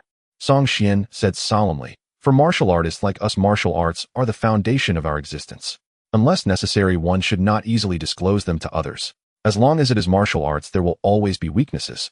The more people know about them, the easier it is for them to be exposed and for others to find ways to restrain you. Song Qian pondered. So this is why you hid your practice of the youngster technique. Song Qian nodded. This youngster technique of mine is quite powerful, but its weaknesses are also very obvious. If one becomes infatuated with women during the foundational stages, it is very easy to break the technique. In our line of work in the Xian Guard, it is easy to offend people. If my enemies were to discover my weaknesses, they could completely design a plan to deal with me based on that. Song Qian suddenly realized, no wonder you have changed your ways in recent years, often lingering in brothels. This is to train your resistance to the allure of women, right? Indeed, after seeing all the various seduction techniques of the courtesans, ordinary beauty traps should have no effect on you. Song Qian chuckled. There is indeed some intention behind this plan. All right, you should go back and rest early too. We'll head back to Yangzhou at dawn. Before dawn, the Lin residence was already bustling with activity. Carriages were stacked outside the residence, and one could frequently see maids and servants carrying boxes of valuable goods into the carriages. At dawn, with the morning glow filling the sky after Song Qian and the others had breakfast at the residence, they slowly set out following the Lin family's escort team. On the street, many people were quietly discussing the news they had received as they watched the convoy made up of more than 10 carriages. In a certain tea house, two individuals dressed as chivalrous warriors were gathered together, a man and a woman. The woman was slender and graceful, while the man with white hair appeared quite aged. At this moment, they were whispering to each other. It seems that the enmity between the Lin family and the Qingqing sect has been resolved. Yes, it is said that the Lin family won. Someone found Yu Kanghai's corpse outside the city early this morning. The woman said softly, oh, you won't believe it, Yu Songhai died a terrible death. His arms were twisted like twists of dough, and according to the coroner, his insides were smashed into a puddle of mud. The old man, upon hearing this, was puzzled, but Yu Songhai was the leader of a sect, and his skills were not ordinary. How could he die so easily? When did the Lin family become so powerful? They probably hired a master to help, right? Senior brother, what should we do now? My father told us to rescue the Lin family if necessary, but is there still a need to save them now? The old man sighed, looking as if he didn't know what to do. Forget it, let's just follow for now and wait for master to arrive before making a decision. Inside the carriage, Song Qian was writing and drawing on paper, occasionally explaining to Song Qian. But Song Qian listened intently and seriously to the lightness skill called Spiral 9 Shadows that her brother was teaching her. Even though her cultivation had not yet broken through to the innate stage, she was still greatly shocked by the power of this skill. When cultivated to a high level, one could transform into 9 afterimages. Whether fleeing or fighting, it was a truly miraculous martial skill. She couldn't help but wonder where her brother had gotten such a unique skill from. Could it be that he robbed some martial arts sacred ground? Master. At that moment, Lin Zhennan's voice sounded from outside the carriage. What's the matter? Song Qian asked calmly. Report, master, since we left the city, a group of people has been following behind our convoy from a distance. The convoy has been stopping and going for over 100 miles, and they are still following. I suspect they may have some ill intentions towards us. MHM understood. I will handle this matter. Song Xian handed the notes of the Spiral 9 Shadows to Song Qian, saying, "This technique is quite profound and difficult to understand. You should ponder and study it yourself for now." As he spoke, he stepped down from the carriage, pausing for a moment in place before disappearing in an instant. 100 meters behind the convoy, two individuals, an old man and a young woman, were leisurely walking along the official road. "If we follow so closely, won't we be discovered? What is there to fear? We haven't stolen or robbed anything. This road doesn't belong to the Lin family, so are we not allowed to walk it?" "True." The young girl let out a clear, sweet laugh and was about to say something when she noticed a handsome young man in a white scholar's robe standing ahead, watching them with a smile. The old man and the young girl were none other than Lao Denua, the second disciple of the Huashan sect, and Yulingshan, the daughter of the sect leader Yubu Kun. At this moment, Yulingshan had a look of astonishment on her face as she exchanged glances with her elder brother, Lao Denua, disguised as an old man. What was happening? In broad daylight on this official road, they actually encountered robbers. The problem was, where could one find robbers who looked so good? Disguised as an old man, Lao Denua quickly cupped his hands in greeting and said, "Young hero, please do not make such jokes. We are just poor people. Where would we have any wealth?" He pointed towards the almost vanishing Lin family caravan in the distance and continued, "There is a caravan ahead belonging to the wealthy Lin family from Fuzhou. If you are in need of money, you can go borrow some from them." Song Xian assessed the two individuals. From their appearance, combined with the fact that they had been following the Lin family caravan, he had basically confirmed their identities. If nothing unexpected occurred, they should be Lao Denua of the Huashan sect and Yulingshan. These two had been sent by Yubu Kun to gather information about the Lin family as a precursor to their plan to seize the evil-repelling sword manual. Hearing Lao Denua disguised as an old man speak up, Song Xian laughed. "Apologies, but I have always been one to bully the weak and fear the strong. That Lin family caravan has over 100 people, and they clearly seem tough to deal with. It's you old folks and young ones who are the easiest to bully. So stop the nonsense and hand over your wealth, or don't blame me for being rude." Yulingshan was immediately infuriated upon hearing this. As a disciple of the righteous Huashan sect and the daughter of the gentlemanly sword Yubu Kun, she inherently possessed a sense of chivalry. Upon hearing Song Xian's remark about bullying the weak, she directly retorted angrily, "What if we refuse to hand over our wealth? What will you, a villain, do then?" Song Xian studied Yulingshan from head to toe. The girl had a graceful figure and a relatively sweet voice, but her current appearance was one that had undergone a transformation, with dark and rough skin rendering her quite unattractive. She was the kind of person you'd want to commit a crime against from behind, but run away from when facing her directly. Song Xian fell silent. The direct enmity between the Qingqing sect and the Lin family stemmed from Lin Ping, Ji killing Yu Tsong Hais, son Yu Rinyan. The reason for Yu Rinyan's death was that in a certain tavern he had harassed Yulingshan, who was in disguise, and was reprimanded by the justice-driven Lin Ping, Ji, leading to a conflict that resulted in a fatality. Song Xian could not fathom why Yu Rinyan, who had died by Lin Ping Ji's sword, would have such peculiar tastes to want to harass such an ugly girl. "If you don't hand over money, then I'll have to resort to kidnapping." As soon as he finished speaking, before Yulingshan could respond, she felt a gust of wind near her ear and realized that Song Xian had somehow appeared behind her, his hand pressing against her neck. In the next moment, Yulingshan felt her neck go numb and she succumbed to unconsciousness. Seeing her faint, Lao Denua quickly took a few steps back and said in a low voice, "Who exactly are you?" Even Lao Denua, no matter how foolish, understood that the young man before him was not a common robber. His real purpose was to seek trouble with the Huashan sect. However, he was not flustered. It was Yulingshan who had been taken. Oh, what did it have to do with him, Lao Denua? On paper, he was the second disciple of the Huashan sect's leader, but in reality, he was an undercover agent planted in Huashan by Zhuo Longchan of the Songshan sect. As a traitor, he was more than happy to see the Huashan sect's people perish sooner rather than later, allowing him to return to Songshan. After 3 years of staying here, he was close to forgetting who he really was. Song Xian glanced at Lao Denua, whose face was a mix of vigilance and anticipation, and then at the ugly girl he was carrying on his shoulder, and an idea suddenly popped into his mind. Since Yubu Kun would eventually have to be dealt with, why not eliminate him, and then have him work for me? Then lowering his voice, he said, "Brother, Lao need not be nervous. I am a disciple of the Songshan sect tasked with finding an opportunity to kidnap Yulingshan in order to lure Yubu Kun out from Huashan." Lao Denua, upon hearing this, cautiously asked, "Is the leader planning to take action against the Huashan sect?" Song Xian nodded, saying, "You should inform Yubu Kun that if he wants his daughter back, he should come to Yangzhou City, and it would be best if he brought along his eldest disciple Ling Huchong. This time we must take down the Huashan sect entirely. By the way, I am currently carrying someone, and it is inconvenient to notify the sect." You should find an opportunity to inform Master Zhua to send more people. Yubu-kun is no weakling. With too few people we may not be able to keep him here. Over the years, brother has endured a lot of hardship while lurking in the Huashan sect. Whether we can take down the Huashan sect this time depends on you. Understood. Hearing that he was so important, Lao Danu looked excited. Brother, don't worry. I've waited so many years just for this day. You wait in Yangzhou, this time things will definitely go smoothly. Song Xian looked at him with admiration and said, in that case, I will rely on you, brother. It is inconvenient for me to stay here any longer. I will take my leave first. With that, Song Xian, carrying Yuling Shan, did not leave along the official road, but instead slipped into the nearby woods, disappearing in an instant. Lao Danual watched Song Xian's departing figure and murmured, luring the snake out of its hole for a complete capture. This sounds like the leader's strategy. It seems that the leader's cold ice true chi has reached perfection. He is finally going to take action against Yubu-kun. Carrying Yuling Shan's Song Xian meandered through the woods for a while before finding a secluded spot where no one was watching and quickly slipped into a carriage. Bro, why did you come back carrying someone? Song Qian glanced at Yuling Shan, exclaiming, wow, she's really ugly. When did my brother's taste become so heavy? She is no ordinary person. She is the daughter of Yubu-kun, the leader of the Huashan sect. If you cannot cultivate the evil repelling sword technique, whether you can learn a profound sword technique in the future will depend on whether Yuling Shan is helpful. Song Qian immediately became interested. Does the Huashan sect have powerful sword techniques? I haven't heard of that. We'll talk about this later. Song Qian did not continue discussing the sword techniques. According to the progress of the plot, Ling Huchong should not have learned the Duga 9 swords from Feng Qingyang yet.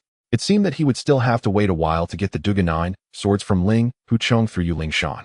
However, there was no need to hurry. Once he returned to Yangzhou, he would have plenty of time to plot carefully.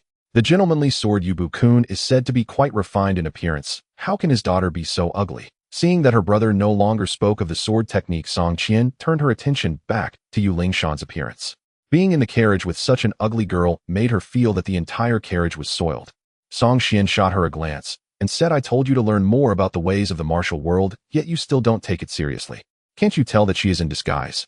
Song Qian smiled, awkwardly wiping away the makeup on Yuling Shan's face, and casually used a wet towel to clean her face. You know, this little girl is actually quite pretty. Song Qian looked over and saw Yuling Shan, who was still in a deep sleep, her delicate face pale and beautiful. While she couldn't be called a stunning beauty, she was certainly charming, which explained why Ling Huchong had always been infatuated with this little junior sister. Song Qian commented, concluding, however, compared to this heroine, she falls a bit short, and she is even further from Sister Lu's standards.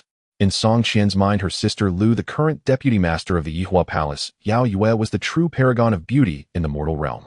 Although Yuling Shan was quite good-looking, she had yet to reach the standard of being her sister-in-law. After a few glances, Song Qian lost interest and focused on studying the spiral 9 shadow movement technique in her hands. Time passed gradually, and after more than an hour, Song Qian suddenly spoke up. Since you're awake, there's no need to pretend to be asleep. Upon hearing this, Yuling Shan slowly awakened. In fact, she had been awake for a while, but dared not open her eyes, pretending to be in a deep sleep while cautiously listening to her surroundings. However, the carriage was eerily silent. Song Qian and his sister were busy studying their techniques and cultivating their pure yang energy, making no sound at all. This left Yuling Shan's plan to gather information in vain. Who are you and why have you kidnapped me? As soon as Yuling Shan opened her eyes, she questioned, while suddenly launching an attack, raising her hand to strike at Song Qian beside her. She understood the prowess of Song Qian, a level of power she couldn't comprehend. If she wanted to save herself at this moment, she had to subdue the girl next to her first. However, before her palm could strike, a long pale hand suddenly grasped her neck, and the suffocating strength caused her to instantly lose her fighting capability. Song Qian opened his eyes and glanced at Song Qian, saying, she is still of great use, don't kill her. Song Qian responded with an, oh, retracting her arm and coldly stating, little girl, my brother is gentle with flowers and jade, but I am not. If you dare to make any further moves, I will snap your neck. As the daughter of Yubuchuan, Yuling Shan had always been pampered and cherished, so she couldn't bear this insult. She immediately felt her temper rise and was about to retort back at Song Qian. However, upon seeing the cold, emotionless gaze of Song Qian, she suddenly panicked and silently turned away, no longer looking at her. Women understand women best, and her intuition told her that if she angered this extraordinarily beautiful woman, the other party would truly be capable of murder. Thus, she very consciously shifted her focus to Song Qian. What exactly do you want? Song Qian looked at her and said, you are Yuling Shan, right? Yuling Shan was taken aback and then became alert. You know me? I do. Song Qian replied indifferently, the daughter of the leader of the Huashan sect, the gentleman, sword you Xuan. Knowing who I am and still daring to kidnap me, aren't you afraid my father will come looking for you? Song Qian remained silent, but Song Qian scoffed, just a fallen sect leader. In the martial world, people give your father face and call him the gentleman's sword, but if they don't, he is just a joke jumping around. You must not insult my father. Hearing her noble and impressive father being ridiculed, Yuling Shan's eyes turned red. My father is upright and righteous, a recognized gentleman in the martial world. Being captured by you is due to my lack of skill, but it does not mean that our Huashan sect's martial arts are inferior. You can mock me, but you cannot insult my father. Song Qian was momentarily stunned, opened her mouth, but did not make any further sarcastic remarks. Instead, her gaze towards Yuling Shan lost its previous indifference. You do have a bit of filial piety. Song Qian smiled lightly. Miss Yue, please rest assured and follow us. As long as you don't deliberately cause trouble, once we reach Yangzhou, your freedom will be returned to you. Yuling Shan frowned tightly. I don't understand. What exactly does your kidnapping me mean? What grievance does our Huashan sect have with you too? Song Qian shook his head. No grievances. Then you are after the martial arts of our Huashan sect. Song Qian chuckled. To be honest, I don't even think highly of your Huashan sect's strongest Zixiaogong. If you don't value it, then what are you after? Song Qian replied flatly, people. People. Yuling Shan was momentarily stunned, and then her cheeks uncontrollably flushed. She lowered her head and fell silent, occasionally sneaking a glance at Song Qian. Song Qian was speechless. Miss, where are your thoughts wandering? I can understand a young girl in love, but in broad daylight, isn't it a bit too early for you to be thinking this way? Huh? Song Qian huffed. Little girl, you're not that old, yet you're daydreaming pretty early. The person my brother mentioned isn't you, so why are you blushing like that? Being scolded like this, Yuling Shan lowered her head, even more clutching her clothes and remaining silent. Yuling Shan didn't believe a word of Song Qian's fierce woman's words. If your brother said he wanted someone from our Huashan sect, he has already kidnapped me, and if it's not me, could it be my father instead? The carriage creaked along the official road, and throughout the journey, it was quiet inside the carriage with no one speaking. Until evening, the convoy slowly entered a small county town and stopped outside an inn. Master. Outside the carriage, Lin Junnan's voice rang out. It is getting late. We need to stay here for the night. You are an old hand at this. Just arrange things as you see fit on the road.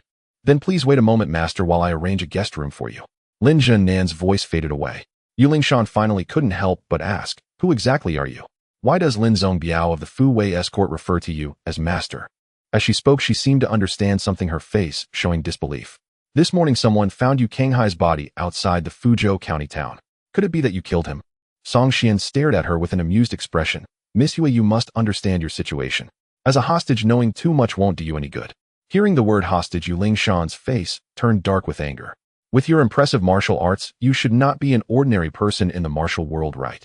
Don't you fear being ridiculed by others in the martial world? Do you truly not care about your reputation in the martial world? Song Qian chuckled. Reputation is just something to listen to. If it were truly useful, the Lin family wouldn't have nearly been wiped out by the Qingqing sect last night. Huh? Yuling Shan scoffed, somewhat unconvinced. That is still a matter of the Lin family's reputation not being enough. As for my father, known as the gentleman's sword in the martial world, wherever he goes, who doesn't give him a bit of face? Song Qian sighed.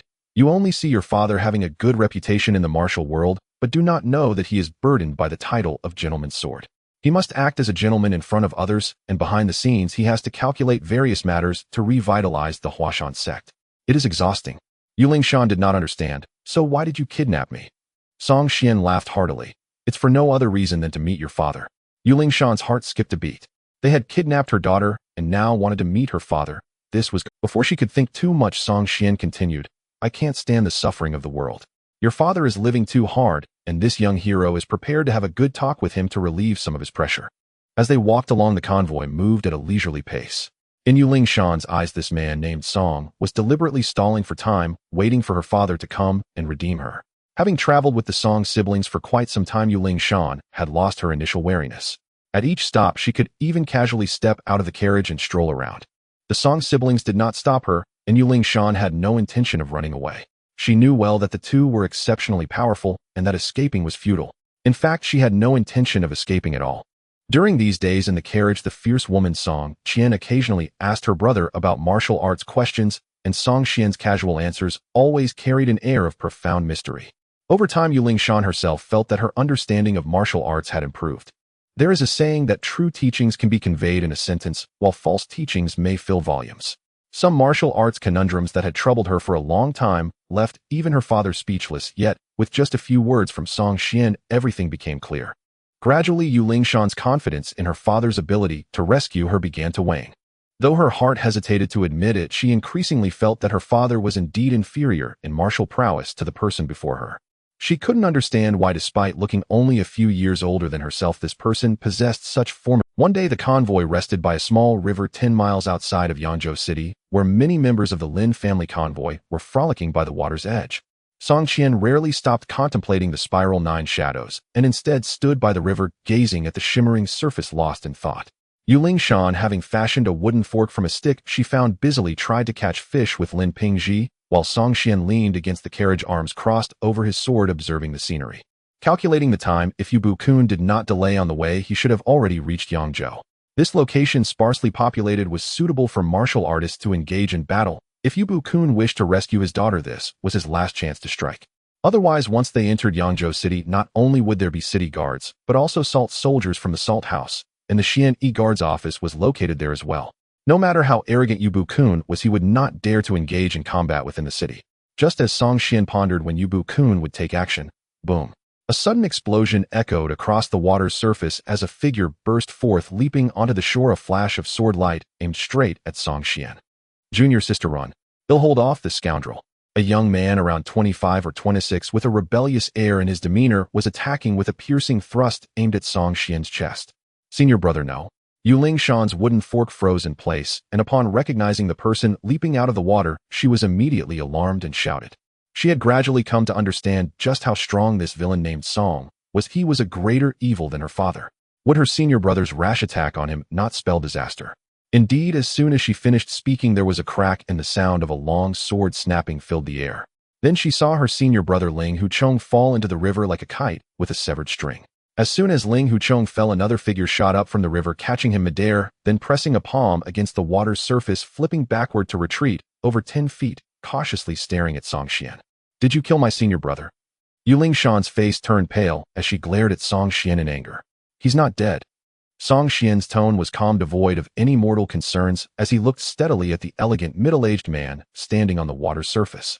This man was holding Ling Huchong in one arm and wielding a long sword in the other, with faint purple energy swirling around the sword's tip, poised to strike at any moment. Gentleman's sword, Yu Bu-kun? Song Xian asked casually. Indeed, I am you. May I ask who you are and why you are kidnapping my daughter? At this moment, Yu Bu-kun's face began to turn a shade of purple, yet he hesitated, genuinely wary of Song Xian's strength.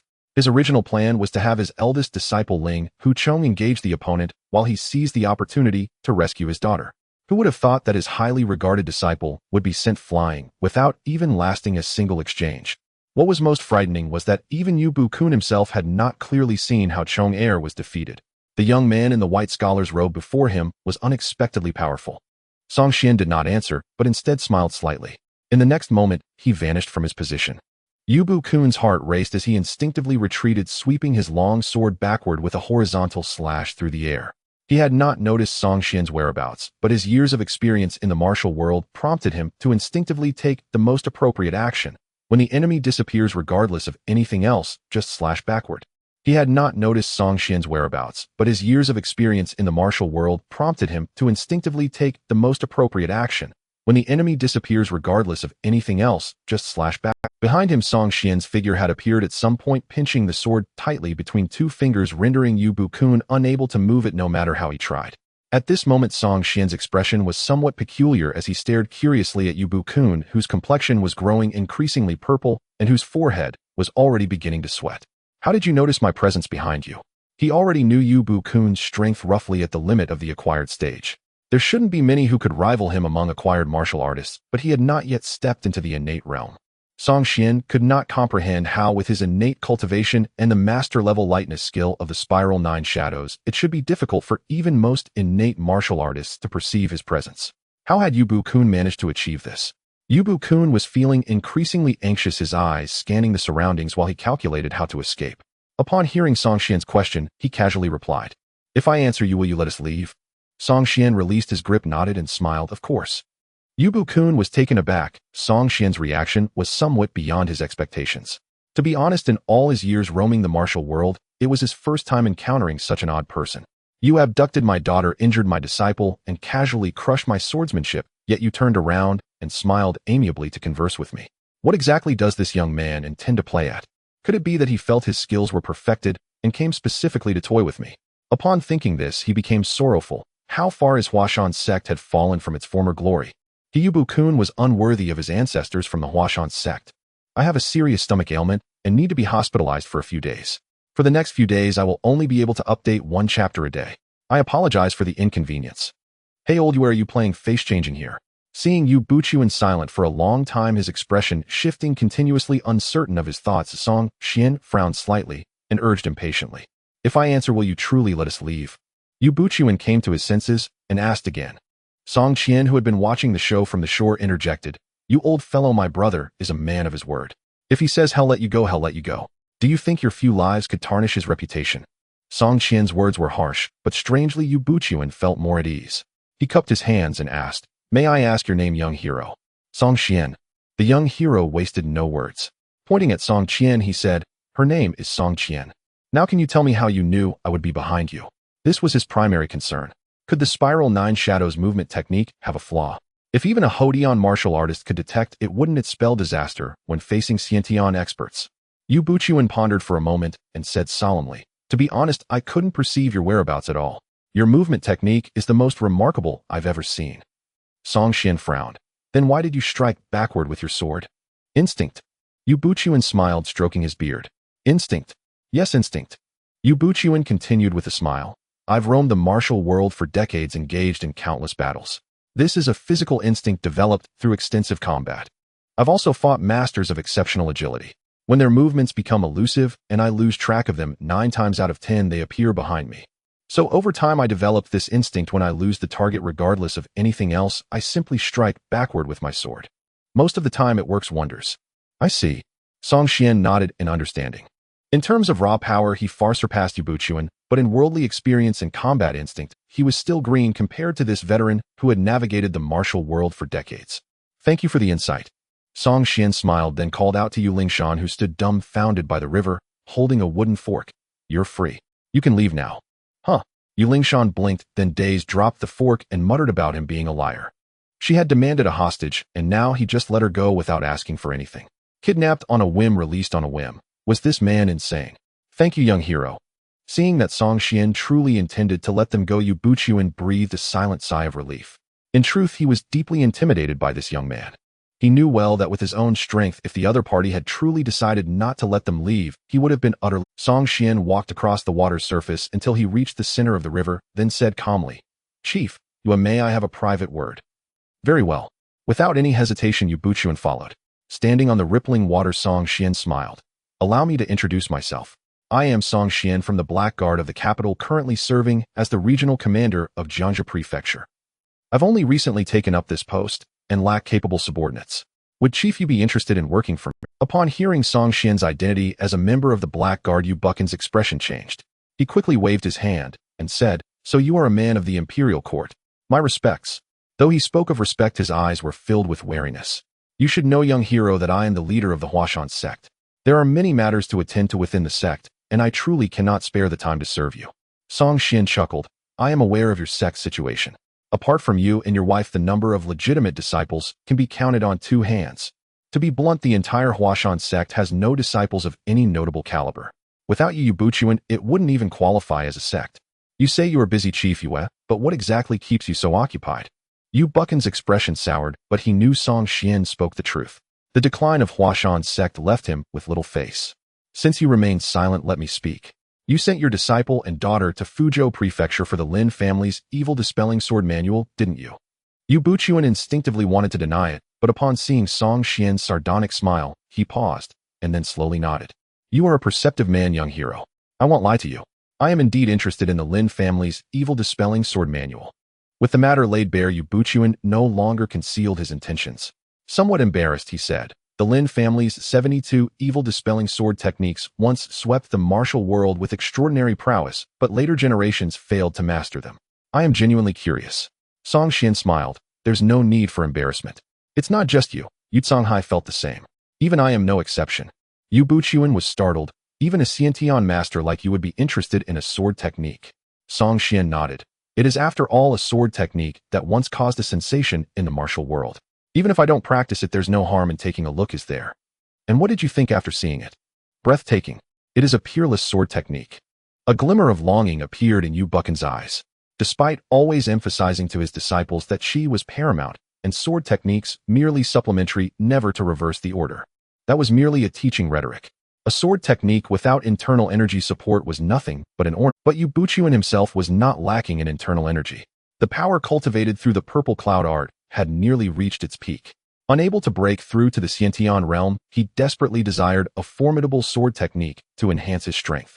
I dislike beating around the bush with intelligent people. Song Xian fixed his gaze on Yu Buchuan and said sternly, "Work for me, and I will give you the evil-dispelling sword manual." This, Yu Buchuan instinctively wanted to refuse again. Transforming from a respected leader of a righteous sect into a lackey of the imperial court was a hurdle he could not yet overcome. If this were to spread through the martial world, how could he, Yu Buchuan, ever hold his head high again? The gentleman of swords reduced to a court dog. How could he face the world? If this news reached the martial community, how would they view him? Not only would they despise him, but even his own daughter would likely look down on him. Don't rush to refuse. Seeing Yu Buchuan on the verge of declining, Song Xian continued, "I am well aware of the state of your Huashan sect. To be frank, it is in imminent danger." Yu Buchuan fell silent, having no doubts about the capabilities of the Xian Guard in gathering intelligence. Although you claim that the Five Mountains Sword Sect is united, in reality the competition within is fierce.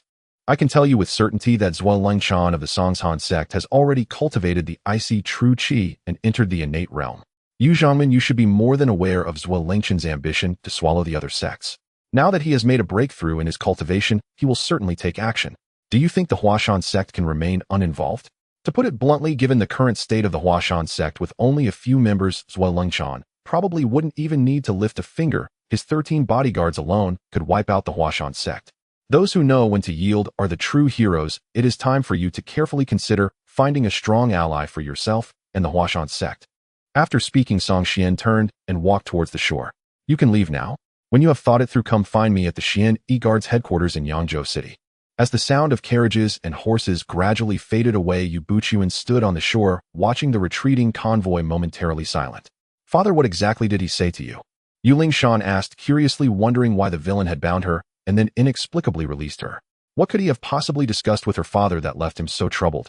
Yu Buchuan did not respond, but the injured Ling Hucheng, who was carried on his back, spat out blood and asked, "Junior sister, during the time you were captured, did Song Xian ever mistreat you?" "Not at all. As long as I didn't try to escape, he didn't do anything inappropriate. This person is truly strange. I thought he was plotting to seize our Huashan sect's secret arts." Yu Buchuan shook his head. This person appears quite young, no more than 20, yet his strength has already entered the innate realm. Such a prodigy would not look down upon ordinary martial arts. Yu Lingshan nodded instinctively. That's true, he did say that he looked down upon our Huashan sect's techniques. Father's senior brother seems severely injured. Should we find a place for him to recover? It's nothing. Ling Hucheng coughed a few more times, spitting out some blood. Makes me feel much better. That person did not harbor murderous intent. Although I seem gravely injured, it's merely external wounds that haven't affected my internal organs. Expelling the stagnant blood has helped a lot. Yu Lingshan sighed with relief. Father, what did that villain say to you? Did he threaten you? Yu Buchuan, looking worried, said, "We should leave this place first and find a safer spot for your senior brother to recover. We'll discuss other matters later." Understood, father. Just as they prepared to leave, a burst of laughter emerged from a nearby hillside. Yu Zhongman, where are you planning to go? As soon as the voice fell, the sound of rushing wind echoed all around as a figure swept past from the surrounding hills, encircling Yu Buchuan and the others. The 13 bodyguards of Songshan. Upon recognizing the newcomers, Yu Buchan's heart skipped a beat. Not long ago, Song Xian had mentioned that Zhuo Lengchan had broken through in his cultivation and would soon target the Huashan sect. He hadn't expected them to arrive so quickly. Yu Buchuan looked at the crowd surrounding them, his gaze falling on the leader, and he shouted angrily, "Ding Mian, what is the meaning of this?" Ding Mian, the towering palm master and Zhuo Lengchan's second disciple, was known for his powerful palm techniques that could crush the bones of any who fell under its might. He was also the strongest among the 13 bodyguards. At this moment, he was accompanied by the second bodyguard Lu Bo, the third bodyguard Fei Bin, and over a dozen disciples of the Songshan sect, sealing off all escape routes. What ignited Yu Lingshan's fury was the sight of Lao Denua, a traitor from the Huashan sect, stepping out from behind the disciples of the Songshan sect, grinning widely. "Master, it was quite a challenge to catch up with you. I almost missed you." Yu Buchuan glared at Lao Dinua with a grim expression. He had long suspected that this individual was a spy planted by the Songshan sect, and had remained vigilant. However, due to the urgency of his daughter's capture, he had overlooked this person. Unexpectedly, one oversight had placed him in a dire situation. The main issue was that he hadn't anticipated that the Songshan sect would so openly tear off the mask, disregarding any sense of Jianghu ethics. Ding Mian chuckled as he observed his surroundings. This remote place with no passers-by was indeed a perfect location for killing and looting. He clasped his fists and said, "Yu Zhangman, my sect leader wishes to have a word with you. Please stay here and do not move while I summon him." Yu Buchuan ignored him and glanced at his eldest disciple Ling Huchong and his daughter, Yu Lingshan, lowering his voice to speak. "I will hold them off. You two take the opportunity to escape." "Father," Yu Lingshan cried out anxiously. "Escape? Where could they go? Even if they managed to flee, if their father were to perish, how could the Huashan sect escape the clutches of the Songshan sect? Remember, flee to Yangzhou City and find Song Xian at the Xian E-Guard's headquarters. Tell him that I agree to his suggestion." Before Yu Lingshan and the others could respond, Yu Buchuan frantically activated his Zixia Gong, the purple aura on his face intensifying to its peak. He then unleashed the long rainbow through the sun sword technique, sending a wave of purple light surging towards Ding Mian. Ding Mian dared not confront it directly and retreated swiftly. The reputation of the gentleman's sword Yu Buchuan was well-deserved. Were it not for their sect leader's breakthrough into the innate realm, the Songshan sect would not dare to brazenly confront the Huashan sect. With Ding Mian forced back by the strike, a gap appeared in the encirclement. Yu Buchuan seized the opportunity, sheathed his sword, and swiftly grabbed Yu Lingshan and Ling Huchong, charging out. There was no way to wait here for death. Escaping while Zhuo Lengchan had not yet arrived was their only chance. It must be said the reputation of the gentleman's sword Yu Buchuan was indeed not exaggerated. Though he could not compare to the leaders of major sects like Shaolin or Wudong, he was undoubtedly among the top tier of postnatal martial artists. Ding Mian, Lu Bo, and Fei Bin were also well-known postnatal martial artists in the Jianghu, yet facing the Yu Buchuan, who was carrying two people, they could only follow from a distance, unable to catch up at all. As they sprinted away, the ancient and majestic city of Yangzhou came into Yu Buchan's view. But before he could express his joy, a sudden surge of intense life-and-death crisis gripped his heart. He instinctively turned to look back, only to see a towering masked figure approaching rapidly from over 100 meters away, an aura that instilled fear closing in. Yu Buchuan inwardly cursed. They were so close to entering the city, yet Zhuo Lengchan had managed to pursue them. This man, even if turned to ash, he would recognize him. Zhuo Lengchan was indeed a fierce character. Upon closing the distance, he did not utter a word, and simply raised his hand to strike. A frigid and violent palm force erupted from his hand, a silver-white torrent resembling a dragon instantly covering the air, enveloping Yu Buchuan and the others in a deadly aura. The palm force, condensed by true chi from an innate martial artist, was something Yu Buchuan felt he could not withstand. In the face of this life-and-death crisis, he took a deep breath and shouted towards the city ahead. "Song Xiaoxiao, save me." The sky had darkened, with the bright moon hanging high, its light casting a veil over the entire city of Yangzhou. In a carriage near the city gate, Song Qian curiously stared at her elder brother. "Why do you keep looking at me?" Song Qian asked with a strange expression. "Brother, what did you discuss with old Yu in such a mysterious manner? It wouldn't be a marriage proposal, would it? Just so you know, I don't mind if Yu Lingshan is the younger one, but the elder sister must be Lu Jia. Brother, you wouldn't want to have headaches over sister-in-law issues in the future, would you?" Song Qian waved his hand. "I'm not in a position to think about women right now." For Song Qian, the most important thing was to enhance his strength and gather allies to improve his survival capital in this world. As for women, there was no need to spend time flirting. Not a marriage proposal. Song Qian pondered. "Then is it that you've taken a liking to the Huashan sect?" Song Qian nodded. "I invited Yu Buchuan to work under me, but he didn't agree. That's quite normal. If I were in his position as a respected leader, I wouldn't want to be subservient either." Song Qian chuckled. "It doesn't matter. I believe he will come to terms with it soon enough. If nothing unexpected happens, the people from the Songshan sect should have arrived in Yangzhou by now. Unless Yu Buchuan wants the Huashan sect to be eliminated from the Jianghu, he has no other path to take." Song Qian questioned. "Why would the Songshan sect's people come here? Did you secretly notify them?" Song Qian slightly nodded. Song Qian clicked her tongue. "Brother, you truly are a cunning and devious person." Song Qian's expression turned serious as he raised his hand and made a fist gesture. Bang! "The grand estate you desire is gone." "No." Song Qian hurriedly wrapped her arms around her elder brother's arm. "I used the wrong words just now. Brother, your strategies are far-reaching and decisive, a true display of great wisdom. By the way, what if the Songshan sect doesn't make it in time? Wouldn't your plan be in vain?" "It doesn't matter. It just means I will capture Yu Buchuan a little later." Song Xian smiled. It is inevitable that Zhuo will try to swallow the Huashan sect. Conflicts between the two will occur, and unless Yu Buchuan wants to see the Huashan sect come to an end under his leadership, he will eventually come to find me. Song Qian understood, so brother, this is a stratagem. Yu Buchuan appears to be the leader of a sect, but in the face of a formidable opponent like Zhuo he has no other choice but to rely on you. Indeed. Song Xian smiled slightly. If it weren't for him, Song Xian, Yu Buchuan might have had a chance to obtain the Lin family's evil-repelling sword manual and use it to turn his fortunes around. But now the evil-repelling sword manual had fallen into his hands. Although the Jianghu seemed vast, Yu Buchuan was left with only two paths. Either he submits to Zhuo and watch the Huashan sect be merged into the Songshan sect, or he submits to Song Xian, becoming a pawn of the court and sacrificing some dignity and freedom. Still, at least on the surface, the Huashan sect remains, and there is even a chance to become a renowned sect in the Jianghu. Song Xian believed this choice was not difficult. With Yu Buchan's constant desire to see the Huashan sect continue and grow stronger, he would make the right decision.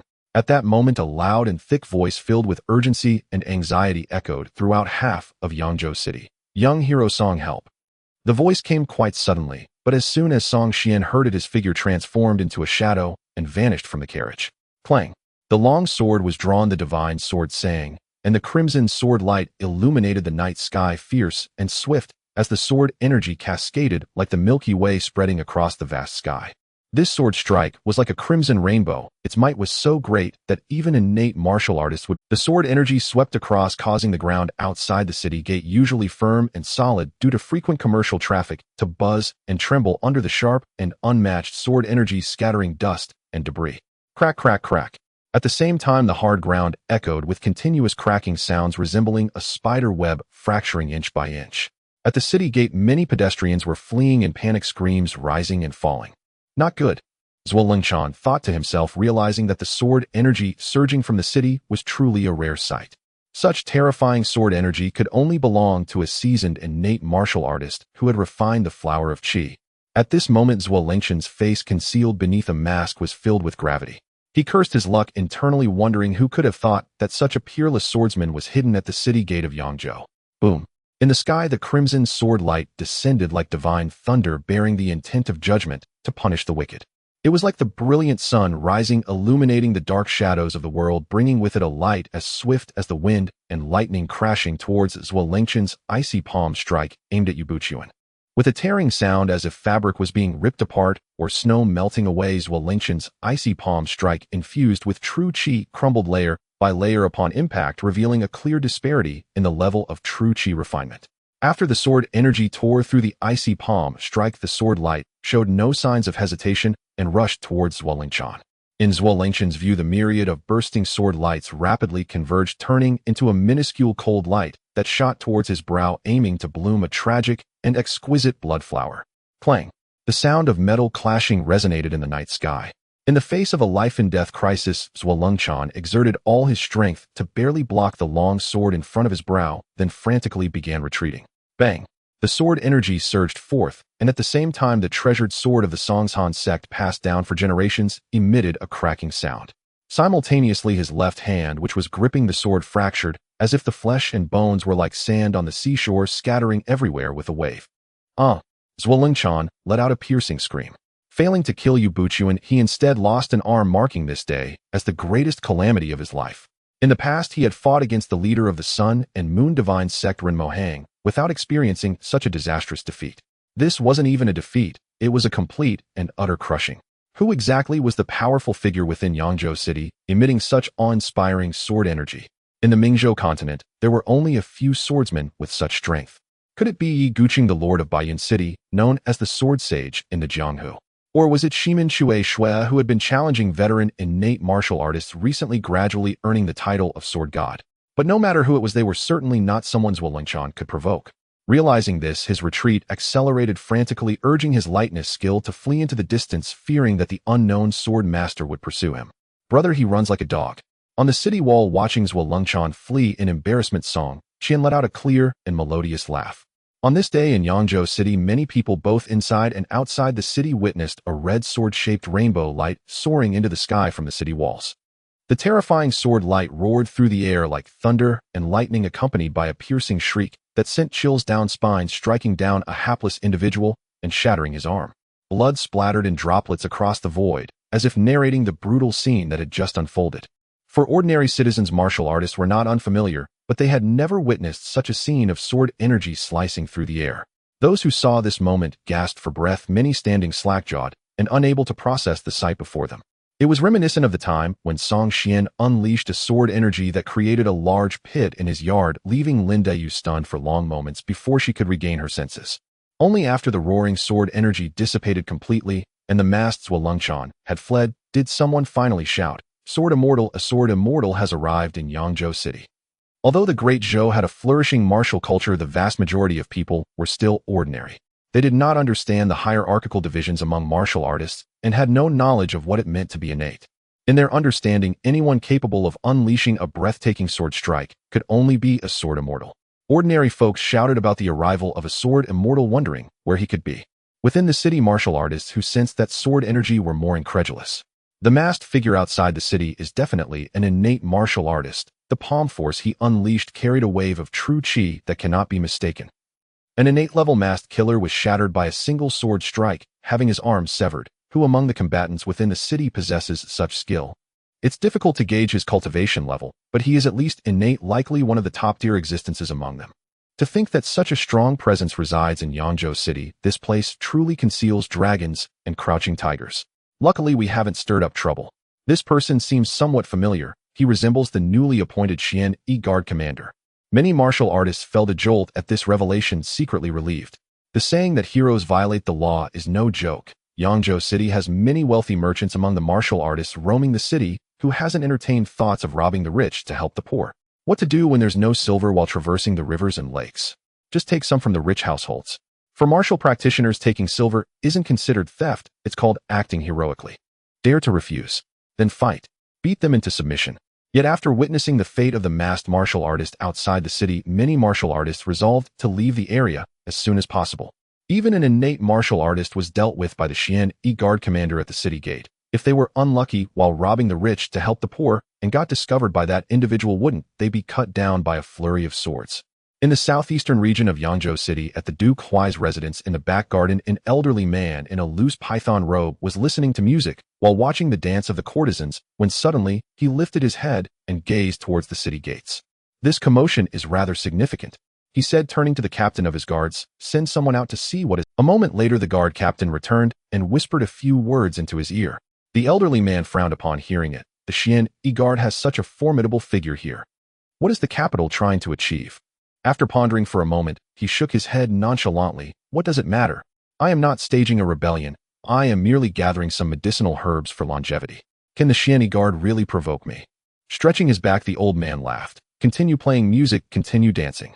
Meanwhile, in a private room of a tavern, a cultured middle-aged scholar waved his feather fan and glanced at the handsome man across from him. Lord Yi just swept past the city wall. The man referred to as Lord Yi appeared to be in his 30s, possessing the youthful charm of a young man along with the composure of middle age.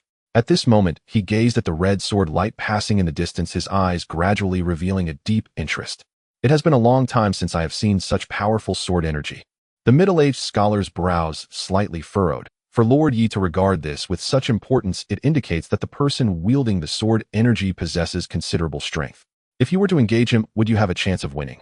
Lord Yi pondered. The refinement of his sword energy is even stronger than mine by a slight margin. He should be an innate expert who has condensed the flower of qi. However, his sword energy does not seem infused with spiritual intent, nor does it carry the oppressive weight of dense vitality. If he has not concealed his strength, I should be able to win. What if he has hidden his strength? Lord Yi smiled slightly. Then it's hard to say. In a life-and-death struggle where cultivation levels are similar, the specific battle conditions will ultimately determine the outcome. The middle-aged scholar guessed. "I heard that recently a sword god named Shimen Shui has emerged in the Jianghu of Mingzhou, renowned for his swift sword techniques and devastating sword energy. Could it be that he has arrived in the Jiangsu-Zhejiang region?" "Perhaps." Lord Yi sighed. "Had this been in the past, encountering such a sword path master would have certainly prompted me to engage and spar with him. But now it is no longer feasible. Oh, I not only cannot make a move, but I must also conceal my presence. The fewer people who know I am here, the better. Sometimes reflecting on it, I find that I miss the joy of the past." The middle-aged scholar chuckled, gazing out at the bustling streets outside the window, and said, Once the arrow is loosed it cannot return. O Lord Yi, it is too late for regrets now. Lord Yi shook his head slightly. I for one do not know what it means to regret. After a long day of hustle and bustle, Huang Rong returned to her room with dirt smudged on her face. 3 more children have gone missing today. She muttered to herself as she poured herself a cup of tea, her eyes reflecting deep exhaustion.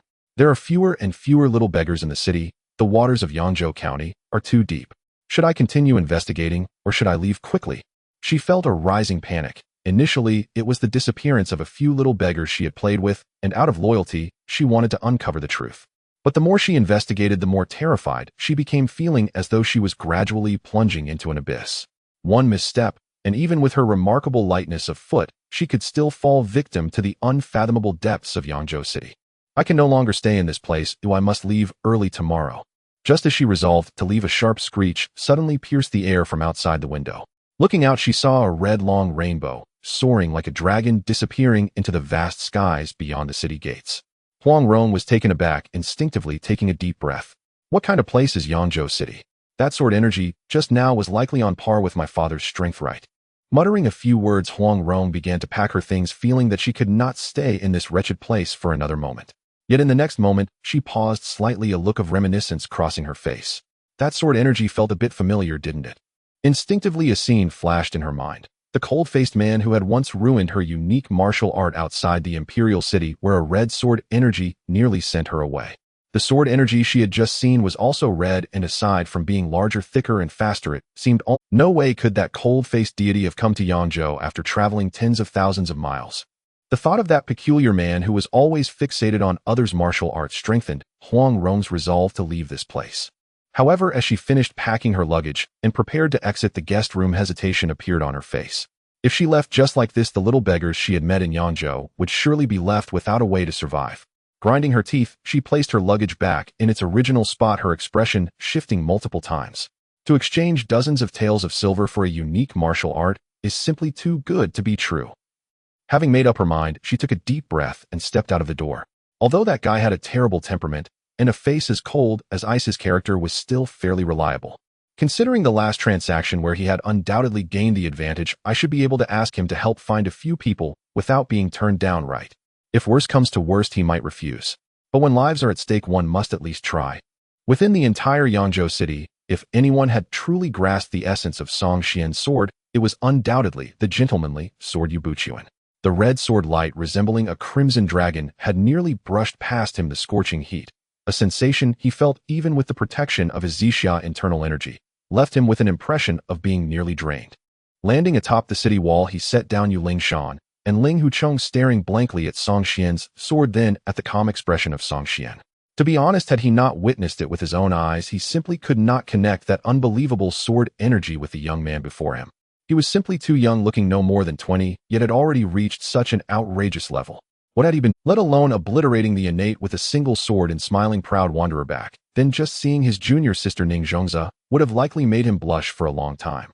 Having lived half a life toiling to maintain the glory of the Huashan sect, yet he was still not as good as someone else's starting point. It was quite ridiculous when one thought about it. In that moment, Xuan felt a sense of disillusionment creeping in as many of the things he had upheld for half his life began to crumble. The martial world was so unreasonable. In the face of true geniuses, the martial skills he had labored for most of his life were hardly even a match for a mere fingertip of theirs. Thank you. Buchan's voice was hoarse as he bowed deeply to Song Xian. On the city wall, the city guards looked on from a distance, but no one dared to approach. There were many ways to seek death, and they did not wish to die too gloriously. Song Xian glanced at the unconscious Ling Hucheng and Yuling Shan lying on the ground.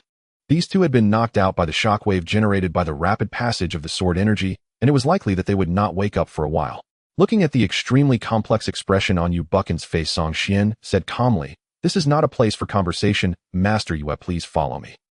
At the 1,000 Household Division's official residence, Song Xian sat at the head while Xuan led the newly awakened Ling Hucheng and Yuling Shan to sit at the guest seats.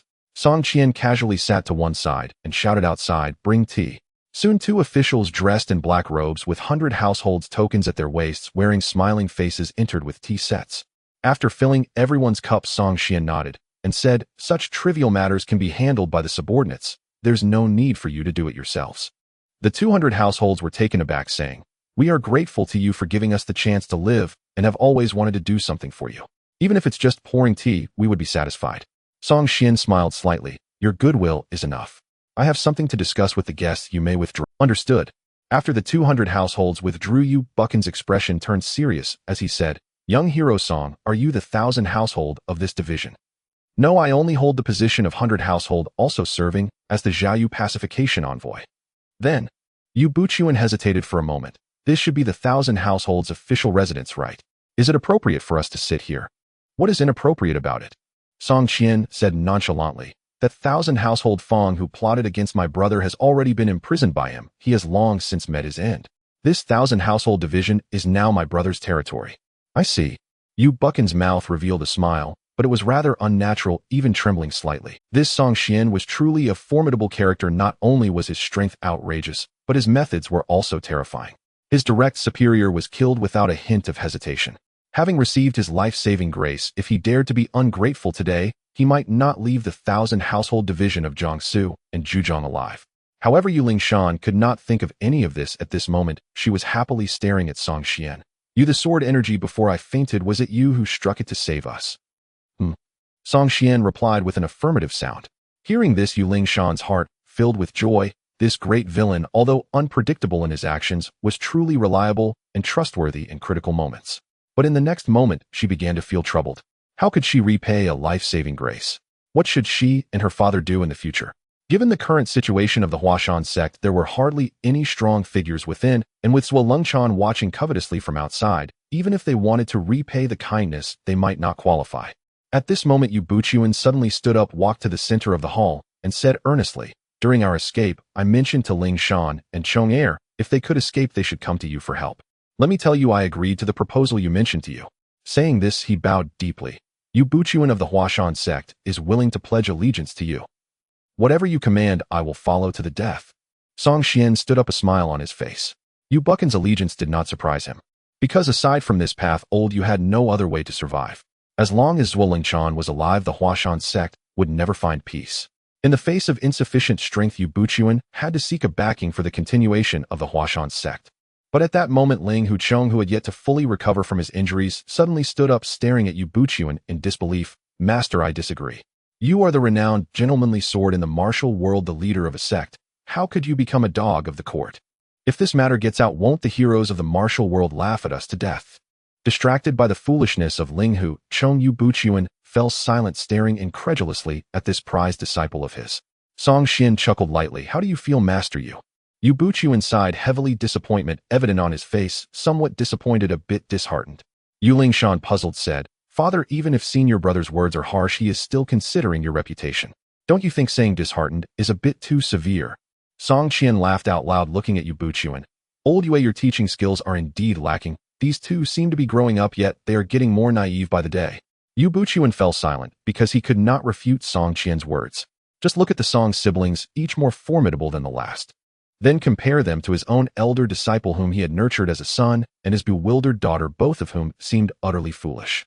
In this regard, he truly had failed in his teachings. Yuling Shan huffed, looking defiantly at Song Qian. Sister Song, I acknowledge your strength, but there's no need to belittle others like this, right? What did I say that was wrong? Song Qian pondered for a moment, then slowly spat out two words, fools. What? Yuling Shan was momentarily taken aback. I mean, Song Qian raised her voice, slightly pointing at Yuling Shan, and Ling Huchong, two big fools. Yuling Shan was speechless with anger. How can you say such filthy words? Calling you fools is being lenient. Song Qian sneered. Your Huashan sect is just one step away from extinction. As disciples and a daughter, instead of worrying about your master and father, you are preoccupied with preserving your own faces. She coldly looked at Ling Huchong. Yuling Shan is young and naive, unable to see the current situation of the Huashan sect. But Yuling Huchong, as the elder disciple of Huashan, don't tell me you are also oblivious to the dangers we face. Ling Huchong was taken aback. What situation? He frowned and said, Today the Songshan sect ambushed us, and I still can't figure out why. The 5 mountain sword sects have always been interconnected. You does not what Zhuo Lengchan did amount to self-sabotage. Song Qian responded. Miss Song was at a loss for words. The thinking of this Huashan elder disciple truly caught her off guard. Song Qian looked at Yu Buchuan with some sympathy. Master Yue, I must say your Huashan disciples are indeed a breath of fresh air in the martial world. From an outsider's perspective, I naturally hope to see more people like Ling Hucheng who are pure-hearted and harbor no ill intentions. With more such individuals, the conflicts in the martial world should considerably decrease. However, from your position as the sect leader, I can feel your exhaustion. To be honest, I do not understand why you continue to support the Huashan sect to this day. Yu Buchuan took a deep breath and solemnly said to Ling Hucheng, Chongwei, you are no longer a child. In a few years you will reach the age of standing on your own, and you should become more mature and responsible. You say that being a pawn of the court is shameful, which you do not understand. That is fine, and I will give you time to slowly. Once we return to Huashan, you will go to the back mountains reflection cliff and reflect deeply. Only when you understand why I must do this will you be allowed to leave the mountain. Master. Ling Hucheng was somewhat unconvinced. He had never had a good impression of the court and could not accept that the Huashan sect had turned from a martial sect into the court's lackey. Get out. Yu Buchuan shouted coldly. Wait outside. I do not wish to see you right now. As he spoke, he pointed at Yuling Shan. You two wait outside. I have matters to discuss with the master. Yuling Shan opened her mouth, but did not know what to say. She was not particularly bothered by her father's allegiance to the court. She was merely a bit confused. After all, he was her father and could not possibly harm her, right? As she reached the door, Yuling Shan paused slightly, turning her head to glance at Song Xian, who wore a gentle smile. She remembered that when this villain had kidnapped her, she had once asked him what he wanted, not for money or martial arts, but for what exactly. At that time, he said he wanted a person, which had left her pondering for a long time. It turned out that this villain had not lied. He truly sought a person. But it was not her Yuling Shan, but rather her father, the renowned gentleman's sword in the martial world. Turning around with a complex expression, Yuling Shan looked up at the sky with a dumbfounded face. She felt her thoughts were a complete mess. In the hall, Yu Buchuan smiled wryly and cupped his fists. I apologize for making the master laugh. Song Xian comforted him. It's nothing, but it's quite normal. After all, young people are easily confused after mingling in the martial world for a long time and being called young hero by others. It is very natural for him to be unable to accept the shift from being a young hero to a despised pawn of the court. Yu Buchuan sighed deeply. I know Chonger will definitely have difficulty accepting this. I had anticipated this part, but I did not expect him to be so brainless and heartless. He is only thinking about how being a court official will tarnish his reputation in the martial world, yet he never considers what I as master have gone through. Why I have chosen to serve as a member of the Xianyi Guard instead of being a good sect leader. It would be one thing if others were heartless, but he is my eldest disciple whom I have raised since childhood. If he had any conscience, he should have been contemplating how to assist me in ensuring the Huashan sect survives amidst Zhuo Lingchen's looming threats. Instead, the moment I made a decision, he immediately rebelled against my opinion without even thinking. Song Xian chuckled. How to teach disciples is your matter. I won't meddle in the household affairs of your Huashan sect. Naturally, Song Xian would not interfere in the plot of Ling Hucheng being sent to the reflection cliff of Huashan. He hoped that the young man would go to the reflection cliff soon and learn the Duga 9 swords from Feng Qingyang, that hidden boss. There's a saying that goes, your sword is my sword. The Duga 9 swords might be hard to plan for in Feng Qingyang's hands, but once it reaches Ling Hucheng, Song Xian had plenty of ways to get it. In fact, he wouldn't even need to lift a finger. After all, Zhuo Lingchen, that tool was still alive. As long as he was used properly, he would be able to take the blame time and again. Lifting the teacup and taking a sip, Song Xian continued, Today, although I severed a limb of Zhuo Lingchen, the crisis of the Huashan sect has not been resolved yet. On the contrary, after this setback, Zhuo Lingchen will only become more cautious and ruthless. Next time he makes a move, he probably won't give you the chance to come to me for help. I wonder if Master Yu has thought about how to respond to the impending counterattack from the Songshan sect. Confronted by Song Xian's question, Yu Buchuan remained silent. After a moment, he shook his head and said with a bitter expression, Aside from relying on you, my lord, I have no other recourse. That's Zhuo Lingchen. I cannot defeat him. Not everyone was like Song Xian, who could unleash sword qi even at the Houtian realm. For Yu Buchuan, the gap between the Houtian and Xiantian realms was simply too vast. So vast that if Zhuo Lingchen truly decided to destroy the Huashan sect, Yu Buchuan could find no way to confront him. Song Xian gently shook his head. Old Yu, let me put it this way, if you stay in Yangzhou City, I can naturally guarantee your safety. But your roots are in Huashan. You cannot remain here forever. Eventually you must return. Once you are at Huashan, it's too far for me to be of any help. Even with my abilities, it would be very difficult to protect you. He paused, then continued. Tell me honestly, within the next few years, do you have any hope of breaking through to the Xiantian realm? Upon hearing the word Xiantian, Yu Buchan's expression turned grim. No.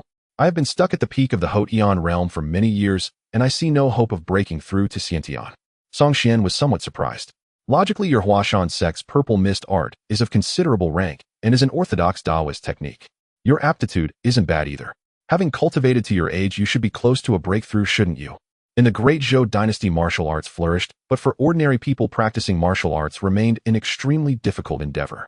For a commoner to learn martial arts, there were normally only two paths. One was to be fortunate enough to be accepted as a disciple by a martial arts family or sect receiving their systematic martial heritage.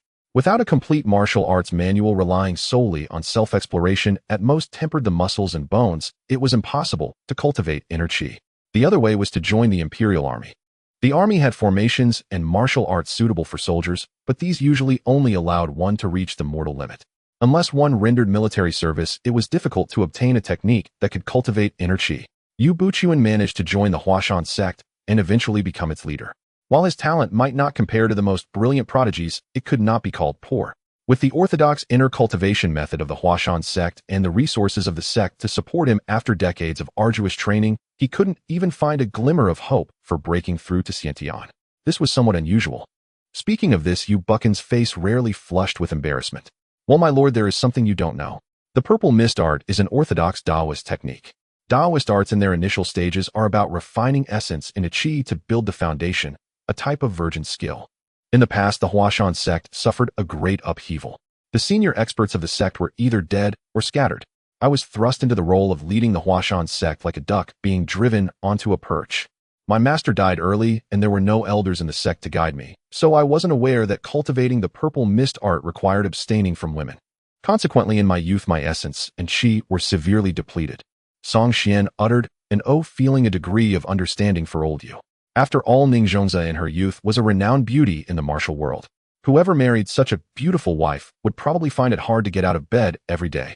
It was only later, after I had made some progress with the purple mist art, especially after having my daughter Lingshan, that I gradually understood the essence of refining essence into qi. But by then it was already too late. I had lost too much in the early years, and even using medicinal supplements later couldn't restore my body to its original state. Yu Buchan's face was full of sorrow. The purple mist art is very powerful. With it, the Huashan sect once became a major force in the martial world. But unfortunately for me now, this very art has become the shackle preventing my entry into the Xiantian realm. Listening to Yu Buchan's account, Song Xian breathed a silent sigh of relief. The pure young, unsurpassed virgin skill he practiced was a fusion of several divine techniques from both Taoism and Buddhism. He had always wondered why a collection of divine arts would ultimately merge into a virgin skill. Now it was understandable. Whether Taoist or Buddhist, the foundational stage emphasized abstaining from sexual activity. It was essentially about refining essence into qi, so calling it a virgin skill was not inaccurate. Old Yu. Song Xian tapped his finger lightly on the chair, pondered for a moment, and then said, "What if a technique that could allow you to break through to the Xiantian realm in a very short time were placed before you?" My lord. Yu Buchan's breathing grew heavier, a look of intense longing on his face. "Don't be." Song Xian waved his hand and continued, "But this technique has a major flaw. After cultivation, the body will continuously generate heat, ultimately leading to qi deviation. To avoid qi deviation, one must perform self-castration. Would you still be willing to cultivate such a technique?" Yu Buchuan was stunned, his face twisted in conflict. He even asked reluctantly, "It must be self-castration?" Song Xian nodded. "A technique that offers a direct breakthrough to Xiantian and rapid success. How could it come without a price? As for whether that price is great or small, that depends on you, old Yue, and what you deem worthwhile." Yu Buchuan was still agonizing. For a man, his manhood was his very life. Even in desperate straits, few would be willing to part with it. Song Xian didn't urge him. Instead, he exchanged a glance with Song Qian. The young lady understood immediately, pulling a manual from her sleeve and casually tossing it to Yu Buchuan. Yu Buchuan looked at the words "Evil Warding Sword Manual" in his hands. "This is the Lin families." "The Lin families." "That's right," Song Qian said. "This is the 72 paths of the evil warding sword technique created by Lin Yuantu back in the day. With this sword technique, he roamed the martial world enjoying unparalleled glory. You can copy this sword technique and take it back to Huashan. The decision of whether to cultivate it is entirely. I can only say that I can protect you for a time, but I cannot protect the Huashan sect forever. The safety of the sect ultimately depends on you, its leader, to safeguard. Even if I kill the treacherous Zhuo Lengchan, a declining Huashan sect will eventually attract the covetous eyes of another Wang Lengchan or Li Lengchan. Relying on others is never as good as relying on yourself." Yu Buchuan flipped through the entire manual from beginning to end, confirming that, as Song Xian had said, cultivating it after castration would allow him to enter the Xiantian realm. Much of the conflict on his face faded. "You are right, my lord. Relying on others is never as good as relying on oneself." Yu Buchuan let out a long sigh. I asked for leave, my lord. I need to return to Huashan to pay respects to the ancestors of my lineage, then pack up and bring my sect members to settle in Yangzhou. He added with a bitter smile, the entire sect doesn't have many possessions or many people. It shouldn't. Although Yu Buchuan didn't explicitly state whether he would practice it, Song Xian knew that old Yu had made up his mind. His manhood was doomed. Song Xian nodded with a smile. In that case, sect leader Yue, you can return with peace of mind. Zuoling Chan is severely injured this time. He will surely go into hiding to recover and won't dare trouble the Huashan sect anytime soon. Senior Master Yu. As Yu Buchuan reached the doorway, Song Xian suddenly called out to him. Song Xian paused in thought and said, your senior disciple shows exceptional insight into swordsmanship. What do you think? He trailed off with a knowing glance, as if to say, you understand what I mean. Yu Buchuan blinked in surprise. Does your lordship mean for Chong'er to practice this sword manual? Song Xian nodded. Do you believe it feasible? Yu Buchuan chuckled and shook his head, leaving aside whether my disciple would even attempt it. Should he train, could your lordship truly entrust him? Song Xian fell silent. Ling Huchong was tolerable as a blunt instrument, but as a loyal subordinate, one might count oneself fortunate merely to survive his treachery. After Yu Buchuan departed with his daughter and disciple, Song Qian smiled and said, brother, is senior master Yu preparing to undergo the procedure? Song Xian nodded. Then why not simply perform it here in Yangzhou City? Once he cultivates the demon-slaying sword manual and attains the foremost realm, he could return to Huashan Mountain far more safely. Song Xian waved his hand dismissively. A man's heart. You wouldn't understand. What heart? Song Qian frowned. Does that thing even obey the principle of fallen leaves returning to their roots? Even if one must undergo the procedure, surely it ought to be done upon one's own territory. Song Xian laughed heartily, but offered no further explanation. How could he possibly tell her if the deed must be done where I and Senior Master Yu's place? I'd certainly return to my mountain sect first, to spend several days in unrestrained intimacy with my wife. Even an ox destined for slaughter deserves one final hearty meal, let alone a condemned man granted a last feast before execution. Seeing Song Xian remain silent, Song Qian sighed unexpectedly. Suddenly, Senior Master Yu seems pitiful, so deeply sorrowful it stirs the heart. Had even one of his disciples shown promise, he wouldn't have been forced into such a wrenching choice. Indeed, Song Xian murmured in lament, Senior Master Yu has reached the absolute limit of his purple cloud chi art. Without radical change, he will never ascend to the foremost realm in this lifetime. And none of his disciples show the slightest promise. The sole exception, Ling Huchong, possesses rare talent, yet he is a wandering prodigal forever roaming outside the sect, utterly devoid of loyalty or belonging. When the elders have exhausted their potential and the juniors offer no hope for the future, what sect leader would not despair? Fortunately, we are exceptional. Song Qian suddenly beamed. Brother, I shall now enter seclusion to cultivate. Just have meals delivered to my chamber door once every 3 days. This time I shall not emerge until I attain the foremost realm. Now that you've ascended, it's my turn to strive. I refuse to let the day come when Elder Song faces Senior Master Yu's desperate dilemma forced by our lack of diligence. With those words, she drifted from the hall, like willow down, vanishing beyond the Yamen gates. Song Xian made no move to stop her. He had never doubted her breakthrough. If asked whom he had ever encountered in these past 2 decades possessing the most extraordinary martial aptitude, Song Xian would name only his younger sister Song Qian. How exceptional was her talent! Put simply, while others endured years of grueling cultivation fraught with tribulation, for Song Qian cultivation came as effortlessly as eating or drinking. Even practicing haphazardly, 3 days of effort followed by 2 of idleness, she kept pace effortlessly with her elder brother. She knew no bottlenecks. Her inner energy cultivation in a single year surpassed a decade of arduous training for ordinary martial artists. In Song Xian witnessed true celestial favor, the very heavens chasing her with. Put in Xuanhuan terms, Song Qian was the world's chosen scion of fortune, destined for unbroken prosperity, untouched by calamity or misfortune. Song Xian's own martial aptitude, though unremarkable at first, still surpassed that of most practitioners. Yet besides Song Qian, his talent was merely ordinary. At times he even wondered how could siblings share such a chasm in martial endowment. Fortunately, over these past dozen years, the celestial Yang's supreme childlike art, a tier heavenly cultivation manual, had subtly refined his innate capacity, steadily accelerating his progress. At last, at age 20, he broke through into the foremost realm. To achieve such mastery by 20 placed him among the true prodigies of the Jianghu. Even the most revered martial sanctums set their standard for selecting true heirs at mere attainment of the foremost realm before 30. Song Xian, who had long coasted idly since arriving at the Jiangzhou Prefecture Thousand Household Office, was unusually engaged in official duties within the yamen. A firm knock echoed at the door, knock knock knock. After Song Xian granted permission, 100 household officer entered respectfully and stated gravely, "Your Excellency, there is a matter requiring your attention." Song Xian set down his brush and looked up. "Speak." During Your Excellency's absence from the 1,000 household office, several black-robed guards from the Shanha Prefecture Inspection Department arrived investigating a case involving the murder of a high-ranking official's family by a Jianghu figure. Oh, Song Xian remained impassive. Continue. The deceased was the son of the Juanshou of Jiangxing Commandery along with his entire retinue of guards and attendants.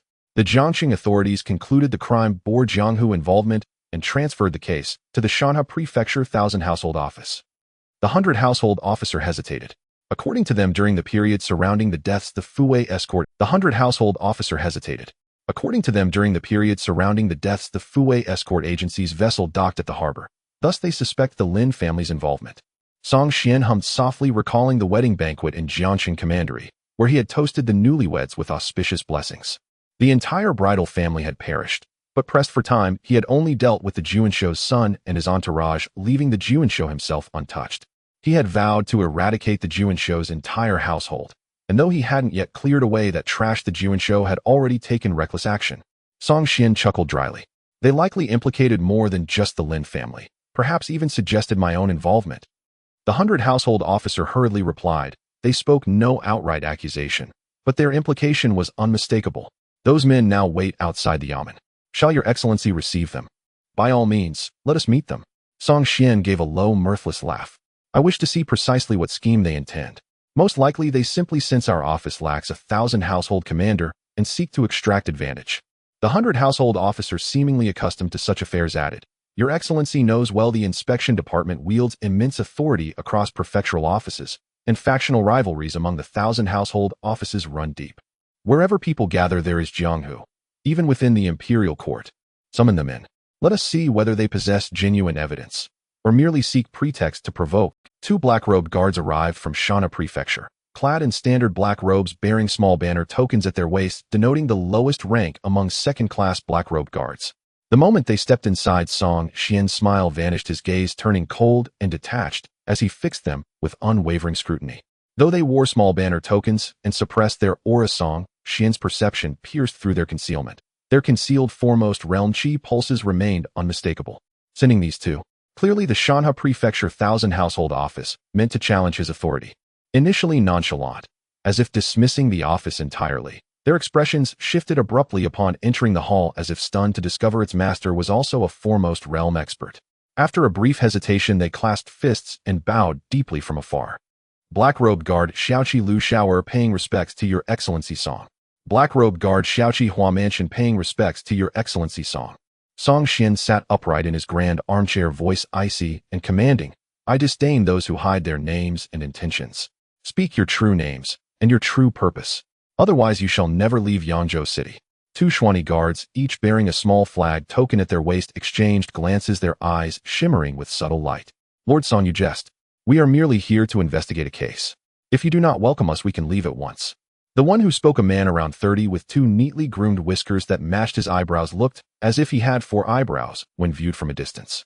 At this moment, the smile he wore upon entering had vanished, replaced by a grave expression, seemingly unaware that the head officer of the Qianhu office in Jiangxi Prefecture was also a congenital level expert. Upon finishing his words, he turned to leave, dragging along a young man beside him who bore an air of nobility and handsomeness. Song Xian let out a cold chuckle and slapped the table. In an instant, the brush on the table shot up like a sword's light, flashing through the air like a bolt of lightning, striking directly at the man who called himself Lu Shower. Lu Shower's expression changed drastically as he extended his fingers like claws, unleashing his true energy, which surged forth in waves, ultimately condensing into a swirling vortex of chi between his index and middle fingers. Boom! A violent rumble echoed through the hall of the office, with true energy surging and howls of wind filling the air.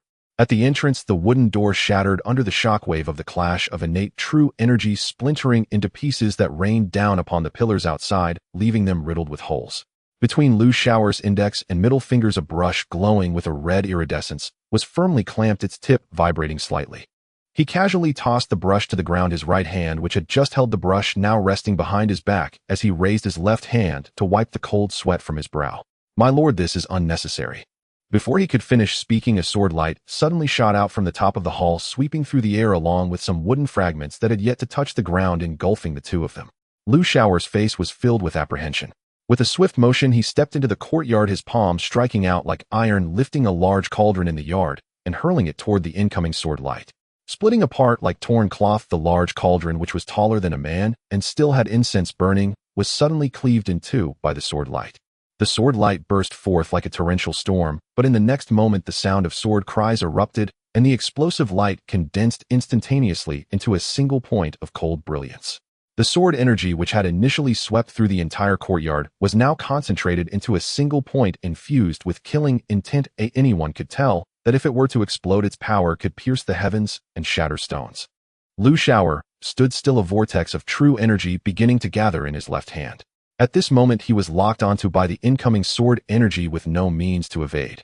He prepared to test his ultimate skill, linking one finger to see if he could withstand this terrifying sword energy. Boom. Before the sword energy arrived, a terrifying force surged forward first. Lu Xiao felt a sharp pain in his forehead, as if countless silver needles had pierced him, causing his mind to become hazy. His reaction slowed just enough for him to helplessly watch the approaching sword energy come closer. "Come here."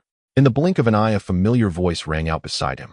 Lu Xiao felt himself being yanked away just in time to narrowly escape the deadly sword energy. Swish! The sword energy grazed past him, striking the courtyard wall of the office.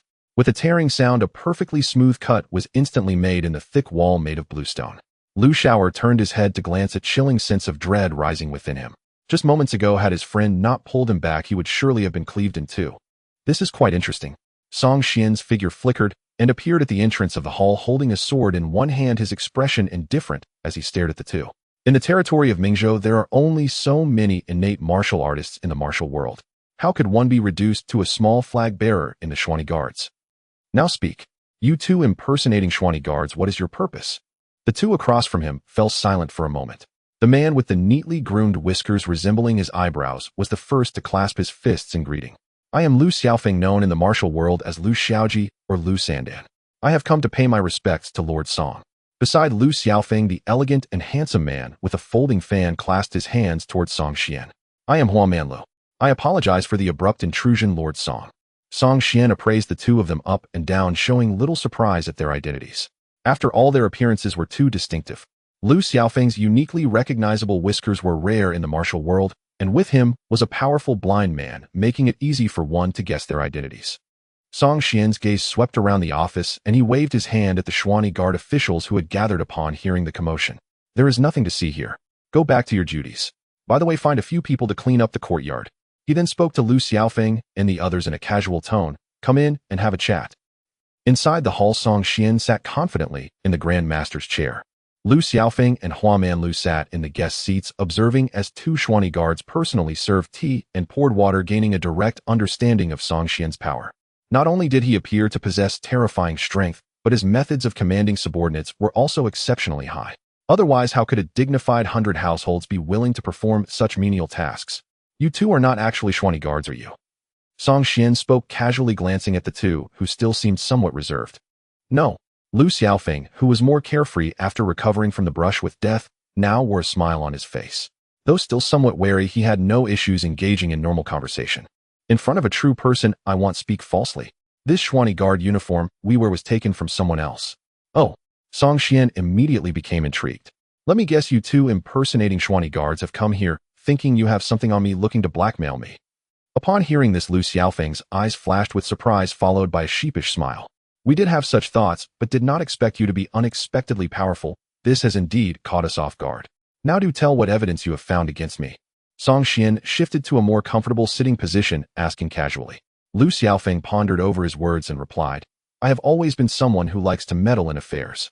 Not long ago, while passing through Jiangqing County with Brother Hua, I happened to hear the news of the governor's son. It was said that he died a gruesome death, and all his bodyguards were exterminated, yet the local authorities found not a single clue about the perpetrator. I was instantly intrigued. Lu Xiaofeng paused, raising his head to glance at Song Xian. He noticed that Song Xian's expression was calm, revealing nothing, and continued, This case is a major one in the local area. One can frequently see the officials of the governor's office searching for clues, while the local residents are abuzz with gossip, all kinds of rumors circulating.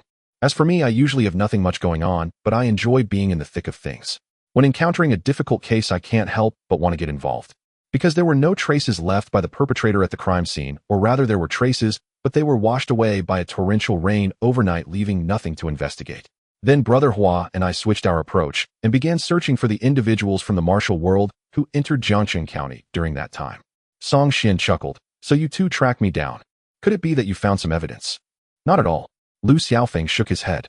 Although we have no evidence after visiting and investigating one by one with Brother Hua, we ultimately believe that the only person capable and bold enough to commit the crime is you, my lord.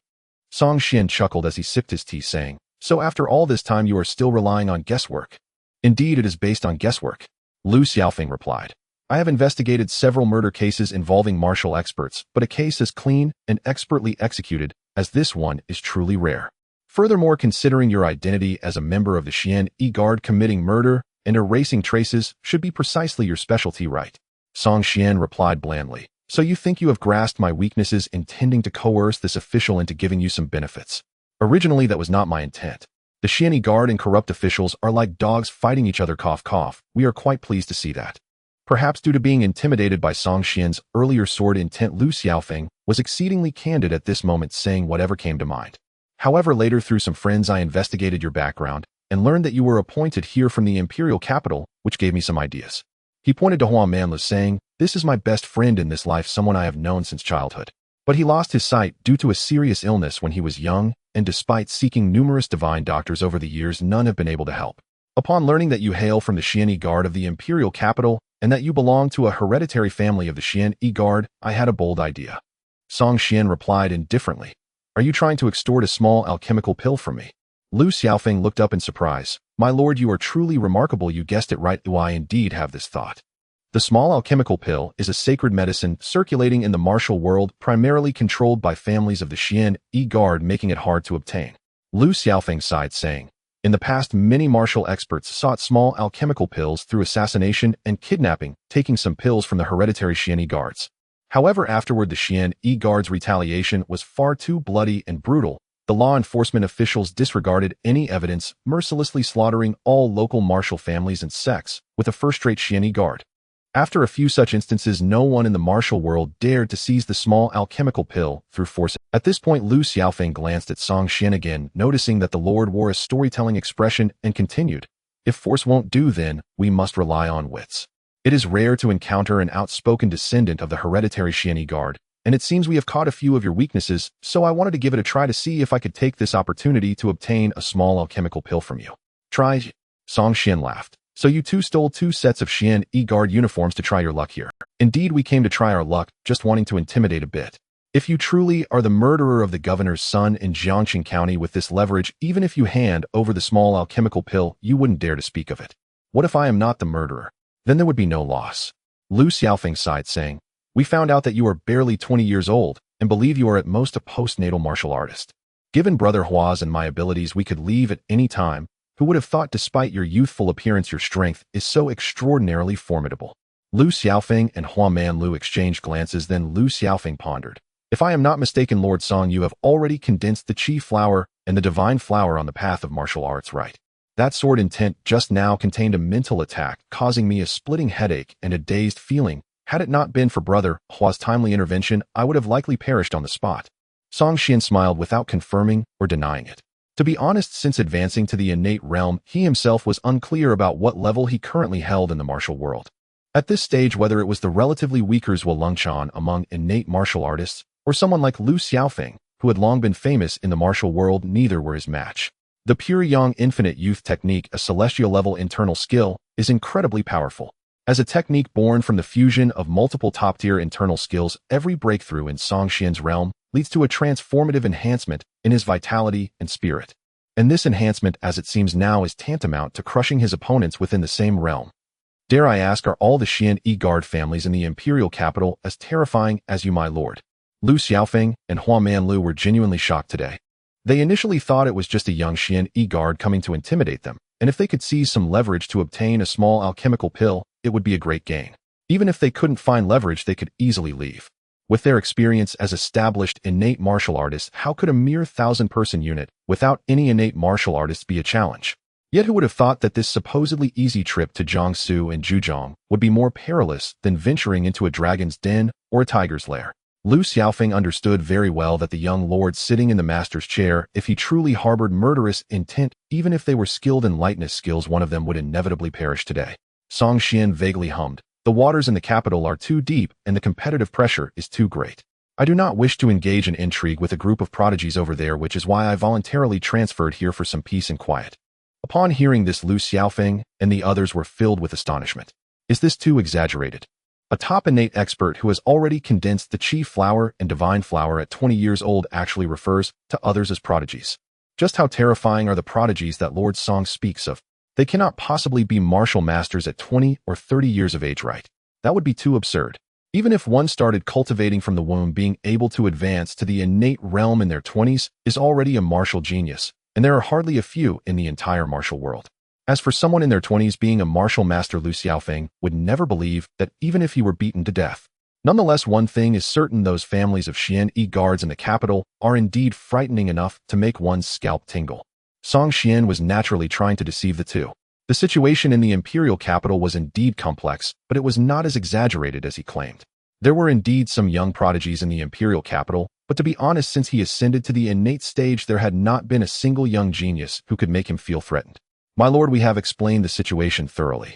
How do you plan to deal with us? Lu Xiaofeng's voice carried a hint of something unusual, and as a friend, Hongmeng Dao immediately understood his meaning. If the seated Lord Song turned hostile, Lu Xiaofeng would take the initiative to leave first and let him deal with the aftermath. As for the consequences of the aftermath, it was self-evident. Faced with top-level martial artists like Song Xian, who had condensed the flower of qi and the flower of divinity, without a master of equal caliber to intervene, it was basically a matter of who blocked whom would die. Song Xian looked at the two with a smile, his expression gradually shifting from indifference to kindness. Actually, this is not a big deal at all. If the two of you had come with the intention of making friends and had been straightforward, I could certainly afford a small pill. I have always been benevolent and enjoy making friends. Lu Xiaofeng's heart skipped a beat. He knew that the key point was what would come next. Sure enough, Song Xian's voice rang out again. However, both of you have not been entirely sincere. There has been more calculation and less genuine honesty, which is unbecoming of a chivalrous person in the martial world. Lu Xiaofeng gave a bitter smile. It's my overthinking that has made you laugh, my lord. When I proposed this plan, Brother Hua opposed it, but my determination was too strong, and he had no choice but to accompany me on this risky venture. If my lord holds any grievances, let them fall on me alone. Brother Hua's character is always refined and noble. I hope my lord will not be angry with him. Oh. Song Xian's gaze fell upon Hongmeng Dao. What is it, young hero Hua? Do you have no interest in restoring your sight? Hongmeng Dao shook his head. If I gain it, I am fortunate. If I lose it, it is my fate. In fact, being blind is not so bad. Although I can no longer see, I can still hear, feel, and sometimes even experience more joy than others. Song Xian looked at him deeply. Perhaps due to his blindness, his mental acuity was exceptionally refined. In terms of mental strength alone, he surpassed Lu Xiaofeng by far. This was also the reason why when Song Xian unleashed a sword, Qi, Lu Xiaofeng was suppressed by the spiritual attack contained within it, while Hongmeng Dao was able to timely escape the mental suppression and come to his rescue. The blindness of young hero Hua is not congenital, but rather a result of illness acquired later. This type of blindness can indeed be treated with my Xian small pill. Song Xian spoke calmly, smiling lightly. So this blind hero really does not want it. Blind hero. Hongmeng Dao instinctively blinked. Oh, what kind of title is that? Lu Xiaofeng, however, was not focused on that and hurriedly said, My lord, are you truly willing to give us a holy medicine? As he spoke, he took a deep breath and asked again, Does my lord have any conditions? Naturally, there are conditions. Song Xian pointed to the Xian Yi official uniform on Lu Xiaofeng and said, You two impersonating the Xian Yi, this crime can be serious or minor. If no one finds out, that's fine, but if you catch the attention of the law enforcement department, your future days will be anything but peaceful. Lu Xiaofeng nodded. There are always gains and losses in doing things. It is only right to take some risks to obtain a small pill. His tone paused, his gaze fixed on Song Xian. My lord, feel free to state your conditions. As long as it is not too excessive, I, Lu Xiaofeng, can accept some sacrifices for Brother Hua to regain his sight. Refreshing. Song Xian laughed. Then I shall no longer keep you in suspense. Since you have already donned the Xian Yi official uniform, there is no need to take it off again. Why not serve directly under me? What do you think? Lu Xiaofeng's expression changed, about to speak, when Song Xian raised a finger. I know you have a nature for flirtation, enjoy meddling in others' affairs, love drinking, and appreciate beautiful women, and you value friendship more than anything. I will not make things difficult for you. One small pill in exchange for 10 years of service under me. How about that? For the sake of your brother seeing this beautiful landscape, you wouldn't mind losing 10 years, would you? Lu Xiaofeng opened his lips, then sighed and slowly nodded. Since the matter had reached this point, if he didn't agree, wouldn't it seem like he was lacking in loyalty? I would merely lose 10 years of freedom, but my brother would lose the chance to restore his sight. Lu brother. At that moment, Hongmeng Dao suddenly spoke. Although his eyes had no glimmer, Song Xian felt as if he was being watched intently. Lord Song, it is I who will be taking the small pill to restore my sight. Oh, what does it have to do with Lu brother? I consider myself not weak, and am not much inferior to Lu brother. If my lord needs subordinates, I Hua am willing to serve under you for 10 years. Lu brother has always been free-spirited and cannot stand constraints. I hope my lord can understand and let him go. Lu Xiaofeng frowned. Brother Hua, this matter originated because of me. If I hadn't dragged you here to take a chance, it wouldn't have turned out this way. So do not get involved. I can handle it. You know I cannot sit idle and love meddling. Having become an official of the Xian Yi, I can now investigate any case I want, which is not a bad thing for me. Song Xian smiled as he watched the two perform the drama of brotherly loyalty before him. After they spoke until their tongues were dry, he finally raised his hand. Your brotherhood has moved me greatly. How about this? Let's not quarrel, both come serve under me. How about that? Lu Xiaofeng. After performing for so long, was this just to bring both of them in? Without waiting for the two to speak, Song Xian continued, I will not make things difficult for you. Serve under me for 3 years, and I guarantee to cure Hua Manless ailment. If one small pill is not enough, then 2. If 2 are not enough, then 3. If I do not have enough pills here, I will go back to the imperial capital to get more. 3 years for a lifetime of light. How do you two feel about this deal? Is my lord's word true? Lu Xiaofeng was moved. Hua Manless eyes were notoriously difficult to treat, and better than anyone, Lu Xiaofeng knew this. They had known each other since childhood, and over the years he had accompanied Hua Manlu to visit numerous renowned doctors, but to no avail. To be honest, even the so-called holy medicine, the small pill, made Lu Xiaofeng doubt whether one could truly cure him. But at this moment, since Song Xian had promised to guarantee the cure, how could he not be moved? He appeared carefree, yet he was deeply loyal. Hua Manless blindness troubled him even more than if he himself were blind. Song Xian successfully deceived them. Besides Yu Buchuan, who had yet to cultivate the evil-slaying sword manual, 2 seasoned, innate martial artists have joined. Although the contract only lasts for 3 years, Song Xian is utterly unconcerned. If he could deceive them without any prior rapport, how much more loyalty could he gain after 3 years of camaraderie? Even if the two of them are ruthless and disregard friendships, will Hua Manlu, who is visually impaired, still need minor recovery pills for their family members if they fall seriously ill or injured in the future? As for whether their relatives and friends will fall ill or get injured in these 3 years, Song Xian believes that, well, that is indeed possible. In critical moments, even if they don't, they will have to. To be honest, these two are not easy to deceive. Lu Xiaofeng and Hua Manlu are both highly intelligent individuals, especially Lu Xiaofeng, whose wisdom and martial prowess are well known in the Jianghu. In order to make these two work under him, Song Xian has indeed put in considerable effort. First, he suppressed the two with his overwhelming swordsmanship, making them realize that if they couldn't reach an agreement today, they might not live to leave this place. This serves as Song Xian's personal demonstration of force. Then he subtly pointed out the terrifying strength of the Xian Yi family, intensifying the psychological pressure on the two. He gave them the illusion that even if they managed to escape, they would not be able to evade the Xian Yi family's pursuit. This is Song Xian leveraging his backing to threaten them. Whether in terms of personal martial prowess or backing, Lu Xiaofeng and his companion have no way out. Once the purpose of the threat was achieved, Song Xian made some concessions, using the restoration of Hua Manless sight as a condition to obtain their promise to serve him for 3 years.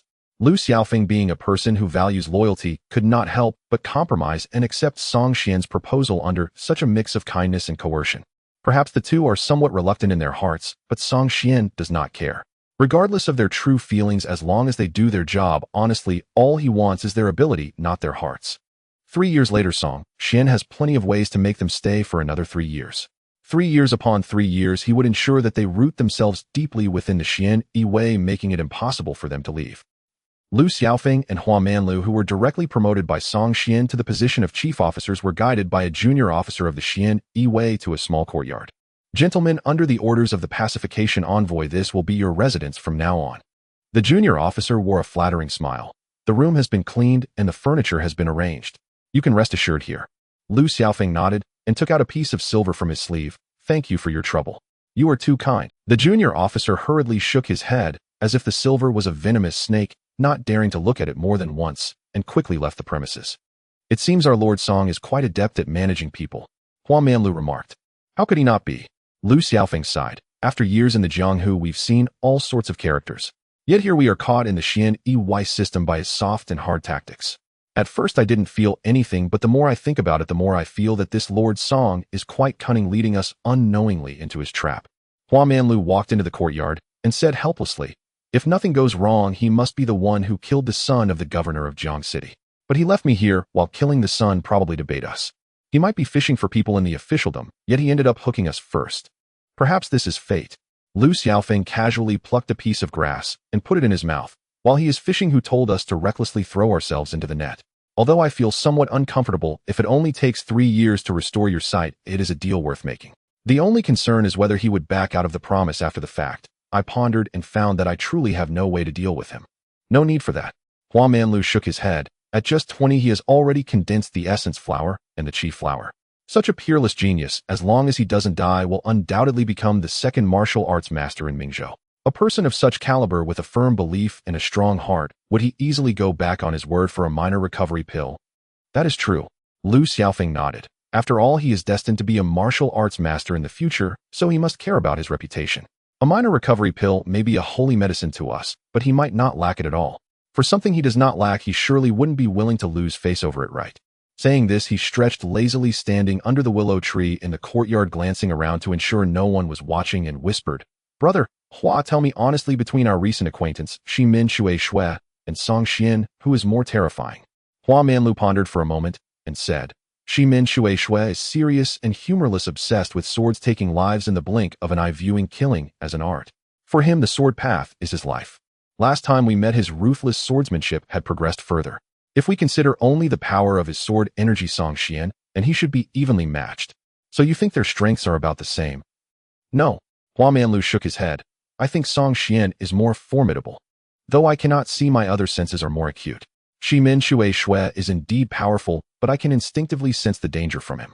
However, Song Xian gives me the feeling of a wisp of floating cloud in the sky or a secluded spring in the mountains, making it impossible for me to grasp just how strong he truly is. The sword energy he directed at you before had already fused true chi and spiritual, while extremely powerful. Yet even so, I still feel that this is far from his real strength. Lu Xiaofeng frowned. Your instincts are usually accurate. If you say he is hiding his strength, then he must be concealing his true power. The Xian Yi family can produce a single genius who can crush most of the masters in Ming's house Jianghu. It is truly unimaginable how strong their foundations are. Hongmeng Dao chuckled. If not, how could the Great Zhou court control such a vast territory?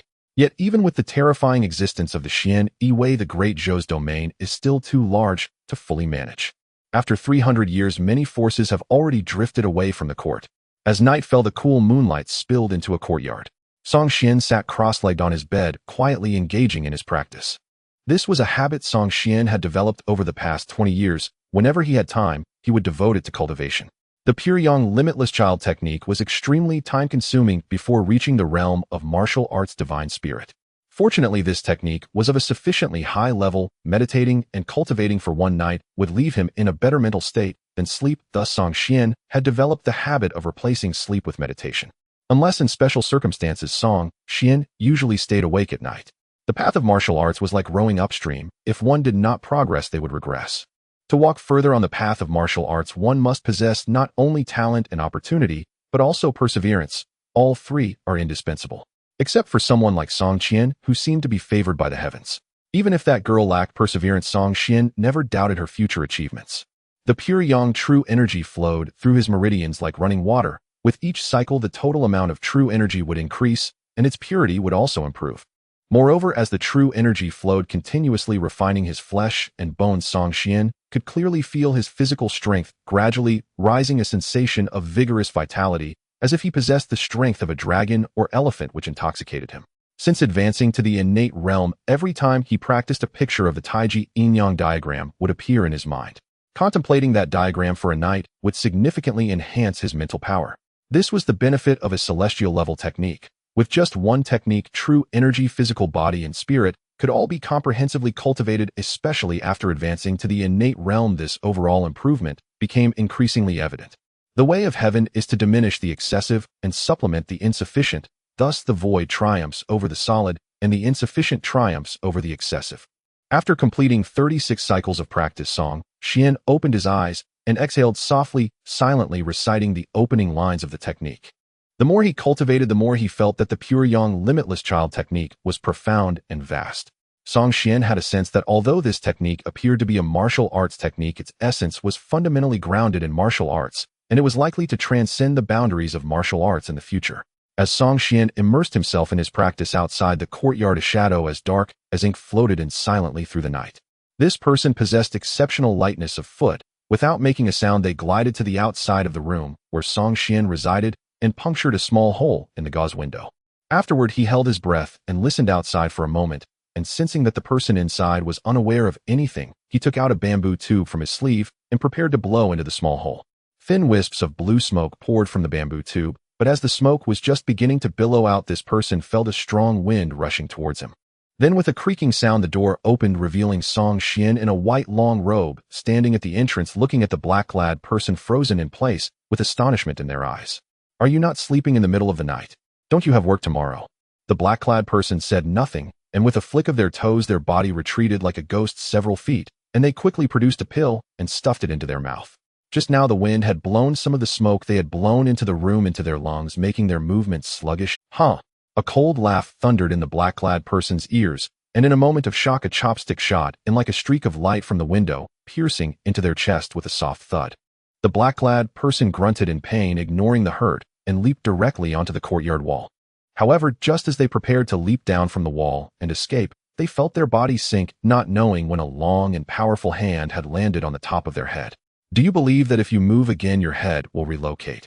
A cold voice rang out, and the black-clad person trembled all over, yet they did not dare to move again, standing still and placed their bodies still in the posture of preparing to jump. Song Xuan casually pulled the chopstick from the person's chest, blood gushing out, causing the person's face to contort in pain. "Oh, sorry." Song Xuan spoke calmly, and before the person could utter a sound of pain, the chopstick in his hand thrust into them again with a soft thud. Off. This time the black-clad person could no longer hold back and cried out in pain. His shout was somewhat loud, and in the night several figures rushed towards the courtyard where Song Xuan was the first to arrive, were Lu Xiaofeng and Hongmeng Dao. "My lord, what happened?" Song Xuan tore away the black-clad person's face veil and casually tossed it to the ground, smiling lightly. "This person was about to use poisonous smoke to ambush me. You have long roamed the martial world. Do you recognize this person?" Lu Xiaofeng stepped forward and examined the person for a moment before shaking his head. "No impression. By the looks of it, they are most likely a killer trained by someone else." "Has my lord offended someone recently?" "I shouldn't have, right?" Song Xuan pondered. "Not long ago, I severed the arm of Zhuo Lungchan, the head of the Songshan sect. Do you think it's possible that this person is a killer sent by him?" "That's hard to say." Lu Xiaofeng was about to say more when suddenly a silver light flashed in the night, like a silver thread densely filling the air. "Oomph." Song Xuan snorted coldly, and his long sword suddenly unsheathed at his waist. Initially, the sword light appeared as a point of red light, but in an instant it transformed into a red dragon. Clang! Clang! A series of sounds of metal clashing rang out, and the sword light, resembling a red dragon, twisted in the air, scattering the silver needles in all directions. After breaking through the torrent of silver needles, Song Xuan stood on the courtyard wall, with one hand on his sword, coldly surveying his surroundings. Those silver needles just now each carried a significant amount of spiral true energy with an immense force, and also contained terrifying tearing energy. An ordinary innate martial artist would likely suffer serious injuries from such a surprise attack. It was clear that the person hiding in the shadows and launching the ambush was a powerful innate martial artist, and they were also skilled in controlling remote hidden weapons. In the martial world of Mingzhou, there were likely only the leader of the Sun and Moon Divine cult, Dongfang Bubi, who possessed such cultivation and was adept at using silver needles against enemies. Song Xuan's mental power was extremely focused as he sensed everything around him. His figure leaped and transformed into several afterimages in midair, flashing past the dark corners. A moment later, he landed again on the courtyard wall, with Lu Xiaofeng and Hongmeng Dao standing on either side, cautiously scanning the surroundings. "My lord, do you have any findings?" Song Xuan shook his head. The opponent has already fled after missing their strike. This person possesses exceptional lightness of foot, high martial skills, and is well versed in the art of assassination. You all must be extra cautious in the future. As he spoke, he frowned and rubbed his chin. "It seems I haven't offended Dongfang Bubi, have I? Why would this guy come to Jiangsu and Zhujiang for an assassination instead of staying at the Blackwood Cliff to embroider flowers?" Looking up at the moonlight, Song Xian couldn't help but feel a touch of sentiment. The martial world is indeed perilous. Even if one does not provoke others, one may still unexpectedly endure a barrage. Song Xian estimated that the strength of Dongfang Bubi was comparable to that of Lu Xiaofeng and Hua Manlu. If they were to face each other directly, he believed he could defeat him in no more than 3 moves.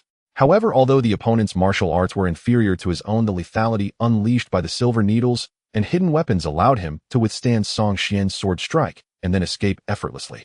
I must say, those who manage to make a name for themselves in the martial world are indeed not to be underestimated. Who doesn't have some hidden skills up their sleeves? Those arrogant and conceited individuals may easily find themselves capsized in the gutter, meeting their end at the hands of nameless foes. Take tonight, for instance. First there was poison smoke, then hidden weapons. For an average innate master, as long as their skills haven't reached the level of being immune to toxins, they might really have fallen victim to their opponent. Brother, what happened? Song Qian's figure floated out from a small courtyard, frowning as she glanced at the black-clad man on the ground. It's nothing, just a few small-time characters. You can rest assured and return to your retreat. I'll handle the matters outside. Understood. Song Qian did not make any fuss. In her heart, her older brother, having entered the innate realm, would be able to walk unimpeded in Mingzhou unless he offended the esteemed Sanfeng. Those with ill intentions will fall, as many as they come. The real concern should be for the hidden villains lurking in the shadows. Since Song Qian appeared, Lu Xiaofeng's gaze had been fixed on her, only retracting his eyes with lingering desire after she left. My lord, is she your sister? Song Qian coldly shot him a glance. You've accumulated enough debts of passion. I advise you not to court death. Lu Xiaofeng chuckled awkwardly. I was just asking casually, no offense intended, my lord. Please don't misunderstand. Well, my lord can rest assured and return to rest tonight, brother Hua, and I will guard outside. Song Qian nodded, instructing the arriving Xian guards to take the black-clad man lying on the ground away for interrogation, then turned and returned to his room, closing the door behind him to continue his practice. For others, tonight was a life-and-death crisis, but for him it was merely a minor interruption that would not affect his cultivation. As for the inexplicable Dongfang Bubi, he had made a note of this person and intended to settle today's affairs when he found time. Outside the courtyard, Lu Xiaofeng still bore a hint of excitement. I didn't expect that our esteemed lord's sister is such a beauty.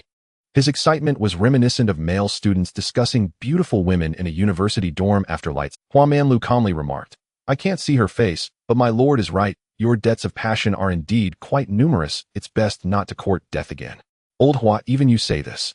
I only thought she was pretty and praised her a bit. How could that be courting? You better not have any other thoughts. Hua Manlu's dull eyes fixed on Lu Xiaofeng. That woman gives me a strange feeling akin to the extreme sense of danger I felt when I first encountered Shimin Shui. She is a natural-born god of death. If you provoke her, you will meet a miserable end. Lu Xiaofeng's face stiffened. Do you truly feel that way? Hua Manlu slightly nodded. I never lie about such matters. Understood. If you say not to provoke her, then we certainly must not. Lu Xiaofeng readily complied, pulling a wine gourd from his waist. Tonight, let's not talk about women. Let's just drink.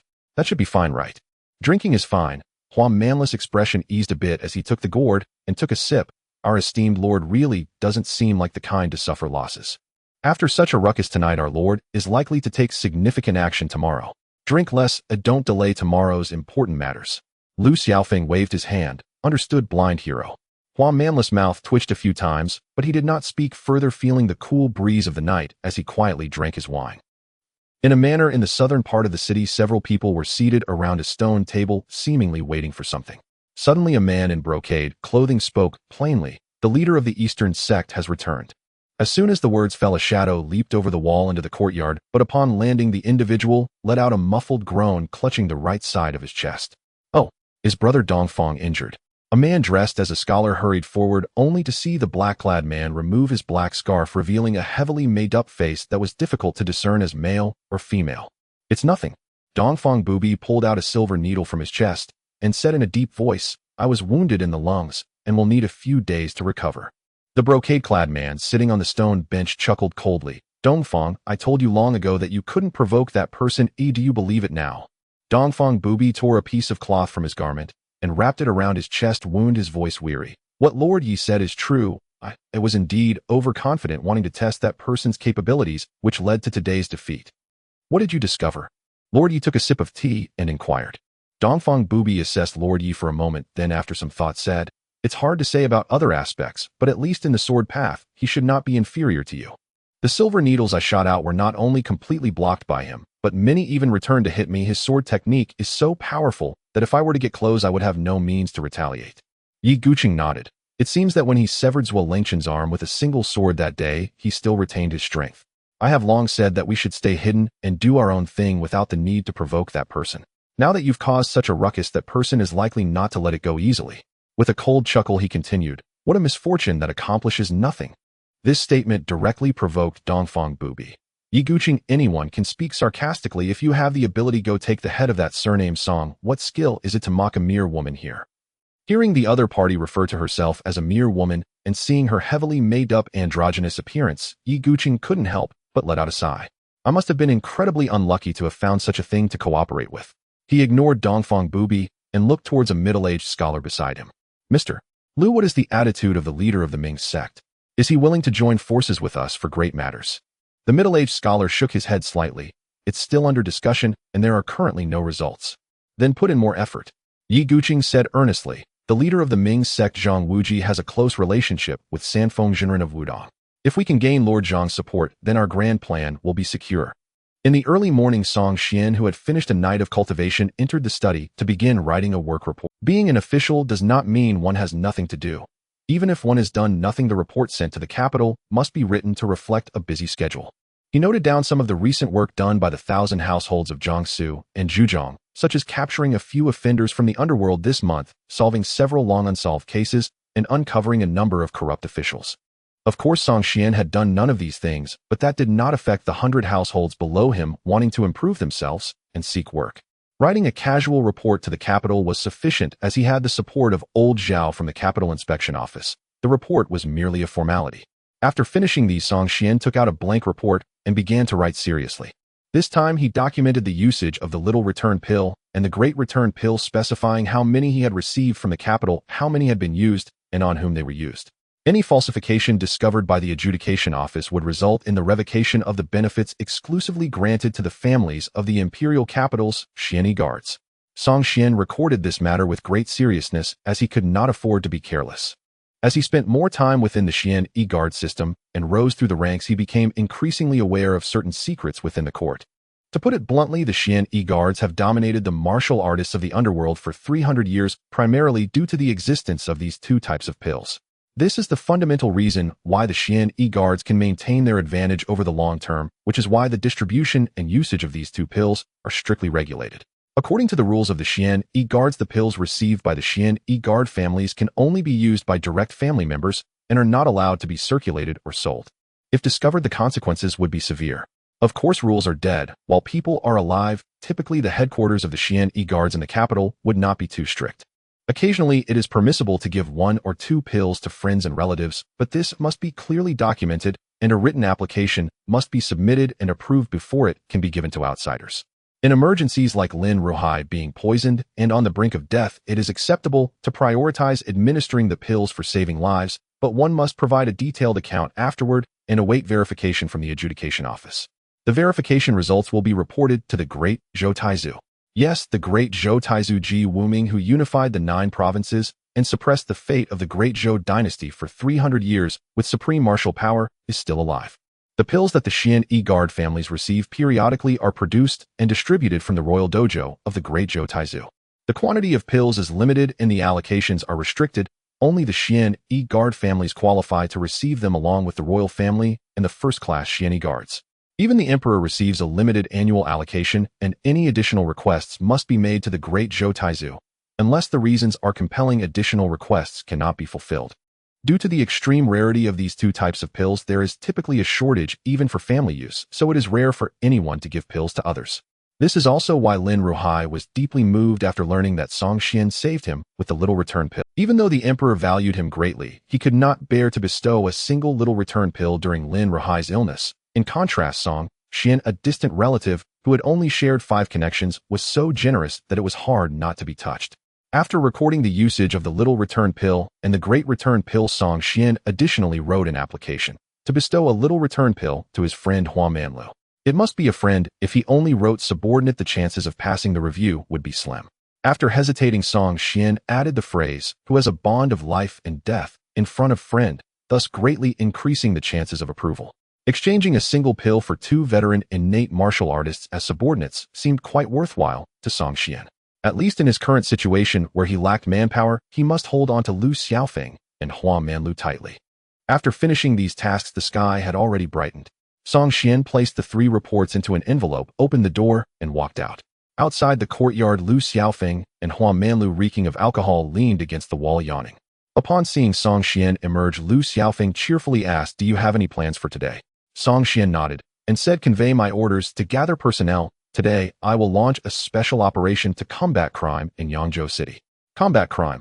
Lu Xiaofeng was taken aback. Although he found it somewhat strange, he could still understand what the Lord meant. In his view, perhaps this rather peculiar term is a specialized term within the Xianyi guards. By the way, Song Xian raised a letter in his hand saying, "Although I have the little return pill, it is not for just anyone. An application must be submitted to the headquarters of the Xianyi guards in the capital.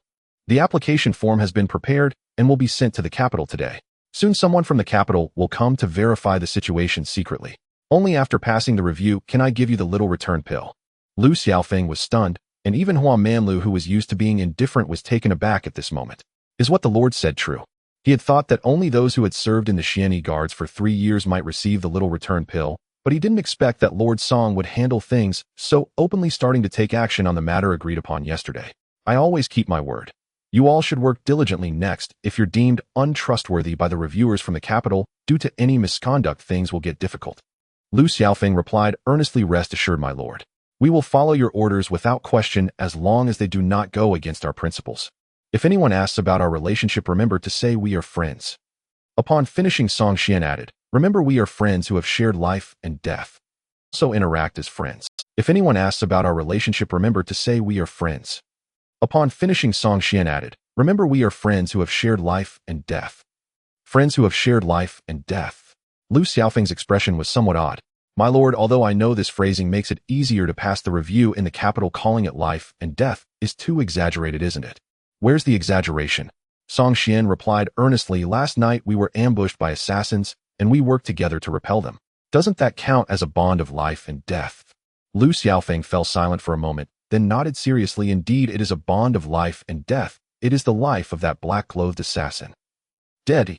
Song Xian was not particularly concerned, as it was generally difficult to come out alive after entering the Xuanyi Weiss prison.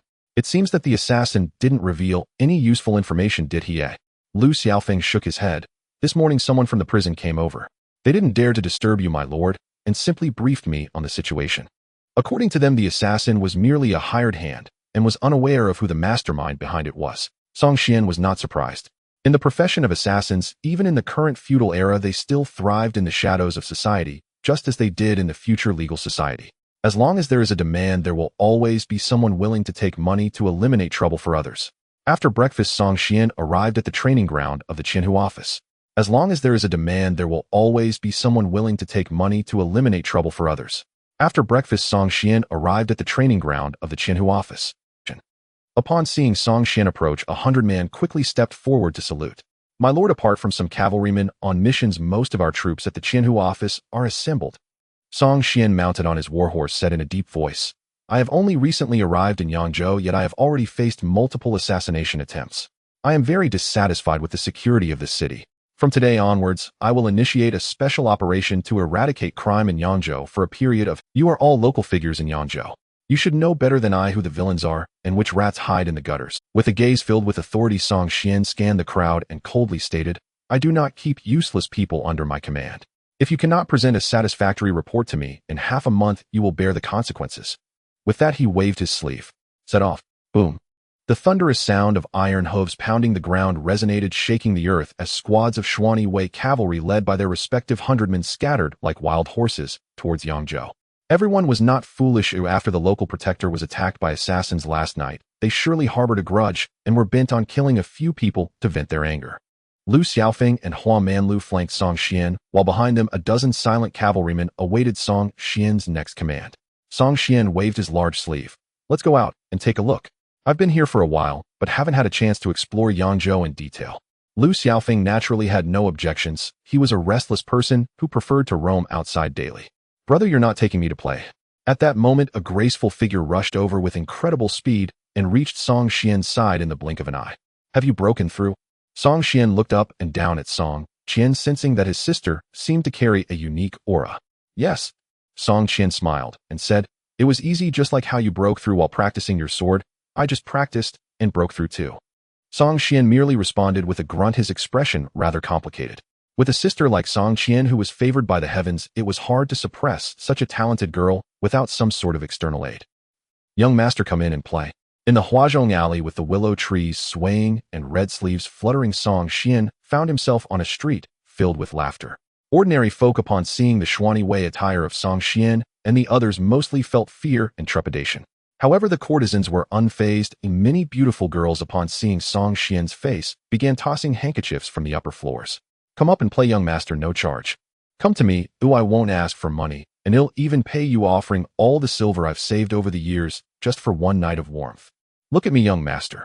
I possess exceptional skills guaranteeing your utmost comfort, and you'll want more."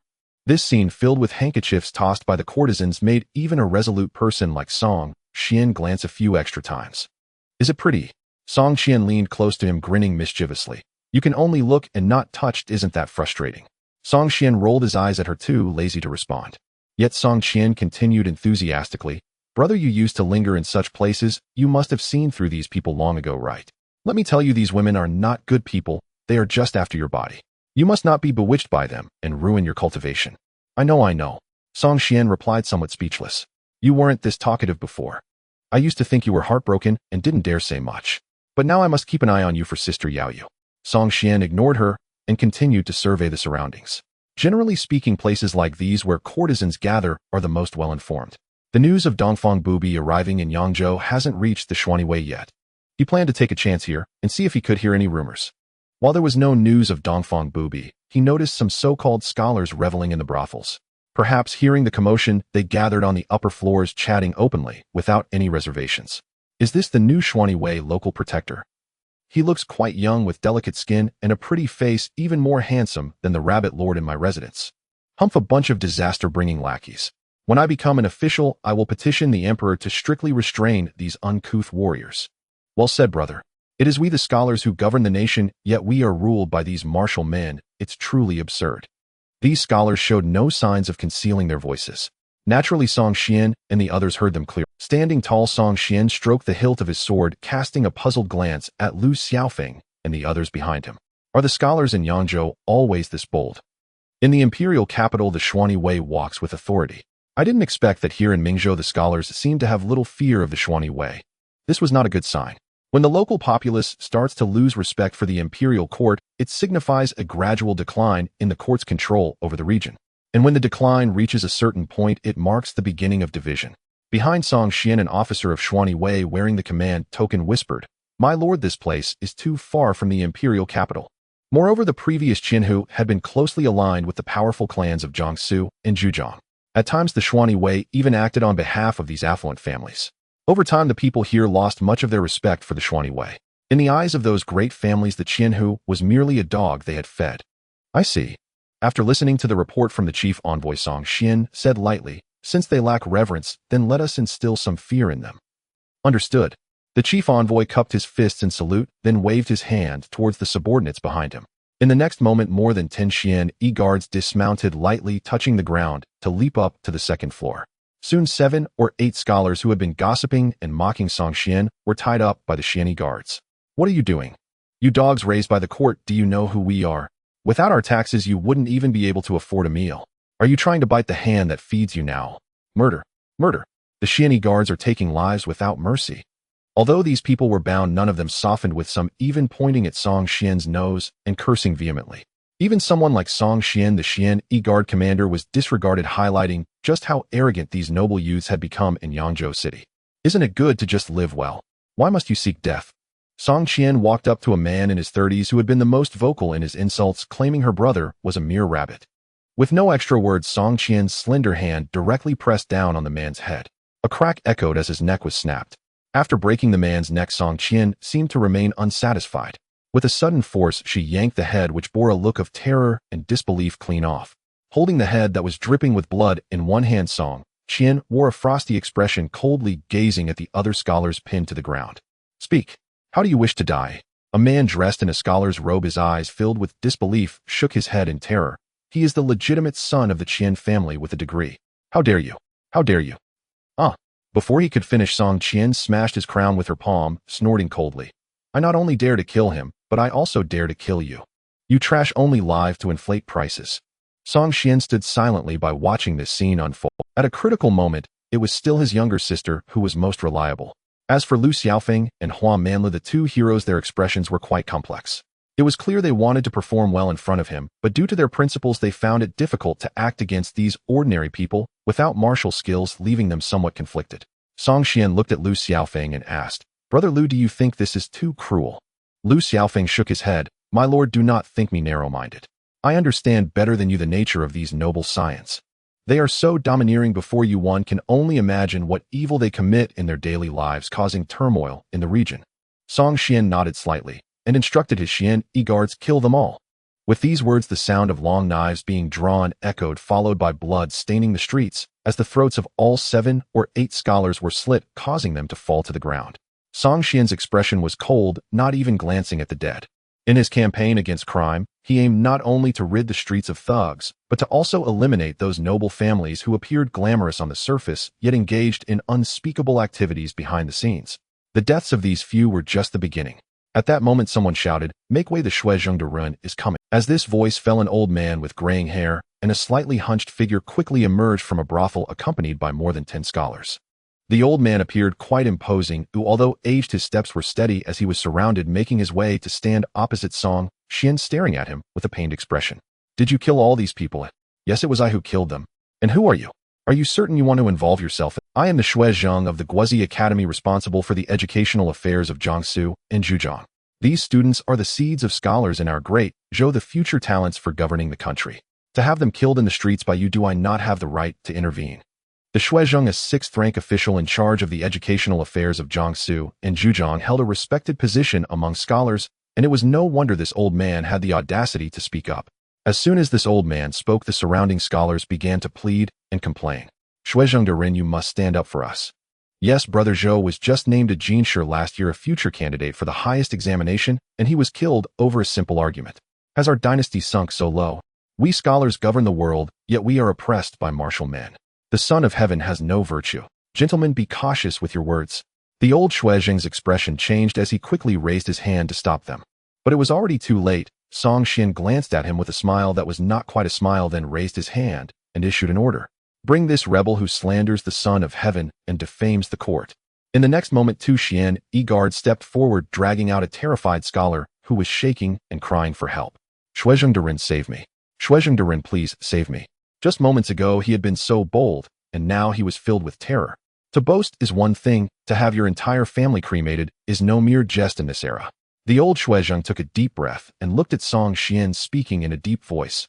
I know you came from the imperial capital, seizing the authority of Feng Qianhu right upon your arrival with extremely cruel methods. But I must tell you, Yangzhou is not the imperial capital, and it is not a place where your Xian guards can run wild. These students are the pillars of our great Zhou, and I cannot stand by and watch them suffer your persecution. I advise you to release them immediately, otherwise. Song Qian laughed heartily. Otherwise what? The old Shuezheng snorted. Lord Song, the winds of change in the great Zhou have long been blowing. Now the emperor relies on us scholars to govern the nation. It is no longer an era where your Xian guards can act wantonly. You are merely 100 household town guard. We scholars have never lacked for those willing to die in admonition.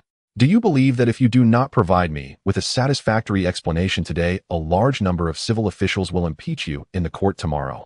Do you think the Son of Heaven would disregard the feelings of hundreds of officials and overlook the scholars of the world for the sake of a mere Xian guard? Song Qian rolled up his sleeves and suddenly laughed.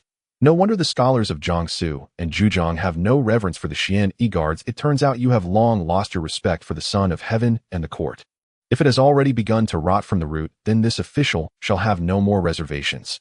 With that, he raised his hand and waved. Take down this old thief who incites students to defame the Son of Heaven and the court. Anyone who dares to obstruct, kill without mercy.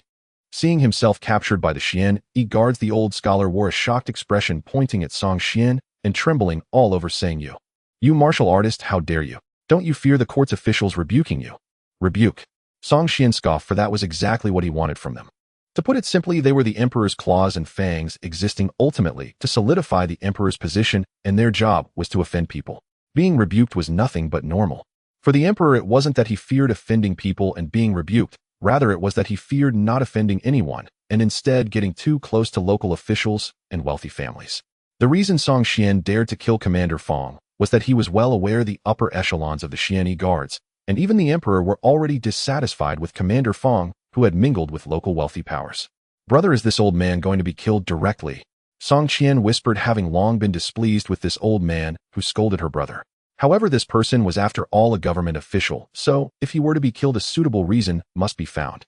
Glancing at the old scholar, Song Qian said in a deep voice, "Indulging students to slander the emperor and attacking the emperor's personal troops must have long harbored thoughts of rebellion. Bring him and have him imprisoned in the imperial prison for overnight interrogation to see if there are other accomplices." Hearing that he would be charged with rebellion, the old scholar's face changed drastically. "Song Xian, you oppress the loyal and do harm to the local area. I will rebuke you, I will." "Shut up." Two Xian guards raised their hands and slapped him, escorting the dazed old man toward the Xian guards' prison. Seeing that even the old scholar had been captured by the Xian guards, the previously fearless group of students finally understood what true fear meant. "Run!" someone shouted, and then everyone scattered in a panic, fleeing in all directions. "My lord, should we pursue?" Lu Xiaofeng finally spoke up. He found it difficult to kill ordinary people directly, but if it was about capturing them back, he could handle such a small matter. Song Xian shook his head. "Let them run." "Oh," Song Xian said with a smile, "what trouble could arise?" "Setting aside the rebuke, my brother Hua and I have traveled extensively and are well aware of the virtues of the wealthy families. Most of these great clans raise death warriors, and they have a considerable number of family servants and guards. Some great clans even maintain private armies outside the city, disguising themselves as farmers working in the fields, appearing no different from ordinary citizens. But if someone in the officialdom offends them and the conflict becomes irreconcilable, those disguised private soldiers will strike at the government under the pretext of a peasant revolt. The court has always been sensitive to peasant revolts. Even if the main official survives the riot, he will still be punished by the court, exiled at the lightest, or directly sentenced to death to quell public outrage. These wealthy families play quite ruthlessly. Song Xian guessed that he would likely face assassination and rebuke from the wealthy families next, but he had indeed not anticipated inciting a peasant revolt.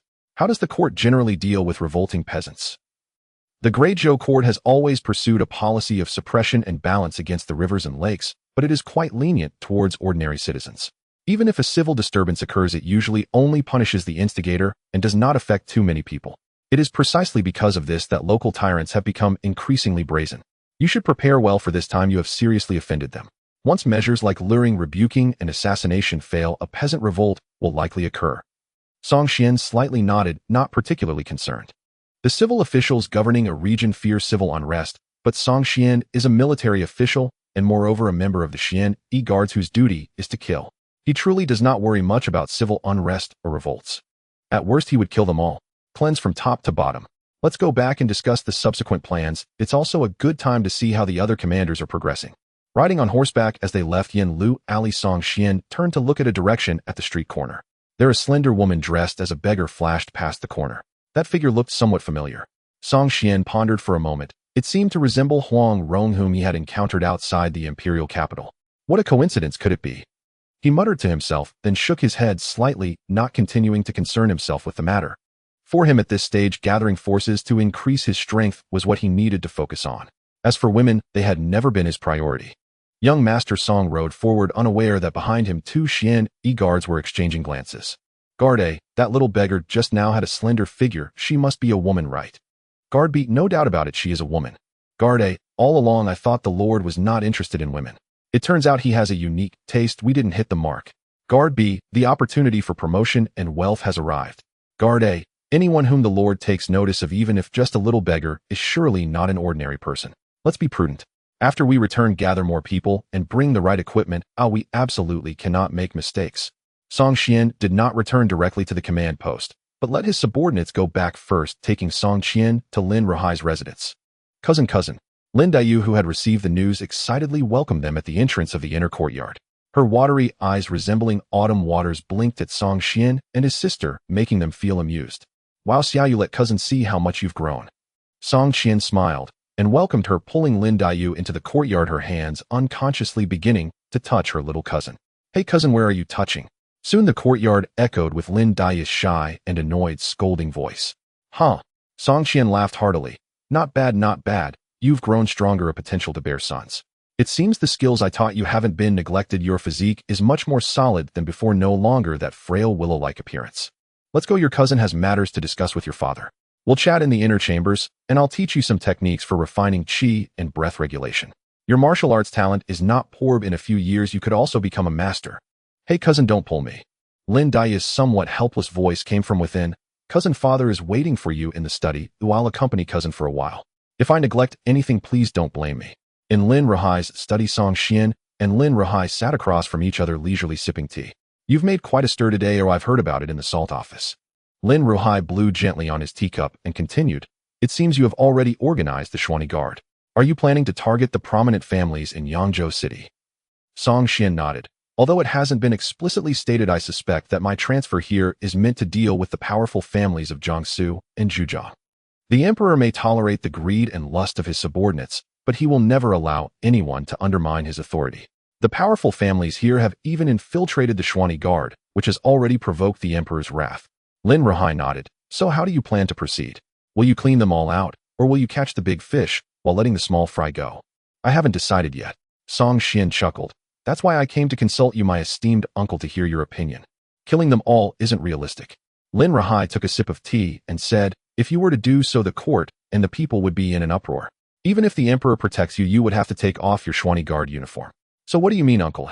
Lin Ruhai smiled faintly and said, kill some, win over others, and suppress a few. Song Qian pondered for a moment and slowly nodded. Over the years, uncle, you have bloodily purged several major salt merchant families, and you've also killed quite a few mid-sized salt traders.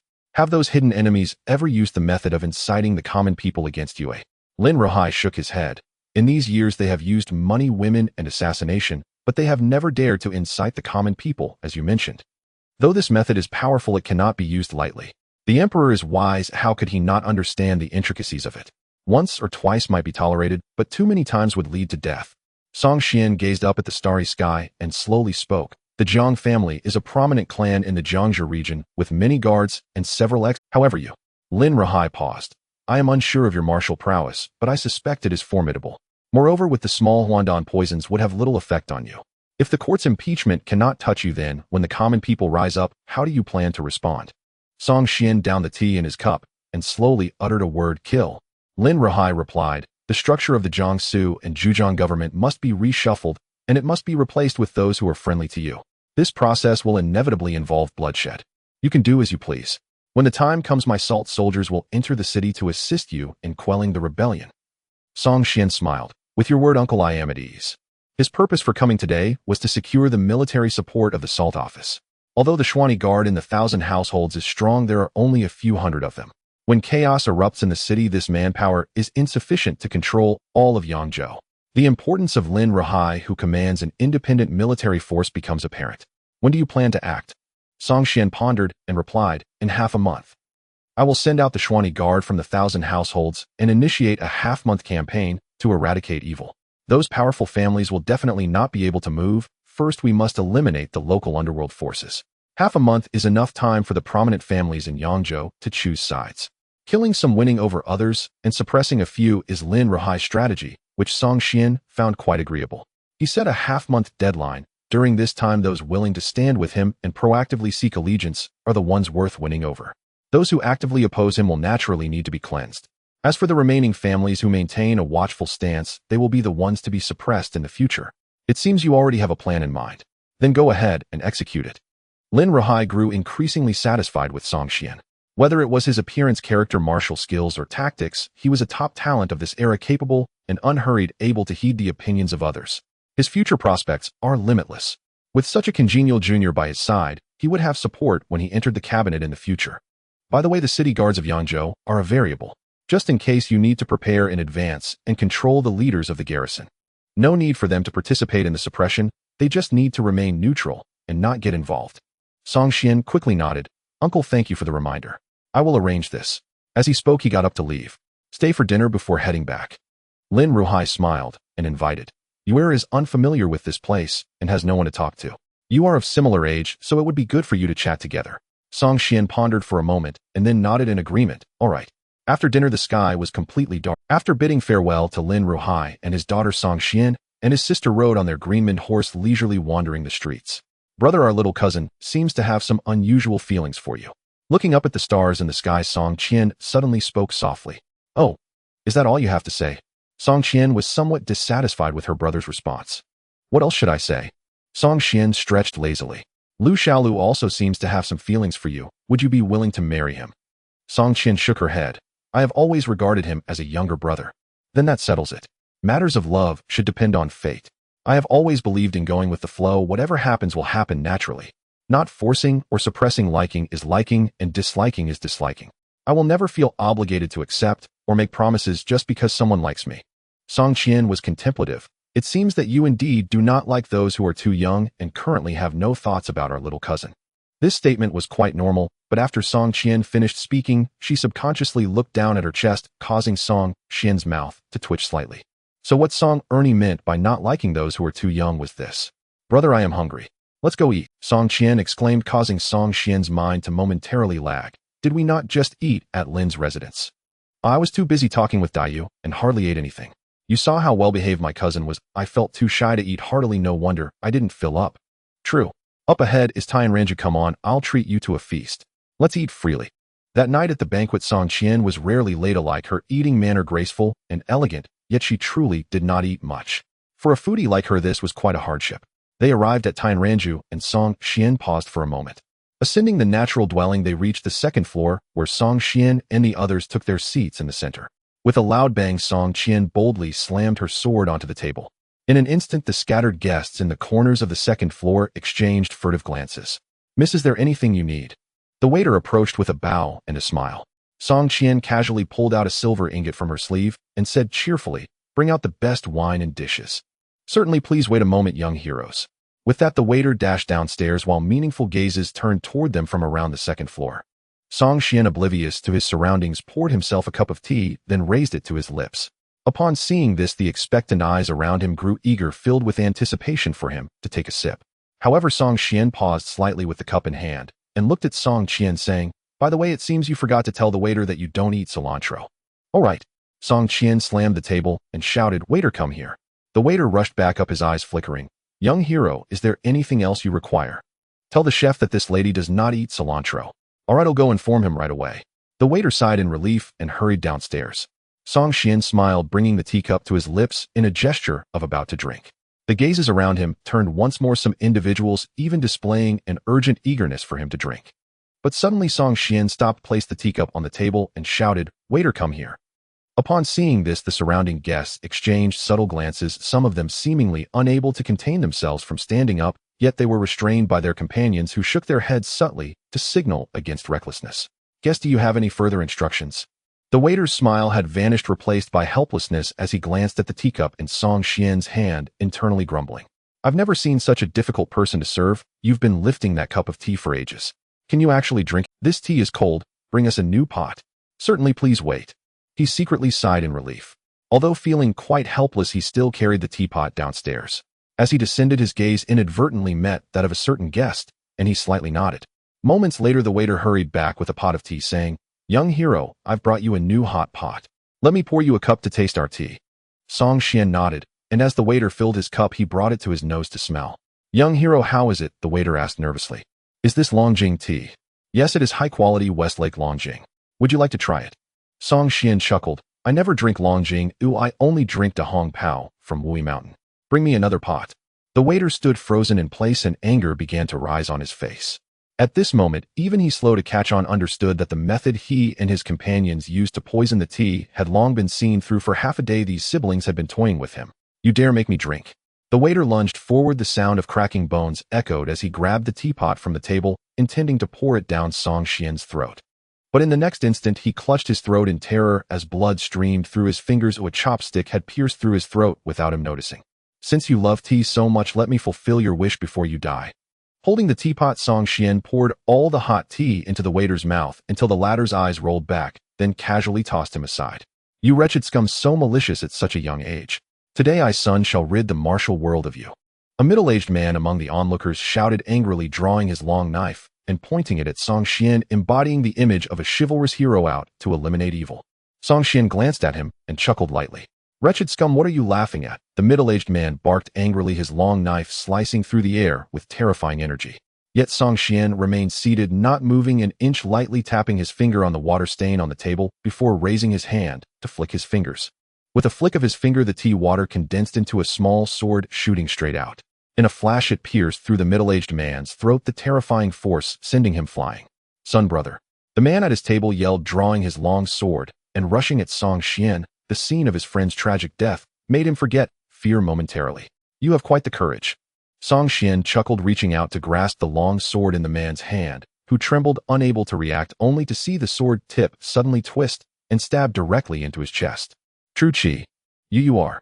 The man's eye showed terror as he pointed at Song Xian, unable to speak before letting out a final cry and collapsing lifelessly.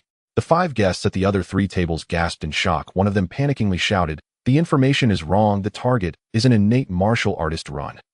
But before they could escape, Song Xian slammed the table, and in an instant a flurry of chopsticks shot into the air. The sounds of blood and flesh being pierced rang out as the 5 were nailed to the wall. Song Xian stepped forward, standing before a middle-aged woman whose limbs were pinned. His voice was cold. "Do I have a grudge against you?" The woman trembled, saying, "No grievances, no enmities." Song Xian pointed a chopstick at the woman's face, saying, "So you just think we siblings are easy to bully?" The woman hurriedly shook her head. "We are just taking money to help others avert disasters. Previously, we had no interaction with the 2 young heroes, nor any grudges. Falling to the 2 of you is our own defeat. We accept it, hoping you can grant us a quick death." Song Xian shook his head. Seeing this, the woman forced a smile. "It seems the young hero does not intend to give us a quick death." Song Xian shook his head and smiled. "Even ants seek to survive. Why do you all seek death so resolutely?"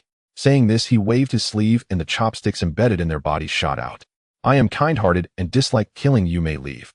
The group was stunned, especially the woman, who was left bewildered by Song Xian's actions. "What is going on? You siblings just slaughtered 3 of us like vegetables, yet now you say you are kind-hearted and dislike killing." Though utterly confused, she did not hesitate, hurriedly clasping her hands in gratitude. "Thank you, young hero, for sparing our lives. We will repay your mercy in the future." "Brother, are we really letting them go?" Looking at the few people stumbling away, Song Xian asked Song Xian raised the corners of his mouth, saying, "If it were you, having taken a reward for killing postnatal martial artists, yet facing targets that are innate martial artists after 3 brothers die, and you manage to escape, what would you want to do most?" "Then I would definitely want to skin the employer alive." Song Xian gently smiled. "Let's go, time to watch the Having narrowly escaped from the natural residence, the 5 assassins, dragging their wounded bodies, did not flee to the outskirts of the city, but instead gathered in a dilapidated courtyard on the outskirts. Phew! Only upon arriving here did the middle-aged woman finally let out a long breath, sitting on the ground and gasping heavily. The others also appeared shaken, sitting cross-legged on the ground to heal their injuries while whispering to each other. "Sister, what is the origin of the brother and sister we are supposed to kill? It's too terrifying." The middle-aged woman had a look of guilt on her face. The employer said they were officials from the Xianyi guards, and the price was quite high. I was greedy. This matter can't be blamed on you, sister. After all, the information given by the employer suggested that the brother and sister were only 20 years old. Who would have thought they were both masters at the innate level? A lean and capable man gritted his teeth. The employer intentionally misled us, using their age, and the price offered was only for killing post-heaven warriors. That bastard was deliberately testing our lives against the true strength of the brother and sister. A burly man asked, "So what should we do, sister?" "What do you mean by let it go?" The middle-aged woman remained silent for a moment, her chest heaving, clearly unable to suppress her anger. "We cannot just let it go," the woman exclaimed coldly. "Using the money meant for post-heaven warriors to buy the lives of innate warriors. How can we let this deception fall upon us, brothers?" After stopping the bleeding from her wounds, she took out some food to eat and drank a few sips of water, then angrily declared, "I will go and butcher the Jiang family in Yangzhou." Hearing this, the others quickly got up, cracking their knuckles. "Let's go together. If we can't provoke the brother and sister, we can surely provoke the Jiang family. After this job, we can't stay in Mingzhou any longer. We'll find a ship to set sail to Songzhou." Outside the courtyard, the Song siblings stood atop a locust tree, quietly observing the scene within. Song Qian curiously asked, "The Jiang family in Yangzhou, do we have a grudge against this family?" Song Qian nodded, saying, "The scholar you smashed on the forehead today is a member of the Jiang family." "No wonder." Song Qian laughed in realization. "Their actions are quite swift. They kill during the day and arrange for assassins at night. Their efficiency is impressive." Song Xian gazed up at the starry sky and slowly spoke. The Jiang family is a prominent clan in the Jiangzhou region with many guards and several experts in their ranks. These assassins are decent at the post-heaven level, but at most they can only assassinate a few members of the Jiang family. They cannot shake the Jiang family's foundation. Let's go back and gather our forces sealing off the Jiang family. Tonight, I will annihilate a clan. Song Qian was somewhat surprised. Aren't you planning to give them half a month to see which powerful families in Yangzhou align themselves? Are we starting now? Song Qian laughed heartily. We must kill the chicken to scare the monkey, otherwise why would anyone stand by your side, right? Song Qian shrugged indifferently. Regardless of who we kill, it's still killing. I will follow your arrangements. Thinking too much is exhausting. That night the Jiang family was restless. In the first half of the night, several bandits suddenly broke in, killing more than 10 people before being discovered by the guards in the mansion, who chased the intruders away. Before the people in the Jiang family courtyard could stabilize their nerves, Song Xian led hundreds of Xian guards galloping in on horseback, ordering, "Seal both the front and back gates of the Jiang family. Allow entry but no exit." The commotion caused by the Xian guards was quite loud. In the streets, some courtyards opened their doors and heads peeked out to look. Why are there so many Xian guards at this hour? Those living in the surrounding courtyards were mostly officials. Upon seeing the commotion of the Xian guards, many began to tremble, realizing that a major incident was likely to occur tonight. In the courtyard to the right of the Jiang family, an elderly man appearing to be around 50 crouched against the wall. Upon seeing Song Xian, he was startled and exclaimed, Song Xian. In the courtyard, someone hurriedly asked, Lord Sun, which Song Xian are you referring to? Lord Sun trembled as he responded, who else could it be? It's that Xian guard from the imperial capital, Song Xian. Once this was said, the members of the Sun family all turned pale. My lord, why has that killing star from the Song family come here? It can't be aimed at us, can it? It's over, it's really over. A major incident is about to happen. Not good, quickly send someone to notify the governor. If Song Xian is coming for us, it will be too late. As soon as these words were spoken, several young members of the Sun family hurriedly left through the back door, heading for the governor's office. Meanwhile, in the Jiang family courtyard, the head of the Jiang family, Jiang Shuri, was directing maids and servants to clean up the house, occasionally sighing. Today he had just lost a son, and unexpectedly more family members were assassinated in the middle of the night. The deaths of the others were forgivable, but he pitied his new concubine, who was beautiful and charming. He hadn't even had the chance to properly pamper her before she died in such a muddled manner. Such a waste, truly a waste. Just when he was feeling heartbroken, a servant rushed over in panic. My lord, something bad has happened. What's with all this panic? Jiang Shui said irritably, in this Yangzhou city, my Jiang family is the sky. How could the sky fall? What's there to panic about? Bang! Just as he finished speaking, the iron gate of the Jiang family suddenly burst open, and a group of armored Xian guards holding long knives and carrying crossbows charged in with a murderous aura. The sudden influx of Xian guards left Shui momentarily stunned, and then anger appeared on his face. Perhaps in the eyes of Jiang Shui, the previous Xian guard commander was merely a dog that could get things done, so he felt no fear towards the Xian guards. The Jiang family in the Jiangzhou region was not only a wealthy household, but also a prestigious family with a legacy of several hundred years. In recent decades, the family had produced numerous officials, and his brother Jiang Shouqing held the position of left assistant minister of personnel, wielding the power to promote and demote thousands of officials. Even the governor of the Jiangzhou province would treat him, the patriarch of the Jiang family, with utmost respect. The power of the Jiang family is the result of generations of accumulation. How could a mere child from the imperial capital, a small 100-man commander, shake it? Where is this place? Song Xian looked around with a bewildered expression, saying, Oh, the feng shui here is quite good. It's a great place to be buried. What do you mean? Jiang Shui was furious, and a Jiang family member stepped forward, pointing a finger at Song Xian and cursing loudly. You surnamed Song, you treacherous dog, having killed my Jiang family's son, and instead of seeking revenge, you dare to come to your own doom. The Jiang family prided themselves on their loyalty and noble heritage, and he, a bastard, dared to. Before he could finish his words, a sword's ringing sound echoed, and a cold light flashed through the air.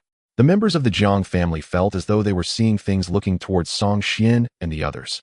They saw Song Xian merely turned his head to glance at Song Qian, while the female knight Song had a calm smile at the corner of her mouth, as if she had never moved at all. Only Lu Xiaofeng and Hua Manlu could sense that just moments ago the female knight Song Qian, who had harbored murderous intent, had in an instant severed the neck of the Jiang family member with a single strike. The speed of the strike was simply too fast. Others only felt a blur before their eyes and could not discern anything else. At that moment, Jiang Shui was staring at Song Xian with a proud expression, even stroking his beard, waiting for his family members to continue cursing at Song Xian. Others feared the Xian Wei, but the Jiang family was not afraid. Just a mere martial artist, a pawn raised by the emperor, was not even worthy of carrying their shoes.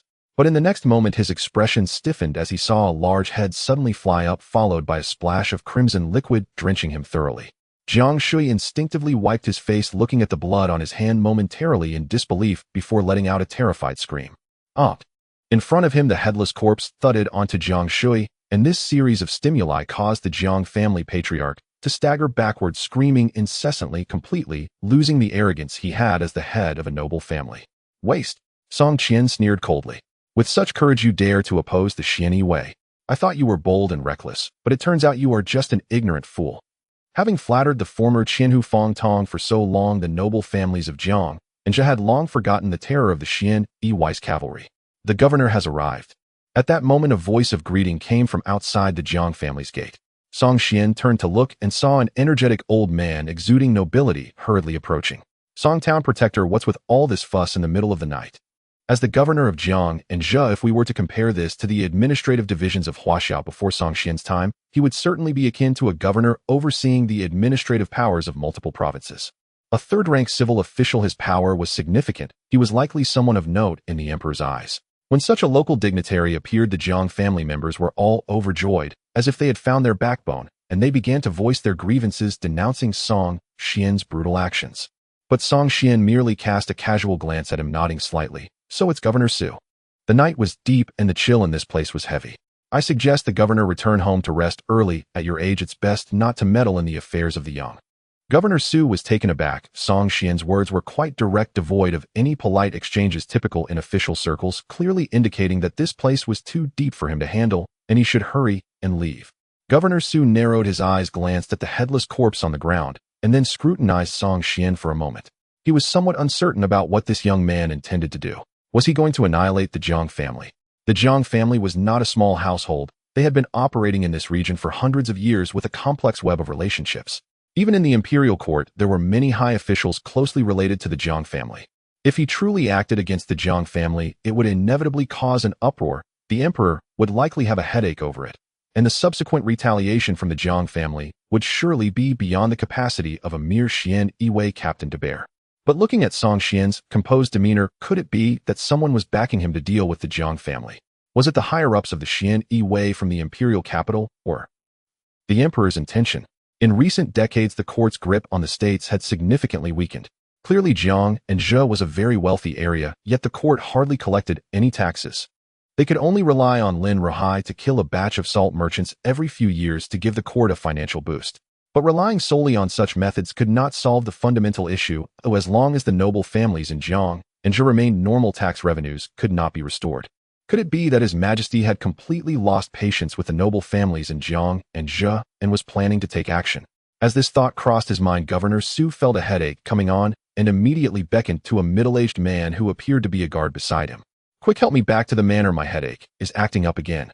Under Jiang Shui's dumbfounded gaze, Governor Su was assisted away, swiftly exiting the Jiang family's residence, and even let out a long breath once outside the gate. It was very wise for the governor to leave this place. The middle-aged man supporting Su said softly, "I cannot gauge the strength of those two siblings, but I have had the fortune of encountering the two accompanying him once. Those two are extremely formidable innate masters within the martial world. One of them alone can annihilate the Jiang family, not to mention that two have come at once." "You mean to say that Song Qian is dead set on destroying the Jiang family tonight?" "It's highly probable," the middle-aged man analyzed. "Generally speaking, innate masters in the martial world seldom provoke noble families actively. Because these noble families have deep roots and networks, provoking them would lead the Xian Wei to relentlessly pursue those from the martial world in order to quell public opinion. However, this time is different. Although those two are from the martial world, they are acting alongside the Xian Wei, so they need not fear subsequent pursuit. Innate warriors without restrictions or concerns are extremely terrifying. Unless the governor mobilizes the military, the Jiang family is doomed tonight." "Understood." Governor Su groaned, holding his forehead. "Tonight I have a severe headache and have been resting at home without stepping out of the manor. I am completely unaware of what has transpired tonight." Hurry. This place is too deep, let's not get involved." The governor came quickly and left just as swiftly, leaving everyone in a state of shock. Even Song Qian was somewhat astonished. He truly did not expect that merely by intimidating him this old fellow would graciously leave. It must be said that to reach the position of a provincial governor, one's capabilities aside, the ability to avoid danger and seek benefit is quite impressive. Seeing that the governor had fled, Jiang Shui finally began to panic. Song Xian, my younger brother Jiang Shouqing, is currently the undersecretary of the Ministry of Personnel, a favored figure before the emperor. How can a mere martial artist like you compare? Leave quickly with your men, or I will report to the emperor and have your Song family executed. As soon as the words were spoken, even Lu Xiaofeng could not help but sigh, realizing that today's situation had become irredeemable. He was extremely intelligent and had understood the moment Song Xian mobilized troops to Jiang's residence today that this Lord Song intended to make an example out of Jiang's family. If the head of the Jiang family were a wise man, he might have chosen to yield and submit to save his life. However, this old fool had always been arrogant. Even though he was panicking inside, he still spoke with threats and coercion. One could only say that an incompetent general can destroy the entire army. A foolish leader like this deserves to see the Jiang family exterminated tonight. Song Xian and Song Qian exchanged glances before turning to the blusterous Jiang Shui, unable to suppress their cold laughter. Since you, the head of the Jiang family, have said such things, if I do not bring about the annihilation of your entire clan, one, it seemed that I, Song, am too weak. As he spoke, he waved his hand and coldly declared, the Jiang family of Yangzhou has hoarded crossbows and armor-raised assassins and ambushed the emperor's personal army with treasonous intentions. All soldiers heed my command. Seal off the Jiang residence and capture all those involved in the rebellion. Anyone who dares to obstruct escape will be treated as a traitor and executed without mercy. With that, the sound of unsheathing long swords echoed continuously, and the clashing of armor sounded particularly harsh in the Jiang family courtyard. Traitor, how dare you bully the Jiang family like this? An elderly man with hair as white as snow was supported by two maidservants as he angrily approached Song Xian. I am Jiang Qingshan, formerly the Minister of Rights. I retired to my home 2 years ago, and the emperor and officials sent me off with great respect. You little brat, do you truly think the Jiang family has no one? The old man leaned forward, coldly laughing. If you have the guts, then kill me first. I want to see if you have the— Song Xian said nothing, merely smiling faintly. What are you afraid? The old man laughed heartily. Come, young one from the Song family, come kill me. I want to see if you are more important in the emperor's heart than I am. Come kill me. Song Xian sighed, lightly reaching behind him to take a sword from a Xian Yiwei cavalryman, swiftly stabbing through the old man's neck. I have never seen such a demand in my life. Today has truly opened my eyes. As he spoke, he kicked Jiang Qingshan, who was still gasping for breath, to the ground and pointed his sword forward. Anyone who dares to resist, regardless of age or gender, will be killed without mercy. The sound of warhorses pounding the ground roared as hundreds of Xian Yiwei cavalrymen rode forth, their long swords raised high. Anyone from the Jiang family who dared to flee or resist would be slain without exception. Song Xian accused the Jiang family of raising assassins and hoarding armor and crossbows, and this accusation was not unfounded. It could be said that among the great families of the world, none did not maintain private armies. Now that the mask had been torn off, Jiang Shui fell back, his face dark and cold, glaring at Song Xian as he commanded, kill them all. Behind him, countless private soldiers appeared, all clad in armor, holding long spears with shield bearers in front and spearmen behind, forming a formation against the cavalry. Boom, boom, boom. The sound of warhorses whinnying erupted as the two armies collided. Instantly, several warhorses were pierced by long spears, collapsing before the infantry. As the two armies engaged, Song Xian did not remain idle. In a dark corner, 12 long swords unsheathed almost simultaneously, their deadly gleam illuminating the space as they rushed towards Song Xian's vital areas. My lord, be careful. Lu Xiaofeng's expression changed, for it was at this moment he sensed that among the assassins hiding in the shadows, there was actually a congenital-level assassin. Song Xian merely smiled slightly, his long sword suddenly unsheathing with a sharp, short whistle, its sound resonating like a dragon's roar, shaking the hearts of those present. The first few assassins felt awe as their mouths dropped open, because in their final moments it seemed as if they were witnessing the sword path they had pursued all their lives. Even Lu Xiaofeng was now filled with shock. He knew that Song Xian was powerful. After all, he had already experienced the might of his sword, energy of force he could not withstand. But sword energy is determined by the foundation of the martial artist. At this moment, Lu Xiaofeng was witnessing the true extent of Song Xian's swordsmanship. He had seen Shimen Chui Shui's sword technique, which was at its peak, fast to the point of being unpredictable, capable of determining life and death in an instant. He always thought that regardless of cultivation, if one discussed swordsmanship, Shimen Chui Shui's ruthless sword technique and Yi Guqing's ethereal swordplay were the best in the world. But today, after witnessing Song Xian's sword, his perspective changed. Song Xian's sword technique was merely a simple thrust without any embellishments, unremarkable in speed or unpredictability, yet Lu Xiaofeng felt an overwhelming sense of inevitability. It was a thrust that felt as if all paths were sealed. No matter how one tried to evade, they would ultimately be pierced by the sword. He had seen many impressive sword techniques, but he felt that he could still barely resist one or two. However, upon seeing Song Xian's sword, he felt a surge of despair. It was a sense of hopelessness that no matter how one dodged or defended, they would ultimately be pierced by the sword. Even as a bystander, he felt this sense of helpless despair, and the 12 assassins who charged at Song Xian felt an indescribable fear and despair. Thud, thud, thud. The sound of flesh being pierced echoed almost simultaneously as the 12 assassins felt a sweetness in their throats, and with a tearing sound their throats were all penetrated by a single sword. Among the 12 assassins, one was at the congenital level while 11 were at the peak of the acquired level. At this moment, there seemed to be no distinction, as they were all instantly slain by a single sword. Thud, thud, thud. 12 corpses fell to the ground, raising a cloud of dust. Song Xian casually performed a flourish with his sword, shaking off the blood from the tip before sheathing it with a clang. Lu Xiaofeng finally came back to his senses, swallowing hard and secretly feeling fortunate. Thankfully, when the Lord dealt with him back, then he had only slashed out a sword energy, leaving him a sliver of life. If the Lord had directly unsheathed his sword and fought him up close, even with him and Hongmeng Dao teaming up, they would certainly have been slain by a single sword like those assassins today. Within 10 feet, all beings are equal. I am invincible. Regardless of whether you are acquired or congenital, all will be slain by a single sword. With a single stroke of his sword, Song Xian effortlessly dispatched 12 assassins before glancing at Lu Xiaofeng and Hongmeng Dao with a single hand raised sword in grip. Lu Xiaofeng smiled slightly, and without needing Song Darren to speak, he leapt into the air and charged towards the private army of the Jiang family. Perhaps he would feel uncomfortable about slaughtering ordinary people who offered no resistance, but when it came to assaulting a private army of hundreds, he felt absolutely no psychological constraint. Lu Xiaofeng's lightness skill was named Phoenix Dance in the 9 heavens, moving with grace like a phoenix taking flight. Wherever he passed, those soldiers clad in armor with steel knives at their waists and long spears in their hands were flung away in heaps, as if they were dumplings utterly unable to withstand his onslaught. In that moment, Lu Xiaofeng finally rediscovered the feeling of being a martial arts master. Since meeting Song Xian, he had become somewhat self-doubting, but today he could finally show off his skills and breathe a sigh of relief. Although Hongmeng Dao could not see, his spiritual perception was exceptionally strong. Sensing Lu Xiaofeng's exhilaration, he smiled, gently unfurling his folding fan and soaring up like a willow catkin straight toward the battlefield. With the combined might of 2 innate martial artists, the hundreds of private soldiers from the Jiang family were utterly powerless. In less than the time it takes to drink a cup of tea, the ground was already littered with corpses. Even those who remained alive were severely injured, lying on the ground and groaning in agony. As for the cleanup, there was no need for Song Xian to give further instructions.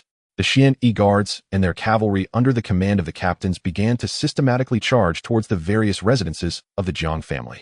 Before long, a captain accompanied by several Xian guards quickly approached Song Xian, and then they all knelt. "My lord, we have found conclusive evidence of their treasonous conspiracy at the Jiang family." The captain gestured to those behind him, and several Xian guards spread out their findings. Song Xian looked over, and it was a black long robe clearly embroidered with an imposing 5-clawed dragon. Song Xian was somewhat surprised. He had actually prepared evidence of the Jiang family's rebellion before arriving, such as private letters plotting rebellion with other families or admonitions like the Great Chu rises King Qinsheng. Whether the Jiang family had such things was irrelevant. Song Xian was confident he could find them in their inner residence. However, this dragon robe seemed to be something he had not prepared at all. At that moment, he was uncertain whether his subordinates had improvised this situation. At that moment, Song Xian scrutinized the captain, asking, "Did you truly find this in the Jiang family?" "Absolutely." The captain, seeing the suspicion in the eyes of the magistrate, immediately affirmed, "If I dare utter a single lie, may my entire family perish." Upon hearing this, Song Xian believed him. No one would dare to swear on their entire family in front of him, for they knew his nature. To lie before Song Darren was to invite annihilation of one's entire household. Song Xian blinked and stared at the black dragon robe for a long moment before slowly retracting his gaze towards Jiang Shui, the head of the Jiang family, who was pinned to the ground. "I haven't wronged you, have I?" Jiang Shui, initially panicked, had now remarkably calmed down, glaring at Song Xian with resentment. "You and I could have lived in peace, but why must you make things difficult for the Jiang family?" Song Xian coldly laughed. "Did you ever consider the consequences when you sent someone to assassinate me? That was because you killed my second son first. I merely arranged for someone to assassinate you. You started this. Song Xian snorted coldly. The leader of the Sun and Moon Divine Church, Dongfang Bubi, previously attempted to assassinate me.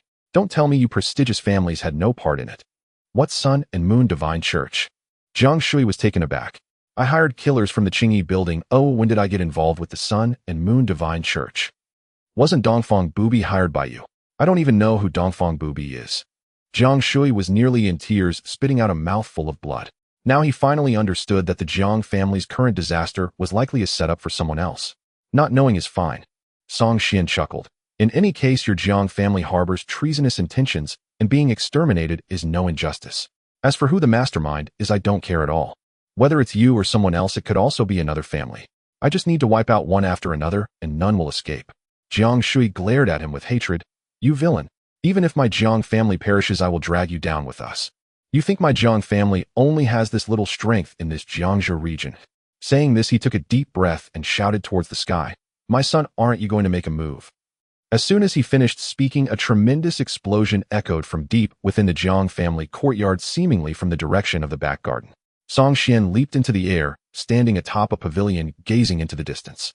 In the depths of the garden, there stood a cannon on which rested a massive cannon, weighing several thousand pounds. With a loud bang, the dark cannon's mouth spat forth flames, and a cannonball roared out, heading directly towards the dozen or so Xian guards who had rushed into the inner courtyard. Boom! The cannonball did not hit anyone, but it shattered the bluestone bricks on the ground, and the shards shot out, turning the 10 or so Xian guards blocking the way into a sieve. Even though these Xian guards were all strong and had cultivated internal energy, the might of the cannon was overwhelmingly forceful. They simply could not react to such a sudden assault. Haha! Jiang Shui laughed heartily, feeling immensely relieved. Song Xian, the times have changed. The era of the great Zhou relying on martial artists to suppress the world is gone forever. Do you know? Not only in Mingzhou, but even in Qingzhou, various local powers are secretly studying artillery and firearms. An ordinary person requires not only martial arts manuals to cultivate internal energy, but also needs to consume vast amounts of food and medicinal materials, training for 20 to 30 years to possibly become a postnatal warrior. But do you understand? Those postnatal warriors cultivated over decades, I only need to find a few trained gunners, and under coordinated conditions, I can easily kill them. The cultivation cycle of a warrior is far too long, while firearms and artillery can be produced continuously. With just half a year of training, we can bring together an army of tens of thousands, or even hundreds of thousands to the battlefield. At this moment, Jiang Shui wore a twisted, yet devout expression. Song Xian, do you know what this is called? This is called technology. This is called civilization. By the way, do you understand what technology and civilization are? You don't understand. How could a crude martial artist like you grasp such profound concepts? But let me tell you, Song Xian, there will come a day when the martial arts you pride yourself on, the military power you rely upon, will ultimately be brought to an end by technology, crushed by the torrents of steel. Song Xian stared at Jiang Shui, his expression somewhat peculiar. After pondering for a moment, he tentatively spoke. The Imperial Palace's jade liquid wine. Jiang Shui. Song Xian cleared his throat lightly and continued, this year no gifts, for the festival only. Jiang Shui, what are you talking about? I'm discussing technology, and you're talking about gifts. Can this person even understand human language? It seems you truly don't know. Song Xian secretly breathed a sigh of relief. Damn, for a brief moment, he almost thought he had encountered a fellow traveler with the old man's talk about technology and civilization. Since he wasn't a fellow traveler, Song Xian immediately lost interest, raising his hand and beckoning towards the distant cannon. Come fire at me, and let me see how powerful your so-called technology really is. Looking for death. On the cannon, the eldest son of the Jiang family was commanding a team of gunners beside him, pointing at Song Xian and saying, do you see that villain? Aim. I want to turn him into dust. Soon as the cannonball was loaded, flames erupted from the cannon mouth, and a solid iron ball shot towards Song Xian. Die. The eldest son of the Jiang family wore a sinister grin, but in the next instant the smile on his face froze. In the distance atop the building, the dark-clad commander who had caused his Jiang family to be on the brink of extermination merely raised a hand and pressed it in the air. Scarlet true chi swirled like a red vortex, and within that vortex the solid iron ball fired from the cannon was spinning rapidly, producing a piercing, sharp, grinding sound, yet it could advance not an inch. Song Xian smiled slightly, flicking his fingers, and the iron ball, which had been suspended in midair, exploded with a thunderous bang, scattering iron debris that accurately turned a dozen Jiang family members below into a sieve. Not bad, Song Xian praised. The power was indeed considerable. The kinetic energy from the cannonball was comparable to the palm power exerted by Xuan when he chased after Xuan. In other words, the might of a single shot was equivalent to the strength of a palm strike from a martial artist at the early stage of innate mastery. Such power would be hard for an acquired martial artist to withstand, but it was somewhat lacking against an innate martial artist. Not to mention, unless hundreds of cannons fired simultaneously covering an entire area, it would be extremely difficult to hit an innate martial artist given their sense of danger and lightness of foot. Seeing that the cannon had no effect, the eldest son of the Jiang family waved his large sleeves, and from behind him, nearly 100 private soldiers emerged one after another, none of whom wore armor or showed any signs of martial training. However, each of them held a gun. Jiang Shui laughed heartily. These gunmen are secretly trained by my Jiang family, and the firearms they wield are among the best in the world, guaranteed not to explode. A single shot is enough to pierce 3 layers of armor. Song Xian, I don't believe you can withstand a cannonball and survive a hail of gunfire. Upon hearing this, Song Xian ignored him while Lu Xiaofeng looked at him as if he were an idiot. It seems that the Jiang clan leader is so focused on researching your technology that you have no understanding of the strength of martial artists. At that moment, the gunmen in the distance had already formed their ranks, and with a command, fiery snakes spewed forth smoke, filled the air, and a series of explosions rang out from within the Jiang family estate. In response, Song Xian merely waved his sleeve, and the pure yang true qi began to spin around him like a top. Suddenly, a series of popping sounds echoed as the bullets fired from the guns were actually drawn back by that scarlet true qi vortex, shooting back into the ranks of the gunmen. Help! Many gunmen instantly fell to the ground, hit by bullets, their cries echoing continuously. Clang! Song Xian's sword was drawn again, and the moment it was unsheathed, it emitted a dragon's roar. In an instant, a sword light, like a ribbon, swept forth, cutting through the air. Swish! The sword light, like a startled swan, descended from the sky, and with a slicing sound, the cannon platform, where the eldest son of the Jiang family stood, was actually severed under that sword energy. At the moment the cannon platform shattered, Song Xian's figure flashed and appeared behind the sword energy, striking out with a palm. With this palm, the force burst forth like a raging flood or a volcanic eruption, and the red glow resembled meteoric flames raining down from the sky. Boom! As the palm struck down, the cannon platform exploded, countless shattered stones raining down like a flower storm, covering a radius of several dozen meters. After delivering the palm strike, Song Xian didn't even glance below. His sword returned to its sheath as his figure flashed back, leaving several afterimages returning to his original position. You have technology, I have divine power. Song Xian looked with some anticipation at the despairing Jiang Shui lying on the ground. Your technology is still not strong enough. Do you have any trump cards left? Show them all to me. Jiang Shui's face was ashen. These are already the most powerful firearms that my Jiang family can produce. I don't understand, with cannons powerful enough to split mountains and crack stones, why can't they do anything to you? How can human strength be so formidable? There are many things you don't understand. Having witnessed the Jiang family's trump card and experienced the power of firearms, Song Xian lost interest and waved his hand to his subordinates. Take them all down and bring them back for trial. The firearms were indeed impressive. With cannons and guns combined, in an ordinary feudal ancient society, the Jiang family could have a chance to overthrow the dynasty. But unfortunately, this Great Zhou dynasty is not an ordinary world. It is a great martial world where it is said one can fly through the air upon reaching the realm of a grandmaster. In such a high martial world, unless you can produce a nuclear bomb capable of destroying a city in one blow, in this world where grandmasters can fight using the power of heaven and earth, top martial artists are fundamentally unassailable. On the way back to the 1,000 household office, Song Xian hardly spoke. The more he thought about it, the more uneasy. As a descendant of the dark-clad guards, his family's fate was tied to that of the Great Zhou, but today's events with the Jiang family left him quite worried. This was just a large clan from the Mingzhou, Jiang, and Zhejiang region. They had already developed weapons like cannons and guns. What about the other states and clans? Do they all have thoughts of overthrowing the Great Zhou dynasty? It is not scary to have rebellious thoughts, but what is most frightening is that with firearms developed to this extent, the dark-clad guards in the imperial capital haven't received any news. Or perhaps the dark-clad guards below did report this matter, but the higher-ups of the dark-clad guards did not take the emergence of firearms seriously at all. This is not a good phenomenon. Top martial artists are indeed unassailable. Firearms are like toys to top martial artists, and a grandmaster can easily change the course of a war. But what if the grandmasters on the court side are restrained by other grandmasters? Returning to the government office of the 1,000 households, Song Xian finally turned his head to look at Lu Xiaofeng. What do you think of the firearms from the Jiang family? Lu Xiaofeng pondered for a moment. They are quite impressive, but they only pose a threat to martial artists below the innate level. Above that, those cannons and guns would hardly hit anyone. Even if they miraculously did, they couldn't break through the protective inner energy. He contemplated Song Xian's meaning and continued, I understand what you are worried about, but to be honest, there is no need. No matter how powerful firearms are, they ultimately require a person to control them.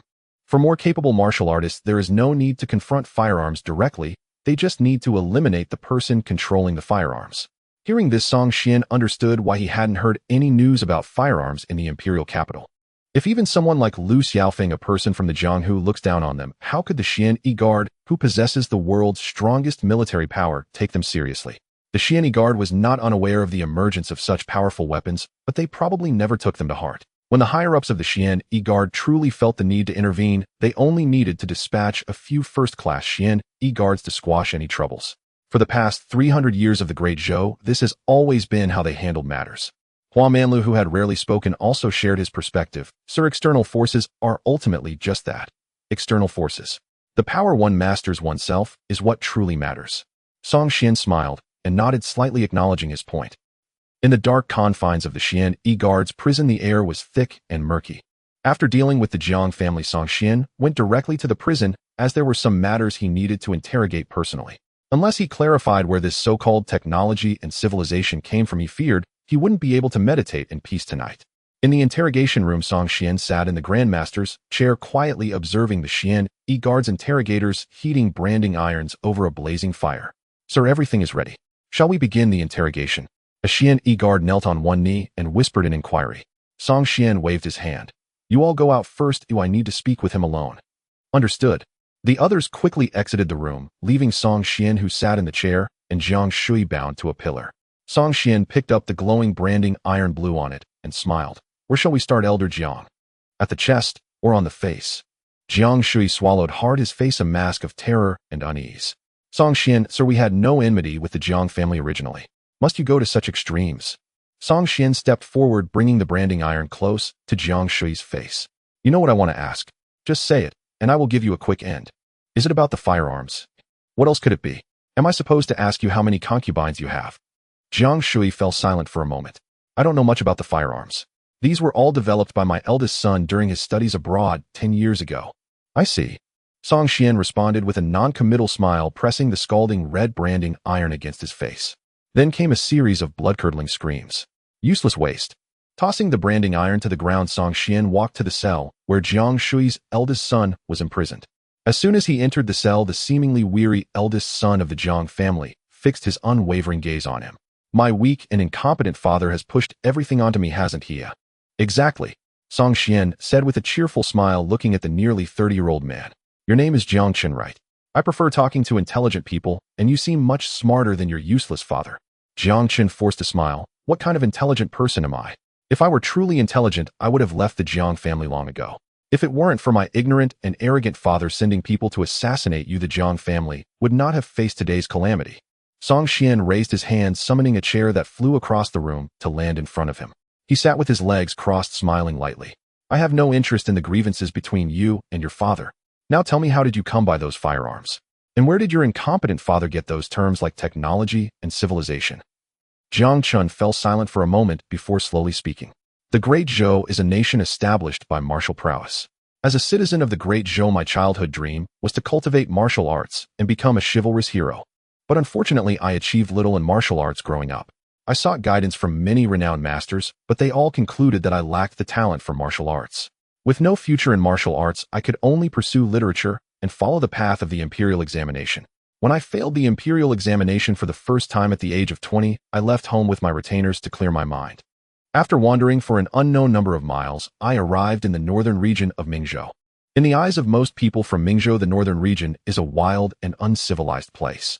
Although it is part of the Great Zhou territory, the court has always neglected that harsh land, only concerned with collecting taxes annually. The people there are of diverse appearances, with red gold and yellow hair among others. Most have pale skin, large pores, and an unpleasant odor.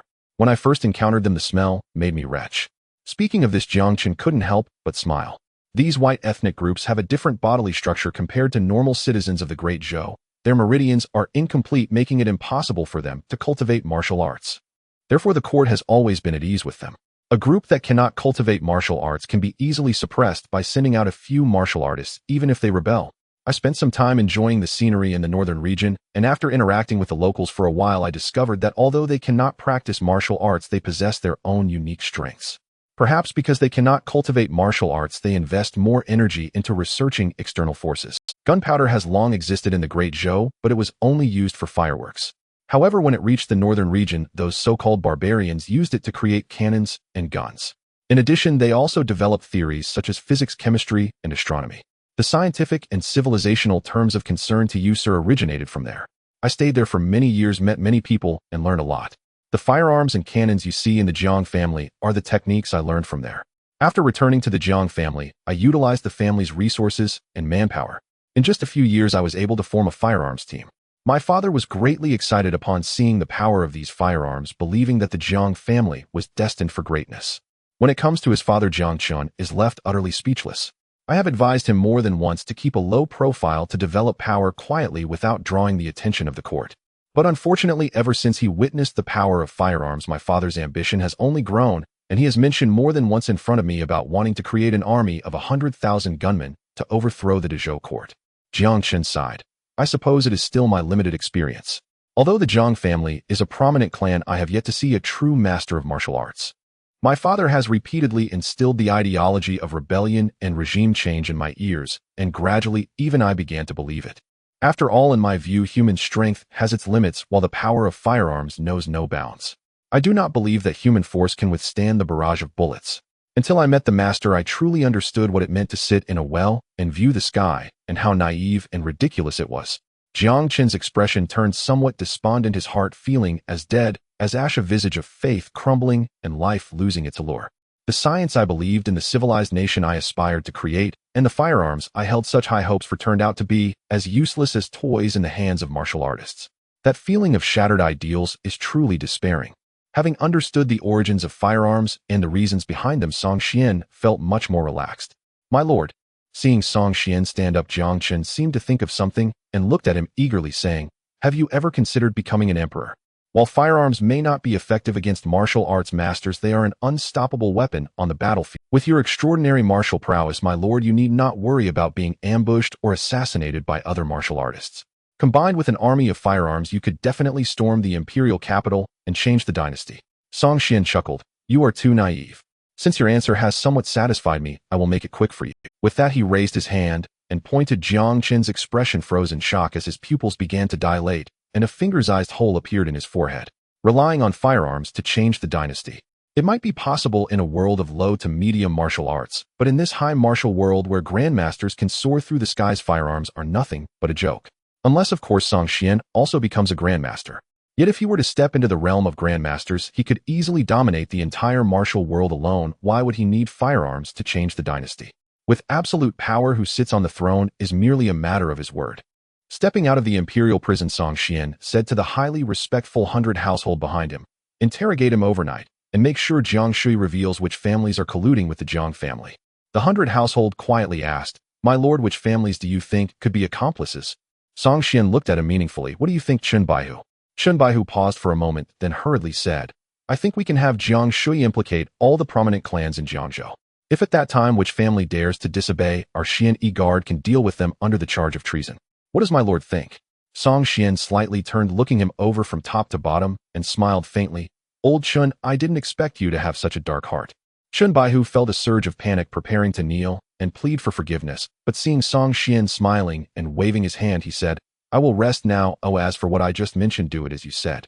Chen Baihu wiped the cold sweat from his forehead, and when he saw Song Xian had completely walked away, he finally let out a long sigh of relief. He says, "I'm old Chen Blackheart. But who can be more Blackheart than Song, who just took office and already executed his superior?" Returning to the courtyard where he resides, as soon as he opened the door, he saw Song Qian busy eating barbecue.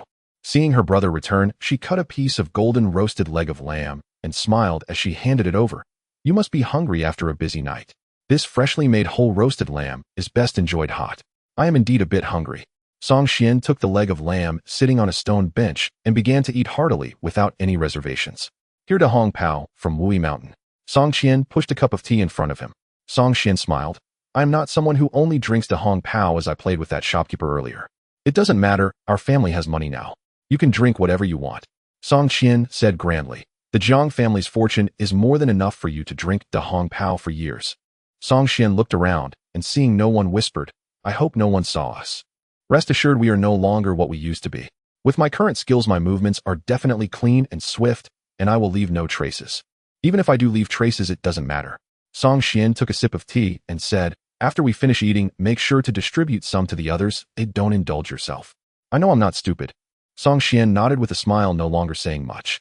He finished the lamb leg in his hand and ate 2 plates of roasted meat before finally feeling satisfied and stretching lazily.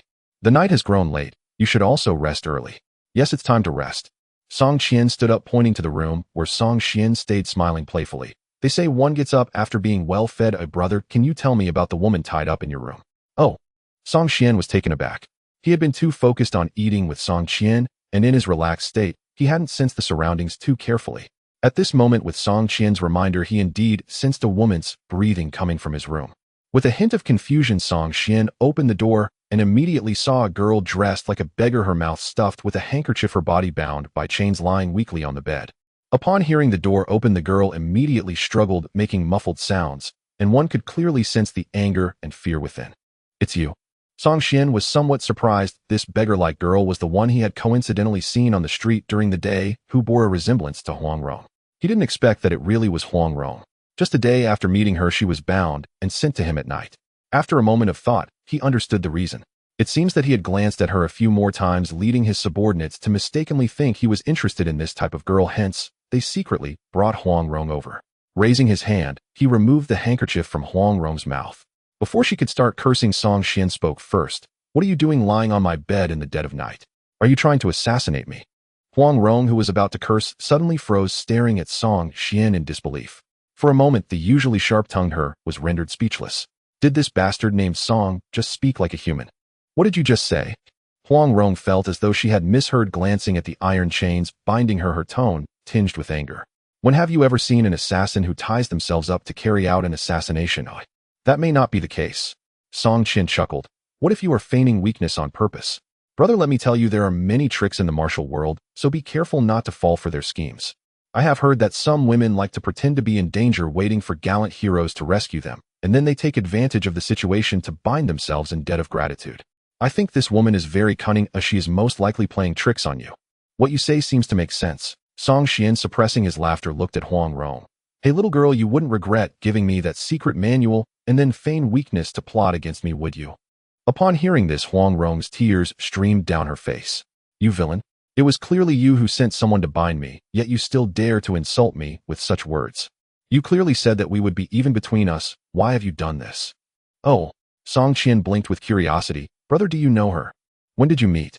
I had no idea. Previously, outside the imperial capital, I was practicing my sword chi on my way home, and this little thief. Before he could finish, Huang Rong anxiously exclaimed, You promised before that you wouldn't call me a little thief anymore. How can you be like this? Your words are not trustworthy. You are so fickle. What kind of hero are you? If you want to force me, I, Huang Rong, would rather die than let you succeed. Song Xian paused. It seems there may have been some misunderstanding between me and Miss Huang. How about this? I will help you unlock the chains first, and then we can discuss what happened to you in detail, shall we? Huang Rong huffed, puffing up her cheeks angrily. Then hurry up, and also don't mess up my hair. Song Xian chuckled, stepped forward, grasped the iron chain binding Huang Rong, and with a slight force there was a cracking sound as the thick iron chain broke apart in his hands. Once the chains were broken, Huang Rong felt a sudden lightness in her body. She quickly got up from the bed and tossed the chains onto the ground. She shot a glare at Song Xian. If it had been someone else who dared to treat her like this after escaping, she would have slapped. But facing Song Xian, she knew how terrifying he truly was, so after getting up, she had no intention of making a move. Instead, she glared at him fiercely, and with a light push from her toes, prepared to use her lightness skill to escape. You think you can bully me and not let me hide? This brother and sister duo are obviously mocking her. They do not seem like good people at all. Just as she leaped up, Song Qian grinned and grabbed the collar of her clothes, pulling her back like a little cat. Little sister, we haven't finished talking. Why the rush to leave? Huang Rong sighed. Sister, there really isn't anything serious here. I just had a conflict with your brother earlier, and to make amends I gave him a manual for lightness skills. Your brother previously said that our grievances were settled, yet I never expected that today he would actually send someone to bind me here. As she spoke, her eyes darted and she shyly tugged at her clothes while looking down at Song Xian. You brought me here. It wouldn't be that you like me. Stop. Song Qian interrupted. Little girl, you're a bit narcissistic. If my brother wanted a woman, would he still need to bind someone? There are plenty of beautiful girls who would willingly come to him. Huang Rong seemed to have started understanding Song Qian's character, and she immediately smiled. That may not be the case. Perhaps your brother prefers the ones he binds himself. Song Qian's expression paused as she looked at her elder brother with some suspicion. It seemed that her brother might indeed have such a preference. Wasn't it true that when Lu Qingxue came to visit she was tied up by him? Could it be that he really has this kind of taste?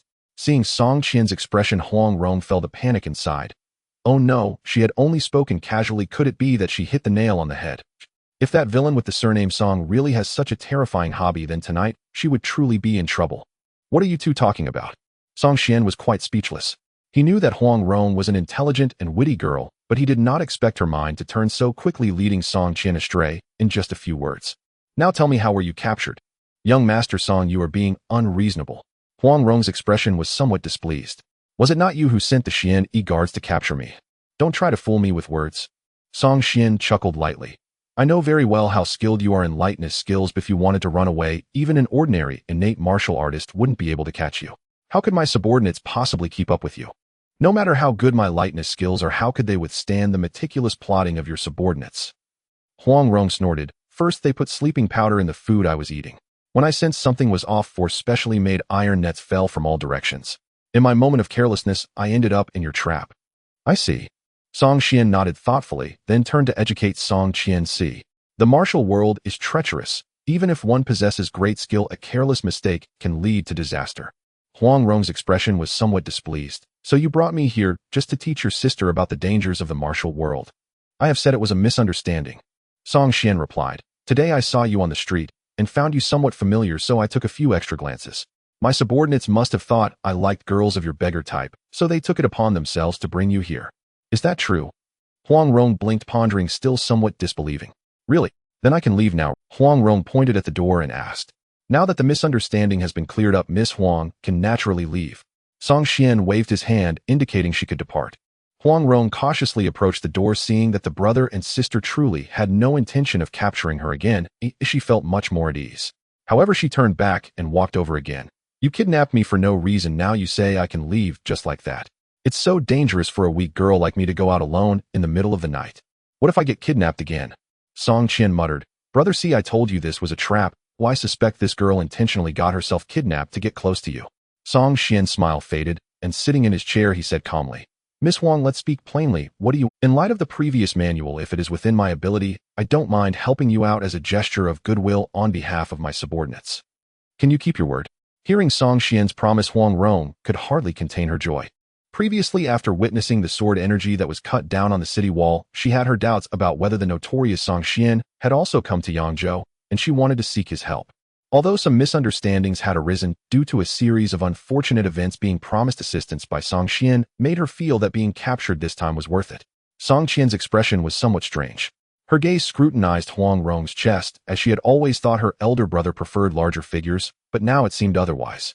This girl, named Huang Rong, by no means could be considered large, as she was comparable to her little cousin Lin Dai. Turning her head to look at Song Qian, she noticed that her brother's gaze wasn't on Huang Rong, but was instead seated at the table holding a brush and writing something on the paper.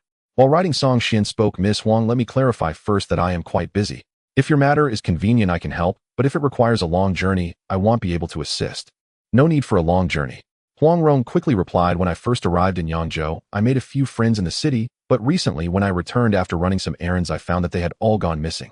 Young Master Song, you seem to hold a significant position in the Xian Guard. Could you help me look into their whereabouts? Song Qian paused slightly with the brush in his hand. You come here, write down the identities and names of those people, the more detailed the better. Thank you, young hero. Huang Rong felt a surge of joy in her heart. Although this notorious man seemed intimidatingly cold, he was not difficult to get along with, and he appeared quite reliable in his words and actions. No wonder he had risen to such a high position at a young age.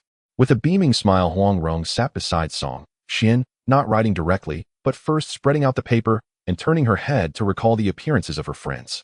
Then she began to sketch rapidly, drawing the images of a few little beggars from her memory. Song Qian did not disturb her. He stood up and went to the door, noticing that the sky had turned overcast and it had begun to drizzle. Brother, does this girl have an extraordinary background? Song Qian approached and whispered a question. She wasn't foolish. Her brother's attitude toward this girl showed no signs of affection or fondness, and it seemed they had no deep friendship, yet he was still willing to help, which likely indicated her impressive background. Song Qian nodded slightly. Yes, she has a good father. I see. Song Qian's peripheral vision glanced at Huang Rong, who was deeply focused on her drawing.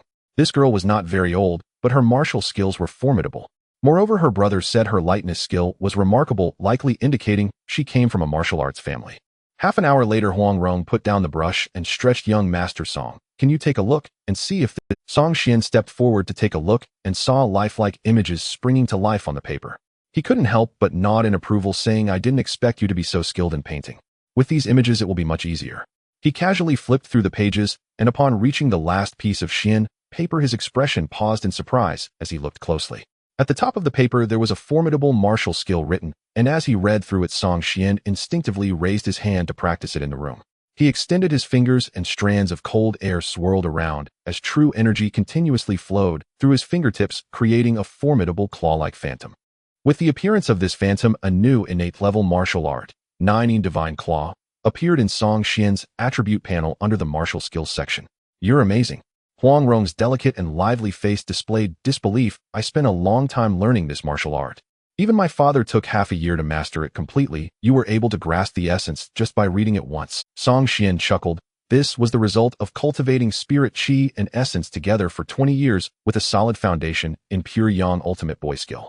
Besides a significant boost in strength, the most noticeable effect was that his comprehension had greatly improved. For him, now, any general innate level martial skill could be understood with just one thorough reading and some contemplation.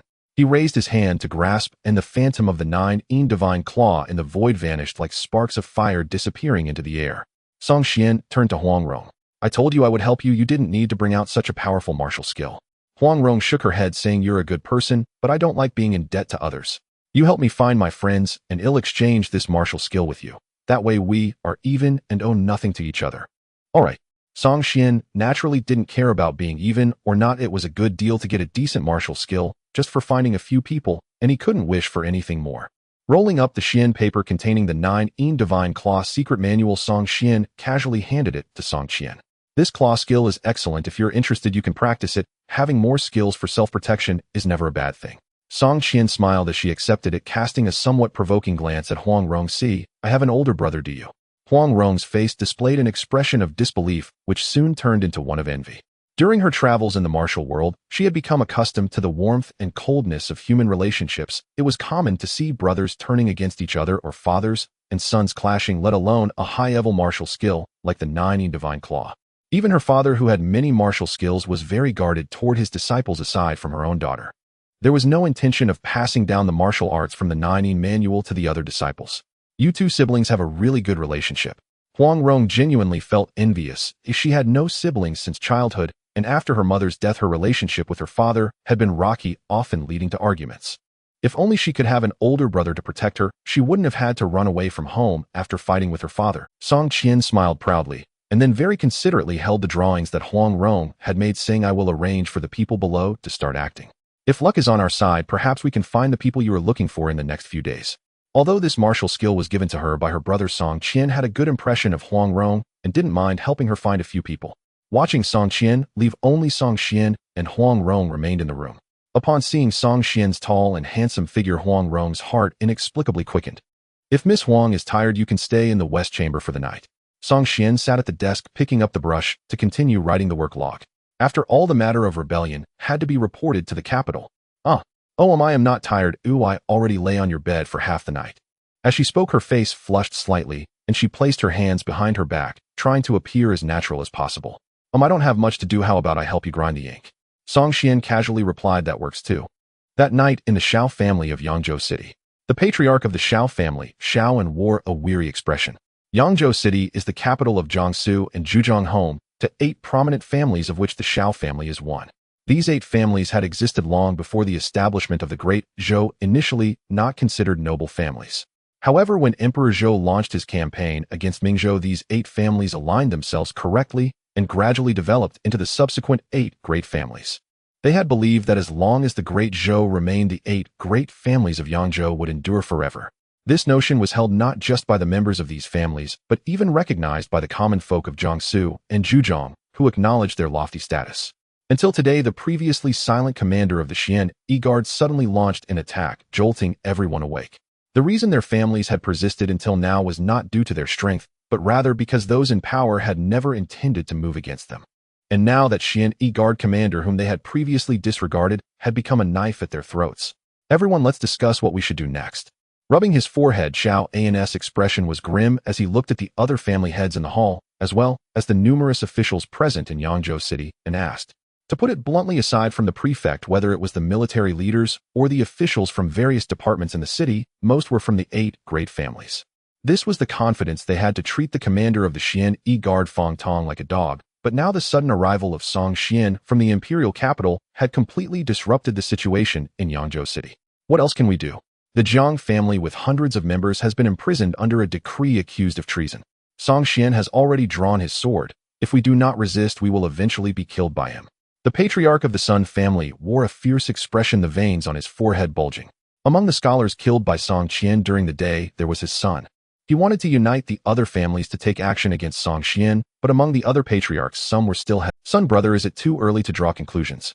I heard that the Jiang family was exterminated because they sent assassins to kill Song Xian, which brought about this calamity.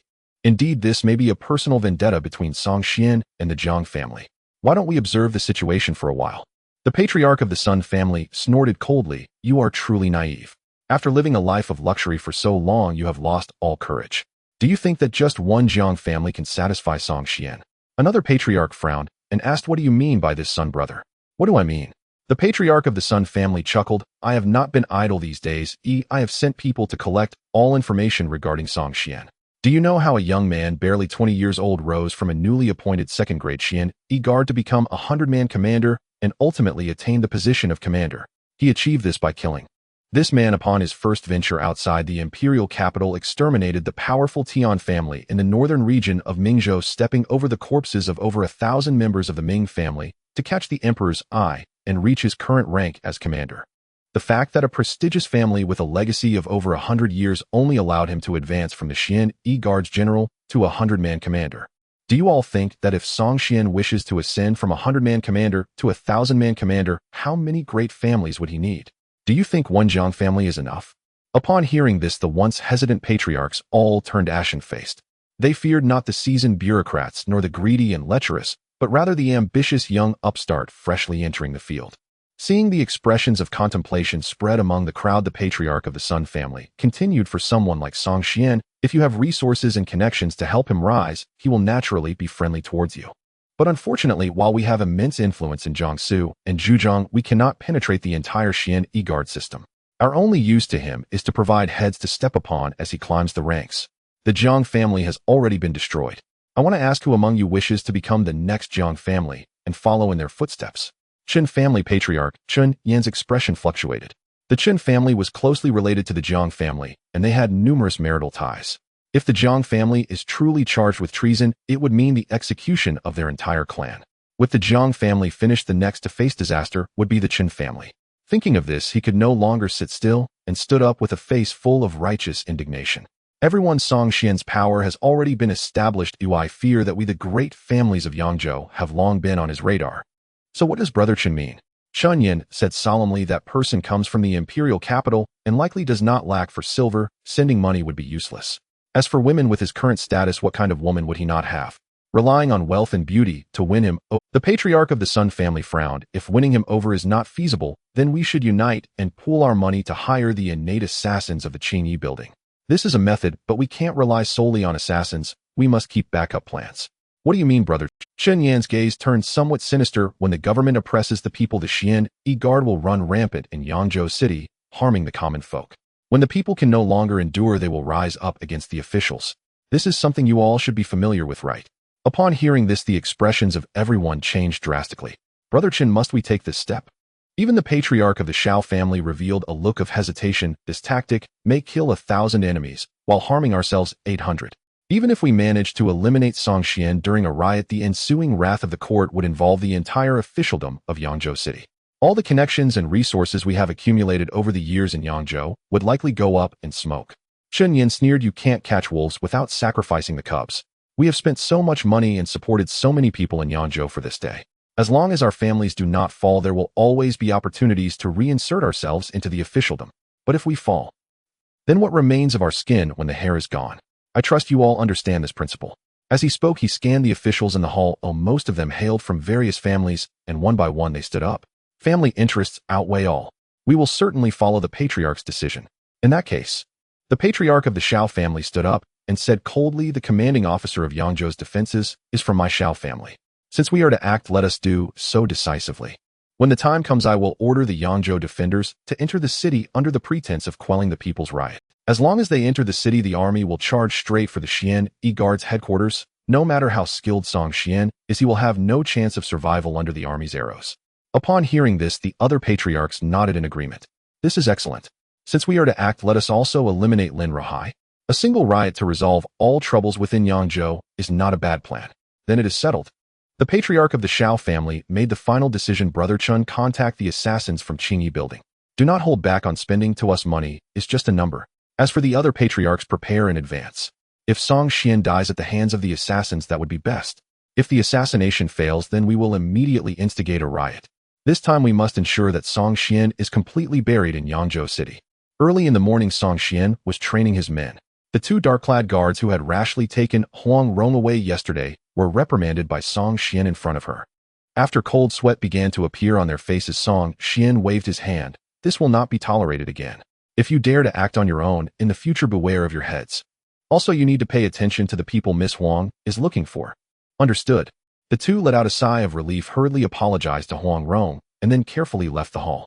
Once they were far away, one of them said with a look of lingering fear, flattering ended up backfiring. That was close. I almost lost my life.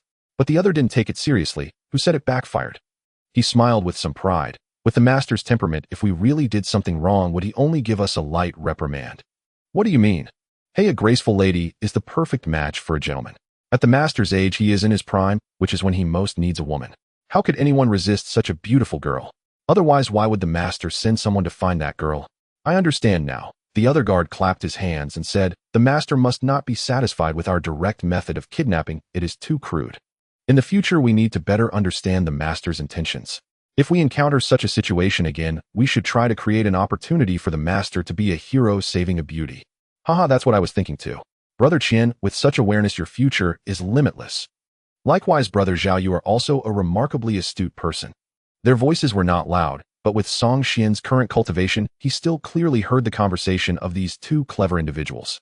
Even Huang Rong vaguely heard some content. Her expression changed slightly, and she instinctively distanced herself from Song Xian. Song Xian's expression remained unchanged as he calmly sipped his tea. People in the system are always like this. Whenever they think they have found a shortcut to win the favor of superiors, they dive into it wholeheartedly. Such things will never be eradicated as long as there are people around and a division of power. Huang Rong smiled brightly. You don't need to explain, young master. I often see such things as some matters cannot be simply solved by killing. Song Xian smiled slightly as he heard hurried footsteps and looked toward the door. He saw Song Qian dressed in a light yellow long dress quickly approaching while dragging a relatively small man. Entering the hall, Song Qian casually threw the man to the ground, saying, Brother, I saw this person looking around outside the yamen and felt he didn't seem like a good person, so I brought him back. The man was not tall, slender, with a mustache and wearing a conical hat, looking indeed like a sly character. Hearing Song Qian's words, he hurriedly got up from the ground and knelt before Song Qian, saying, My lord, am not a bad person. I was sent by my master to deliver a letter to you. Song Qian scrutinized him. Who is the master you speak of? The small man replied, My master is the head of the Hu family in Yangzhou. As he spoke, he cautiously took out a letter from his sleeve, respectfully holding it up with both hands. My master said that if you have any questions, you will understand after reading the letter. Song Qian took the letter, feeling it through the envelope, and after sensing there was no issue, he took out the letter inside. It was a letter expressing allegiance to him, Song Qian. The content of the letter mainly discussed the gathering of several prominent families in Yangzhou last night to discuss how to deal with Song Qian. The head of the Hu family, Hu Hai, was one of the participants. This letter from Hu Hai served as a token of allegiance to Song Qian. It was evident that the Hu family, while publicly appearing neutral, was secretly choosing to side with Song Qian. After folding the letter, Song Qian asked, What else did your master say? My master said he has no intention of being enemies with the dark-clad guards. He only wishes to ensure the survival of the Hu family, and he hopes for a clear response from you after reading the letter. Song Qian pondered for a moment, then walked to his desk and wrote a large approved character on a blank piece of paper before handing it to the man. Go back and tell your master that once a choice is made, there is no turning back. Those who straddle the fence will always suffer the worst fate. Yes, I will report back to my master right away. The man tucked the paper Song Qian gave him away, lowered his hat, and quickly left as guided by Song Qian. After the man left, Song Qian returned with a curious expression. Brother, the Hu family chose to ally with you. It seems so, but whether it's true or not is still uncertain. We need to verify it later. Song Qian lightly tapped his fingers on the chair, then stood up saying, You take Miss Huang out for a stroll. The task of finding people primarily falls on you. I will visit the Lin family to discuss some matters. As he spoke, he strode out of the yamen, leaping into the air and vanishing from their sight in a flash. Is your brother usually this busy? Last night, she had seen Song Qian working late into the night, seemingly entangled in a treason case. This early morning, he had barely taken a few sips of tea before having to go out to discuss matters. They say being an official is good, but why does it feel busier than the ordinary people struggling to make a living? Not every day is this busy. My brother used to slack off at work. Slack off? Huang Rong asked curiously, Is there a fish pond in the yamen? Song Qian laughed. It means to be lazy at work and waste time.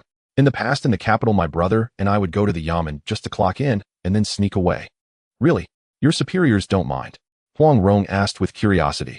She wasn't particularly interested in official matters, but she was quite interested in the sibling stories at this moment.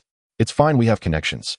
Song Qian walked to the table and gulped down the leftover Da Hong Pao tea that her brother hadn't finished, then waved to Huang Rong while holding her sword. Let's go out today, I'll take you to find people. Huang Rong quickly got up to follow, but her gaze lingered oddly on the teacup on the table. What's wrong? Do you also like Da Hong Pao? Seeing her expression, Song Qian said, This stuff isn't cheap, it would be a pity to waste it. Oh. Huang Rong nodded slightly and casually asked, I haven't had Da Hong Pao before, what does it taste like? Song Qian blinked and slightly lifted her head. Sweet. Is that so? Then I'll buy a few bags to take back and try later. Huang Rong casually said, My father also loves tea, he should get along well with your brother. Song Qian remained silent, her body slightly pausing as she walked ahead, her fingers tightening instinctively around her sword. What does this Huang girl mean by that? Upon arriving at the Lin residence, my young cousin Lin Daiyu was clad in a vibrant green robe, practicing her martial arts in the courtyard. Indeed, the once frail-looking girl had become adept at martial arts, exuding vigor as she punched with enthusiasm. Upon seeing Song Qian's arrival, Lin Daiyu's face flushed with a hint of shyness as she retracted her stance and charmingly called out, Cousin. Song Qian nodded with a smile. Martial arts require perseverance. It is commendable that you have maintained your practice. So, cousin, what level must I reach to be considered a master? A master?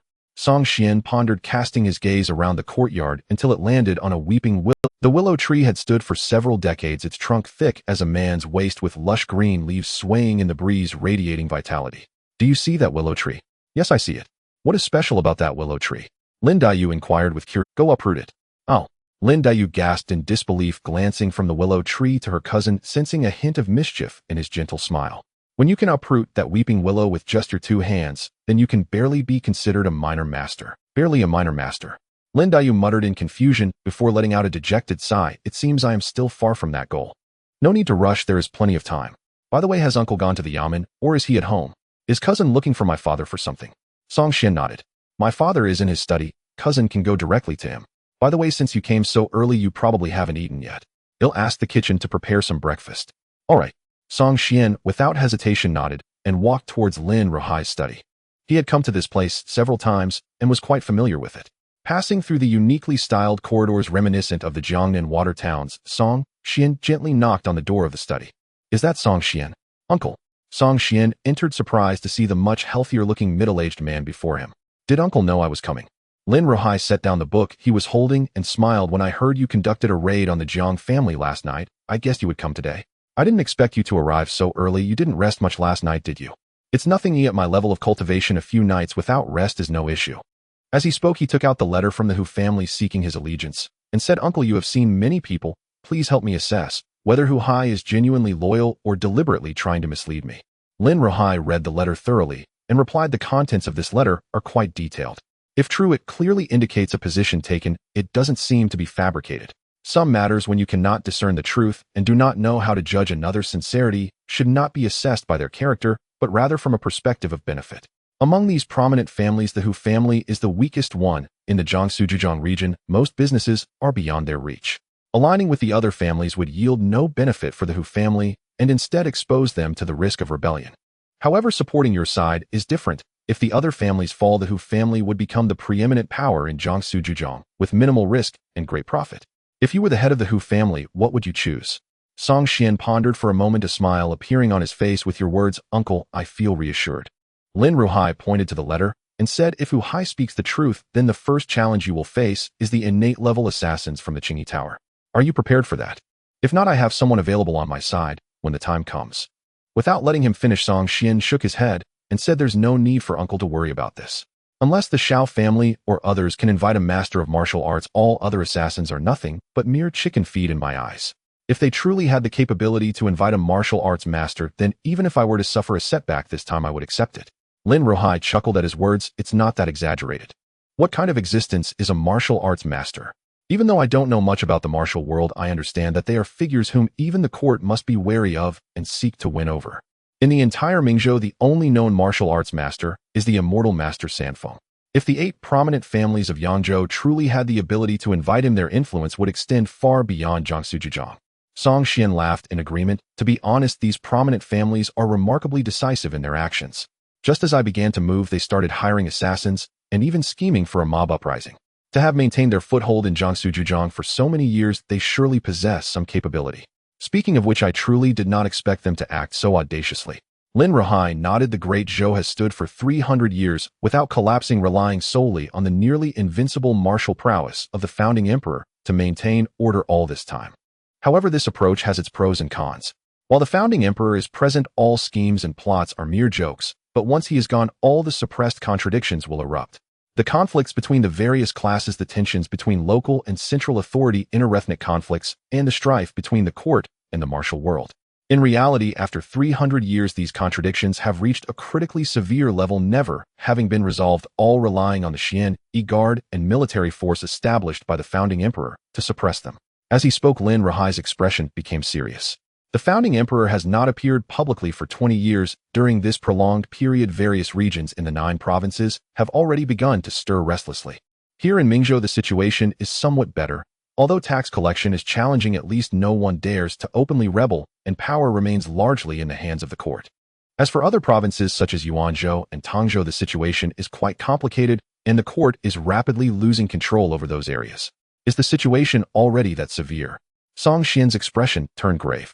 Although he had spent many years in the imperial capital, he had held a low position in the Xian Guard and was not well informed about local affairs. Lin Ruhai sighed. The current situation is indeed arduous. On the surface, the Great Zhou still maintains unity, but fundamentally it relies on the residual power of the founding emperor to intimidate the entire realm. If the founding emperor continues to remain absent, the situation will only grow more dire. If one day news arrives of the founding emperor's passing, it would likely be the day the Great Zhou dynasty collapses. Song Xian frowned. Uncle, are you being too pessimistic? Although the court is indeed weak, it is still the legitimate authority, and those armies composed of martial artists and the experts in the Xian Guard are not something anyone can oppose. Lin Ruhai smiled with profound meaning. The rebellions outside are not to be feared. Oh, what is truly frightening are the martial artists' armies and the experts within the Xian Guard you mentioned. Without the founding emperor's suppression, human nature has always proven to be unable to withstand the test. The Great Zhou dynasty is unlike any feudal dynasty recognized in history by Song Xian. In essence, the Great Zhou dynasty is a martial arts dynasty. This is a peculiar nation where individual absolute martial prowess suppresses the entire world. Here, any interest group or clan force must bow before the overwhelming strength of martial arts. Thus, Song Xian's thinking has always been limited to this aspect. In his view, even if the court has decayed to its roots, as long as the strong members of the Xian Guard are still present and the royal family's elite are not severed, chaos will not ensue. However, after Lin Ruhai's reminder, Song Xian finally understood what he had overlooked. Indeed, as Lin Ruhai said, he had ignored human nature. Human nature has never been resilient to testing. While the Great Zhou's founding emperor is alive, there is naturally no issue. But what if he dies? Will those martial arts masters and grandmasters who have been suppressed by the emperor still remain loyal to the court? After a moment of silence, Song Xian took a deep breath. Does that mean chaos is coming? I don't know. Lin Ruhai shook his head. Whether there will be chaos and when it will occur depends on how long as long as the emperor is alive, the court remains the court, and the court's rules must be upheld. Therefore, you need not feel anxious. Just do what you need to do. Until you reach great success in your martial arts, focus on your duties as a member of the Xian Guard. Understood. Song Xian nodded, deciding not to worry about these matters anymore. His current position in the Xian Guard was not high enough, and the information he had was insufficient. Instead of pondering other issues, it would be more useful to diligently enhance his cultivation. After chatting with Lin Rahai for a while, and having breakfast at the Lin residence, Song Xian stood up to take his leave. In the following days, Song Xian spent his days handling official duties at the Qianhu office and practiced martial arts at night, living his life at a leisurely pace. Meanwhile, the major families within Yangzhou City appeared exceptionally quiet, seemingly making no moves. After waiting for several days, Song Xian still had not encountered any assassins. Since the assassins did not come, he chose to take the initiative. This time he brought no one with him, dressed in a black long robe, holding an umbrella with one hand, and walked alone in the rain, ultimately arriving at the entrance of an abandoned courtyard outside the city. This was the address that Lu Xiaofeng had discovered, and it was also the temporary residence of the assassins from the... Song Xian did not let Lu Xiaofeng take action, but chose to come personally. At his current level of cultivation, the best way to continuously improve on the path of swordsmanship was to kill. Ideally, he would kill experts from the martial world. Standing in the rain, Song Xian closed his paper umbrella and casually planted it into the ground. He then looked up at the sky, watching the falling raindrops, a slight smile tugging at the corners of his mouth. He enjoyed this kind of weather, which was most suitable for killing. The rain fell gently from the sky, yet as it approached Song Xian, the raindrops seemed to intentionally avoid him, not a single drop landing on him. Standing outside the door, Song Xian suddenly spoke. "You have been watching for a while. Do you not intend to come out?" "Haha, this is the first time I've seen prey seeking out the hunter." Suddenly, laughter echoed from within the courtyard. Then the courtyard door opened without wind, and in the next moment, a calm-looking man in a green robe walked out from the courtyard, moving gracefully, showing no signs of the impending battle. This person appeared to be wearing a human skin mask, and his face gave off a strange, eerie feeling. It looked as if he were smiling, yet it also seemed like he was crying. As he reached the entrance, the man in the green robe sized up Song Xian and asked, "How should I address you?" "Oh." Song Xian chuckled. "As an assassin, you don't even know who your target is. That's a bit unprofessional." The man in the green robe shook his head slightly. "I am just here to wait as instructed. I know I am to kill, but who to kill I will need to wait for further instructions. I just didn't expect that before I received further orders you would come knocking on my door." Song Xian nodded slightly and calmly stated, "Song Xian." Upon hearing this, the man in the green robe straightened up and introduced himself. "Iku." Iku, the Blue Demon Hand, is a renowned assassin in the martial world, known for his mysterious whereabouts. If it weren't for Lu Xiaofeng's exceptional lightness, skill, and clever wisdom, a typical member of the Xian Guard would not have been able to discover his trail.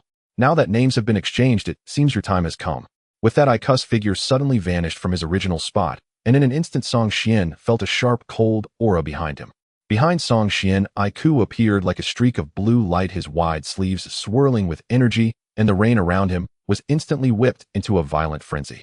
Both of his hands shimmered with a terrifying blue light, and from within the shadows, piercing howls echoed, as if vengeful spirits were unleashed, their roars even capable of unsettling one's mind. Song Xian smiled faintly. This person's strength was indeed formidable. In the blink of an eye, the blue lightning-like hands were already approaching his back. If this strike were to land, an ordinary innate martial artist would instantly have their chest pierced from behind. However, just as Iku's palms were about to reach him, an unexpected change occurred. Suddenly, a sound of sword singing filled the air, and the rain curtain seemed to freeze in that instant, transforming into a roaring water dragon that twisted and surged through the air. Not good. Iku was taken aback, and in an instant the Blue Demon Hand unleashed 36 consecutive strikes with a violent and fierce force, barely managing to block the oncoming water dragon. Without hesitation, leveraging the momentum of the water dragon, he flew backward, feeling a desire to retreat, preparing to withdraw from the scene. "The blade is not sharp, the horse is too thin. I do not wish to fight with you." In a duel between experts, one can gauge strength in just a single exchange. This young man was stronger than he had anticipated. For such a master, the silver given by the employer is insufficient. I will need to ask for more upon returning. Now you're trying to run. Don't you think that's too late? Song Xian moved like a drifting dragon, swift as a startled swan. With a loud roar, the long sword in his hand erupted in the rain, its tip glowing with a crimson rainbow light piercing forward. With this strike, the rain in the world suddenly shot out like a barrage of gunfire, completely enveloping most. Iku was horrified. As the Blue Demon Hand struck out in a flurry, the rain droplets colliding with his palms produced a metallic clanging sound. The body of Iku was discovered the next day by a traveling merchant who had stopped to rest. The corpse had been soaked in the rain for a day and a night, yet showed no signs of decay, appearing as if it were merely asleep. This is the strength of innate martial artists. Even in death, their bodies remain remarkably resilient, and they can last for months without rotting. As news of Iku's death spread, many from various walks of life in Yangzhou discussed it fervently. Compared to the Jiang family's plight, what stirred more concern among the martial world was how such a renowned, innate master like Iku met his end. Iku had been famous for many years. His lightness skills were extraordinary. He had clashed with numerous innate masters, and even when faced with defeat, he could often escape thanks to his agility. Such a formidable person has actually died. Indeed, he is dead, completely cold. His body has already been taken away by the constables of the prefectural office. It still feels unbelievable. You must understand that not only was Iku's lightness skill remarkable, but he also refined the essence of gold and iron tempered with myriad poisons to forge the Qing Mo hand, one of the famous weapons in the martial world. Not only is it hard and sharp, but it is also extremely poisonous. Even those veteran innate masters would not dare to provoke him easily. Can you really believe he died like this? Does anyone know how he died? It is said that he was pierced in the forehead by a sword.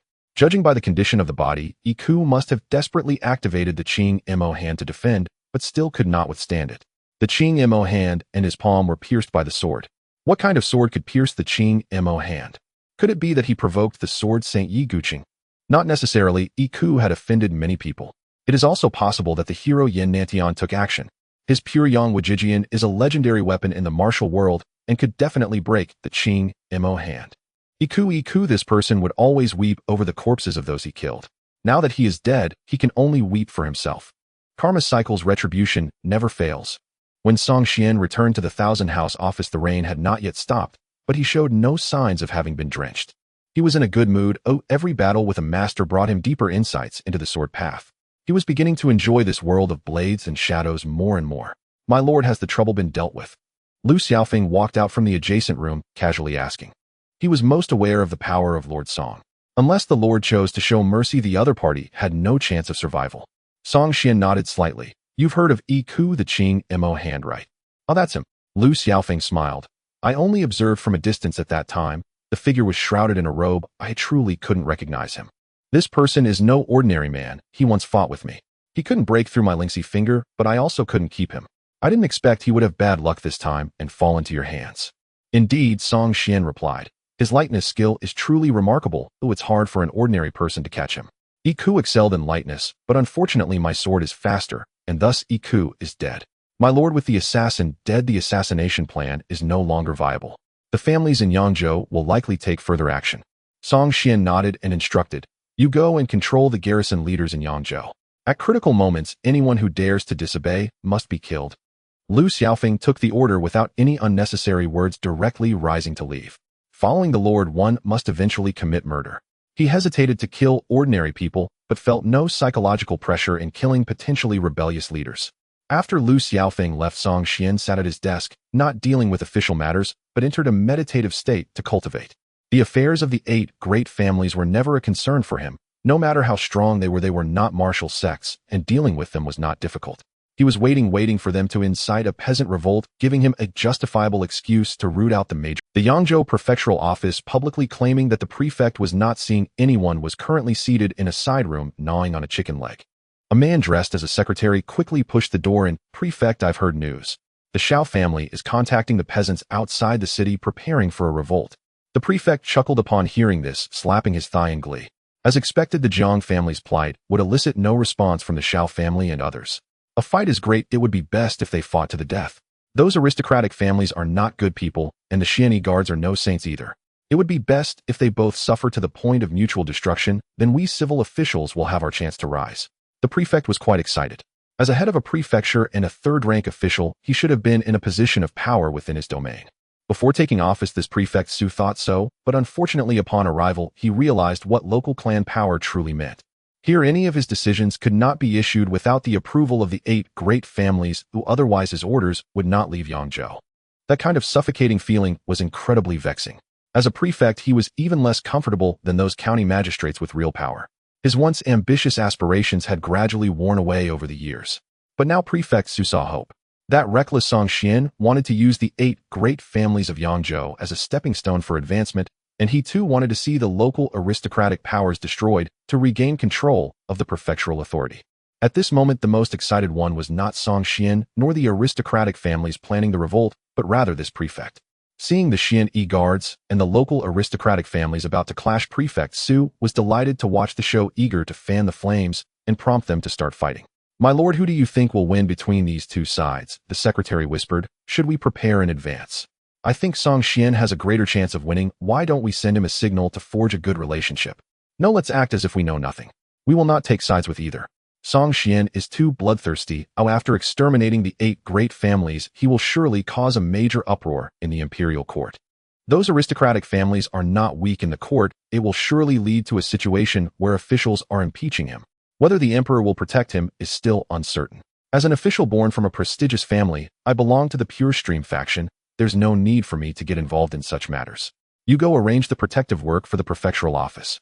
Saying this, he cheerfully took a sip of tea and even began to sing. Watching him build a high tower, watching him host guests, watching his tower collapse. A peasant revolt. Do you really think that is an infallible method? Encountering a ruthless character like Song Xian, it's no wonder you're doomed. On the 3rd day of the 9th month in the 301st year of the Great Zhou calendar, this day was destined to be an unforgettable one for the citizens of Yangzhou City. It was the autumn harvest season, the busiest time for the common folk. As dawn barely broke, many citizens outside the city had already set out to work in the fields. As the prefectural seat of Jiangzhou Prefecture, Yangzhou City was exceedingly prosperous. Even though it was only early morning, the streets and shops throughout the city had already opened for business, with pedestrians bustling about in a lively scene. "What is that?" At the eastern city gate of Yangzhou, among the merchants queuing to enter, someone suddenly cried out in alarm. The next moment, panicked screams rose and fell in succession from all directions around the gate. The crowd turned to look and saw tens of thousands of people surging forth at the gate from nowhere. They were dressed like ordinary folk, but brandished weapons and held aloft banners. Before the gate guards could react, they charged into the city. "Oppression drives rebellion. We demand a way to live. Corrupt officials run rampant. We commoners cannot survive. The Black Robe Guard slaughters the innocent. They have lost all conscience." Banners fluttered and slogans echoed through the city, stirring panic and chaos among the residents. Is this a revolt? It is a revolt. 30 years ago, one occurred, and Yangzhou ran with rivers of blood. I never thought it would begin again today. What do these people want? To avenge the Jiang family. The Jiang family, that oppressive noble clan, deserved what the Black Robe Guard did to them. These ignorant peasants have clearly been incited. Who knows how the officials within the city will handle this? If mishandled, Yangzhou could descend into utter chaos. Many members of the Shao family and other major clans had infiltrated the mob, guiding these so-called desperate rioters as they surged into the city. According to the plans of the Shao family and their allies, these so-called commoners, whom they had secretly nurtured outside the city, would not harass the citizens. Instead, they would storm the Black Robe Guard headquarters and hack Song Xian to death. Initially, the mob followed this plan. Though disorderly, they maintained some semblance of order, brandishing weapons and shouting slogans against corrupt officials as they rushed toward the Black Robe Guard headquarters. But intentions are one thing, reality often proves otherwise.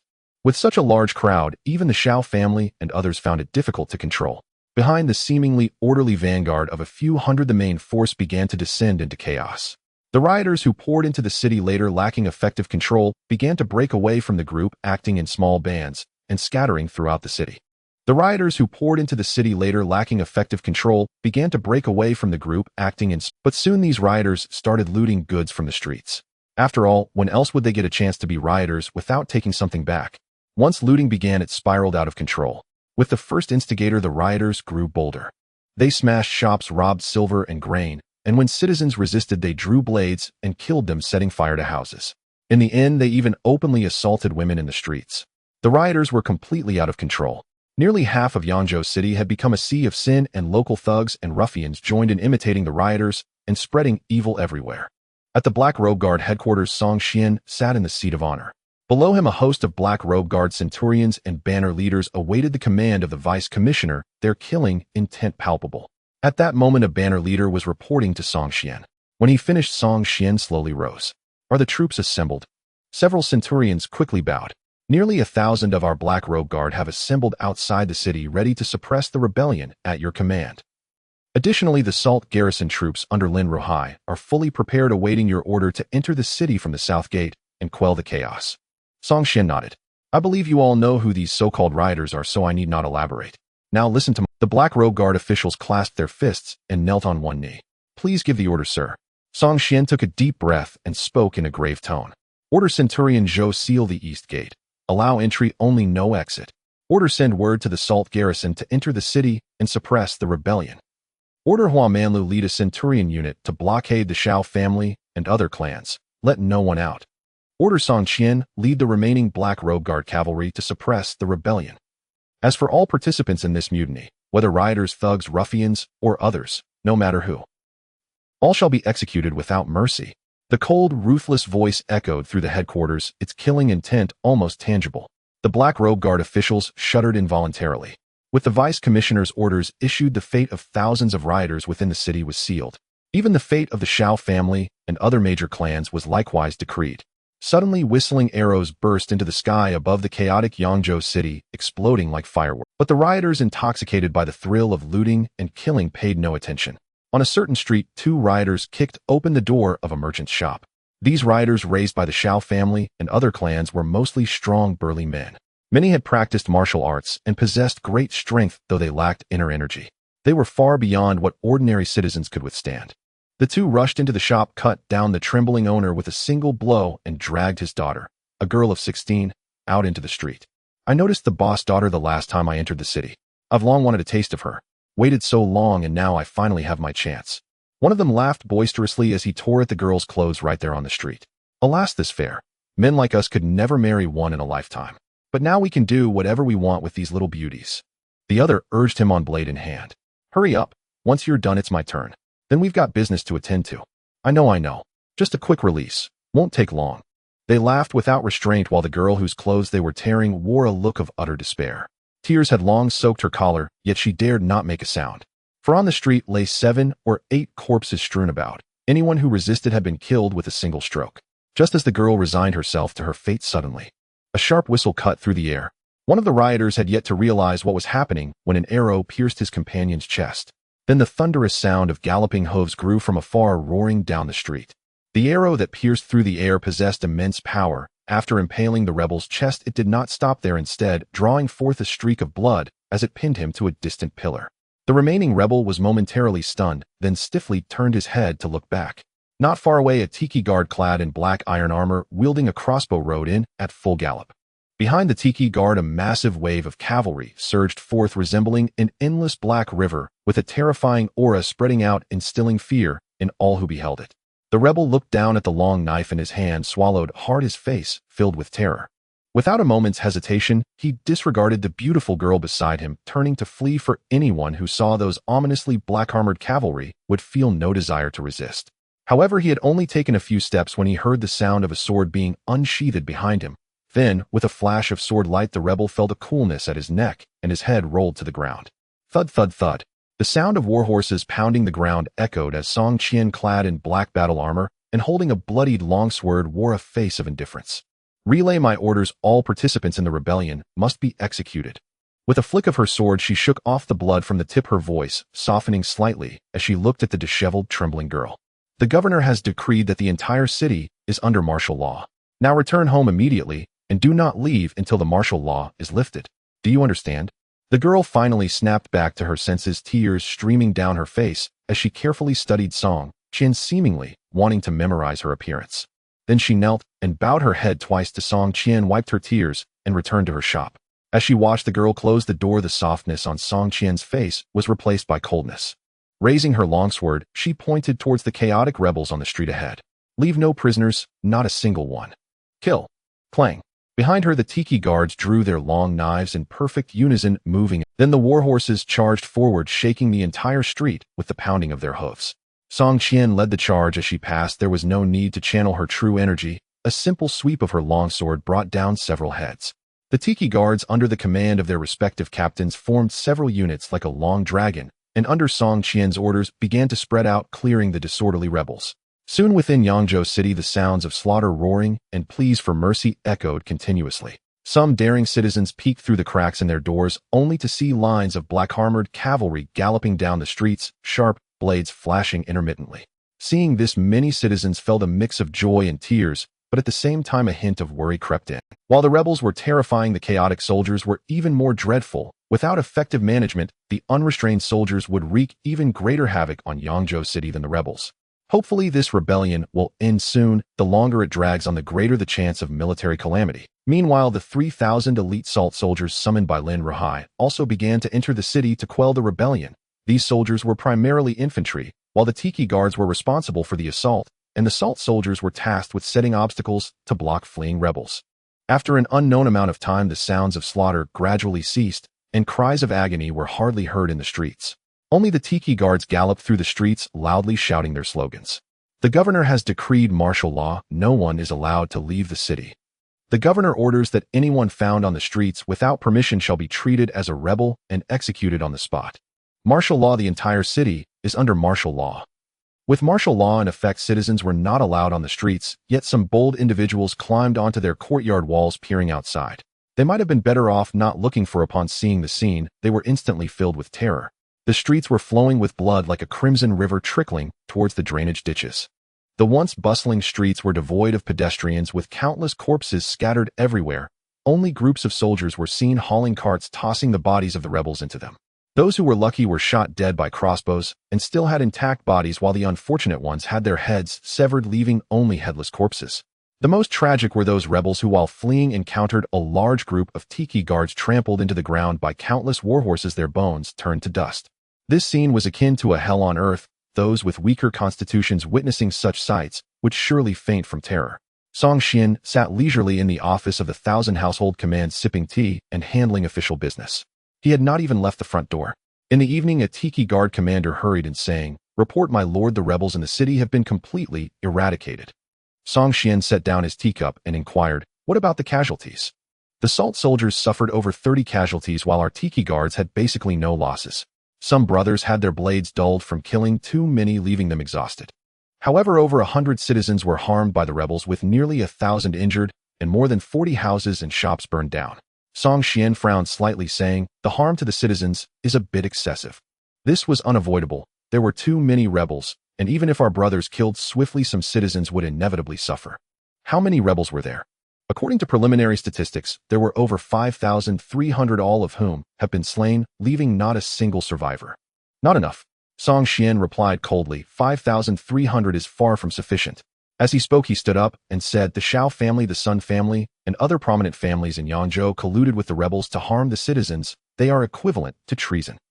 Issue orders for the Tiki guards to set out immediately to capture those treasonous rebels. Anyone who dares to obstruct, regardless of gender, age, or status, shall be executed without exception." The Shao family had lanterns hanging high, illuminating the night. The patriarch of the Shao family sat at the head, with several other clan leaders seated on either side. Within the hall, music played softly, with graceful dancers, fine wines, and exquisite delicacies, all extremely lavish. Yet at that moment, the beauty and delicacies failed to capture anyone's interest. Some clan leaders directly looked at the patriarch of the Shao family, demanding answers. "Patriarch, Shao, we need an explanation. Why has there been no movement from the city guards?" According to their agreement, the major families were to guide the rebels into the city to attract the attention of the Tiki guards. However, the rebels were merely rebels. It was unrealistic to expect them to kill Song Xian. To deal with a master like Song Xian, they needed the organized forces of the city guards. Amidst the rain of arrows, even innate martial artists would find no place to bury their bodies. Yet the most crucial link had gone awry at the Shao family. The commander of the city guards from the Shao family had yet to make a move, and the messenger sent by the Shao family had not returned, plunging the entire situation beyond their control. The patriarch of the Shao family wore an extremely grim expression. Everyone judging by the preparations of the Xianyi guards and the Salt Academy soldiers, Song Xian and his men have long been ready, waiting for us to make a move. If nothing unexpected happens, the commanding officer of the city guards should have been controlled by them in advance. At these words, many family heads turned pale. "We have used this tactic before to deal with disobedient officials, but it's our first time using it against the Xianyi guards. It seems we underestimated their intelligence capabilities. What is there to fear? Even if the city guards encounter problems, the more than 5,000 rioters entering the city will be enough to give Song Xian a headache. With thousands of people, can he really kill them all? Such a massive incident has occurred. Even if he can't kill Song Xian, there will definitely be a significant number of officials in the court who will impeach him. Even if the court does not punish him, he will most likely be reassigned from his position. Being reassigned is not impossible, but it's a pity that we cannot kill him this time. It will be difficult to do so in the future. This time we have established a deep enmity with him. At that moment, the steward of the Shao family hurriedly ran and whispering a few words into the patriarch's ear. In the next moment, the patriarch's expression changed dramatically, rising in disbelief. What did you just say? Over 5,000 people all killed. All killed. The official gulped in fear. The scouts returning from outside have confirmed that the streets are filled with corpses. Not a single one of those who rushed into the city today has been spared, they were all killed. At these words, everyone present rose in disbelief. More than 5,000 commoners. He truly dared to kill them so directly. I've seen cruel people, but I've never seen someone this ruthless. Does he really not care about the impeachment from the court? The steward, face filled with despair, continued, Patriarch, not only that, but the area surrounding our Shao family is already filled with Xianyi guards. When the scouts returned, they were not stopped, but those who tried to leave the door were shot dead by crossbows as soon as they stepped outside. Patriarch, the Xianyi guards are about to move against us. At this, everyone completely panicked. How dare he? How can he be so audacious? He just killed more than 5,000 commoners, and now he wants to act against our great families. How can he be so reckless? What a reckless fool. This person is purely a reckless fool. He only knows how to kill, without considering the consequences, disregarding any rules of the officialdom. With his actions, the court will be in turmoil, and even the emperor cannot protect him. Let's not speak of that for now. Whether the emperor protects him or not is a matter for the future. We cannot get through this crisis, it is over now. Thud, thud, thud. At that moment, a violent crashing sound came from outside. The Shao family members' faces changed drastically. They knew the Xianyi guards had begun to break down the door. Taking a deep breath, the patriarch murmured a few words to the steward, who then hurried out of the hall, seemingly to prepare for something. Everyone, whether it is a blessing or a curse, it cannot be avoided. Come with me to see. Saying this, he was the first to rise and step out of the hall. As he left, hundreds of black-clad warriors began to gather within the Shao estate. Breaking through the Shao family gate, a group of Xianyi guards rode in, with Song Xian walking in amidst the crowd. Upon entering the Shao family courtyard, he saw the patriarch waiting there, and at that moment more than 10 dancers dressed very scantily were dancing gracefully in the courtyard, their important parts barely concealed, creating a striking visual impact. Seeing this scene, Song Xian couldn't help but twitch his mouth. What are you all sick? I'm here to raid and exterminate your family, and you are still busy watching this provocative dance before dying. What do you think you can enjoy one last thrill before you die? To be honest, Song Xian had seen many people, but this scene still puzzled him. Is it fashionable for these great family members to party at the graveside now? Patriarch Shao, what are you trying to do here? In response to Song Xian's inquiry, the patriarch did not answer, but instead clapped his hands. Then he saw a team of servants carrying large chests coming from the back courtyard, densely piled with hundreds of. As the boxes were opened one by one, the dazzling golden and silver luster nearly blinded everyone's eyes. Some boxes contained rows of gold ingots, while others held strings of pearls and agates. In comparison, the boxes filled with silver appeared extremely ordinary. With hundreds of boxes opened, an ocean of wealth lay before them. Song Xian could clearly feel that behind him many Xianyi guards had become noticeably more agitated. Song Xian glanced at the gold, silver, and jewels with an indifferent expression and said, "Is this it?" The patriarch continued to clap his hands. 4 women then walked into the courtyard. The 4 appeared to be around 16 or 17 years old, their graceful figures radiating youthful energy. Under the illumination of the lanterns, their skin looked even whiter. Most importantly, these 4 young girls looked exactly alike. In this era, twins were rare and quadruplets were simply a rarity. At this moment, the patriarch finally spoke. The bravery, decisiveness, and ruthlessness of the subduing envoy are unparalleled. In my lifetime, I have never seen such a thing.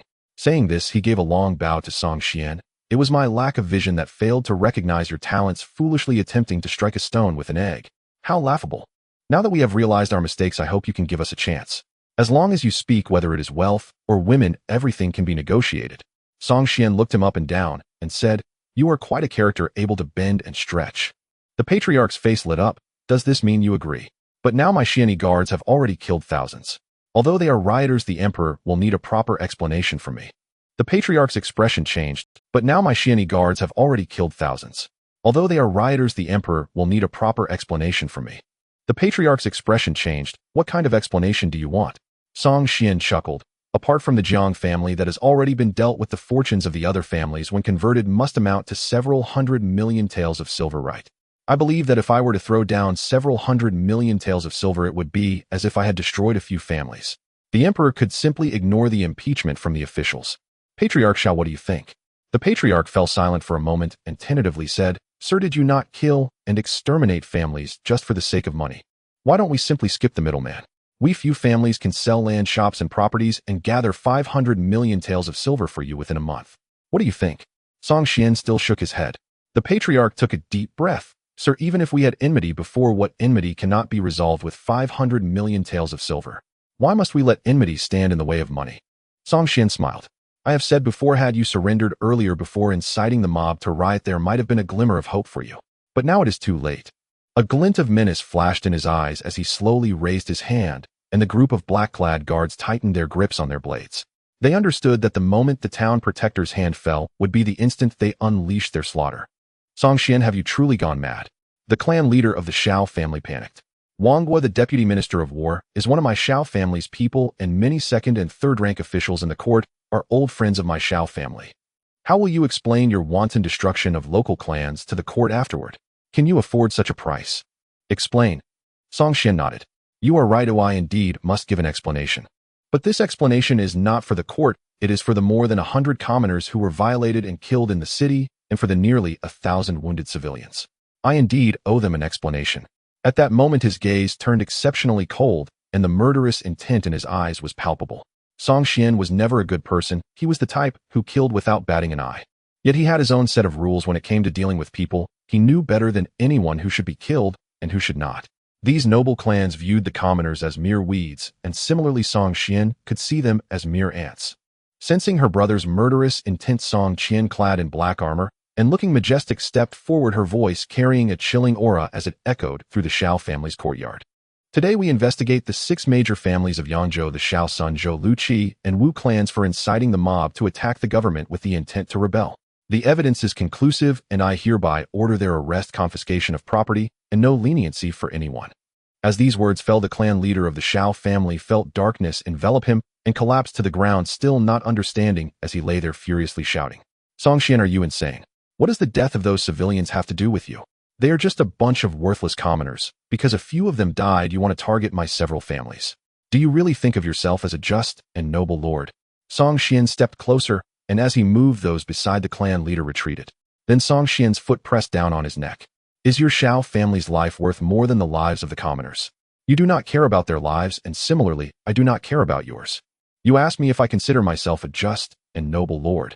Then let me make it clear, yes, I am. If there is no justice in this world, then I, Song Xian, shall be the justice. The clan leader of the Shao family stared in shock at him.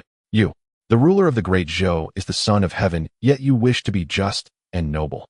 You want to surpass the son of heaven. You are the true rebel. Song Xian, you are the real. Before he could finish, Song Xian pressed down with his foot, and with a crack the old man's neck broke, instantly killing. With the death of the clan leader, the crowd was left without a leader. The eldest son of the Shao family gritted his teeth and waved his hand, signaling the fierce warriors they had trained to charge forward, each brandishing their weapons and confronting the black-clad guards. Song Xian withdrew his foot from the corpse, not even glancing at the dead old man, and calmly spoke. Take them all down. Those who dare to resist shall be killed without mercy. As soon as he spoke, the black-clad guards who had been waiting for this moment drew their swords and advanced, ready to seize people. Just then a voice filled with authority rang out. I want to see who dares. The next moment, a lavishly dressed and resplendent woman surrounded by maids strode forward. Wife, you have arrived.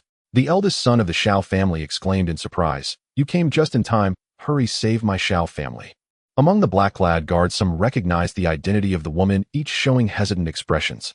One of the guards whispered a few words in Song Xian's ear. Song Xian frowned slightly and looked at her. The legitimate daughter of the Prince of Huai, Princess Jin Lian. Indeed, it is I. The woman raised her head proudly, disdainfully staring at Song Xian. You black-clad guards are merely dogs raised by the royal family. What? Has the puppy grown up and wants to bite its master? Song Xian's expression remained calm, seemingly unfazed by her insults, and simply said, for the sake of the Prince of Huai, leave the Shao family now, and I will not kill you. Upon hearing this, not only the others, but even the princess was taken aback, looking around in disbelief, as if uncertain whether she had just misheard. You want to kill me? Princess Jin Lian burst into laughter. Did I mishear? Do you dare to kill me? To murder someone from the royal family is to punish 9 generations of one's clan. Do you dare? It seems the princess truly does not intend to leave and insists on wading into this murky water. So what if I do? Since I have already married into the Shao family, I am a Shao person in life and a Shao ghost in death. If you wish to harm the Shao family, you must first step over my body. Princess Jean Lian did not believe it at all, thinking that in front of so many people this song would dare to kill, not regarding him as a threat at all. If so, then let it be as you wish. Song Xian's expression turned cold as he raised his finger and lightly pointed. In the next moment, Princess Jean Lian felt as if countless stars filled her vision, and innumerable stars eventually transformed into a beam of light that entered her body. So hot, so warm. A small hole appeared in the center of her brow, blood gushing out, and her consciousness fell completely into darkness. The Prince of Huai colluded with major families like the Shao to incite the commoners to riot against the government with the intent to rebel. Today, with conclusive evidence, none shall escape, and they shall all be captured. Anyone who resists shall be killed without mercy. Song Xian's voice was chillingly indifferent. As his gaze swept across the crowd, the previously hesitant black-clad guards surged forward. Today they witnessed just how ruthless their master could be. Over 5,000 riders were killed at a moment's notice, and even a figure like the princess was not spared. At this moment, who would still dare to defy his orders? The sounds of slaughter and screams echoed throughout the Shao family estate. The death warriors nurtured by the Shao family could not possibly contend with the specialized violent forces of the black-clad guards. In almost no time, the defensive line formed by the death warriors was completely shattered, leaving behind over 100 corpses. Within the Shao family courtyard, many of the clan members who sensed the dire situation knelt and surrendered temporarily, saving their lives, while those who refused to submit ultimately turned into cold corpses on the ground. Song Xian coldly observed everything, his gaze sweeping over the trembling clan leaders of the Sun and Zhou families who knelt in fear. Then he beckoned to the visibly anxious clan leader of the Hu family. The clan leader of the Hu family, filled with joy, ran towards Song Xian and with a thud knelt before him. "I am the commoner Hu Hai, paying my respects to Lord Song." Song Xian smiled slightly, saying, "This time you did well."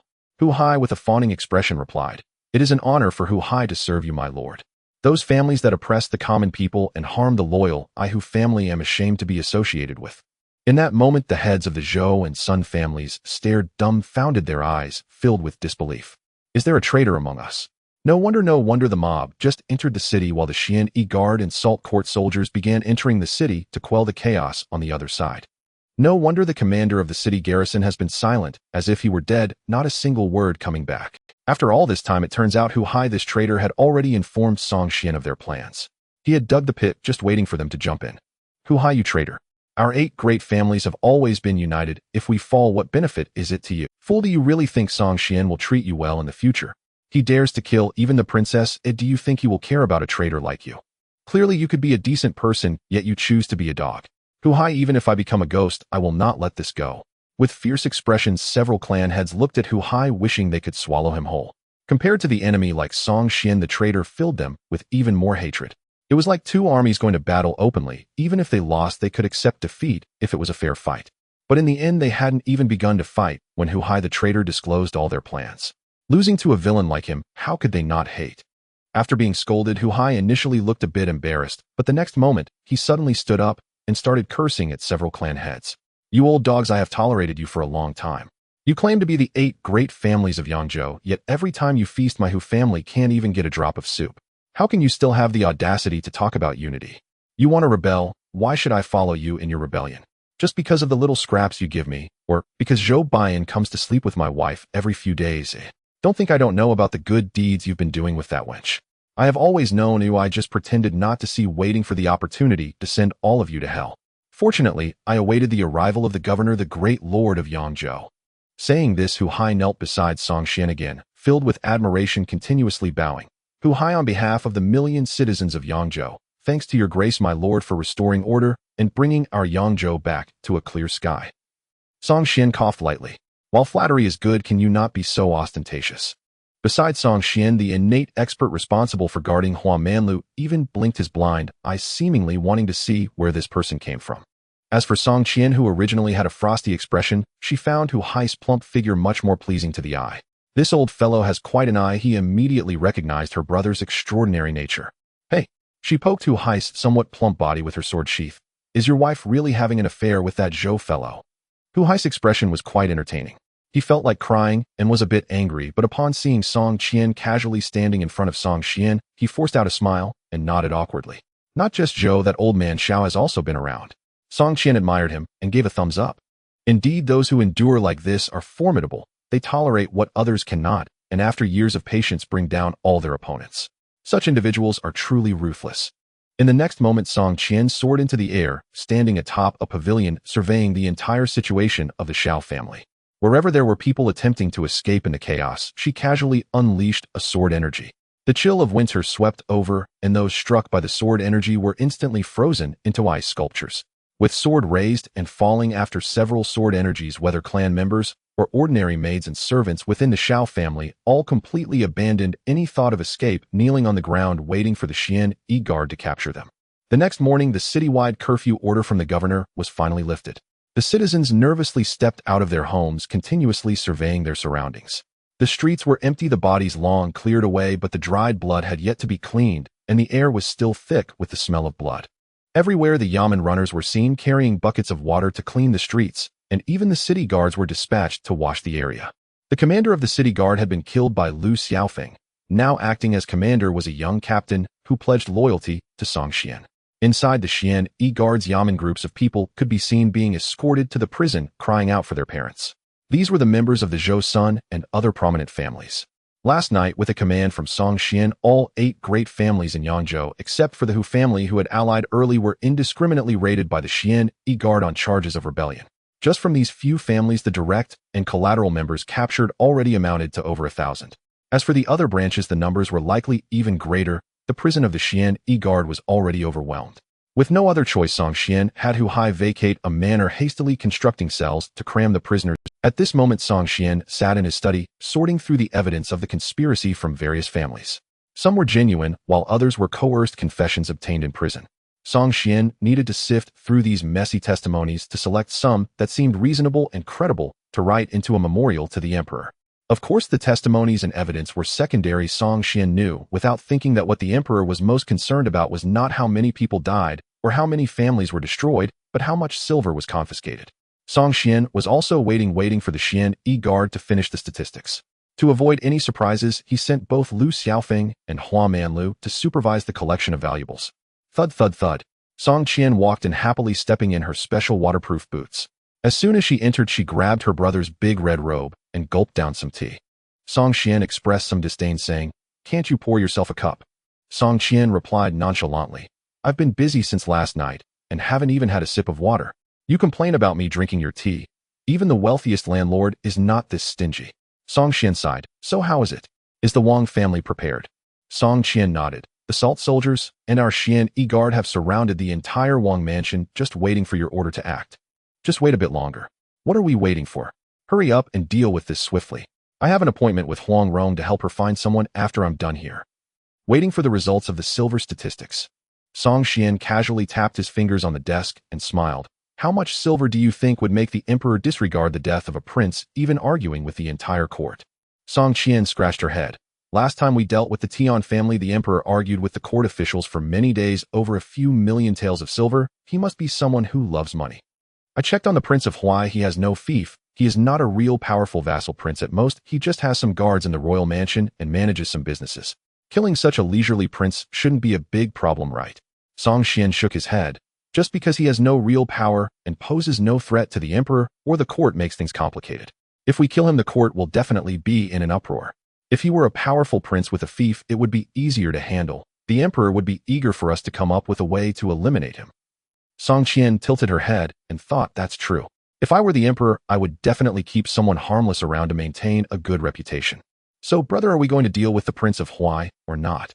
Song Qian pondered. "Let's have the salt soldiers and the Xian guard keep watch and see how the Prince of Huai reacts. After all, I killed his daughter, so the likelihood of retaliation from him is very high. Rather than waiting for him to come looking for revenge against the Song family, it's better for me to act first. This is the downside of a society built on human relations. If you kill the young, you must kill the old, and if you kill the old, you must wipe out the entire family. Honestly, it's quite bothersome for me.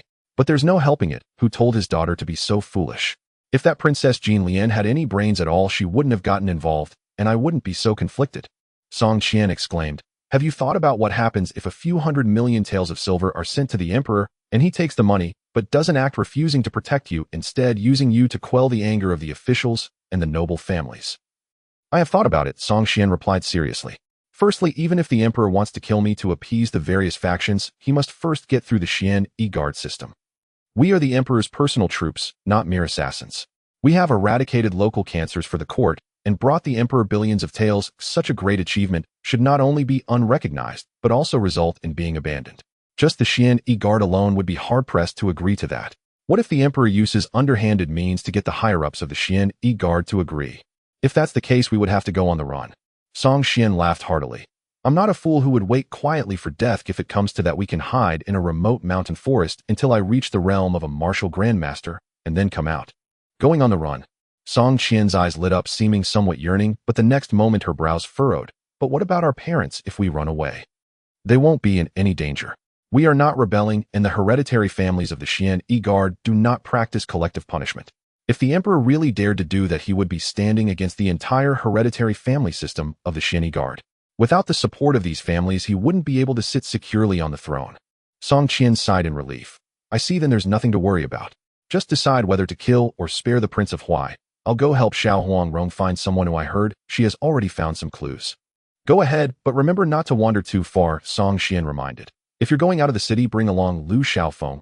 This guy is a seasoned veteran in the Jianghu. With him around, safety won't be an issue. What problem could there be, brother? I'm now a congenital warrior. Can you stop treating me like a child? Also, that Lu Xiaofeng is such a chatterbox. He annoys me with his endless questions every time we meet. I won't take him. Then bring along Huaman Lu. He talks less and should be less annoying, right? Huaman Lu. Song Qian pondered for a moment. He's handsome, speaks little, but he's blind and not ruthless enough. He's a bit of a bleeding heart, but I guess he's acceptable enough to take along. Song Qian waved his hand in exasperation. I found you a congenital expert as a bodyguard, and you're still being picky. Hurry up and get out of here. You're just being a nuisance to me. Song Qian was completely unfazed. She grabbed an apple from the fruit plate on Song Qian's desk, munching on it while grinning as she walked out. After she walked far away, Song Qian sat in place, frowning in deep thought. With his current strength, a congenital warrior posed no threat to him. If the emperor truly turned against him, without a martial grandmaster, he would be unable to do anything to him. As for the martial grandmaster, Song Qian had never encountered one and didn't know how strong they truly were. However, with the power of the pure yang infinite youth technique, a heaven-level skill, even if he were to be outmatched, he still had a fair chance of escaping. As for the martial grandmaster, that's a different story. It's not that he looked down on the emperor. If this Emperor Zhou could mobilize a grandmaster, he wouldn't be unable to collect taxes. At this level, they were already at the pinnacle of the human realm. Power and wealth were just fleeting illusions, and worldly power held no constraints over them. Pouring himself a cup of tea, Song Qian blew on it and muttered, I hope that Emperor Zhou knows his place and doesn't create trouble for himself. I, Song Qian, have always thought about going to work and slacking off to enjoy benefits. When I first came to the Qianhu office in Jiangsu Prefecture, that was my intention. Unfortunately, every time I wanted to slack off, someone always rushed in to die. First, it was Qianhu Fangtong, and then the Jiang family came rushing in to die. After burying the Jiang family, there were still 6 families like the Shao family waiting to seek death. In the future, there's a chance that the Prince of Huai will also have to be dealt with. Since he took office, he has reduced my training time due to these troublesome matters. If the emperor doesn't understand his position in the future, when I achieve great success in martial arts, I may have to deal with him as well. This whole mess is really quite distressing to think about. All these thoughts culminated in a long sigh. In the Jianghu, one cannot have control over their own life. Ooh, if I don't kill, then I will be killed. Xiao Huangrong, let's go. Sister will take you to find someone. Outside the Qianhu office, Song Qian changed out of her black battle armor into a white long dress, the hem fluttering gently in the wind, giving off a goddess-like aura. Huangrong was stunned. Sister Qian, you look beautiful in this outfit. Your sister looks good in anything. In terms of looks, Song Qian never knew what humility was. Huangrong smiled, thinking of Song Qian's reserved nature, and then looking at the proud and beautiful older sister in front of her, she couldn't help but mutter to herself. These siblings really have a stark contrast in their personalities.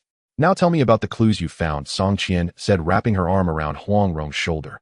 Hey, your petite figure is really fun to touch. Huangrong, speechless, shifted her body away and said, I've asked many people, and I've confirmed that my friends were kidnapped by the third master of the Black Tiger Gang outside the city. The Black Tiger Gang. Is there such a gang in Yangzhou? The name doesn't sound too good. Huangrong explained, it's just a small gang that mainly collects protection fees at the docks outside the city, but it seems now they might also be involved in human trafficking. Outside the dock of Yangzhou City, Guo Shanfeng, the third leader of the Black Tiger Gang, was leading a group of underlings to patrol the surroundings.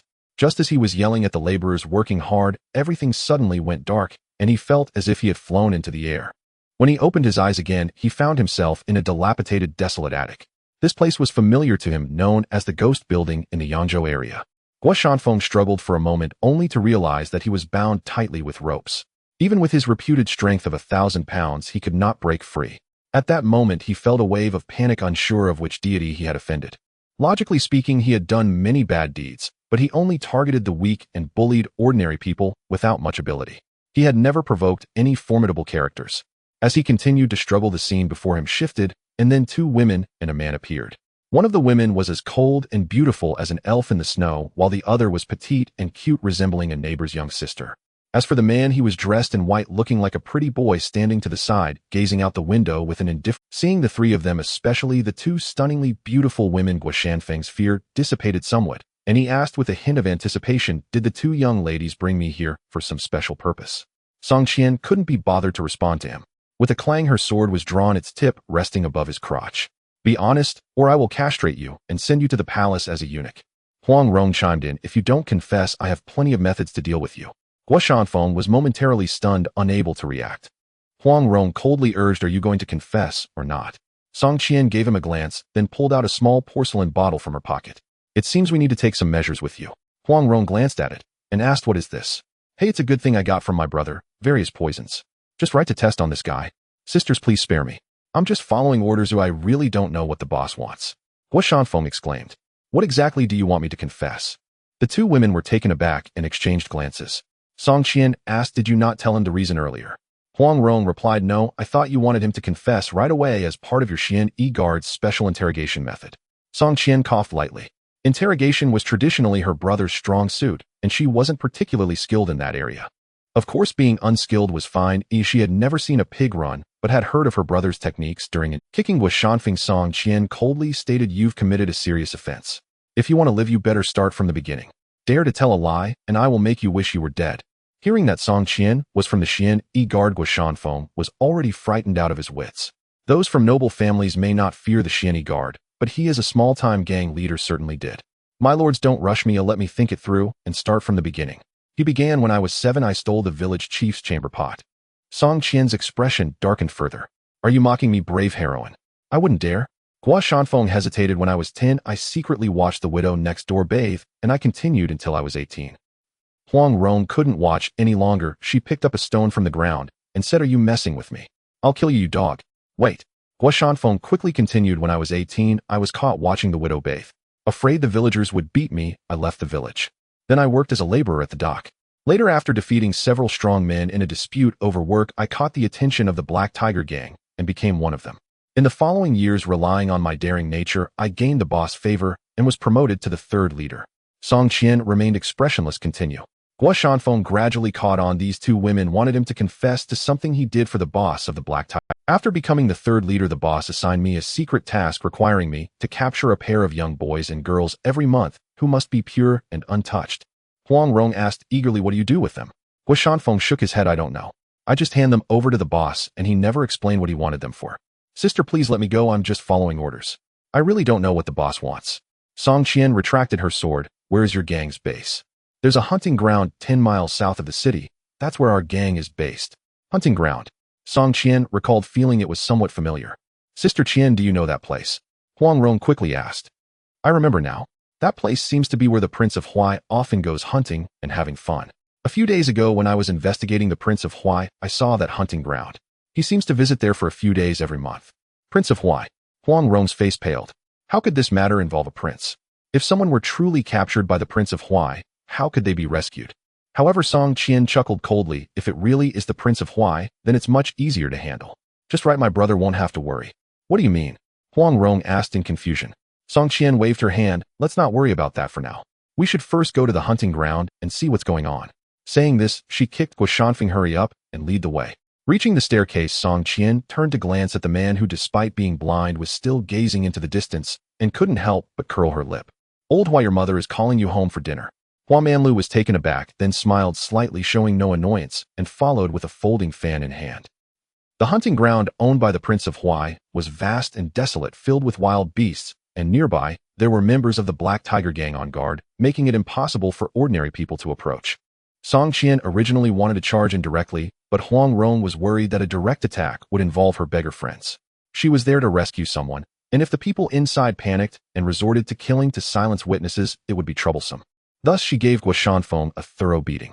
After that she instructed him to enter the hunting ground and gather all the Black Tiger gang members together for an easier capture. Guo Shanfeng listened obediently and patted his chest to guarantee he would complete the task. Just earlier when Huang Rong was hitting him, Song Qian had unleashed a sword chi above his forehead, the terrifying aura piercing through the attic's walls. Having witnessed Song Qian's terrifying combat prowess, he quickly chose to prioritize his survival over loyalty to the boss. The hunting ground of King Huai covers a vast area filled with desolation and wild beasts roaming freely, while members of the Black Tiger gang guard its perimeter, making it impossible for ordinary people to approach. Though his face was swollen from a beating, Guo Shanfeng straightened up as he reached the entrance of the hunting ground, unleashing a torrent of abuse at the two gatekeepers. Sleeping in broad daylight. I toil outside collecting protection fees, just to support you worthless lazy bones. At your age, how can you sleep so soundly? After berating the two, Guo Shanfeng felt a surge of satisfaction. In front of Song Qian and the others he was obsequious, but in front of his gang members he was a fierce fighter, thriving on bullying the weak. Although his face was somewhat bruised, the gang leader could still recognize him as the third master of the gang, allowing Guo Shanfeng to pass through without obstruction, directly arriving at the master's courtyard. Master, open the door. Hurry. Something terrible has happened. After knocking for a while, the heavy door creaked open, revealing the dark, robust figure of the Black Tiger gang leader, who was bare-chested and hurriedly pulling up his pants. Clearly the leader had been exercising inside. Guo Shanfeng took a quick glance into the room and caught sight of the leader's third wife lazily stretching without even wearing clothes. He swallowed hard, his mind flooded with thoughts of how big and how white. The Black Tiger gang leader's expression darkened. Oh, anyone would feel murderous if interrupted during their business. At that moment, the Black Tiger gang leader grasped Guo Shanfeng by the neck. You better tell me what's going on, or else— Master, it's dire. The Xianyi guards are coming after us, the Black Tiger gang. What nonsense. The Black Tiger gang leader looked skeptical.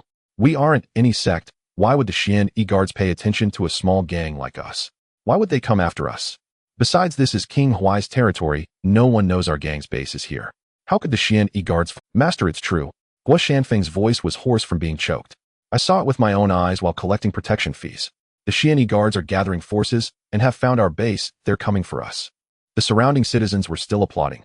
I suspect there's a traitor in our gang. A traitor? The Black Tiger gang leader released his grip, frowning in contemplation. Right. Guo Shanfeng hurriedly said, Master, think about it. This is King Huai's hunting ground. The Xianyi guards never come here. Without a traitor tipping them off, how could they possibly find us here? The Black Tiger gang leader's expression changed repeatedly as he commanded Guo Shanfeng, quickly gather the brothers, we need to move immediately. All right. Guo Shanfeng turned to leave, but suddenly saw Huang Rong's figure flash like a white light landing on the rooftop. He was startled and turned to the leader asking, Master, should we arrange for the captured beggars to come with us? A pile of corpses, they've long been turned to ash. What's there to take with us? Upon hearing this, Guo Shanfeng's face showed a look of horror. Master, are they really dead? Since we're going to run anyway, telling you doesn't matter. The leader took a deep breath. King Huai has become obsessed with alchemy over the years and has resorted to evil practices requiring the hearts of young boys and girls as drug catalysts. I had you capture those homeless beggars with no background just to serve as his drug catalysts. Guo Shanfeng swallowed hard. Master, did they really have their hearts taken? The leader nodded coldly. Their hearts were taken by King Huai for alchemy, and the bodies were burned to ashes for fuel. Even if the Xianyi guards come, they won't find anything. Saying this, he turned and walked back into the room. You go gather the brothers, I'll pack up and well leave.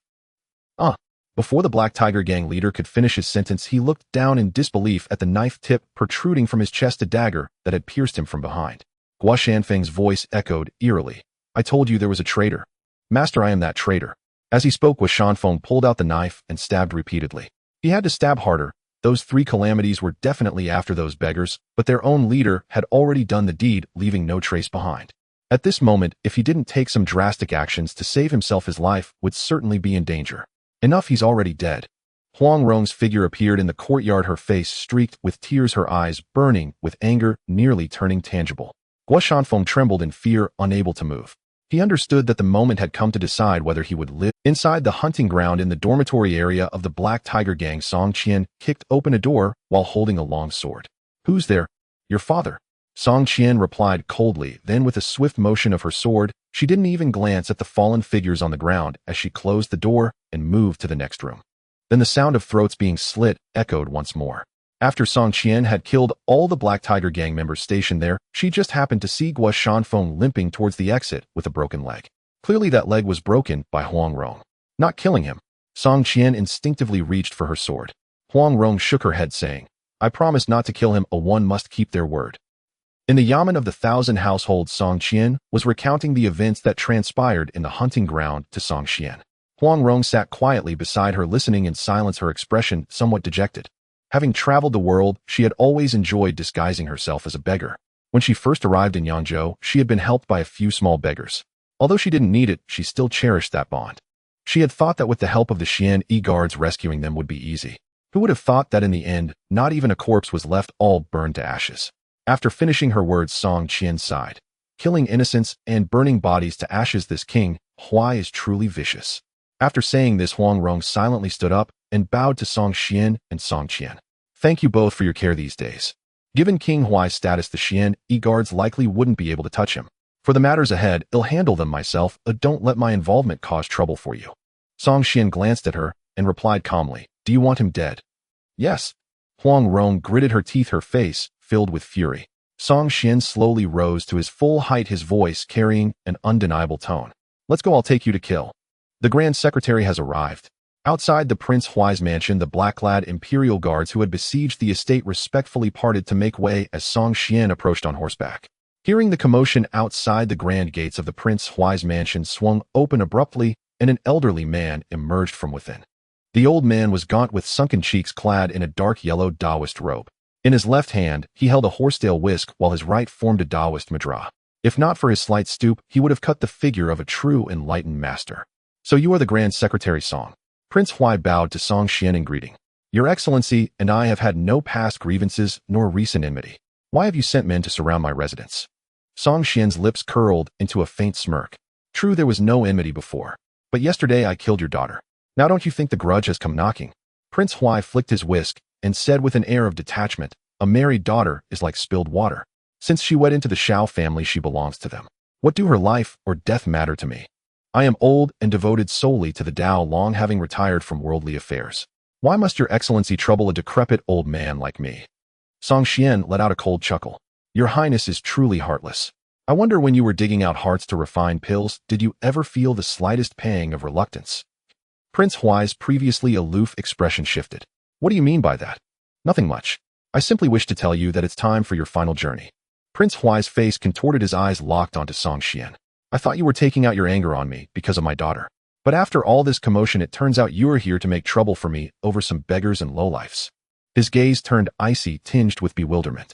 Song Qian, you come from the capital. You should understand that people in this world have never been equal, and there is no such thing as justice. A few worthless lives lost. Is that even worth mentioning? Though I hold no real power, my title as prince has been passed down since the founding emperor. Without an imperial edict, do you dare touch me? Song Qian nodded earnestly. As it happens, I do dare. Prince Huai's eyes sharpened like an eagle's, his hunched back straightening as his aura began to surge. Behind Song Qian, Huang Rong's expression shifted in alarm. She had never imagined this seemingly frail old man was a Xiantian martial artist. Earlier, she had planned to sneak into the mansion under cover of night to take the prince's head. Now she realized she had been far too naive. The world was teeming with extraordinary talents far beyond her reckoning. Swish! A flash of light streaked by. Song Qian struck first, her swift figure tearing through the air with a piercing whistle. Activating the 9 Divine Claw, her 5 fingers shot out like hooks and swords wreathed in terrifying glacial true qi. She drove a palm strike straight at Prince Huai's face. Such speed! Prince Huai's face paled in shock. With a thunderous roar, he erupted with surging energy. A series of crackling explosions followed as his formidable Xiantian true qi burst forth. Simultaneously, the horsetail whisk in his hand shot up like a nimble serpent, coiling layer upon layer in an attempt to neutralize Song Qian's claw technique. Bang! The 9 Divine Claw and the whisk clashed heat-in midair. A tearing sound rang out as the explosive energy from the collision sent dust billowing in all directions. Prince Huai grunted, half of his whisk severed. An unnatural flush spread across his face, betraying that the first exchange had left him at a distinct disadvantage against the 9 Divine Claw. What martial art was that you just used? Prince Huai retreated, forcing down the turbulent true qi within him as he gazed at Song Qian in astonishment. In over 70 years of life, he had never encountered such a formidable claw technique. Song Qian made no reply, instead activating her lightness skill to close in. With a resonant clang, the long sword at her waist sprang from its scabbard. The moment the blade was drawn, a dazzling cold light cascaded like starlight on a winter night. With a single stroke, the entire courtyard of Prince Huai's mansion seemed plunged into an ocean of ice-sharp and biting aura permeating the air. Shrouded in that bone-chilling aura, Prince Huai felt his body tremble. Under the influence of the frigid qi, his true qi began to stagnate. Was it you who killed Iku, the green demon hand outside the city? Witnessing Song Qian's sword strike, Prince Huai knew he could not withstand it. Panic seized him, and he had no intention of meeting it head-on. Tapping the ground with his toes, he soared like a rock into the sky, barely evading her blow. Just as he felt a flicker of relief at his temporary safety, Song Qian, who had remained motionless, made his... The sword light was like wind and thunder, like a fiery meteor. It did not appear to be any sophisticated technique, merely a simple, straightforward thrust upward. Then Prince Huai, still soaring in midair, saw a crimson sword radiance flood his vision. It felt as though countless stars had surged into his brow. His body stiffened, his Xiantian true qi dissipated entirely, and he plummeted with a heavy thud. Gazing at the prince's corpse, which had crashed through a pavilion, Song Qian waved at Lu Xiaofeng and the others behind him. Arrest everyone in the mansion, men, women, young and old. At his command, a swarm of black-clad imperial guards stormed into the mansion, swiftly subduing the terror. Huang Rong approached the prince's body. Staring at the corpse with a sword-pierced brow, she stood in silence for a long moment before murmuring a string of names under her breath. Gu'er Huahua, little Lada. The villain who harmed you is dead. Though I didn't kill him with my own hands, I hope you can rest easy in the underworld. Song Qian walked up beside her and said flatly, don't want to add a few more strikes to vent your anger. Huang Rong shook her head. Lifting her face, she gazed at the handsome, aloof figure staring unblinkingly, as if to etch his image into her memory. After a moment, her voice tinged with worry, she said, Brother Song, killing Prince Huai. Won't it bring you consider? Song Qian smiled nonchalantly. Since I dared to kill him, I'm not afraid of the consequences. Don't feel burdened. Even without you, I would have slain Prince Huai regardless. Song Qian spoke the truth. He had always intended to destroy Prince Huai. But to Huang Rong, his words carried a different weight.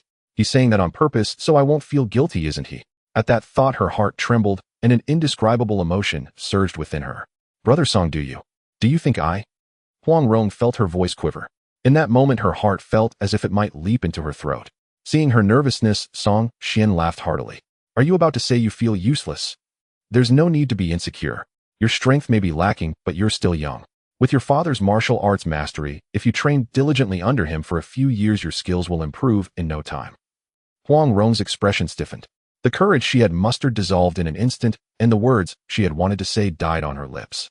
Staring at Song Qian's understanding expression, she couldn't help but feel a surge of annoyance. That big villain. As always, he's insufferably infuriating. After personally killing the Prince of Huai, the Xian guards, well-versed in their craft, began the meticulous process of confiscating property without needing further instructions.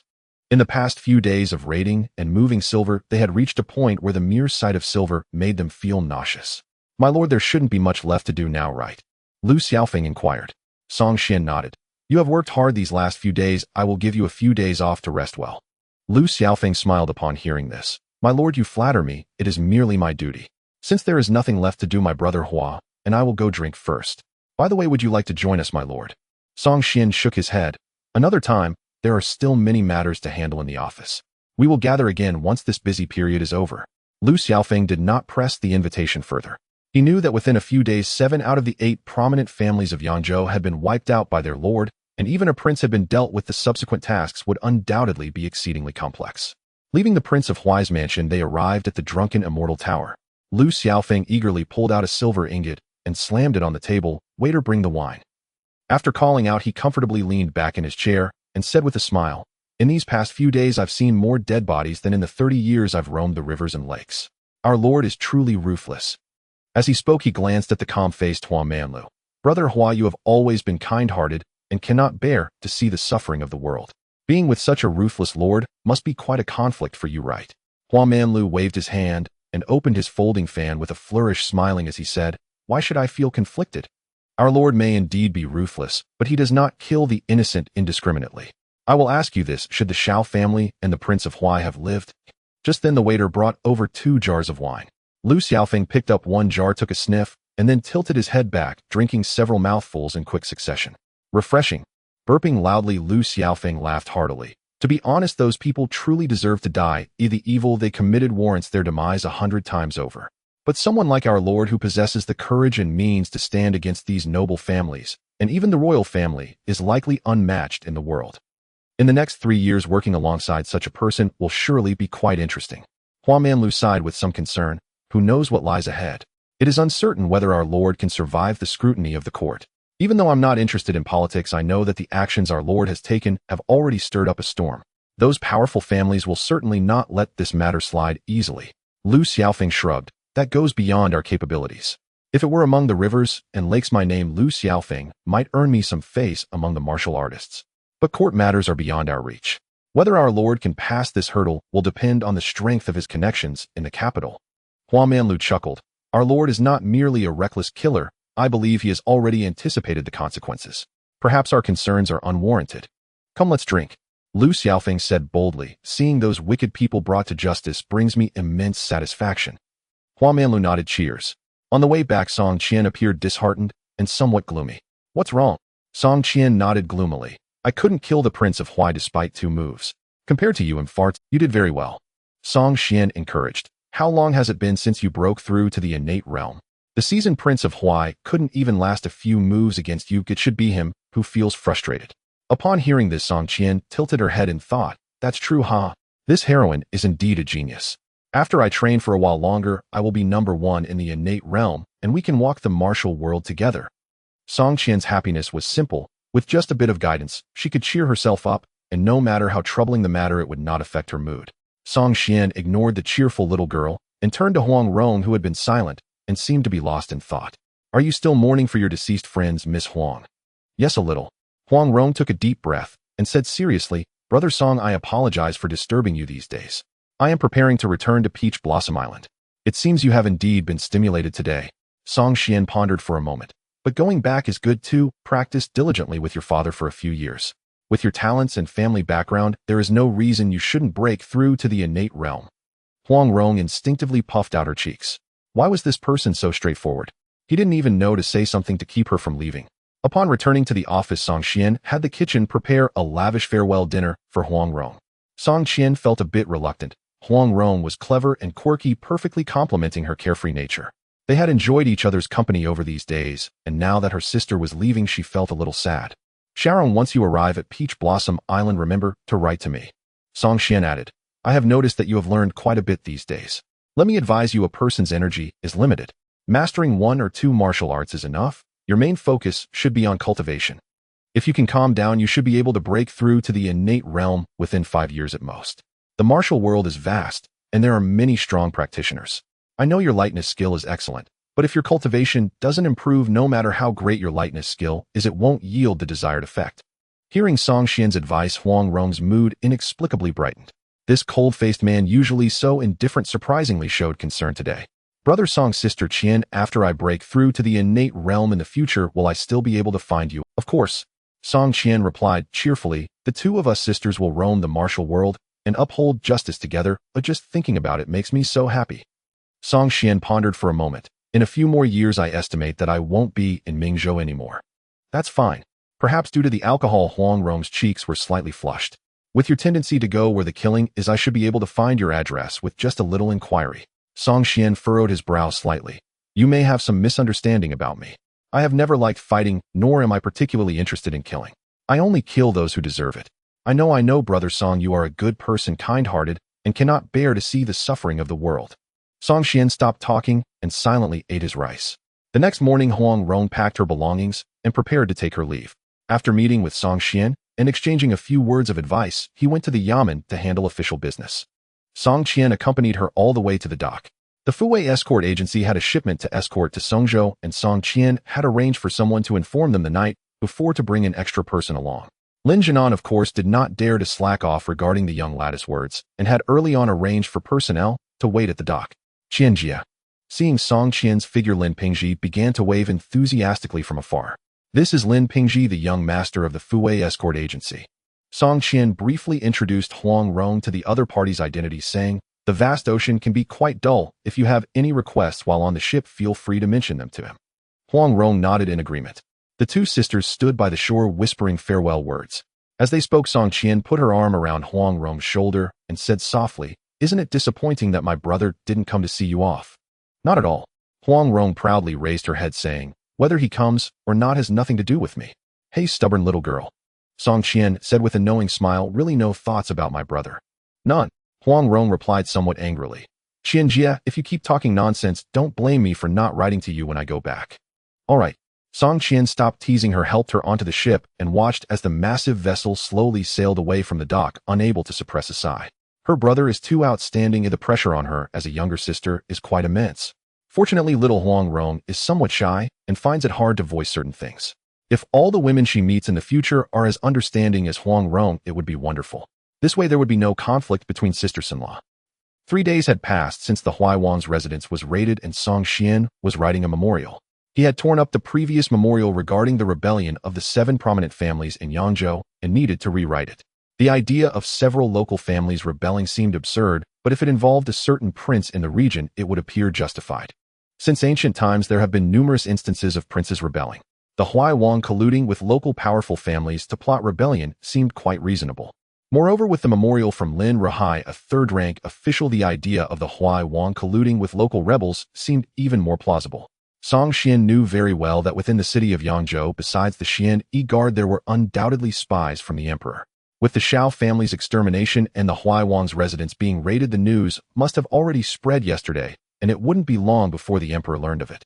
Therefore, regarding the Huai Wang's rebellion, Song Qian wrote very seriously, and after checking it thoroughly to ensure there were no omissions, he copied it again, placing both memorials into a secret letter and sending it through special channels of the Xian Yi Guard. One copy of the memorial was for the emperor, and the other was sent to the inspection office in the imperial capital, Zhao Dezuzu. Next, it was up to the court's reaction. The moment of testing whether Zhao Dezuzu could handle the situation had arrived. At the beginning of October, the continuous rain for more than half a month made the weather in the imperial capital even colder. In the imperial palace, the emperor seemed completely unaware of the cold, sitting in a recliner yawning as he read through memorials. In recent days, perhaps he had been too frequent in favoring the consorts in the palace, as he felt somewhat drowsy and could not muster his spirit. But the next moment, after reading a secret memorial, the emperor's drowsiness instantly vanished, his eyes filled with disbelief as he abruptly straightened up. He rubbed his eyes in disbelief and continued to read. A riot had occurred in Mingzhou Jiangxia Prefecture, where over 5,000 rioters were all killed by the captain of the Xian Yi Guard. In addition, 7 of the 8 prominent families in Yangzhou had been exterminated by Song Qian. Even the Huai Wang, who had always been inconspicuous, had been killed. The emperor swallowed hard, stunned by Song Qian's bold actions. When he appointed Song Qian to take office in Jiangxia Prefecture, besides the recommendation from the commander of the Xian Yi Guard, the emperor also valued Song Qian's fearless nature and capability, hoping he would balance the local powerful families in Yangzhou. But in the end, how could this Song Qian merely be fearless? He was practically tearing the capital apart. Did I express myself so poorly? I meant for you to balance and suppress the local powerful families cooperating with the court to fulfill the annual tax tasks. Who told you to directly kill and exterminate them? He could already foresee the uproar that would ensue in the court tomorrow. Those civil officials would undoubtedly go mad with accusations and curses, and perhaps a few might even perish against the pillars in protest. If not handled properly, the court would be thrown into chaos, and the already unstable situation in the Great Zhou would likely spiral out of control. Filled with rage, the emperor slammed the secret memorial onto the imperial desk, glanced at the stooped old eunuch standing beside him, and said in a deep voice, "Go quickly summon Yi Tian to me. And also call Zhao Dezuzu." The old eunuch accepted the order and, accompanied by a few young eunuchs, left the palace, directly heading to the yamen of the commander of the Xian Yi Guard. After a short while, Yi Tian, the commander of the Xian Yi Guard, and Zhao Dezuzu, the chief of the inspection office, were brought to the imperial study. "We pay our respects to your majesty." The two slightly bowed, offering their homage as subjects. The emperor wasted no time and directly threw the secret memorial at Yi Tian, saying, "Look at this. This is the good subordinate you recommended." Yi Tian picked up the memorial, exchanged glances with Zhao Dezuzu, and then both quickly skimmed through it. After reading the memorial, Yi Tian handed it to the old eunuch beside him and then looked at the emperor. The Huai Wang colluded with local aristocrats to plot rebellion, and Song Qian detected the signs in time, nipping the rebellion in the bud. This is a significant achievement. Zhao Dezuzu also chimed in, saying, "Song Qian is still young, and young people are prone to arrogance, so your majesty should just reward him with some wealth. There's no need for excessive favoritism. You two stop trying to placate me." The emperor was so furious he could hardly articulate his words, pointing at Yi Tian and shouting, I ask you, did you convey my intentions to Song Xian at that time? I meant for him to balance the local powerful families, not to exterminate them. Yi Tian nudged Zhao Dezuzu's arm, saying, Director Zhao, I believe I mentioned the Emperor's intentions to you, right? You did. Zhao Dezuzu admitted directly. The Emperor turned his gaze toward him, saying, Then tell me how you explained it to him. Zhao Dezuzu clasped his hands, saying, Returning to your majesty, I informed him about the situation in Jiangzhou Prefecture, where powerful families abound, and the local sects are strong. Working there would be quite challenging, so I advised him to be cautious. Is that all? The Emperor frowned, somewhat skeptical. Zhao Dezuzu continues, Song Xian grew up under my watch just like my own child. He is going to a foreign land for his assignment, and I am somewhat worried, so I have given him a few more instructions. Everything there should prioritize survival. If he encounters danger, he should take the initiative. If he needs to kill, then he should kill. The Emperor was taken aback, his expression changing several times, as he momentarily did not know what to say. After a long while, he finally said softly, This child really listens to your advice. He truly takes the initiative and kills when necessary. He has killed the aristocracy, exterminated the powerful families, and even raided the royal palace. Almost all the prominent families in Jiang and Zhujiang have been wiped out by him. With such skills, why didn't he directly eliminate all the local forces in Mingzhou? If your majesty has this intention, I shall give the order for him to act according to your majesty's wishes. Rest assured, Song Xian's abilities are indeed trustworthy. You dare to. The emperor, who usually maintained his dignity in front of his ministers, finally could not hold back and let out a rare curse. Not only did he curse, but he also took action. He directly walked up to Zhao Dezuzu and kicked his leg twice. Zhao Dezuzu remained unfazed, acting as if he felt nothing, and continued, If your majesty's anger has subsided, then I shall take my leave. With such great merit, Song Xian should at least be promoted to 1,000 household captain, right? The emperor, sitting angrily on the dragon chair, coldly snorted, Do not pretend to be crazy and perplex me. I will speak honestly with you. This time he has stirred up too much trouble. I cannot protect him and must give the court officials an explanation. What does your majesty wish for the explanation? Song Xian must die? Otherwise, the noble forces in other regions of the Great Zhou will drift away. As for his sister, she may live, but she shall be exiled to the northern region of Mingzhou for 50 years and cannot return to the capital. Regarding the other members of the Song family, I can choose not to implicate them. This way, I will not sever the roots of the Song family. I have finished speaking, and do you have anything to add? Zhao Dezuzu straightened his body, his voice cold compared to before. I indeed have something to add. Speak. I disagree. The emperor stared wide-eyed. What did you say? Zhao Dezuzu, shedding his earlier respect, said coldly, I said I disagree. Anyone can die, but Song Xian cannot. The emperor's expression also turned cold as he looked at the commander of the Xian Guard, Yi Tian. What about you? What is your opinion? Yi Tian's voice was calm. Director Zhao's opinion is my opinion. The emperor was taken aback, forcefully suppressing his anger as he said, Yi Tian, you must understand the Xian Guard is my blade, but I can have more than just you as a blade. Yi Tian smiled slightly. Your majesty is correct. You can have many blades, but the one that allows you to secure your position as emperor is only this one. Impudent. The old eunuch, who had been less noticeable, suddenly exuded an imposing aura of force surpassing innate might, enveloping Zhao Dezuzu and Yi Tian. However, both of them showed no concern under the pressure of a martial arts master. Yi Tian even glanced at the old eunuch with interest. Eunuch Chao, His Majesty has yet to say anything. Do you wish to make decisions on behalf of His Majesty? The old eunuch, referred to as Eunuch Chao, changed his expression, glancing at the two with some trepidation, and began to retract his imposing presence. Then he bowed to the emperor, assuming a posture of apology. Your Majesty, forgive me. The old servant was a bit rash out of concern for the master. Your Majesty waved his hand. You may leave, though I have matters to discuss with these two. Eunuch Chao hesitated, but still bowed and left the study. In the study, only the three remained. The emperor stared at Yi Tian coldly, asking, Were you threatening me just now? Yi Tian shook his head. I was merely stating a fact. The emperor sat in his chair, his expression dark, and after a moment of silence, he suddenly laughed heartily. Yi Tian, we have known each other since childhood, and our friendship spans decades. Had it not been for your breakthrough to the martial arts master realm and your resolute support when the late emperor conferred the crown prince, I truly would not have been able to sit in this position. Over the years, you and I have worked together as ruler and minister, and you have never gone against my wishes. Now tell me honestly, how important is Song Xian? Can he make you disregard the stability of the court and even oppose me? Song Xian is indeed important. Yi Tian said solemnly. Your Majesty may not pay much attention to him, but ever since he became a second-tier Xian Guard, I have been aware of everything he has done. The emperor seemed to have thought of something. What do you mean? Indeed, Song Xian is the leader of the younger generation of Xian guards in the imperial capital and is recognized as the future commander of the Xian guard, so he cannot die. The emperor frowned. I remember he was still at the acquired level of cultivation before he left the imperial capital, Yi Tian replied. But after he arrived in Yangzhou City, he has already broken through to the innate level. Innate, just that. The emperor said dismissively. There are countless experts in the Xian guard. He is not the only young innate warrior. Why do you insist on him alone? Yi Tian was silent for a moment before slowly saying 4 words, perfect master. What did you say? The emperor suddenly stood up, somewhat disbelieving. Does he possess the same potential as the great ancestor in his youth? Indeed, Yi Tian said, there are countless martial artists in the world, tens of thousands of innate warriors across the 9 great provinces with several hundred martial arts masters. However, among the martial arts masters, including myself, most are incomplete.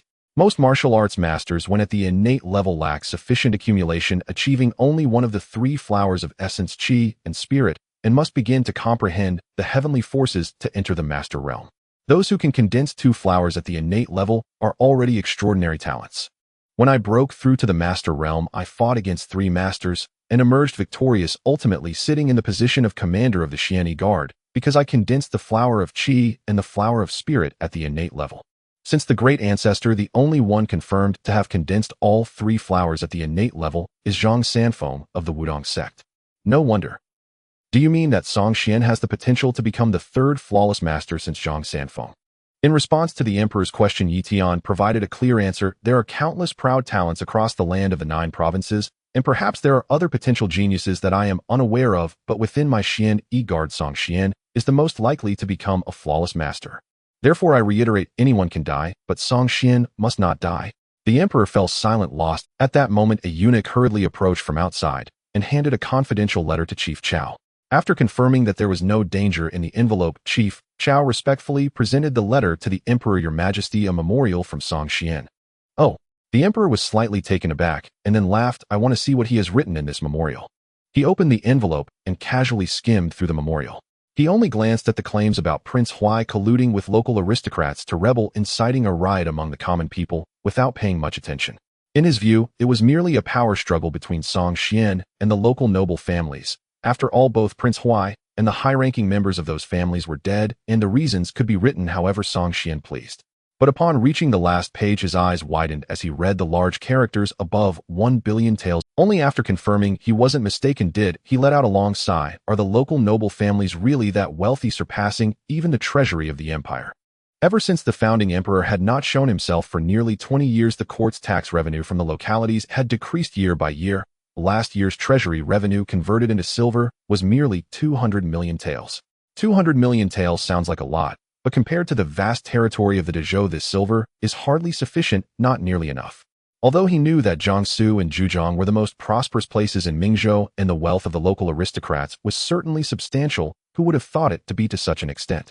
1 billion taels of silver, enough to cover 5 years of the treasury's tax revenue. Ahem, he cleared his throat twice, his face showing a smile as he spoke gently. I spoke a bit too loudly just now. 2 esteemed ministers, please do not take offense.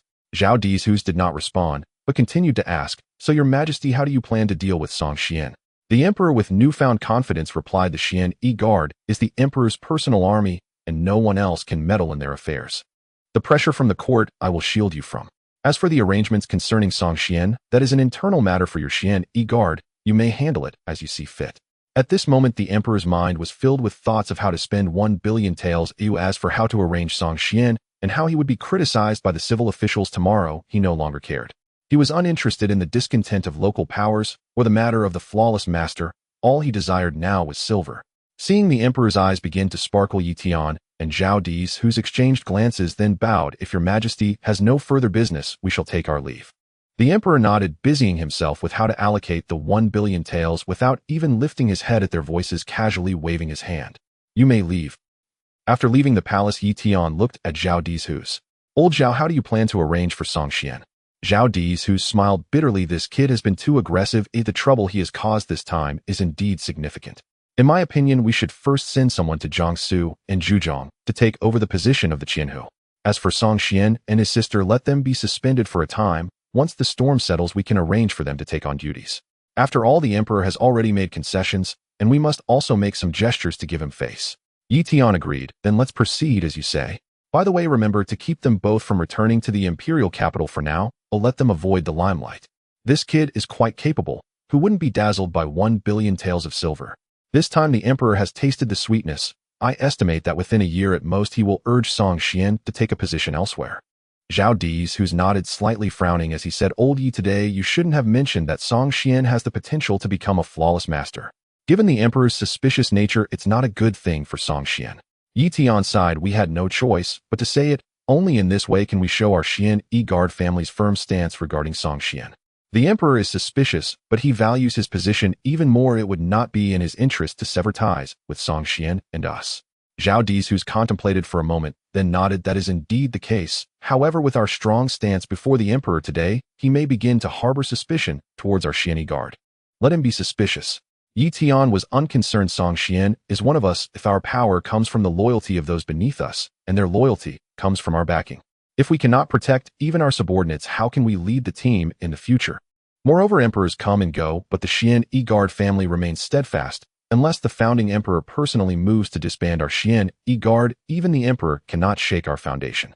Zhao Dizhu said, we have already received news confirming that the emperor is secretly establishing other intelligence agencies in addition to the Xian Guard. He is already working to weaken our power. That's fine. There are only a few great masters in the world, and he cannot command even one. Yi Tian dismissed it, saying, as for the other martial arts masters, there are few he can command. After 300 years of development, our Xian Guard has long become a colossal entity that cannot be shaken by just a few martial arts masters. Saying this, he patted Zhao Dizhu on the shoulder. Come on, let's call old Song. We're going to have a drink. This guy has been slacking off at work, shrugging off responsibility. This time, we must give him a good lesson. In the palace, the emperor's study. After the emperor had basically sorted out the use of the 1 billion taels, he let out a satisfied sigh and stretched lazily. The feeling of having money is truly wonderful. However, this feeling of joy did not last long before his expression darkened again as he looked at Chief Chao beside him. How is the force I asked you to establish coming along? Chief Chao hurriedly replied, Your Majesty, rest assured the framework for the Eastern Bureau has already been established, and we have begun selecting young eunuchs with potential from the palace to join. The emperor nodded in satisfaction. No matter how good the Xian Guard is, they ultimately serve de Zhou and the founding emperor. I cannot truly grasp this power. This knife is too sharp. I need a knife that won't harm myself. Chief Chao hurriedly knelt down, saying, Your Majesty, rest assured this old servant will surely forge you a knife that is most comfortable to use. The emperor responded, took a sip of tea, and continued, What has Xian Feng been doing recently? Reporting to Your Majesty, the 6th prince is currently in seclusion gathering the 3rd flower. Ha! The emperor laughed heartily. My son has indeed not disappointed me. What potential Song Xian has to become a flawless master is merely potential. My son is the true favored one of heaven and earth. As he spoke, his eyes narrowed slightly. Once my son becomes a flawless master, he can continue the 300 years of foundation for de Zhou like the founding emperor. I want everyone to know that although this world is vast, it can only bear the surname Ji. The bloody stench within Yangzhou City has dissipated. Humans are inherently forgetful. After experiencing the brief pain of that riot, the citizens now go about their daily lives with the dead gone and the living still striving for their livelihoods. Since submitting 2 memorials to the imperial capital, Song Xian has found himself with more leisure time. The subsequent affairs of the confiscation will be handled by his subordinates, allowing him to return to a state of idleness at work. Sipping tea, practicing his skills, and occasionally enjoying a drink with Lu Xiaofeng and Huang Manlu, his days have been quite relaxed. Since Huang Rong's departure, Song Xian has been absent for several days, mostly staying at the Lin residence to teach her little cousin Lin Daiyu martial arts, savoring the pleasure of being a mentor. One day, while Song Xian was in the yamen steadily cultivating his pure yang, true qi, he suddenly opened his eyes. He saw many people arriving outside the yamen of the Qinhu office. These people were dressed similarly to the Xian guards, with the only difference being that they bore the tokens of the Court of Judgment at their waists. This was the contingent from the Court of Judgment. Zhao Dizhu had once told him that the Court of Judgment was not affiliated with their Xian guard family, as more than half of its personnel were placed there by the major powers of the imperial capital. Before the stationed Xian guards could report, the people from the Court of Judgment surged in, darkening the entrance to the hall where Song Xian was. A middle-aged man with a scar on his face, exuding an air of indifference, spoke in a deep voice, Song Xian, on the orders of the emperor, we are here to escort the confiscated goods back to the capital. Please come out to facilitate the handover. Song Xian stepped out, gazing